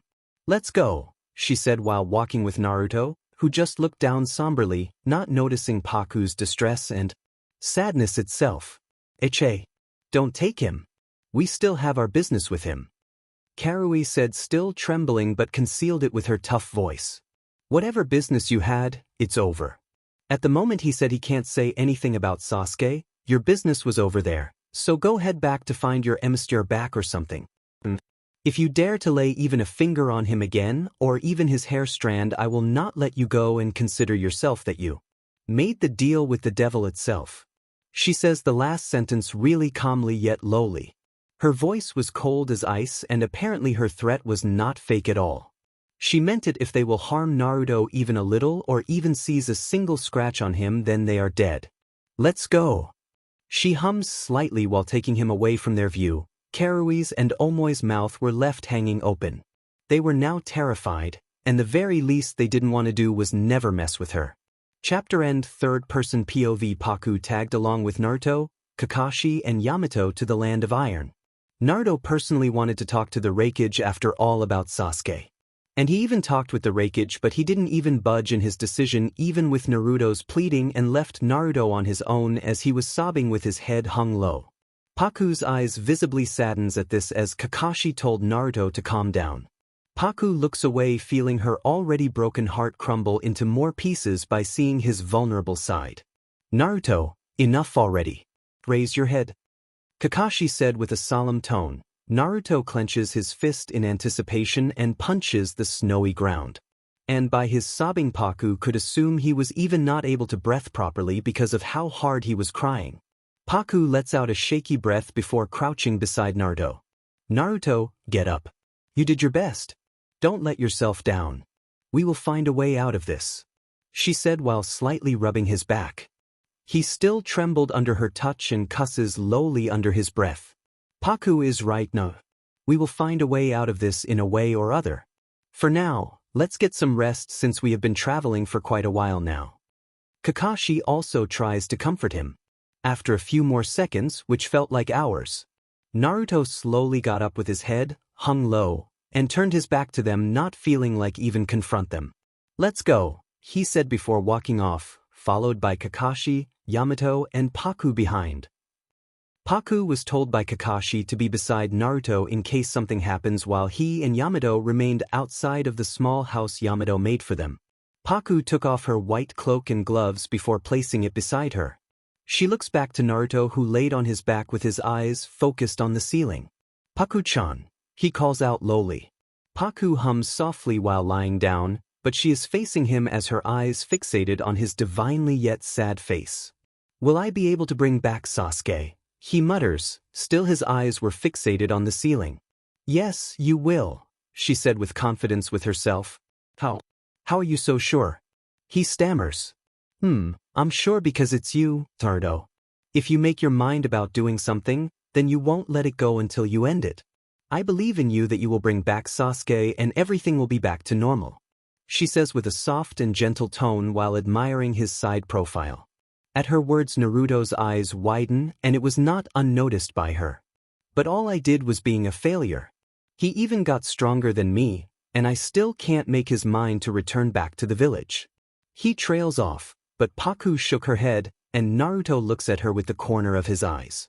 You did your best. Don't call yourself a failure even if you failed, then remember once a failure achieves success one day. I'm not good with this, but what I'm trying to imply on is that whatever kind of hardships and strugglings you're going through to bring him back will not go to waste. Believe me, it will take time, but everything will eventually get better. She finishes while placing her hand on his hand. Naruto takes her words into consideration and slowly intertwines his slightly larger hand with her smaller ones. He liked the feeling of how his hand and hers were fitting so accurately. It was as if their hands were made for just each other. He felt the welcoming warmth radiate from her hand and welcomed him, to which he lets out a breathy chuckle. You never failed to bring me back to life by giving me hope. But you're my sunshine, she says while flashing him a gentle smile as she pulls her other hand up to his face and strokes his whiskered cheek ever so softly. To the blonde boy, it was as if he was caressed by an feather. His eyes closes involuntarily with this action as he relished on the moment. Anyhow, I will bring Sasuke back, he declares, causing the curly-haired girl in front of him to smile wider. Now that's my sunshine. With her new nickname for him, He immediately flushes red. Naruto turns to her side as his back faces the window now. He looked at her warm chocolate-brown orbs as she also found herself drawn with his appealing ocean blue eyes which were deeper than the Pacific Ocean itself, and she loved it whenever she found herself drown in his gem-like eyes. Paku-chun, he calls out to her, and she hums back in response unknown to her. He was nearing to her slowly. You're so appealing. He trails off with his eyes still locked on her eyes. She was able to feel his breath fanning her face, and his breath was much hotter than the normal. And then his eyes flickers to her lips before it again went back to her eyes. This time it was Paku who was blushing as her cheeks were adorned with a rosy hue on them. He squeezes her hand as he was about to do something, but they were interrupted by a voice, and it certainly belonged to the man who was sitting on the window ledge. And honestly, he was not liking the scene before him which was unfolding just before his own eyes. Just why? Yo, how about we talk, Naruto Uzumaki? Naruto immediately forgets about the moment he was about to create with Paku as he got up hastily with a Rasengan in hand and attacked him, blowing half of the house. Even Paku got up with her guard up. Her once pleasant face was changed to of an alert. A Rasengan right off the bat. You know, it doesn't work on me. Naruto and Paku looked up to the blown-up roof as the figure who wore an orange swirl mask looked down at them. Wood emerges and wraps around the masked figure, capturing him with its hold as a prison-like cell made from wood appeared around both Naruto and Paku, trapping them inside it. Yamato appeared in front of them, giving them the idea that it was him who did that. Naruto, Paku. You just stay put. Kakashi activated his Chidori as electric current zapped through the snowy and chilly air. The blue light emitted by the jutsu was a bright contrast to the gloomy sky and snow around them. As expected, Sharingan Kakashi. You're fast. The masked figure didn't even try to wiggle out of the wooden grip and stood there unfazed. We won't let you get your hands on Naruto that easily, Madara Uchiha. Kakashi's Sharingan was even activated as he glared at the masked man before him. You did just hear my last line, didn't you? No attacks work against Madara Uchiha. The masked figure says with his deep voice that if it was possible, his voice could beat the icy atmosphere now. I don't know if you're merely erasing your presence or if this is an astral projection, but I know it's necessary for you to manifest physically in order to capture Naruto. Otherwise, you couldn't actually grab him. We'll aim for that. Yamato says as more wooden pillar emerges around them. This here is my territory. The masked man chuckles lowly, not even fazed with it. I never thought it would be easy. You see, I have my own plan. But right now, I'd rather talk. Talk? Kakashi questions. Just, what was it that made Pain, Nagato, turn into a traitor? Naruto, you've aroused my curiosity. He says with interest laced in his voice as he looks down at Naruto as well as Paku. Who cares about something like that? What do you intend to do with Sasuke? Tell me about Sasuke. Naruto demanded. Sasuke, very well. I'll tell you. About the man whose hatred of the ninja world runs through his bones to his core. About Sasuke Uchiha. Sasuke's story cannot be told without mentioning Itachi. So first, hear the truth about Itachi. He then explains all about Itachi's sacrifices and sufferings, shocking everyone except the dark-haired girl who kept on glaring at his back Sharingan eye. The masked man left the part about Itachi being alive since he himself didn't know. At the time when he took care of Sasuke and Paku after the fight, surely he heard Sasuke demanded her to give his older brother back to him, which he assumed was his dead body and actually didn't know he survived, so he ended with Itachi being dead. What does it mean? Even if it is true, if Sasuke is aware of this, why would he help the Akatsuki? Knowing him, he would return to Konoha to carry on Itachi's will. Kakashi asked, getting confused. The man before him chuckles before speaking. As Sasuke's teacher and his friends, you might have assumed you understood Sasuke's true feelings. But you were badly mistaken. He's the real thing. A true avenger. That's what he is. Did you turn Sasuke into that? Naruto asks through gritted teeth. No, I didn't. Sasuke chose this himself. The masked man answers him. Naruto clenches his fist while leaning his head on the wooden bar, still not believing his words. It's a lie. Naruto shouts with disbelief. Even I took a guess about it. Is he willing to carry Itachi's will? Or take revenge on the Konoha? And he chose vengeance. In essence, he was meant to be on our side. Sasuke's goal at this moment is to take revenge against Konoha for what they did to Itachi and the Uchiha clan. The masked man, or the so-called Madara Uchiha, says, "It's not his goal. You're taking advantage of him due to his mind not being stable. He is at his lowest, and you're making a pawn in your project. Isn't it?" Paku finally said something after a while. The man chuckles, feeling more drawn towards her. Who knows? It may be, or might be. He confused everyone with his answer. Why him? Why did this happen? How could he turn to revenge? Naruto asks shakily. It was inevitable. It is the Uchiha clan's blood-soaked destiny of hate. Like a curse that has been passed through the ages. The man answers the obvious. Naruto looked confused as he questioned about the curse. Yes. A curse of hatred, which started generations ago with the Sage of the Six Paths, who is said to be the founder of the ninja. The Sage of the Six Paths? That's just myth. The Rinnegan was no more than a mutation. Kakashi says, myths are born from truth. Long ago, the Sage of the Six Paths preached the Ninshu and tried to lead the way to peace. But before he could realize his dream, time ran out. He then explains how and Hashirama are the descendants of the sons of the Sage of the Six Paths. I can see the fourth Hokage in you, Naruto. Even after death, he lives on. He, whom I admired, yet he was my rival. And the man I hated the most. Senju and Uchiha, the will of fire and hatred. Naruto and Sasuke. You both will probably be the next chosen fate. The Uchiha was destined to be a clan of vengeance. Sasuke has shouldered the entire burden of the Uchiha hatred and intends to stroke the world with that curse. It is the most powerful weapon. Paku narrows her eyes at him as she senses he is about to finish his long but explanation. You will probably end up fighting Sasuke one day. Rather, I will throw Sasuke at you. A battle that has been predestined ages ago. Do you think you can change your mind like Nagato? Controlling people requires the skill to manipulate the darkness in their souls. Although, Nagato just happened to be easily influenced by others. Naruto grits his teeth at him before he snapped. He was different. He truly wanted to achieve peace.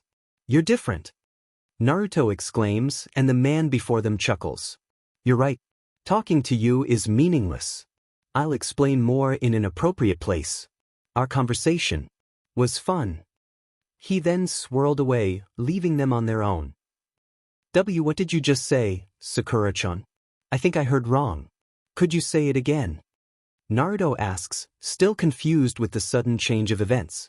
Sakura blushed or pretended to blush and looked away shyly. I love you, Naruto.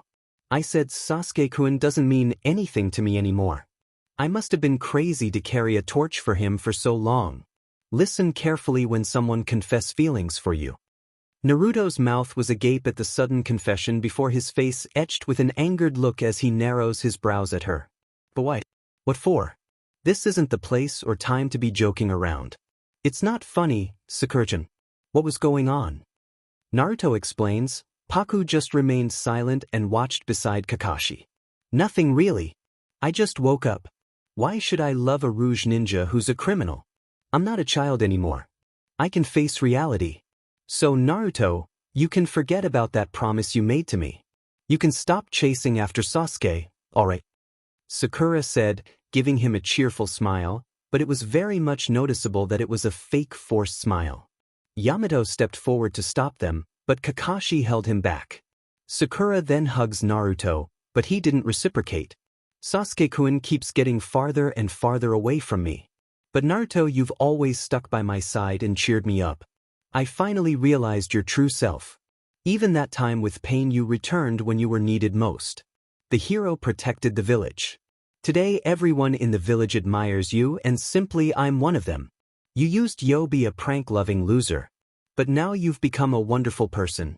And I've witnessed it all, firsthand. Meanwhile, Sasuke-kun keeps adding to his crimes and breaking my heart. Always becoming more of a stranger. But you, Naruto, I'm able to be close to you like this. You comfort me.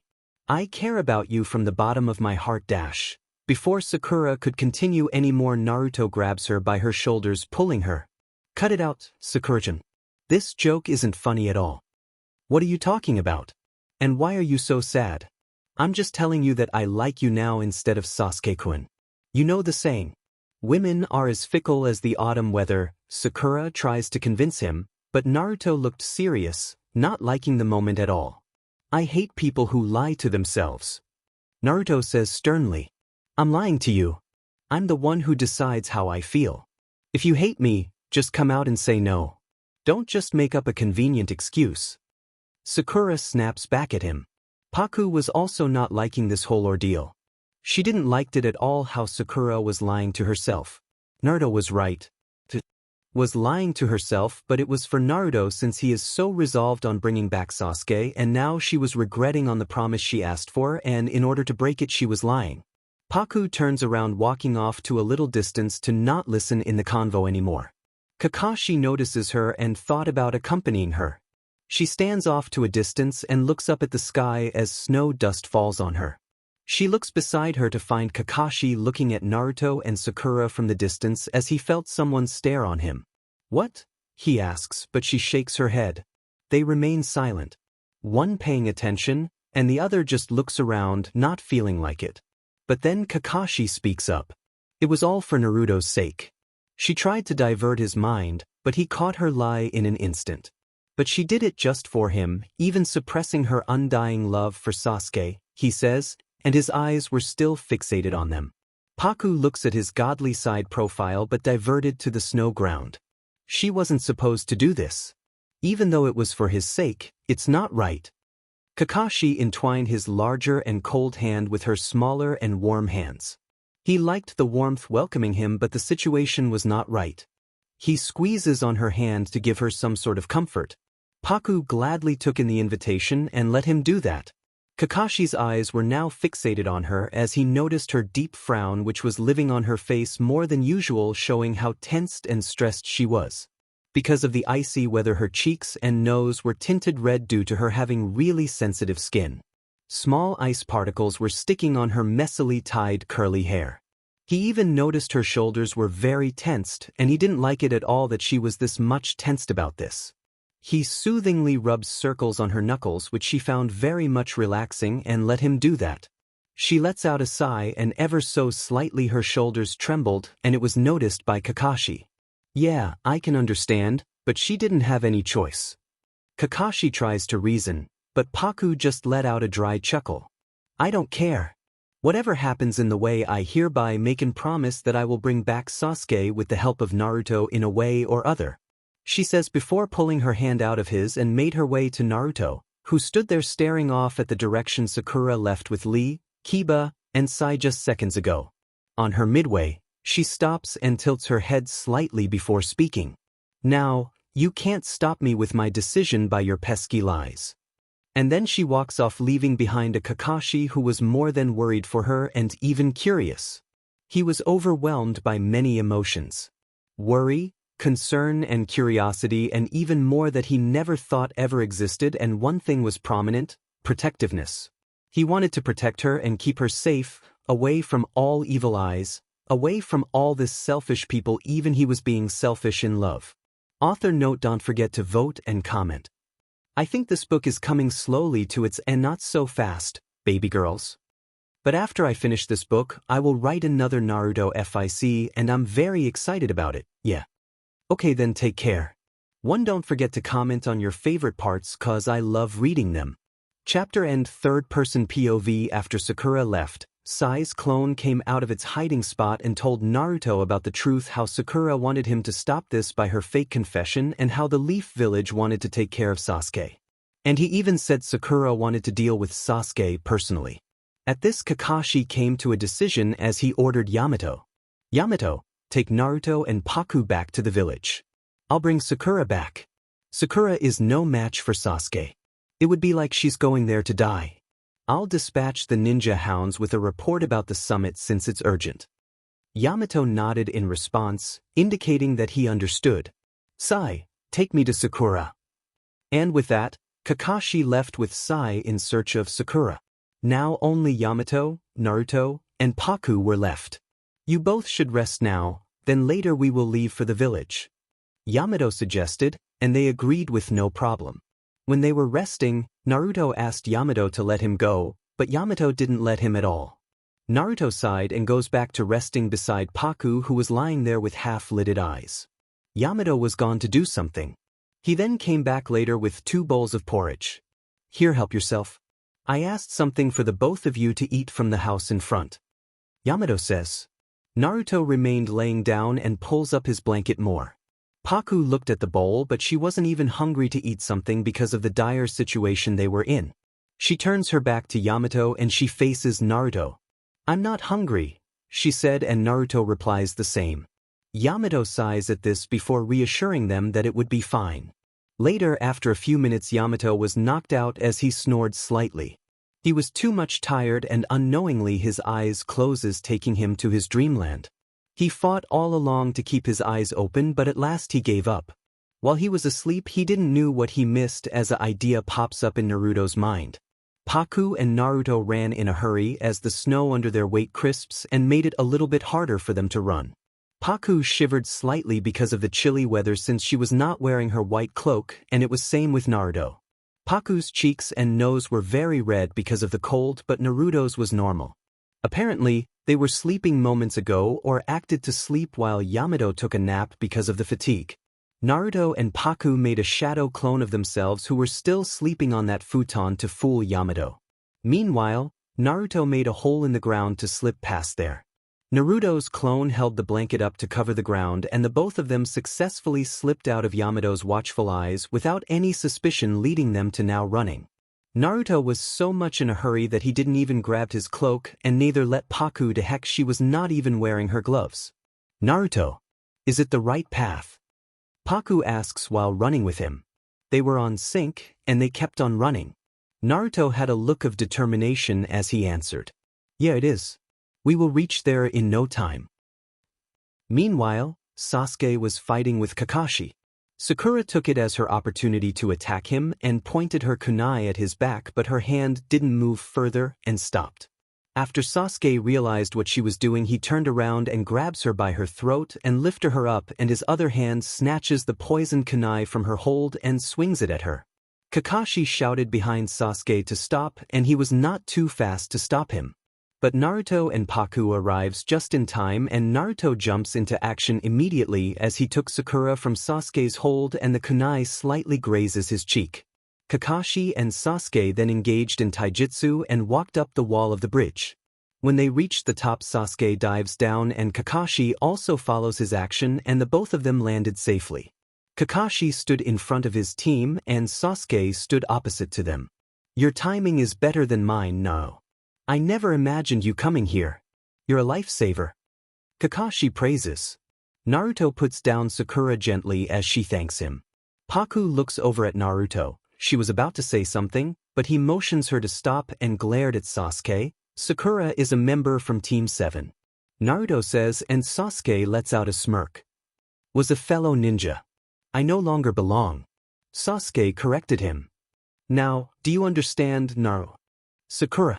His intent to kill is real. Sasuke is no longer the same person as before. Kakashi said, and Naruto thought about something before stepping forward while calling out his name. What? Sasuke questions back. I heard the truth about Itachi from a guy named Tobi. I don't know for sure if what he said is really true or not. But it doesn't matter. What you've been doing is understandable. Naruto says the unexpected, shocking Sakura and Kakashi. Paku's expression remained neutral. Sasuke clenches his fist. Naruto, I told you before. You don't have parents or siblings, so you couldn't possibly understand me. So outsiders can keep their mouths shut. Sasuke shuts him off. Paku narrows her brows at him before she stepped beside Naruto with her right hand raised toward Sasuke as there was a slight disturbance in wind around her. Her always messily tied bun looses from its usual hold on the pair of chopsticks as her hair fell open and bounced past her shoulders. The pair of chopsticks falls on the water surface below them as the water below her rise and swirled around her before making the same water lotus to adorn the side of her head. Stop spouting nonsense. The only one outsider here I see is... She growls lowly under her breath as a dragon forms from the water surface below them and stood behind Paku with a very visible scowl. It was as if Kakashi, Naruto, and Sakura were in a déjà vu. The same thing was happening that happened in the mission to capture the three tails. But it was different. She was conscious and glared at Sasuke, who stood there with wide eyes. "Shut the nonsense about outsiders, Sasuke. You should return to the village. After all, you've taken your revenge from Danzo," Paku said with a stern voice, and everyone except Sasuke was beyond shock with the news. The dragon behind her growls lowly, showing his displeasure too. Sasuke was too stunned to say something since it was his first time to witness something unusual like this, but he regains his composure immediately. But he was still shocked. "Yes, I've taken my revenge on Danzo, but not on Konoha, the village which put my brother through this suffering and pain. I will wipe down Konoha," Sasuke said with a crazed expression. "You know what you're choosing? Darkness. You're already on the path of darkness, but what you're thinking about it is nothing but only darkness and nothing. Your brother didn't wanted this for you. He didn't killed for you to choose this path. He wanted you to live a life after avenging your clan, so stop it already," Paku exclaims with her usually calm tone. Sasuke narrows his eyes at her as he gritted his teeth at her with annoyance. "It's my choice. I'm the one to choose whatever I want, not you. And who the hell are you to stop me? You're annoying," he declared, and Paku lets out an amused chuckle as the water dragon behind her is more than displeased when he hears such wordings towards his goddess. "I'm annoying, but not like you. You're far more than annoying, who just thinks that whatever you will do, it would be the best and is stubborn on his decision, and on top of that it would be the worst decision ever you would have taken. You know what you're? Pathetic. A failure," she retorts back, but not harshly, but her words cut deep through him. He was about to snap at her, but Sakura beat him to it. "Do you know what Naruto has gone through for you? And even Paku? Whatever rumors we hear about you, he never stops thinking of you as a friend. While everyone targeted you, Naruto alone tried to rescue you. Even now." "Rescue me? From what?" Sasuke asks. "Well, from..." Sakura looks down. "From revenge. I swear I'll save you from the chaos of vengeance." Naruto completes her sentence. "There's no need for that. The stage has already been set for my vengeance to happen. Just a while ago, I finally got to take revenge on one of Itachi's enemies. I killed a high-ranking elder of the Konoha. Someone named Danzo, as that girl in your team said. I've never felt like this before. I feel the tainted Uchiha name becoming cleansed. I feel the Uchiha getting free from this rotting ninja world. You guys couldn't understand, and isn't what I'm doing exactly what you Leaf Ninja wanted all along? You've always snubbed and put down the Uchiha. So I'll help erase the Uchiha from your memories. I'm going to kill all of you and destroy Konoha. Severing all bonds to Konoha is the ultimate purification, and that shall lead to the Uchiha's true restoration." Sasuke held a crazy psychotic look as Paku stood still with her hand raised. "The only purification you need is for your mind. It's consumed with darkness and hatred," she replies back. Naruto makes shadow clones, but Kakashi extended his hand in front of Naruto, stopping him. "This is my task. Naruto, Paku, and Sakura, get out of here," Kakashi orders them. "But Kakashi-sensei..." Sakura tries to change his mind, but it didn't work. "If you stay, you'll see things you do not want to see. Now go," Kakashi replies. Sakura trails off as Kakashi took steady steps forward. "Sakura, the poison-laced kunai Shizun taught you how to use won't kill Sasuke. Orochimaru gave him resistance to poisons. What's more, you've come to terms with your feelings, right?" Kakashi said, and Sakura's face twisted with grief. Sasuke activated his Chidori as well as Kakashi did too. The both of them stepped forward. "Kakashi-sensei, this something we don't want to see. Are you going to kill Sasuke?" Naruto asks, but Kakashi ignores his questions. "Go, the three of you." But Naruto had other plans. Naruto held back Kakashi suddenly, and his clone charged forward with a Rasengan, and Sasuke also charged at him with Chidori. "Now's my chance. I'm not holding back." Sasuke lets out, and the both of their attacks collide. They remained there and shared words in between them silently. The both of them were thrown back because of the effect of the attack. Sasuke was about to hit the hard rock, but Zetsu emerges behind him and stopped his hit, whereas Kakashi jumps out of Naruto's clone hold to catch Naruto in time. Paku motions her hand for the water dragon to move towards them. The water dragon roars loudly, shaking the ground beneath them with its power as it swirled around Naruto and Kakashi, stopping their fall, and the both of them landed safely on the water surface. "Naruto, I told you to go back to the village," Kakashi said. "It's all clear," Naruto said while glaring at Sasuke, and it confused Kakashi. "It's clear. What do you mean, Naruto?" Kakashi questions. And not even seconds later, a whirl of wind was there, and in a blink of an eye, the masked man was standing there. "What's going on, Sasuke? I told you to go home and rest." Sasuke kept breathing because of the fatigue and the pain his almost blind eyes were going through. The masked man looked at the team before him, and his eyes widened at the recognition of the same form the curly-haired girl took before too, but then his eye shifted to Naruto. "The Nine Tails, it seems you cannot suppress the urge to fight when you two get together. I'll arrange a proper place for you to hunt the Nine Tails. For now, we retreat. I'll fight in your stead, since we nae the Nine Tails Jinchuriki anyway," Zetsu said with an excited smirk as white Zetsus emerges from water below. "Zetsu, you can't capture Naruto. The Nine Tails will be too much for a non-combat type like you. I'm going to let Sasuke get the Nine Tails. It's for my enjoyment as well," the masked man says, and his Sharingan was active. "Oh, is that so?" Multiple Zetsu gets back inside the water, but the masked man stops him. "I'm concerned about Kisame, so go to him and rendezvous with Black Zetsu," he orders him. Naruto walks forward. Kakashi tries to stop him, but Naruto continues walking. "I'm alright, but I need to make sure I say something to Sasuke," Naruto says. Tobi crouches beside Sasuke. "Let's go, Sasuke." "Wait," Sasuke said and stood up with other plans. "Sasuke, do you remember? Do you remember what you said to me long ago in the final valley? The thing about high-level shinobi, clashing face to face. Just now, we learned things from just trading blows with each other. It means we've become high-level shinobi. You and me, Sasuke. Were you able to read whatever was inside my heart? And you saw it, didn't you? That if you and I fight, we will both die. Sasuke, if you attack Konoha, I will have to fight you. Save your hatred until then. At that time, throw all of your hatred at me. The only one who can handle all that hatred is me. Only I can fulfill that duty. On that day I'll bear the burden of your hate and die with you." Naruto exclaims. "What is it with you, Naruto? Just what the hell do you want? Why are you so fixated on me?" Sasuke shouted.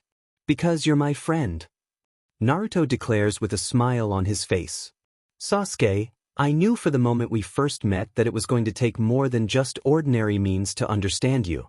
Exchange your fists is how we understand each other. That's for sure. Like I said just now, it means we've become high-level shinobi. I'm not giving up yet. I'm taking you back to Konoha." Naruto says his final decision with his fist raised while he gave a wide grin. At this, Paku also steps forward and stopped beside Naruto with the giant water dragon trailing behind her, intimidating others with its huge size since it was more bigger than a summoning or even a tailed beast. "From hereby, I promise that I will bring back Sasuke while helping Naruto. I will do anything in order to bring you back, Sasuke." Paku makes a promise of her own. Naruto looks at her for a moment before breaking into a large smile. After all, Paku is supporting him, his Paku. "Well, I've rambled on enough. Damn it. A poor talker like me lecturing you, it's not my style. If we both end up dying, you won't be an Uchiha and I won't be the Nine Tails Jinchuriki. We'll be free of all our burdens. And we'll finally be able to understand each other in the next world," Naruto says with his usual smile. "I'm not backing up, nor am I interested in understanding you. And I don't plan on dying. You're the one who's going to die," Sasuke said, but Paku shook her head. "Not as long as I'm alive. I won't let you kill him or not let you die too," Paku says with a determined voice. Sasuke lets out a smirk. "Fine then, I'll kill you first then," Sasuke says. "Sure." Paku answers simply. Paku Naruto. Don't even dare to. Kakashi stops them, but Naruto didn't let him. Kakashi sighs at this, and he was about to use his Kamui on Tobi, but Tobi held his arm up to stop him. Forget it, Kakashi. A jutsu like that won't work on me. Let's go, Sasuke. Tobi said, stopping Kakashi midway, and did his Kamui to vanish away from their view. But then Naruto sways with his skin turning purple. He was about to fall down, but Paku caught him in time since she was just beside him. Kakashi and Sakura rushed beside them with worry. A scratch on his cheek, Kakashi said, and Sakura stiffened on her place. Then it's from the poison-dipped kunai knife I used earlier. Sakura says after realization. Seems like it. Kakashi sweat drops. Paku pulls out her senshu as she swings it gently in front of Naruto's face. Blue dust particles fall on his face as the cut on his cheek shines slightly blue before it started closing up. With this action, the poison inside him was overpowered by the blue dust particles and neutralize it, or more like purifies it, as if there was no poison inside him. Don't worry, he will be fine. She reassured with a reassuring smile as her eyes were still fixated on Naruto, whose face was turning back to its original color. Unknown to her, Kakashi was admiring her with a soft look on his eyes, and he was thankful to God that the lovesick smile on his face was hidden by his mask. She's so awesome. She has every solution to any problems. Just how many times are you going to surprise us? You're making me crazy, my love. One chapter and third-person POV. Paku heals Naruto, and he was back to himself. When Naruto fell unconscious, they got up on the bridge. But he was back to conscious. By the meantime, Kakashi brought back Karen on his back after he took a look around the area. DMN, now I feel a little good. Thank you, Paku-chan. Naruto says with a little tiredness on his voice. Paku smiles at him and ruffles his blonde hair. No problem, she said, and Naruto broke into a grin, but then his eyes flickers over Kakashi, who had a girl on his back. By the way, Kakashi-sensei, who's that on your back? Naruto asks. At this, Karen avoids their gaze. She's one of Sasuke's comrades. Kakashi informs. Not anymore. Karen corrected him. I have a lot of questions I want to ask her. So I'm taking her back to the village. Kakashi informs them about Hu's plan. I see. So we're going back to Konoha. Naruto says, going to the direction where Konoha is originally. Naruto, not that way. Kakashi stops him. What? But Konoha is this way. Naruto said while pointing at the direction. We forgot something in the land of iron. Kakashi says, but Paku slightly hits Kakashi on his arm. Not something. It's someone. Paku corrected him, and right after that, Wood emerged beneath both Paku and Naruto and trapped the both of them in a wooden cage. Ayo, why me? Paku pouts at this angrily, clearly looking like a cat. What the both of you are doing here? You both were supposed to go back to the village with me. Yamato says while he looks around the area. Naruto and Paku came in the nick of time, but it seems you didn't send the both of them over. Kakashi said, of course not. After all, you told me to take Naruto back to the village. Yamato reasons. In simple words, the both of them left you behind. It turned out fine, Yamato. If Naruto hadn't come, Sakura might have been dead now. And maybe even me depending on the circumstances. So forgive Naruto and Paku for their rash action. Yamato hesitantly released them from his wooden barrier. Yamato then left to bring back their supplies, which was left behind along with Paku and Naruto's cloak. Let's get going then. Kakashi said, walking away, followed by Sakura and Paku, who supported Naruto since he was feeling dizzy. Next day, Paku was now sitting beside the limp and weak body of Tsunade in the dark room. On the other side was Shizune too, who looked at Paku with hope. Please, Paku, I know you're the only one who can do anything. Shizune requested Paku. The said girl silences her as she examines Tsunade's pale face. And she sighed out. I'm sorry, I was supposed to heal her sooner, but since you know I was busy with my missions and all the stuff about Sasuke. Paku says calmly and pulls out her senshu. No, it's all right. You were even helping the village to build houses with your wood release. It's understandable. Shizune protested. Bring me a cup of water, please. Paku requested, and Shizune immediately sprinted out of the room to get a cup of water as per her request. A few minutes later, Shizune came back with a cup of water and handed it to the curly-haired girl. "What are you gonna do with it?" Shizune asked with curiosity, and Paku didn't reply to her anything and proceeded to do her work. She swings her blue senshu gently on the cup of water as blue dust falls upon its water surface and immediately dissolves. Paku then gently hands the cup of water to Shizune, who held it with a confused face. Her eyes constantly shifted to the curly-haired girl before her and the cup of water on her hands. "Make Lady Tsunade drink that water gently, she will be fine in no time," Paku instructed. Shizune did as she was told to and make the weak lady laying before her drink the water. And after she was done with it, right after, Tsunade's skin turned back into its normal self. She was no longer pale anymore, but her eyes remained close. At the sudden change in Tsunade's appearance, Shizune's eyes widened like saucers. "How? We tried everything in our knowledge to heal her, but it didn't work, and you did the impossible." Shizune was shaken with the healing power. Paku simply shrugs before she swings her senshu in front of Tsunade's face too as the blue dust particles fall on her. "She will be fine by tomorrow," Paku said while getting up from her place. How did you do that?" Shizune asked her with curiosity. "I did it how I was supposed to." Paku winks at her playfully before continuing. "Stock up all your food resources, cause, after waking up after a long while, she will need the nutrition," Paku said and walked out of the dark room, leaving behind a perplexed Shizune. Paku absent-mindedly walked in the new streets of Konoha, very much bored, and her shoulders were slumped too. She was so much into her world that she didn't notice the loud thumping sound behind her until a voice snapped her out of her daze. "Paku, move out." The said girl turns around, but her eyes widen in horrified. The hurried voice belonged to Kakashi, as he and Guy were again doing their normal matches, and it was for them to reach the Hokage Mountains and beat the other. Paku was too stunned that she freezes in her place. Her mind got blank and her feet got sticked on the ground with a invisible glue. But then she involuntarily moves a little sideways as her mind was in a frenzy to which direction she was supposed to go, and unfortunately Kakashi also took that side to take off and not hit her, but God had others' plans and the both of them collide with each other. Paku lets out a loud groan as well as Kakashi, but he got up immediately after he realized he will lose if he will stay there for any more second. Guy already took off from them, greedy to win. Without any further asking, Kakashi pulls Paku up by her hand and again she collides in his chest or his green vest with huff. "I'm sorry." He then also took off with further any notice. Paku stood there with a dumbfounded look. "What the fuck?" she lets out with a broken language and dusts off her black skirt. She then again continued walking but stops when she realizes something. The event earlier. She was walking, Kakashi told her to move aside, and then she took a step back and boom. The both of them collide, but the thing was he was on her.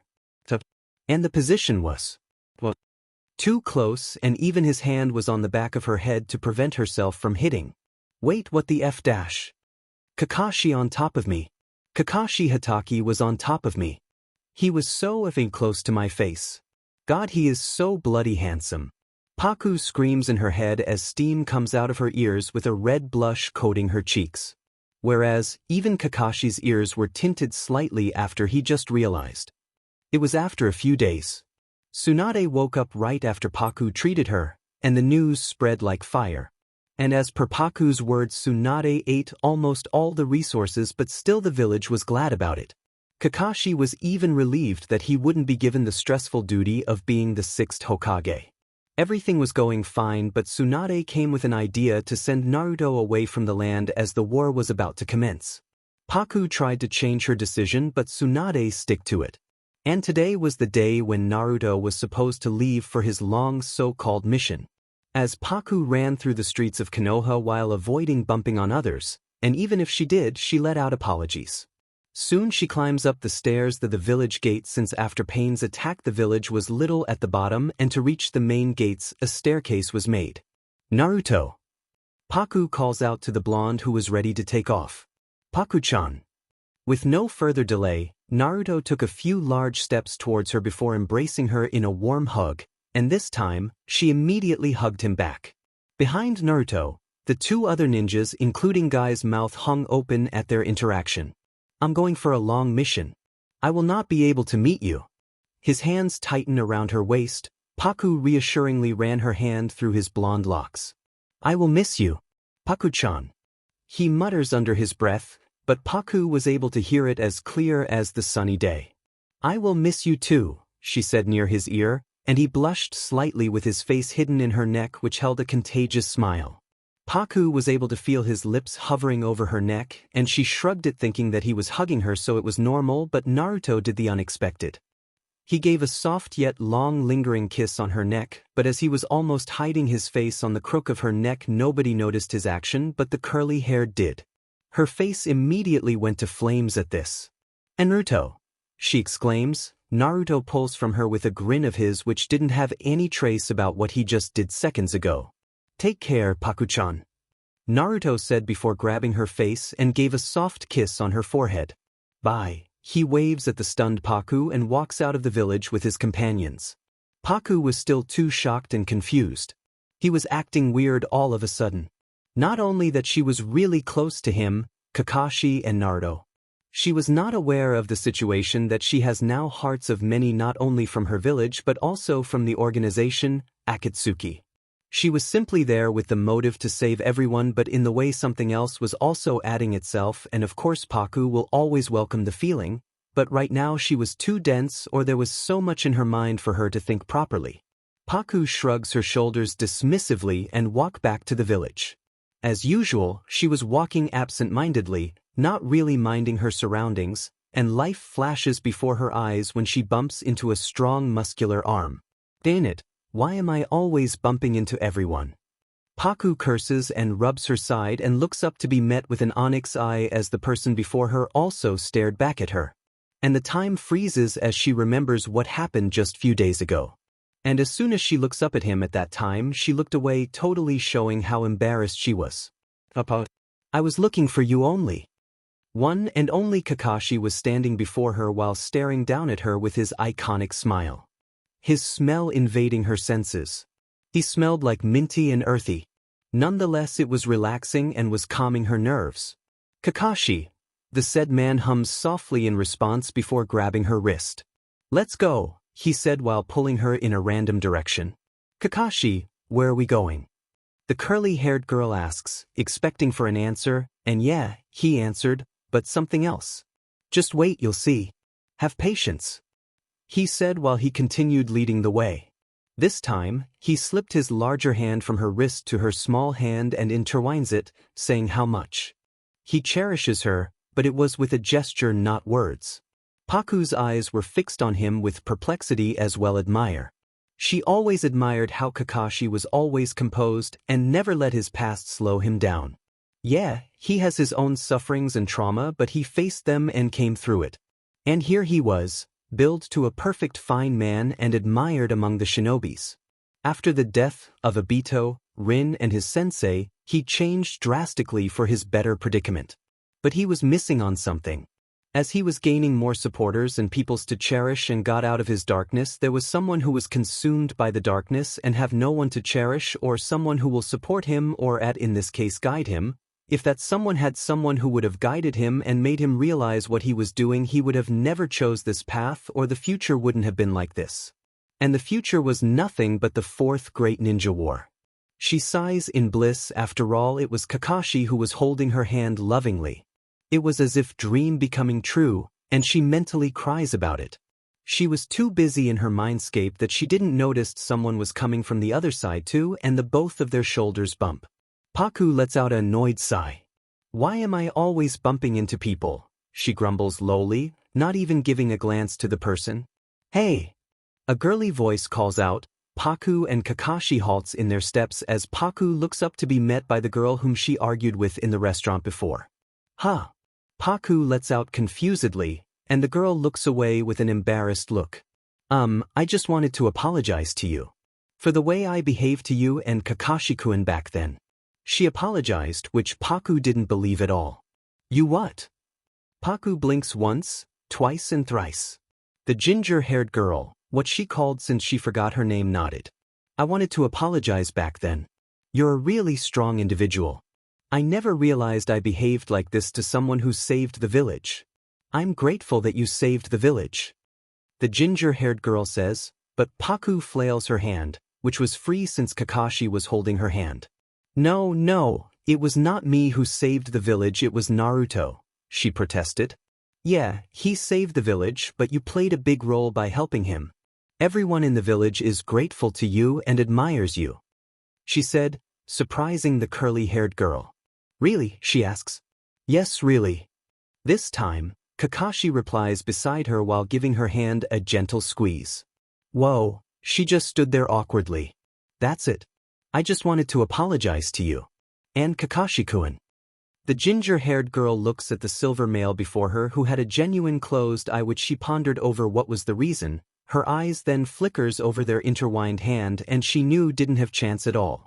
Of course she wanted to take Kakashi, the most handsome ninja from her time of academy. He was perfect in everything. In looks, his duty, behavior and everything. But who could tell her that she was not in love but she was just a normal fangirl of his? I hope you think about my offer again, she said with courage, but Kakashi gives his normal closed-eye smile while giving a squeeze to Paku's hand. I already told you before I'm not interested, he simply answered and silently gave an explanation to his answer by his action. Oh, alright. Then bye. She was too embarrassed to say anything or wait for their replies, and she ran away from there. How weird. Paku mutters while tilting her head slightly. Let it be. Let's go. Kakashi then again walked to a direction with Paku's hand in his. Why does he look so happy? Paku tilts her head. Kakashi held a genuine smile that was too precious for her since she was witnessing it. Ah, days like this. Will I be successful to save everyone and every day will be peaceful like this? Chapter End. Third-person POV. Everyone was preparing for the upcoming war. Paku was still at shock that the war was nearing. Naruto was sent out of the village so he won't interfere, or in other words, he would be safe. Tsunade was back to herself and did all her duties as the Hokage. It was the time for the disaster which killed many shinobis and wounded hearts of many. Paku was determined to save everyone within her power just to make this cursed world peaceful. After taking the permission from Tsunade to let her go outside from the village for a very urgent work, and it took a lot of convincing, and finally Tsunade let her go. And now the curly-haired girl ran through the woods with a determined look in her face with scrolls on her weapon pouch. And after running for a while she finally spotted a clearing which was just the outskirts of the village, and there stood a certain blue-haired girl. At the slight shift behind her, the blue-haired girl turned around to find the curly-haired girl giving her a look of seriousness and nodded. We have to hurry. Apparently, Paku immediately rushed to take permission from the Hokage after receiving the letter from Konan telling her that she was successful to fake her death and make it out alive. It was going all as planned.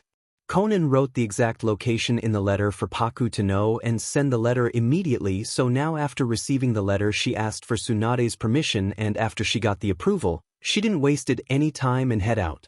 Paku then simultaneously uses the element earth and water to do the wood release to make a wooden house out of it. After she was done, she walked inside the house, followed by the blue-haired girl behind her. Paku pulled out the scrolls from her pouch and laid them flat on the wooden surface and unsealed the bodies inside them. Itachi was unconscious after the encounter with the curly-haired girl, whereas everyone were dead. Paku looked at them with a look which Konan can't really decipher, but she knew the girl before her was hella nervous. Paku, you can do it. Konan tries to give her strength, but the said girl just lets out a shaky breath. It's just, will I be successful in bringing them back? She questions with uncertainty, but Konan's grip on her tightens. I do believe you can do it. Back at the village, I have seen your strength and your capability, and you're no less than a goddess. Believe in yourself and don't be nervous. Konan said, and in an instant, the girl before her got motivated and nodded in acknowledgement. Right? Try, but I won't cry. Paku tries to lighten the atmosphere, and Konan gives her a small smile. Konan backs away, giving her space to do her work. Paku then pulls out her senshu and closes her eyes, focusing on the mystical energy inside her body while she held the senshu in front of herself. The air around her shifts slightly as the maroon rhombus pattern on her forehead or the Byakugan seal on her forehead glows. Mystical art, Arise the dead. With her words, she swings her senshu as blue dust particles fell upon the dead bodies in front of her. For a fraction, it looked like as if a dragon just danced in the air with her swing. Their bruised and injured bodies were healed from inside and out and no longer looked pale. The source of chakra and life returning back inside their lifeless bodies after all of them were healed. The light and air around them died down, returning back to normal.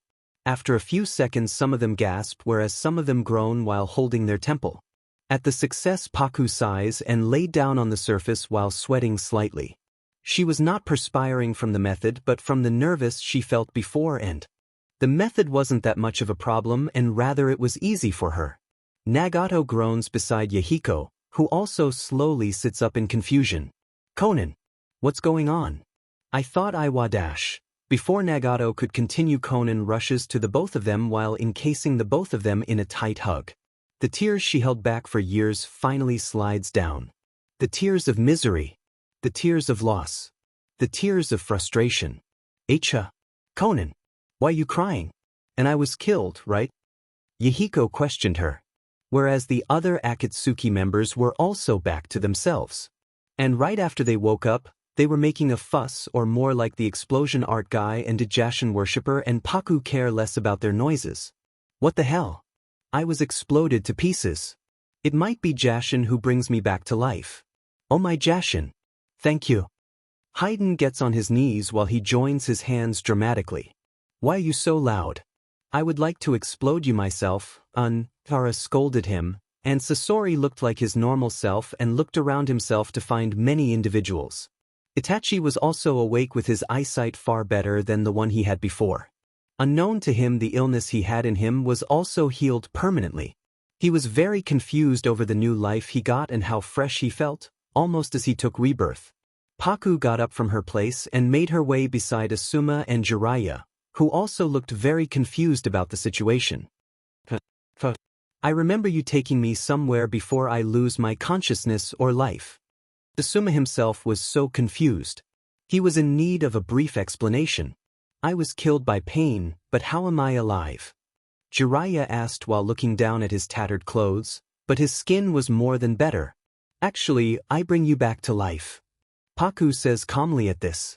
There was no response for a few seconds, but Jiraiya looked bewildered. Bring us back to life. But how? That's impossible. Jiraiya spoke back. But in my case, it is possible. Paku said with a playful wink. How did you do? Even the greatest shinobis can't do this.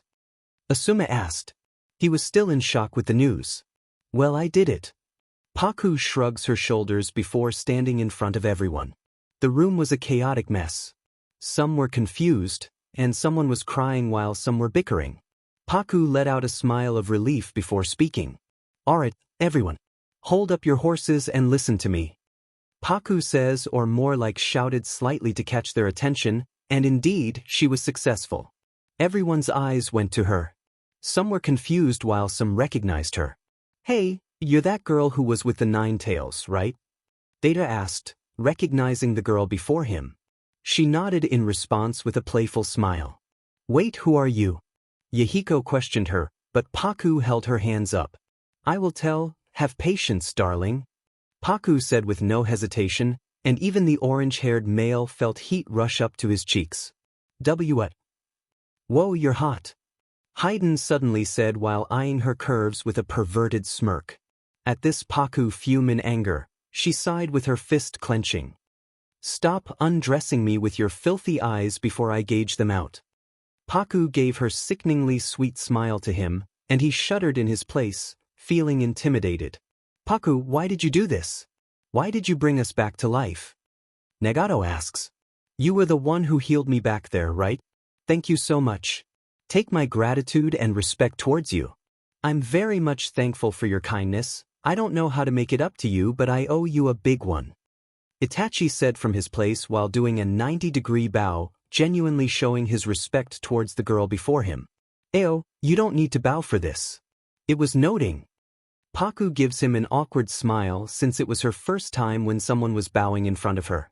So what's the matter of bringing us back to life? Kakuzu asked, and at this question, the room felt silent, and even Paku got serious. There's going to be a war. She declares the real problem and the serious matter. She received many reactions from them, but most of them were shocked. War. Yahiko asks with uncertainty. Yes, war. The fourth great ninja war. I resurrected you all back to life so you can fight long with us, in the allied shinobi force. Paku said, and Asuma asked. Wait a. Never in the history the 5 Kages made an allied force, so what made them do this? Asuma asks. It will be the most gruesome war ever in history. It's because someone is going to be bringing back Madara Uchiha to life and create an eternal genjutsu on this world. Paku explains. Wait, Madara Uchiha. As if my ancestor. Itachi asks with disbelief and Paku confirms his doubts with a nod. I bring you all back to life cause you all deserve to live and experience the joy and happiness life gives you. And for the Akatsuki members I brought you back so you all could give a chance to yourself to change for the better future and redeem yourselves with your action. Akatsuki was supposed to be a group that helps the helpless, fights for peace and to bring back hope to this accursed world and change it, but in the way Pain or Nagato was misguided by Tobi or the so-called Madara Uchiha.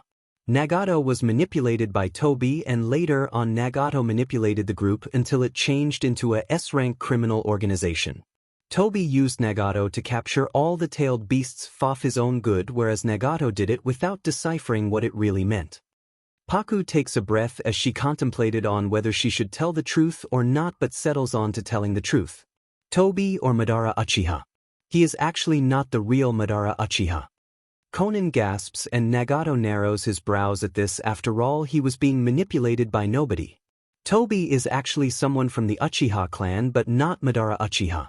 His name is actually Obito Uchiha. When he was in a mission he was crushed under a huge rock inside a cave, and at this everyone assumed that he was dead, but in actual he was under Madara's supervision and Madara trained him along with someone named as Zetsu. And Madara used Obito's despair and rage for his own selfish desires to create a genjutsu for this world. Madara became vengeful after he lost his brother. And after that Madara died and Obito used the name Madara Uchiha and manipulated the Akatsuki to capture the tailed beast to cast an eternal genjutsu. And in all of this Zetsu is the main manipulator. He will resurrect Kaguya Otsutsuki back to life. Paku finishes. Wait, what? I'm confused. Who is the bad one here? Deidara asks, not getting anything.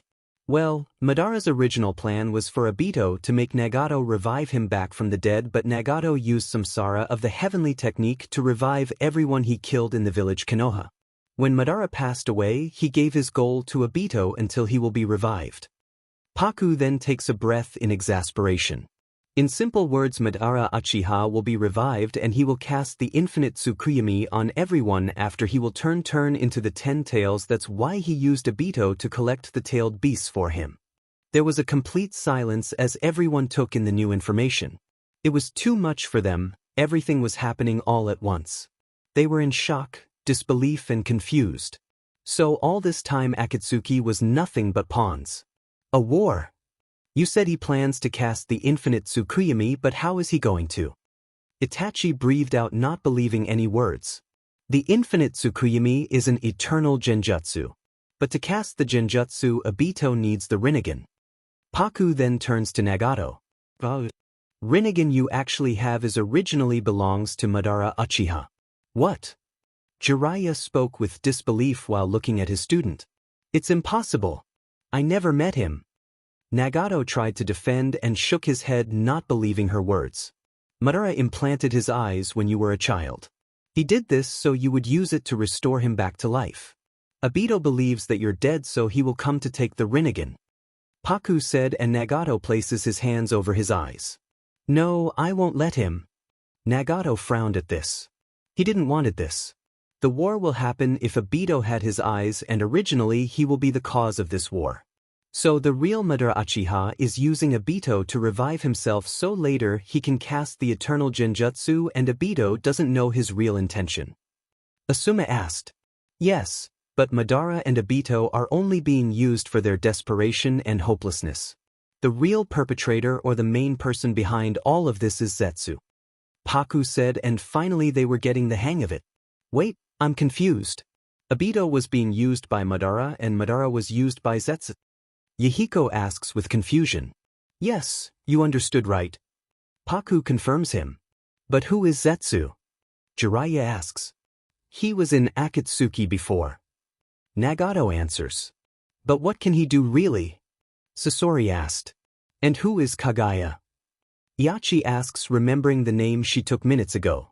Actually, Zetsu has two personalities, black and white, and the black Zetsu is the perpetrator of this. He is the will of Kaguya Otsutsuki.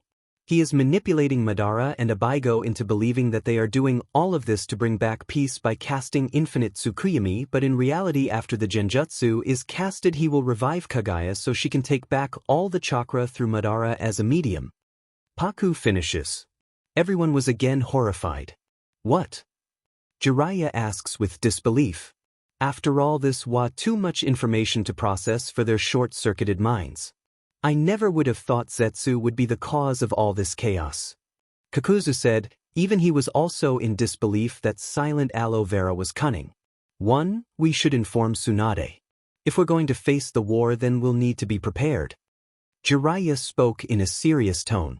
Yes, we will go back to the village now.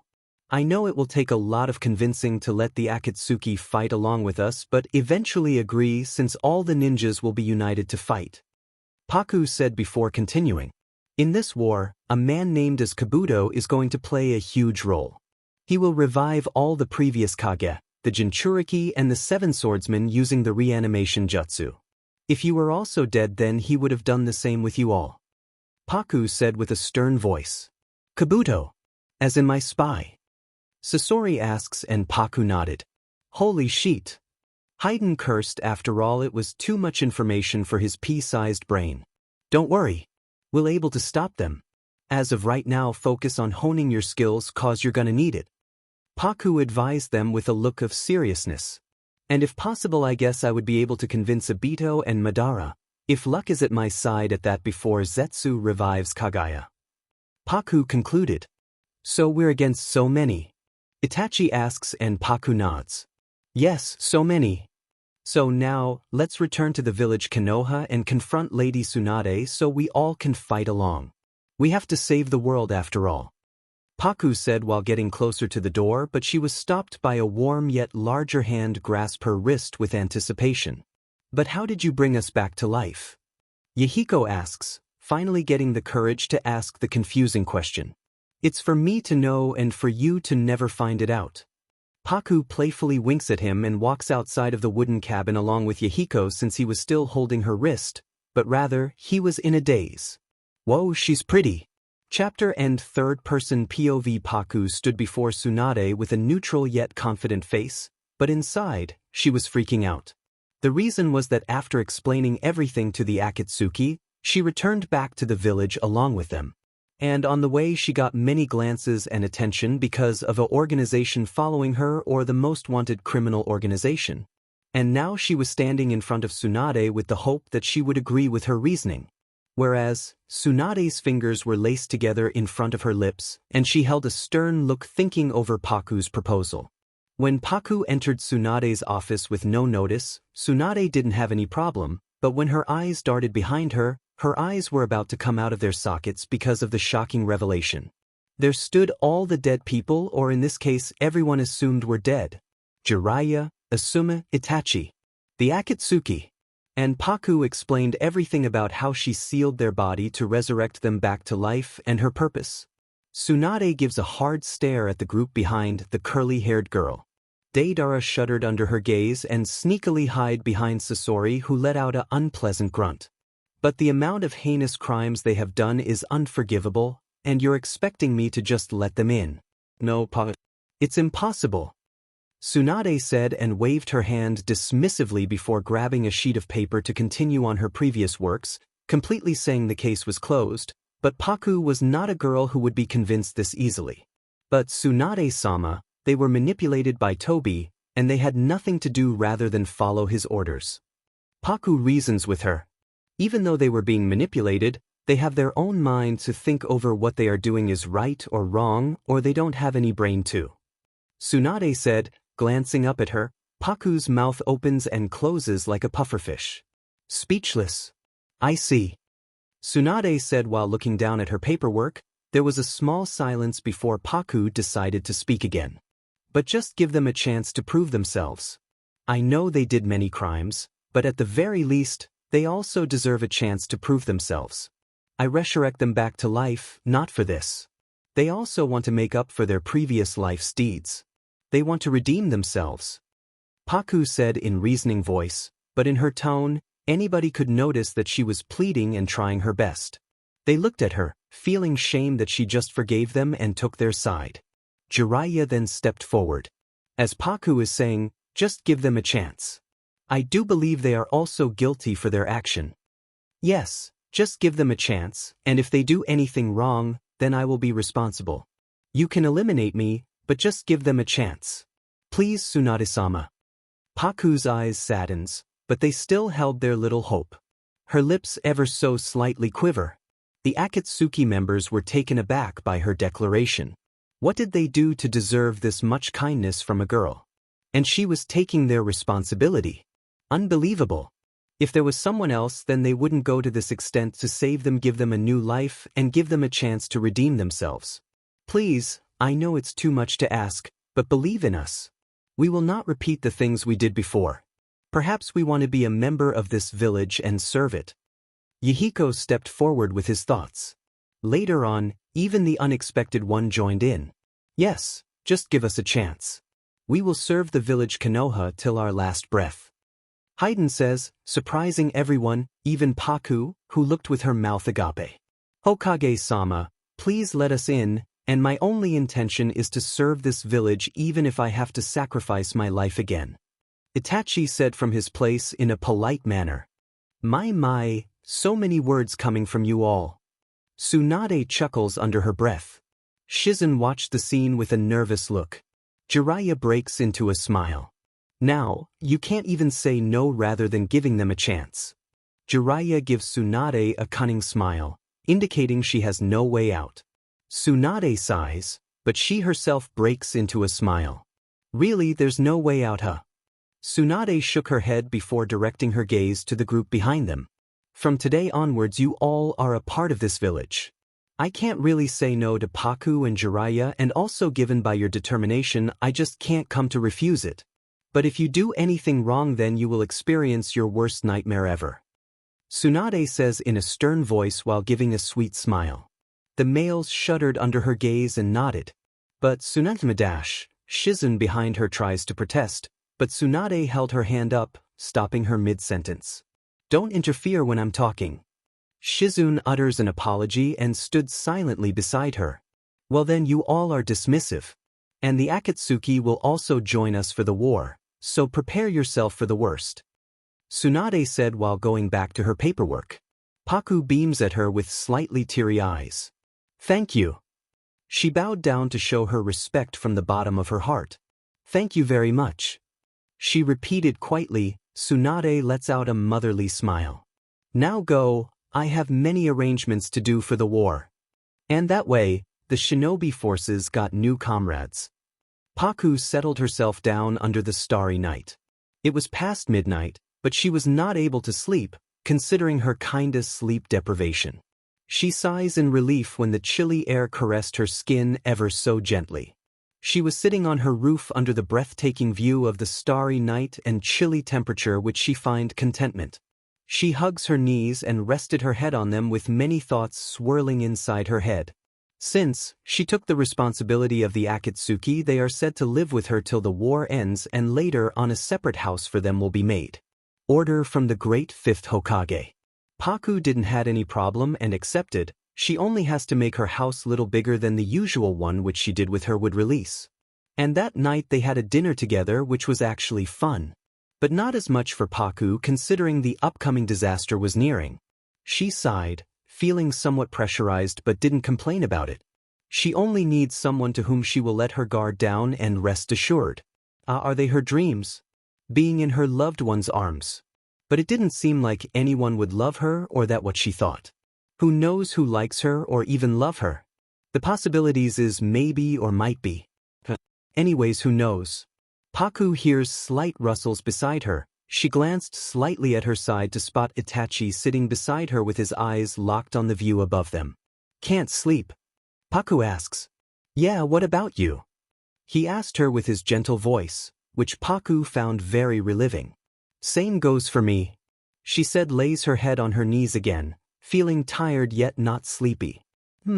Understandable. Many things are going through your mind." Itachi said since he already understood what was going through her mind. He couldn't help it, she was just like an open book. Anyone could read through her behavior and demeanor. She was so easy to read, not like those mysterious individuals who keep a facade to hide their true emotions and thoughts to themselves. It was another thing Paku was known for. Her open-minded yet timid personality.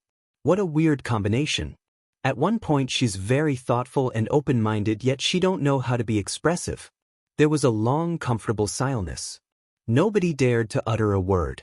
The both of them were relishing the moment by being in each other's company. It was so true when people said you would feel at ease when you're with the right person. Even though you will not exchange any words, still you'll feel at home and comfort. Itachi missed this feeling. The warmth and comfort, heck, he even forgot what felt like home anymore, but unknowingly she was giving him that peace. What kind of serenity is this? "Thank you," Itachi mutters, breaking the silence. Paku hums in response. "Why?" she asked in the same hushed tone. Itachi's eyes remained on the view above him, losing himself in this tranquility. "For stopping my brother to go any more further to darkness," he simply answers. Paku stared at him, processing his words before letting out a breathy chuckle. "You don't really have to. I did what I felt right." He has already lost himself in the darkness and loneliness, but it would have gotten worse if you would have died. But still he is now much more blinded by the idea of vengeance.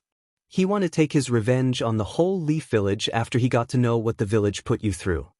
Paku finishes and shakes her head, yet it was expected from him. Itachi also lets out an unnoticeable smile. "Still, I'm very grateful to you. You gave me a second chance in my life, and I want to spend my life by being with my brother and fill in the empty space in his heart. For me, he has gone through so much. I do believe I will be able to convince him to stop his plans." Itachi finishes, showing his sincerity in his words. Paku flails her hands, feeling that this was too much for her. "Stop it.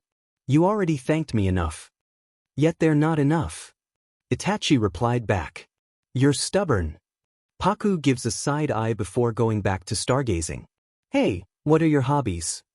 Paku asks suddenly. Itachi was still sitting while Paku thought about lying down to have a better view of the starry night. "One of my hobbies is what we're doing now. I like stargazing," he answers, and Paku perks up. "Really? It's my hobby too," Paku said. Itachi thinks over his childhood, how he would use to stargaze with his friend when they are not able to sleep or because of enjoying each other's company. Nonetheless, he cherished those moments. His eyes saddens over the thought of his dead best friend. It has become long since he lost his friend, and he surely do misses him. "I had a friend before. His name is Sasuke. He is also from the Uchiha clan. We used to train together and stargaze together. I picked this habit of stargazing with him since we don't really sleep at times. He was a really amazing individual. I adored how he was so good with his techniques and all. Life was going good, but then one day, he thought about committing suicide." Itachi solemnly says as he pondered over whether he should completely open up to her, but he knew he had already done that. One, he kept all his pains and sufferings to himself, which were killing him inside, but today he wanted to get things out of his cracked bottle of emotions which were spilling out slowly yet surely. Paku remained silent, as if on cue. Itachi continued. "It was all because of Danzo. He claimed that the Uchiha clan is a danger to Konoha, and Sasuke knew about this all along, and he didn't want a conflict to rise in the Uchiha clan, so in return he sacrificed himself. If only I knew about what he was going through," Itachi said with sadness, clouding him. He clenches his fist in anticipation. He can't forgive himself at all. Don't ever blame yourself for his death. He did what he felt was right and sacrificed himself for the Uchiha clan. Paku then sighs, feeling her mind was all jumbled up. "I'm not good with comforting, but don't ever blame yourself for his death. How will he feel when he would got to know that all these years? You're blaming yourself for his death. Itachi looks down, not daring to utter a word. There was again a silence before Paku decided to break it. I will revive Shisui. With that simple statement, she threw Itachi over the edge. His eyes widened with pure shock. Will you really? He asked with hope coming back to him. Yeah, really. She gave him a reassuring smile. Finally, after all these years, he would be able to meet his friend and apologize to him and tell him about what he had gone through after he left him behind. He really misses Shisui. He can't help but feel really joyous. Thank you. He again thanked her. In return she uttered a very low answer which he can't quite catch. At the lack of energy in her voice, he looked at her with curiosity to find her dozing off, and at a point she was knocked out. Her eyes were shut and mouth slightly apart to take more oxygen. Her chest rose and fell with relaxation. She must have been really tired, she really needed sleep. At last, Itachi smiled softly before picking her up bridal style, careful not to wake her up, and jumps down to place her in her bed. Author note: I am thinking about writing a new story. And it will be about the Apothecary Diaries. I'm obsessed with it. The characters are so magical. I'm very excited to write it. I hope you all are also excited about it. Well then. Thank you cuties for reading again. Take care. Have a good day/night. Chapter end. Third-person POV. And as the time passed by, the most awaited moment arrived. The Fourth Great Ninja War. In these days, all of the shinobis worked hard to hone their skills and abilities and prepared themselves for the worst of the worst. Paku grabbed a headband with the engrave of shinobi on it and tied it on her forehead this time because she will fight as a shinobi, not as a village's ninja. Since it will be a long fight, she stick to wearing a black short-sleeve top with her usual black shorts and thighs-high boots/sandals. She was specially ordered by Tsunade to do whatever she's willing to in order to defeat Madara, and Tsunade trusts in her blindly. There were a total of 6 units. The first unit was for mid-range battle, which meant this unit specializes in mid-distance attacks, which meant weapon users. The second unit focuses on a close-range battle, which means this unit specializes in close combat. The shinobis who belonged to this unit will be fighting in the front lines. The third unit was for intermediate range combat. This unit focuses on support at mid-range, and it was for those shinobis who excelled in physical strength. The fourth unit was more into long-range battle, and the shinobis are supposed to provide information to the intel unit and mainly focus on acting as a shield for the support units. The fifth unit focuses on special attacks. Shinobis in this unit are special or unique ninjutsu users. Paku made 4 of her clones to help fight the other units. The war was about to begin, and nothing worried Paku more than this war. Many lives were about to be lost during this battle. She only hoped that she would be able to save as many lives as she can. Quite impossible, right? But she will make it possible in a way or other. Captains. Paku and her clones, along with the other shinobis, looked up to be met with the 5 ninja approaching. The first captain is Darui of the ᧁ꫰᫏. The second captain is Kitsuchi of the ᧁ꫰᫏. The third captain is Kakashi Hatake from Konoha. The fourth captain Gaara, the Kazekage, and lastly the fifth captain is Mifune of the Land of Iron. After the declaration of the captains, everyone began cheering loudly, almost turning Paku deaf, but she just chuckled with the newfound determination in them. I hope everything goes all right. Elsewhere, with the fake Madara, and Kabuto clasps his hands together to form the hand signs. Summoning, reanimation jutsu.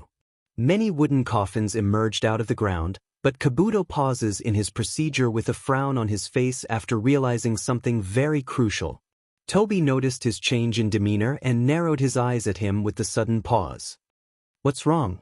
Tobi asked. The Akatsuki members died, right? Kabuto asks with uncertainty, and Tobi nodded in response. Then why am I not able to reanimate them? If I'm not able to reanimate them, then this only means that they're alive. Kabuto exclaims. Tobi activates his Mangekyo Sharingan with a deadly look. What? Yes, that's it. They are not dead. I can't reanimate except Kisame.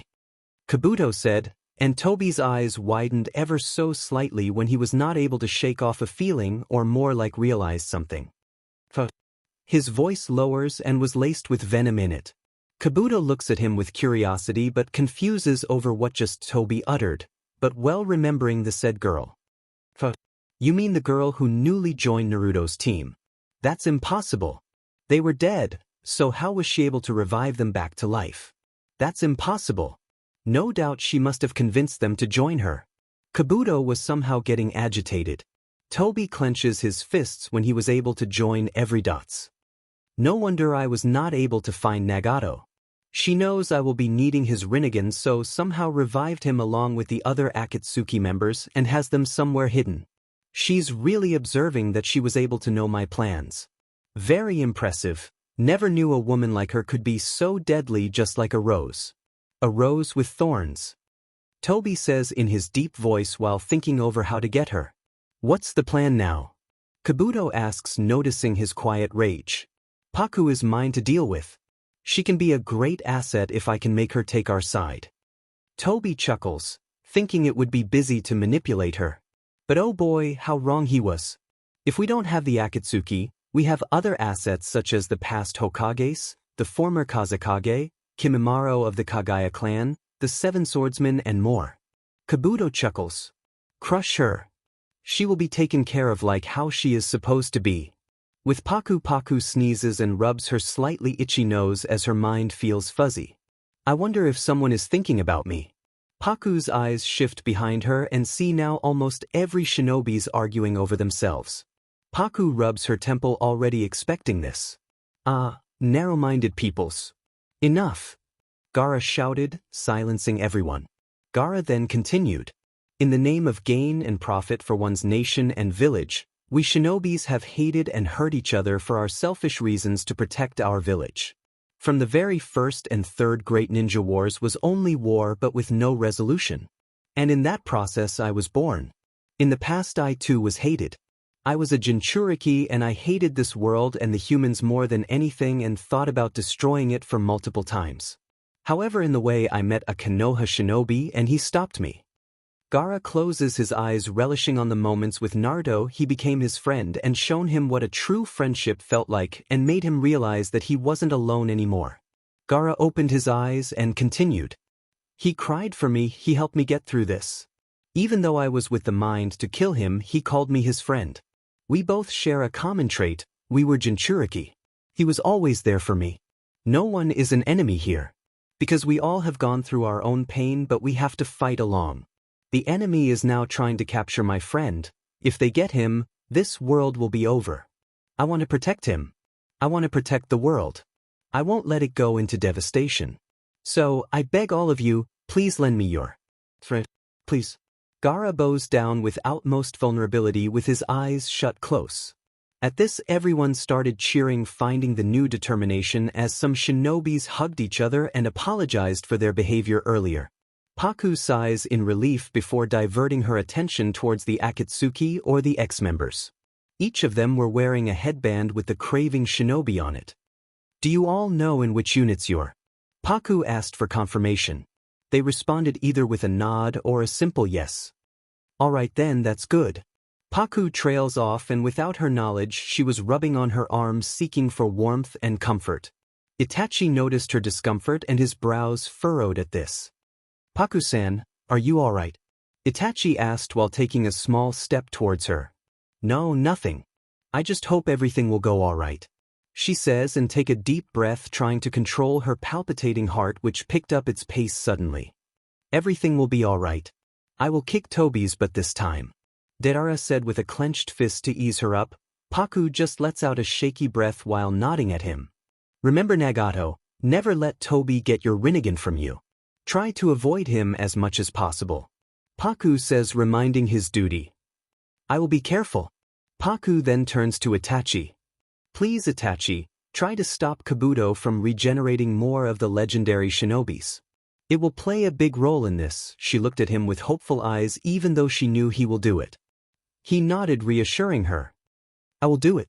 Very well then. All the captains soon led their units.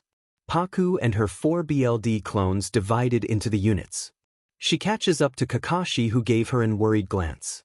She knew he was very concerned about her since her clones will be fighting and he thought she will be exerting herself, but oh boy how wrong he was. It will be alright, Kakashi. Kitsuchi Unit Paku's clone was informed about the infiltration of multiple presents. She was with Kiba, Niji and Hinata, which she was aware of. When they received the information that there are many presents, Paku had no doubt that this was Zetsu's. Kitsuchi did an earth-style jutsu along with his partner to forced bring the Zetsus from underground. In no time white Zetsus were popping out. Paku visibly cringes at them. Kitsuchi gave them sign to charge. Everyone used their own techniques to defend themselves and destroy the Zetsus. Paku sticked into giving harsh punches since one punch was enough for the Zetsus to be knocked out. She gave powerful jaw-cracking punches and the Zetsus one by one fell down. Those who were around her watch her in awe. Such monstrosity.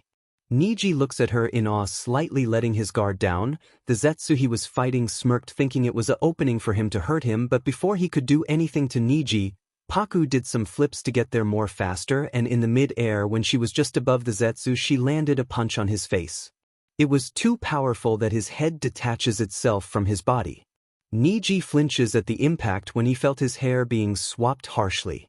He sees Paku landing just beside him and then he realized he was about to be attacked, but Paku saved him. Thanks, Paku nodded and her eyes concentrated on the Zetsus which still outnumbered them. There's so many of them, damn it. Kiba curses, feeling a little agitated. Less whining and more working. Niji immediately shushes him, to which Kiba grew annoyed of. Oi, what do you think of yourself? Kiba growls. This is not the time to be fighting. We should focus on how to end them. Hinata interjected, which was enough for Kiba to shut his mouth. Then there was Haiden, who haphazardly twirled his scythe in his hand while cackling like a maniac. Too energetic.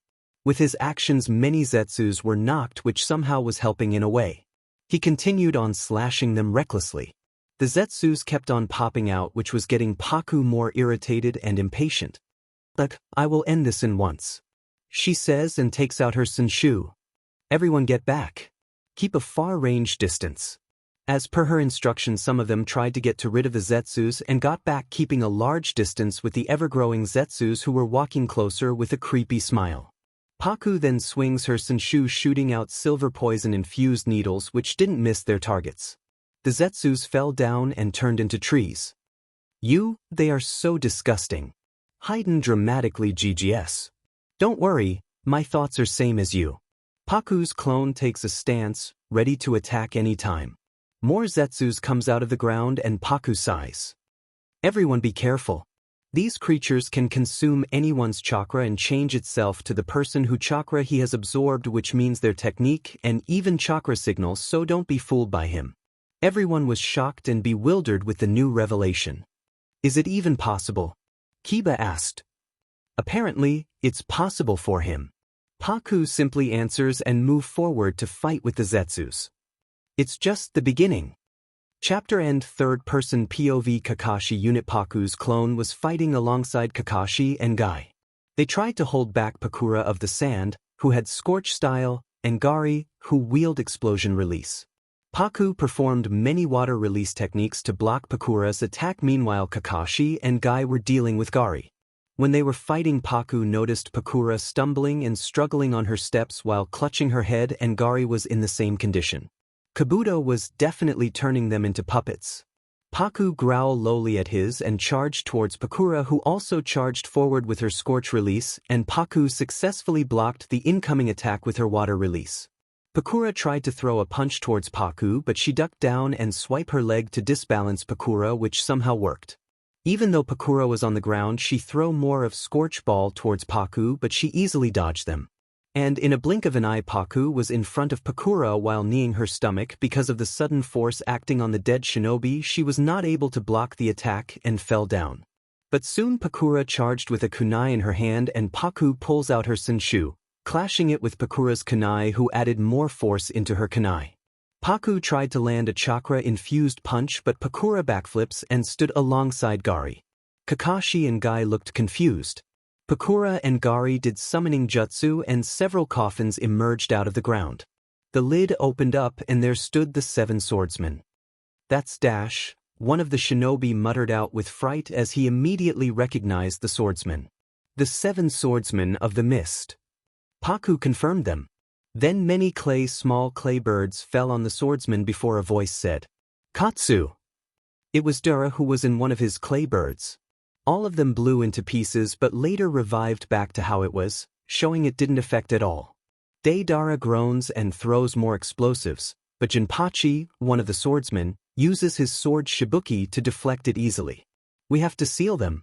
Immediately call Sai," Paku said as she pulled out her scrolls before weaving some hand signs. With Paku jumped through the woods as she got the knowledge about how her clones were handling the situation. The white zetsus were popping more and more all over the battleground. It was also informed they've also targeted medical ninjas so the medical unit wouldn't be able to heal anyone, but Sakura took care of the imposter. Shikaku had also announced with the help of Inoichi that Naruto and Killer Bee had broken the barrier and have escaped. They were now facing Tsunade, Jiraiya and the wreckage. Paku hurried through the woods as her brows furrowed when she felt Naruto and Killer Bee approaching.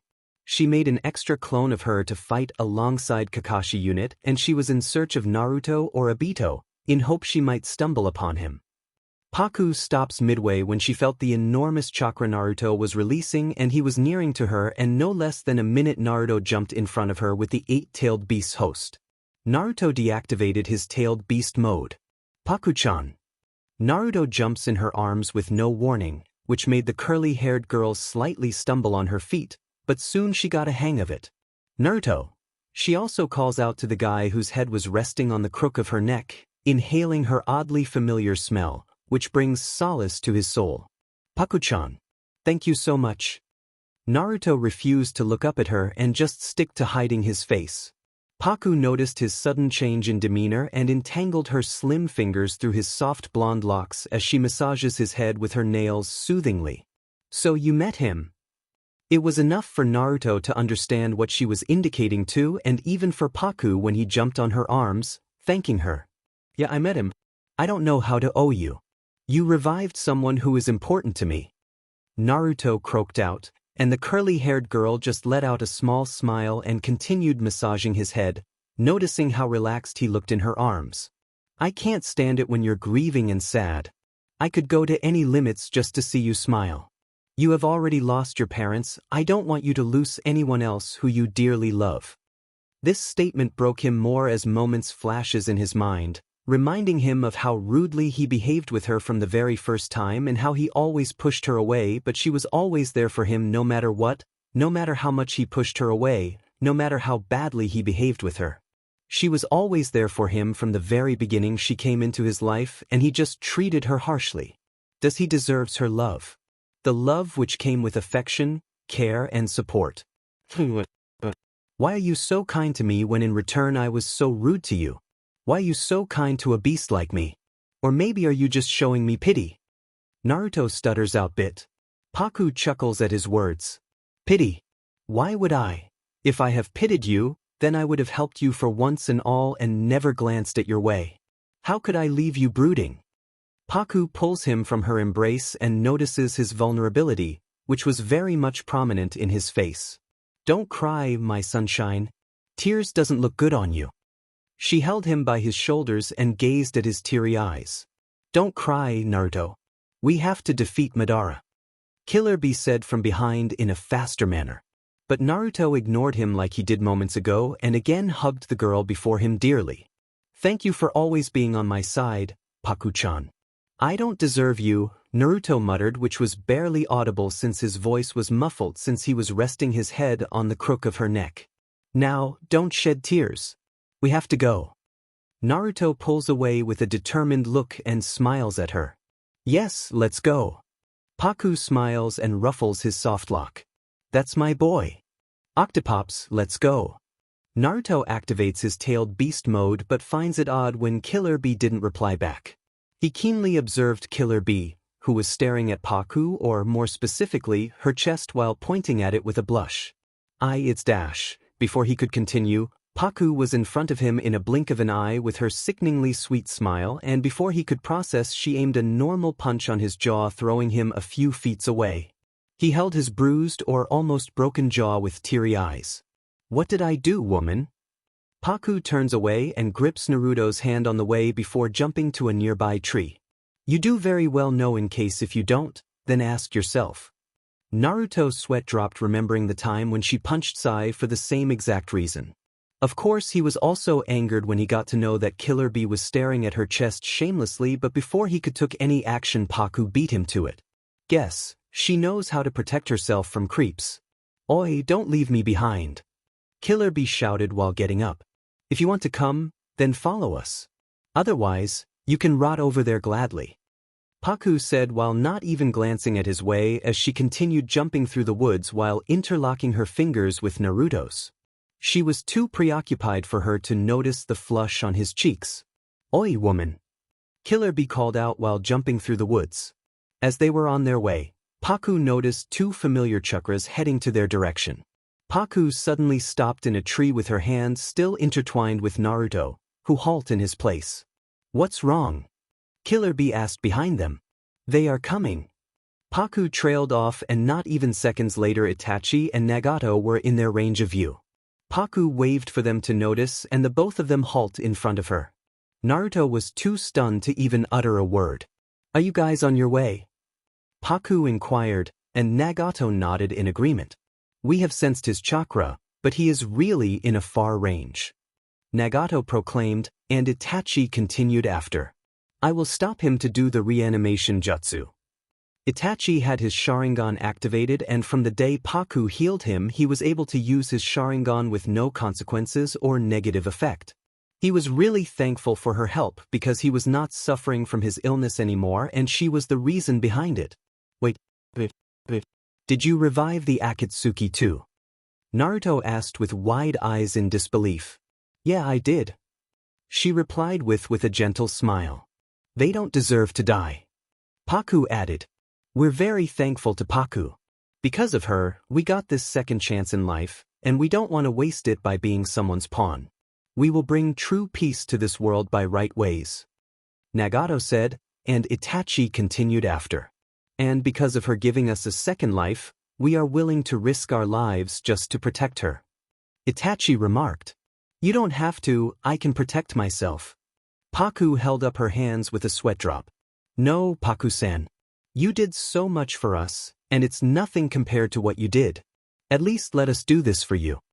Itachi explained. Paku shook her head in defeat. So the whole Akatsuki is back? Naruto asked. Yup. What's going on? Where are you guys headed to? Naruto questioned. They're going to stop Kabuto. Paku said. Naruto was shocked with the new involvement. Kabuto. He's the one doing this. Paku nodded, confirming his doubt. Yeah, he is the one behind this. Apparently, he is working with Madara now, therefore, there is an army of white Zetsus and reanimated shinobis. Paku explained the situation, and Naruto came with an idea. I can accompany you. Paku slightly pushes him by his chest while shaking her head in denial. No, you don't have to. Besides, we can handle him, Nagato interjected. Naruto was about to protest, but Paku didn't let him to. Naruto, we have other things to take care of. I do believe they can take care of Kabuto. Most importantly, we need to stop Madara and Zetsu. Paku narrowed her eyes, deep in thought.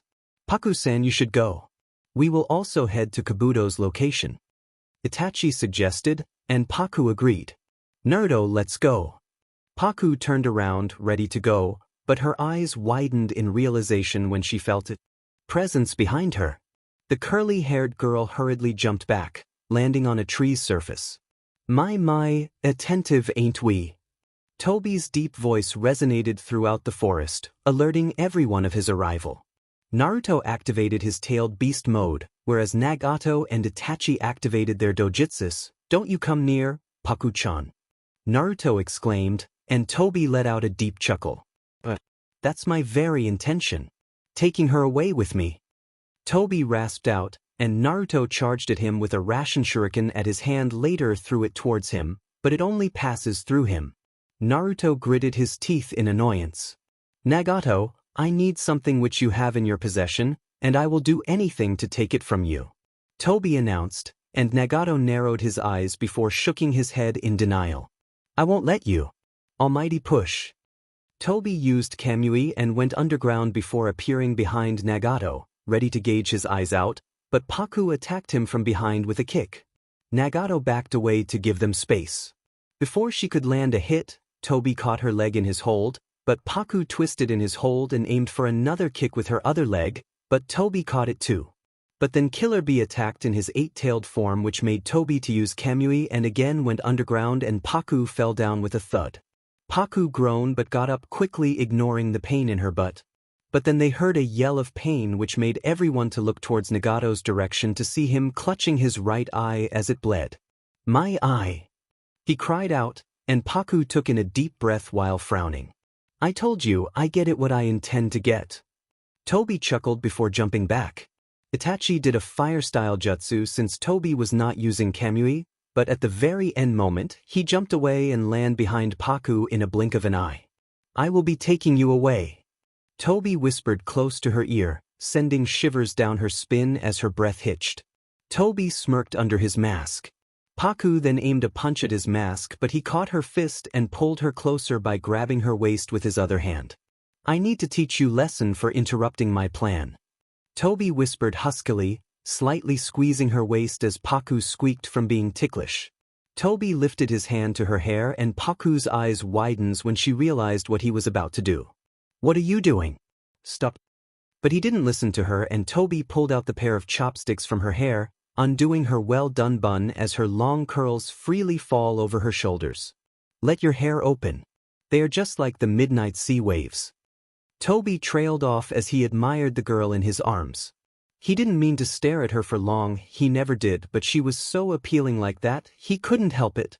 Itachi performed another fire-style jutsu, but Tobi jumped out of the way in a blink of an eye with Paku still in his arms.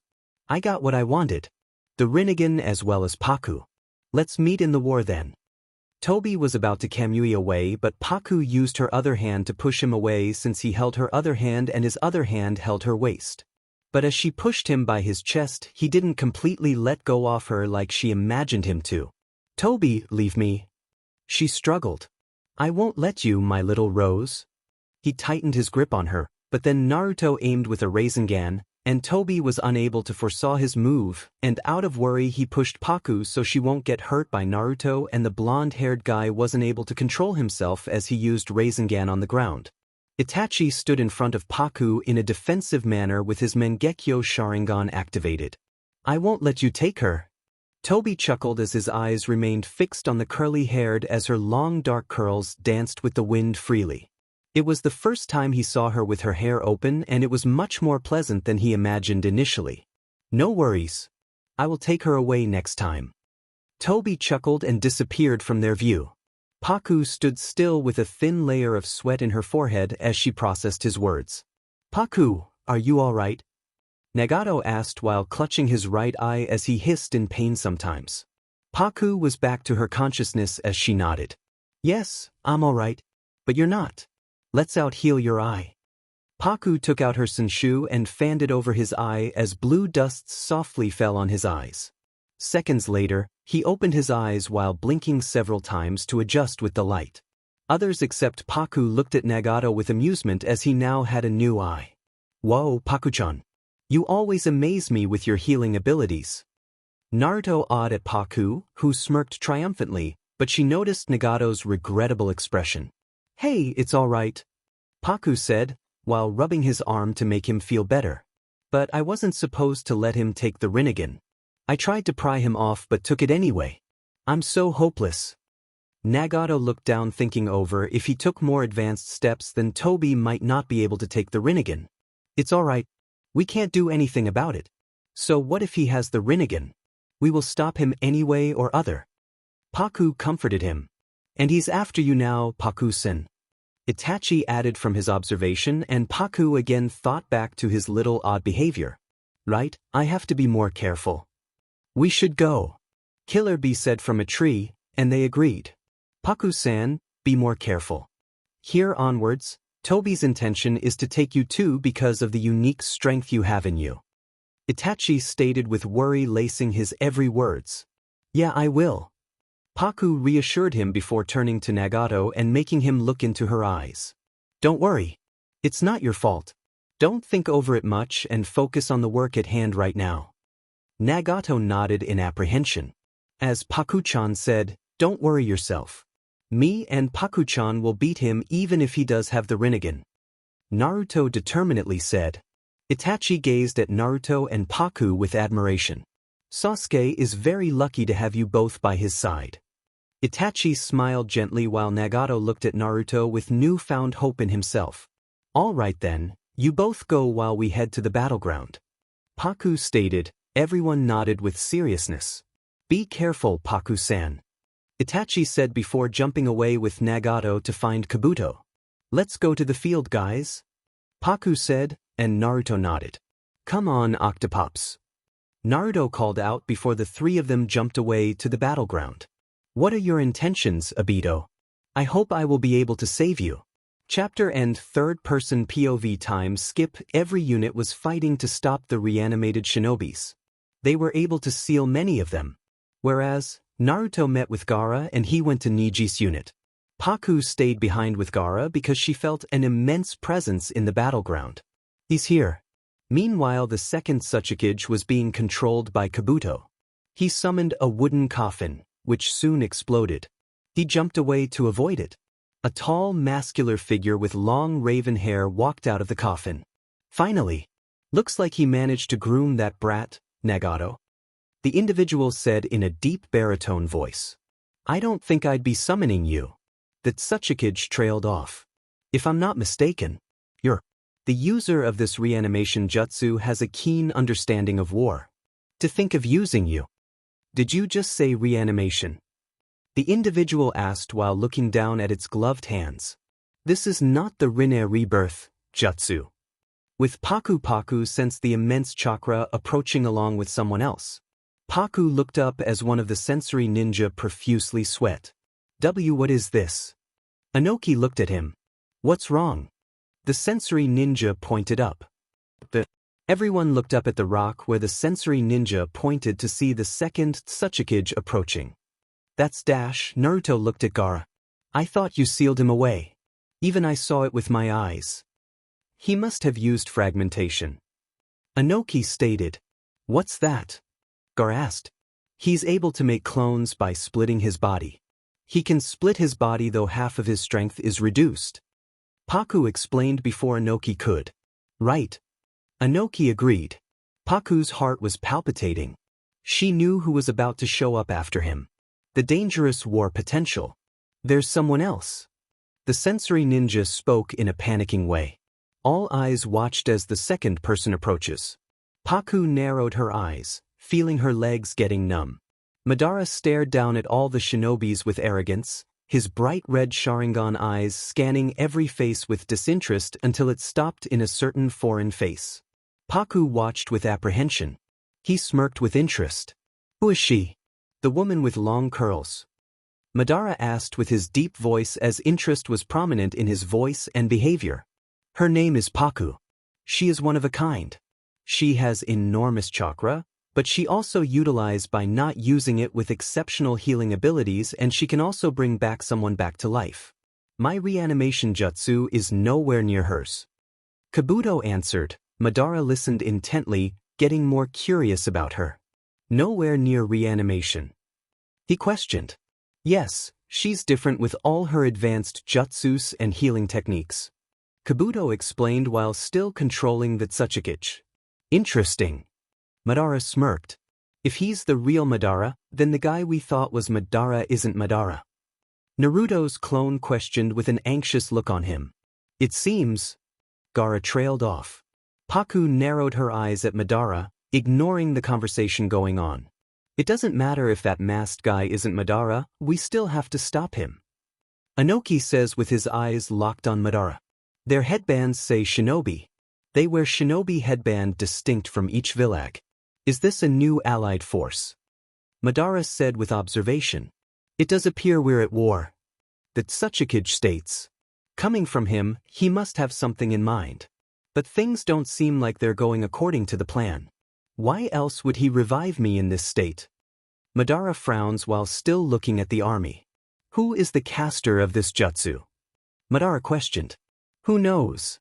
That Sasuke later gasps when Kabuto controls him. I'm Kabuto, his collaborator. Meanwhile, Madara and the Sasuke/Kabuto were conversing. It was for a short time as Gaara sent a wave of his sand towards them, but both of them jumped away in time. I guess they won't be easy to capture. Gaara remarked. Madara jumped down with his Sharingan activated. Very well. Madara took a step forward, and he took another step before slowly breaking into a fast run, heading straight to the shinobis. Here he comes. Naruto shouted. Everyone let out a battle cry and charged at him too. Don't look him in the eyes. Inoki warns. Everyone went into action. Madara went through them, kicking and punching everyone who came in his way without any hesitation. Shinobis tried to grow on him, but it was of no use as he kept punching and kicking them with no remorse as a kunai was thrown towards him with an explosion tag, but he caught it and twirled before throwing back at the direction it came from. Gaara tried to send his sand again, but Temari stopped him. Wait, you and Lord Sasuke has to recover. Temari then turns towards Naruto. Naruto, instead of your clones, go into that mode. Actually, I can't anymore. I used up my chakra in the earlier fight. Temari gritted her teeth in defeat after Naruto's words. Paku took few deep breaths to control herself. Her mind was now a jumbled mess. At last she took a deep breath while counting from 1 to 10 in order to calm herself, which somehow helped her a little bit. I'm going, Paku stated and ran off towards Madara, ignoring Naruto, who shouted for her to come back frantically. Paku-chan. Come back. Naruto cried out. Paku jumped in front of Madara, who stopped with a smirk. You interest me. Please.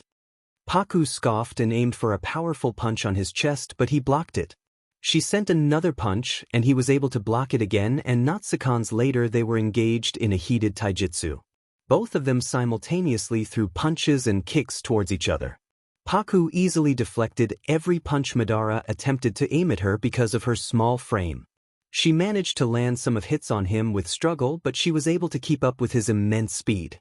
Paku then jumped on his forearm, which was coming at her for a punch, as she balances herself in his forearm while she places her hand on his head to do a flip and get behind him, which completely surprises him.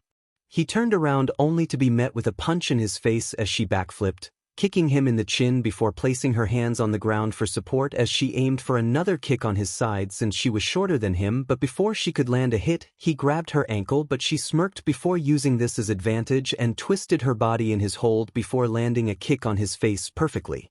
Madara let her go as she fell down but got up quickly. She's keeping up with him. Amazing. She's so fast. It's impossible. We're much more interesting than I imagined you two. You fight well. You intrigue me more. Madara smirked before aiming for a punch on her face, but she ducked down while splitting as she swiped her leg to disbalance him, but he jumped away. Paku got up with her dark curls flowing behind as she breathed slightly. Madara noticed this as his smirk grew before he was behind her in a blink of an eye. Paku gasps when she felt him pulling her by her hair to his chest as his large hand interlocked with her smaller hand and rested on her waist while he held the other hand in his hold. He leaned down slightly to be invited with her unique smell. The intrigues of mysterious floral notes were wrapping him in a delicious, sensuous manner. You smell so heavenly, woman. Paku's heartbeat increased, suddenly making it hard for her to even breathe as she felt his hot breath fanning her neck, which was very sensitive. Madara felt her shudder in his arms as she slightly fell limp on his arms and supported herself by grabbing on his hands. I see. You're sensitive here. Madara smirked while sensually stroking his thumb on her nape. He heard her gasping for air. Paku's heart was beating against her ribs. She cursed herself for losing grip on herself, but she was too sensitive to his touch to the point she was melting in his arms and her mind was all blurry and whirly. Paku tried to get out of his hold, but it was of no use since she was not putting any effort. It's useless, Madara said in a husky tone. Naruto looked with furrowed brows as he clenched his fists. Let me go. Paku was unable to do something because he has both of her hands in his hold. But then Paku gathered her lost strength and held Madara's arms and pulled it on her shoulders before flipping him through her shoulders, completely taking him by surprise, but he got up quickly with a sheet-eating grin. "Flustered, ain't we?" Madara purred in his deep voice, feeling greedy. He obviously noticed the embarrassed flush on her cheeks as she breathed slightly. "Shut up." Everyone was impressed by her skills cause she was the only one who was able to keep up with him, but they were also shocked for how Madara was acting. Temari swings her large fan, landing a blow on Madara which sent him flying away, but he skidded to regain his balance. "Don't underestimate me," Temari exclaimed, but Madara didn't care. He brushed the dirt away with disinterest as well as with irritation. His moment with the curly-haired woman was interrupted. He weaved hand signs. Fire style, majestic destroyer flame. A massive wave of fire was shot towards the alliance. Paku didn't waste any time and weaved hand signs of her own along with other shinobis. Water style, wall of water. She let out a dense and massive barrier of water from her mouth along with the other shinobis beside her who had water release. The water barrier collided with the massive fire, creating smoke in contact. There was a silence. Paku looked around with alert, but her eyes locked on Madara's figure who was on the air with several fireballs launching it towards the alliance. Paku took out her Senshu and swings it on his direction, freezing the fireballs before she used her crystal release on the iced ball and shattering it into pieces. Gaara used his sand in attempt to grab him, but he backflipped each time. Naruto charged with his massive Rasengan. Paku made a large lava ball and Inoki used his earth style to rise a pillar below Madara, pummeling him into the air. Madara looked up in alert, seeing two explosive attacks coming his way. It collided with him or something, causing a gust of wind, making it unable to see for everyone. As the wind cleared, Paku's eyes widen as many leaves and branches attaches itself on her back. She sprouts her wings, flying away to a distance. Naruto also jumped away with surprise and was caught by Gaara's sand. It was Madara's Susanoo who roared out. Naruto was focusing on his sage mode. Two swords appears on Madara's Susanoo's hand. He sliced through everyone mercilessly. Paku gritted her teeth as her Byakugu seal glowed and her entire being was enveloped in a green glow along with leaves twirling around her. The glow subsided, and the look from the time when she fought pain was back. The same light green dress hugged her curves gently as her dark curls flowed through the wind. Her normally blue Senshu turned into green as the earth dragon from before roared, shooking the ground with its intensity. The dragon levitated behind her. It was thrice the size of Madara's Susan. Everyone got scared with the mythical creature floating before them. "That's a dragon. It's large. You're full of surprises," Madara said and charged with his Susan. "You don't know even a speck about me." Paku also charged with her dragon floating behind her, who growled in anger. She swinged her Senshu as thick vines popped out under Madara's feet and coiled itself. Madara was surprised with this. He tried to pry himself from the vine's deadly grip. On the other hand, Paku took it as her chance and commanded her dragon to attack. The dragon let out a loud roar as he tackled himself with the Susanoo. Immediately his Susanoo was thrown off. Madara was now out of his Susanoo. "Paku-chan, hold him back like that," Naruto exclaims as he threw his ration shuriken. Madara looked at it with wide eyes, but Paku saw something that she completely forgot about. Naruto's attack died down. Everyone gasped with shock. How? Madara had his Rinnegan activated. How did he get the Rinnegan? Naruto stared at Madara with an anxious look. Madara jumped back to stand next to the second Tsuchikage. Madara again weaved hand signs. His entire being was engulfed in his Susan. The Susanoo also did some hand signs. All were quiet, awaiting for the attack, which was unknown to them. Everybody were tense. But everyone looked up when they felt a shadow casting over. The Shinobi Alliance were terrified as they stared at the incoming meteor with ᧠:╬╝. "This is out of our league," Temari gasped.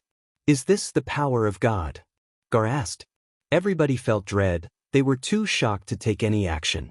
Noticing this, Inoki stepped forward. "We have to try at least. Don't give up too easily." He flew into the air towards the meteor. Gaara used his sand to stop the meteor, and Inoki used his jutsu to lighten the meteor. Inoki grabbed on the meteor as his fingers bled and he got a nosebleed in order to stop the meteor. After many struggles, he was able to stop the meteor. He smiled with victory. Gaara also relaxed. I thought we were goners, Gaara said. But Madara looked unfazed. Well then, what will you do about the second one, Inoki? Before the second meteor could collide with the one Inoki was holding, Paku pushed away Inoki, who gasped with surprise, and Paku swinged her Senshu harshly when the second meteor collided with the meteor and was pushed forward. Crystal engulfed the two meteors in an instant, but it was not the normal maroon-colored crystal, it was of pale green. After it was fully engulfed, she touched it with her Senshu as the two meteors break into small pieces and fell over everyone. Some extend their hand out to catch the small appealing crystals. You just keep on getting more interesting than ever. Madara smirked, yet little disappointed that she was able to destroy it. I told you. You don't know anything. Paku let out a smirk of her own and dismissed her dragon as it bursts into leaves and a green explosion. You did a miracle. You saved us. Inoki exclaimed with gratefulness. Even the Shinobi Alliance were grateful to have her in their side. She fought with her exceptional skills and was always able to surprise Madara by her attacks. Don't worry, I will take her away. Madara tilted his head to admire the woman clad in a pale green dress. As if I would let you.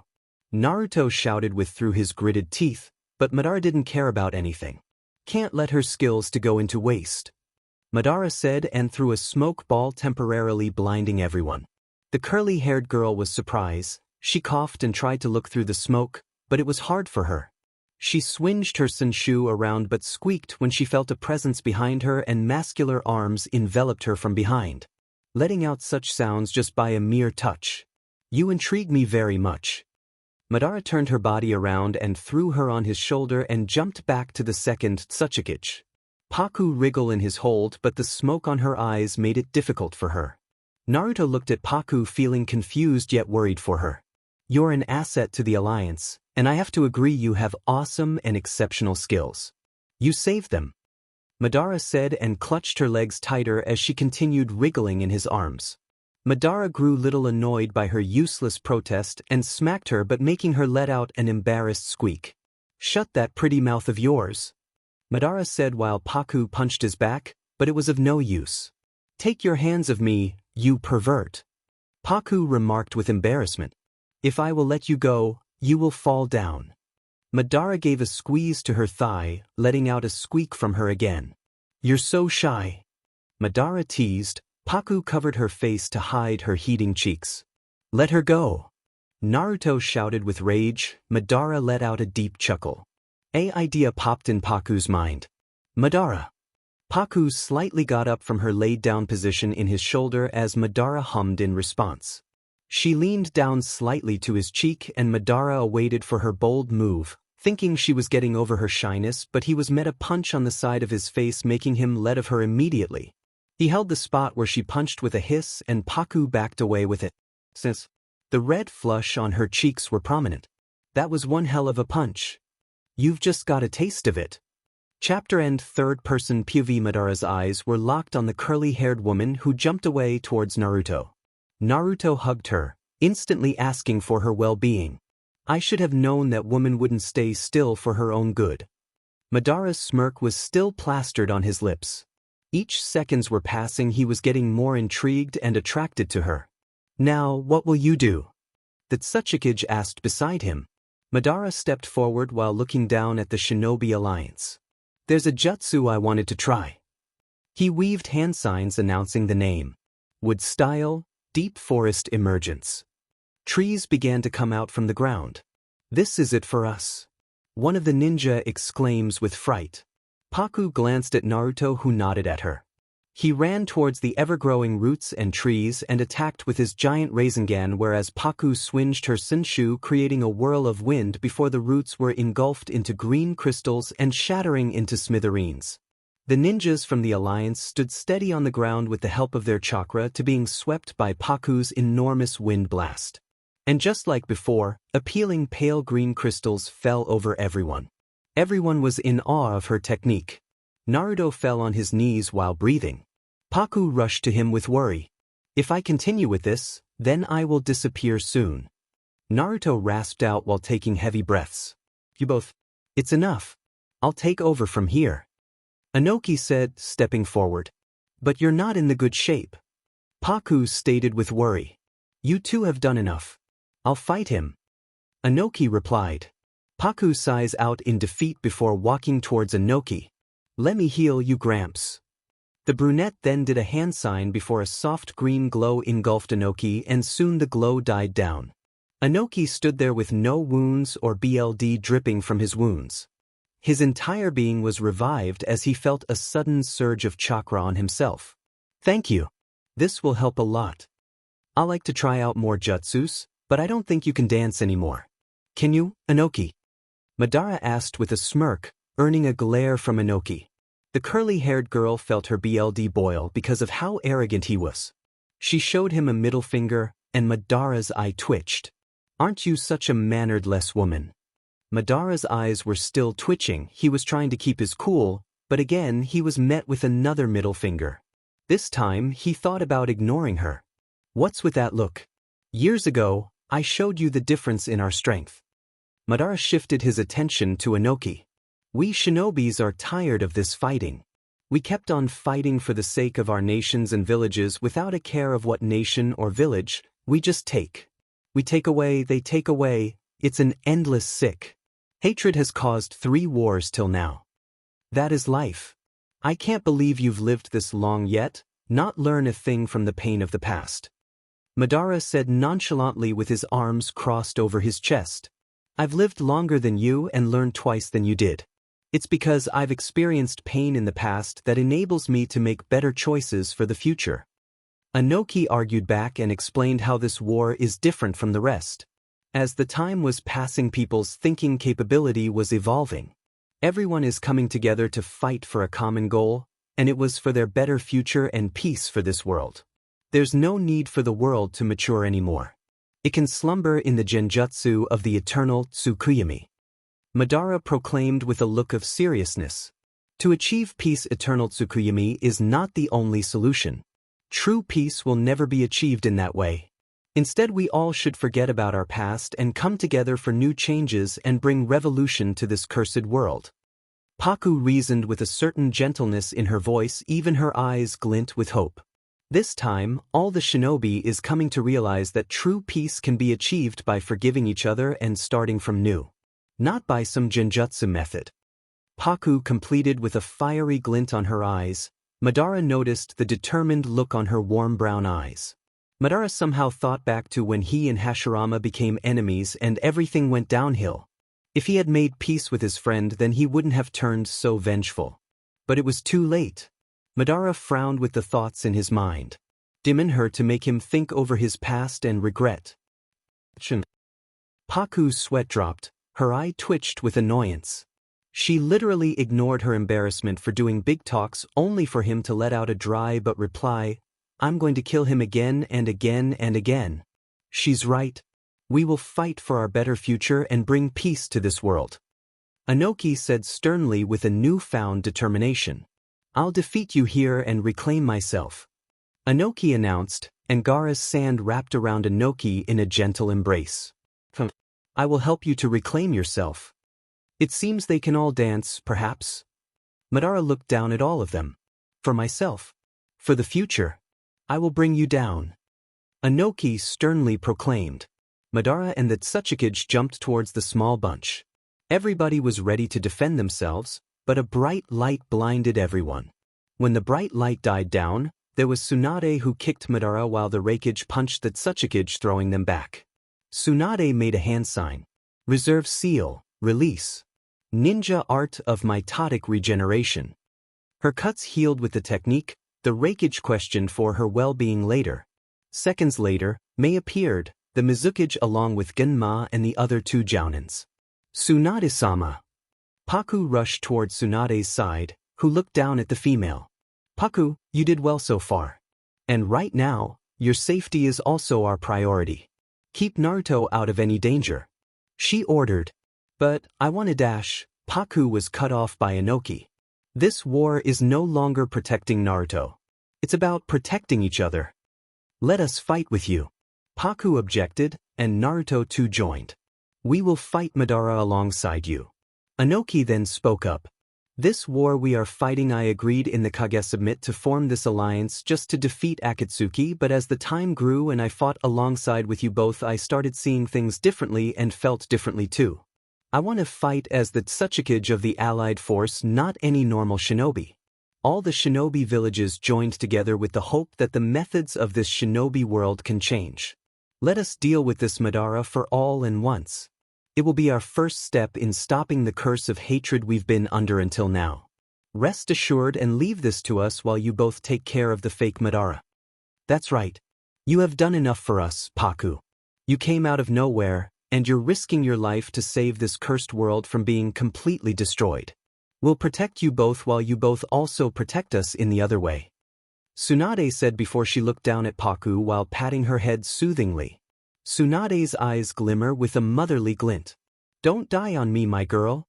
Tsunade tilted her head, her eyes got slightly teary, but she hid it well. Paku held onto her hand while maintaining eye contact as her Byakugu's seal glowed. I will not. Have faith in me. Well then. We will win. The 5 Kage exclaimed in unison. Naruto's clone dispersed as Paku summoned her dragon, who roared as her dragon flapped its wings, and Fulto, the destination Paku guided him to. Paku jumped down from her dragon's back before dismissing it in a green explosion. She floated through the air and stopped beside the real Naruto, who was in his tailed beast mode. We will, Paku-chan. Naruto said while jumping through the woods toward the direction where Tobi was coming towards them with the dead Jinchurikis. Naruto jumped forward, headbutting Tobi, and the both of them bounced back. Paku caught Naruto midway. Don't jump in like that, you stupid.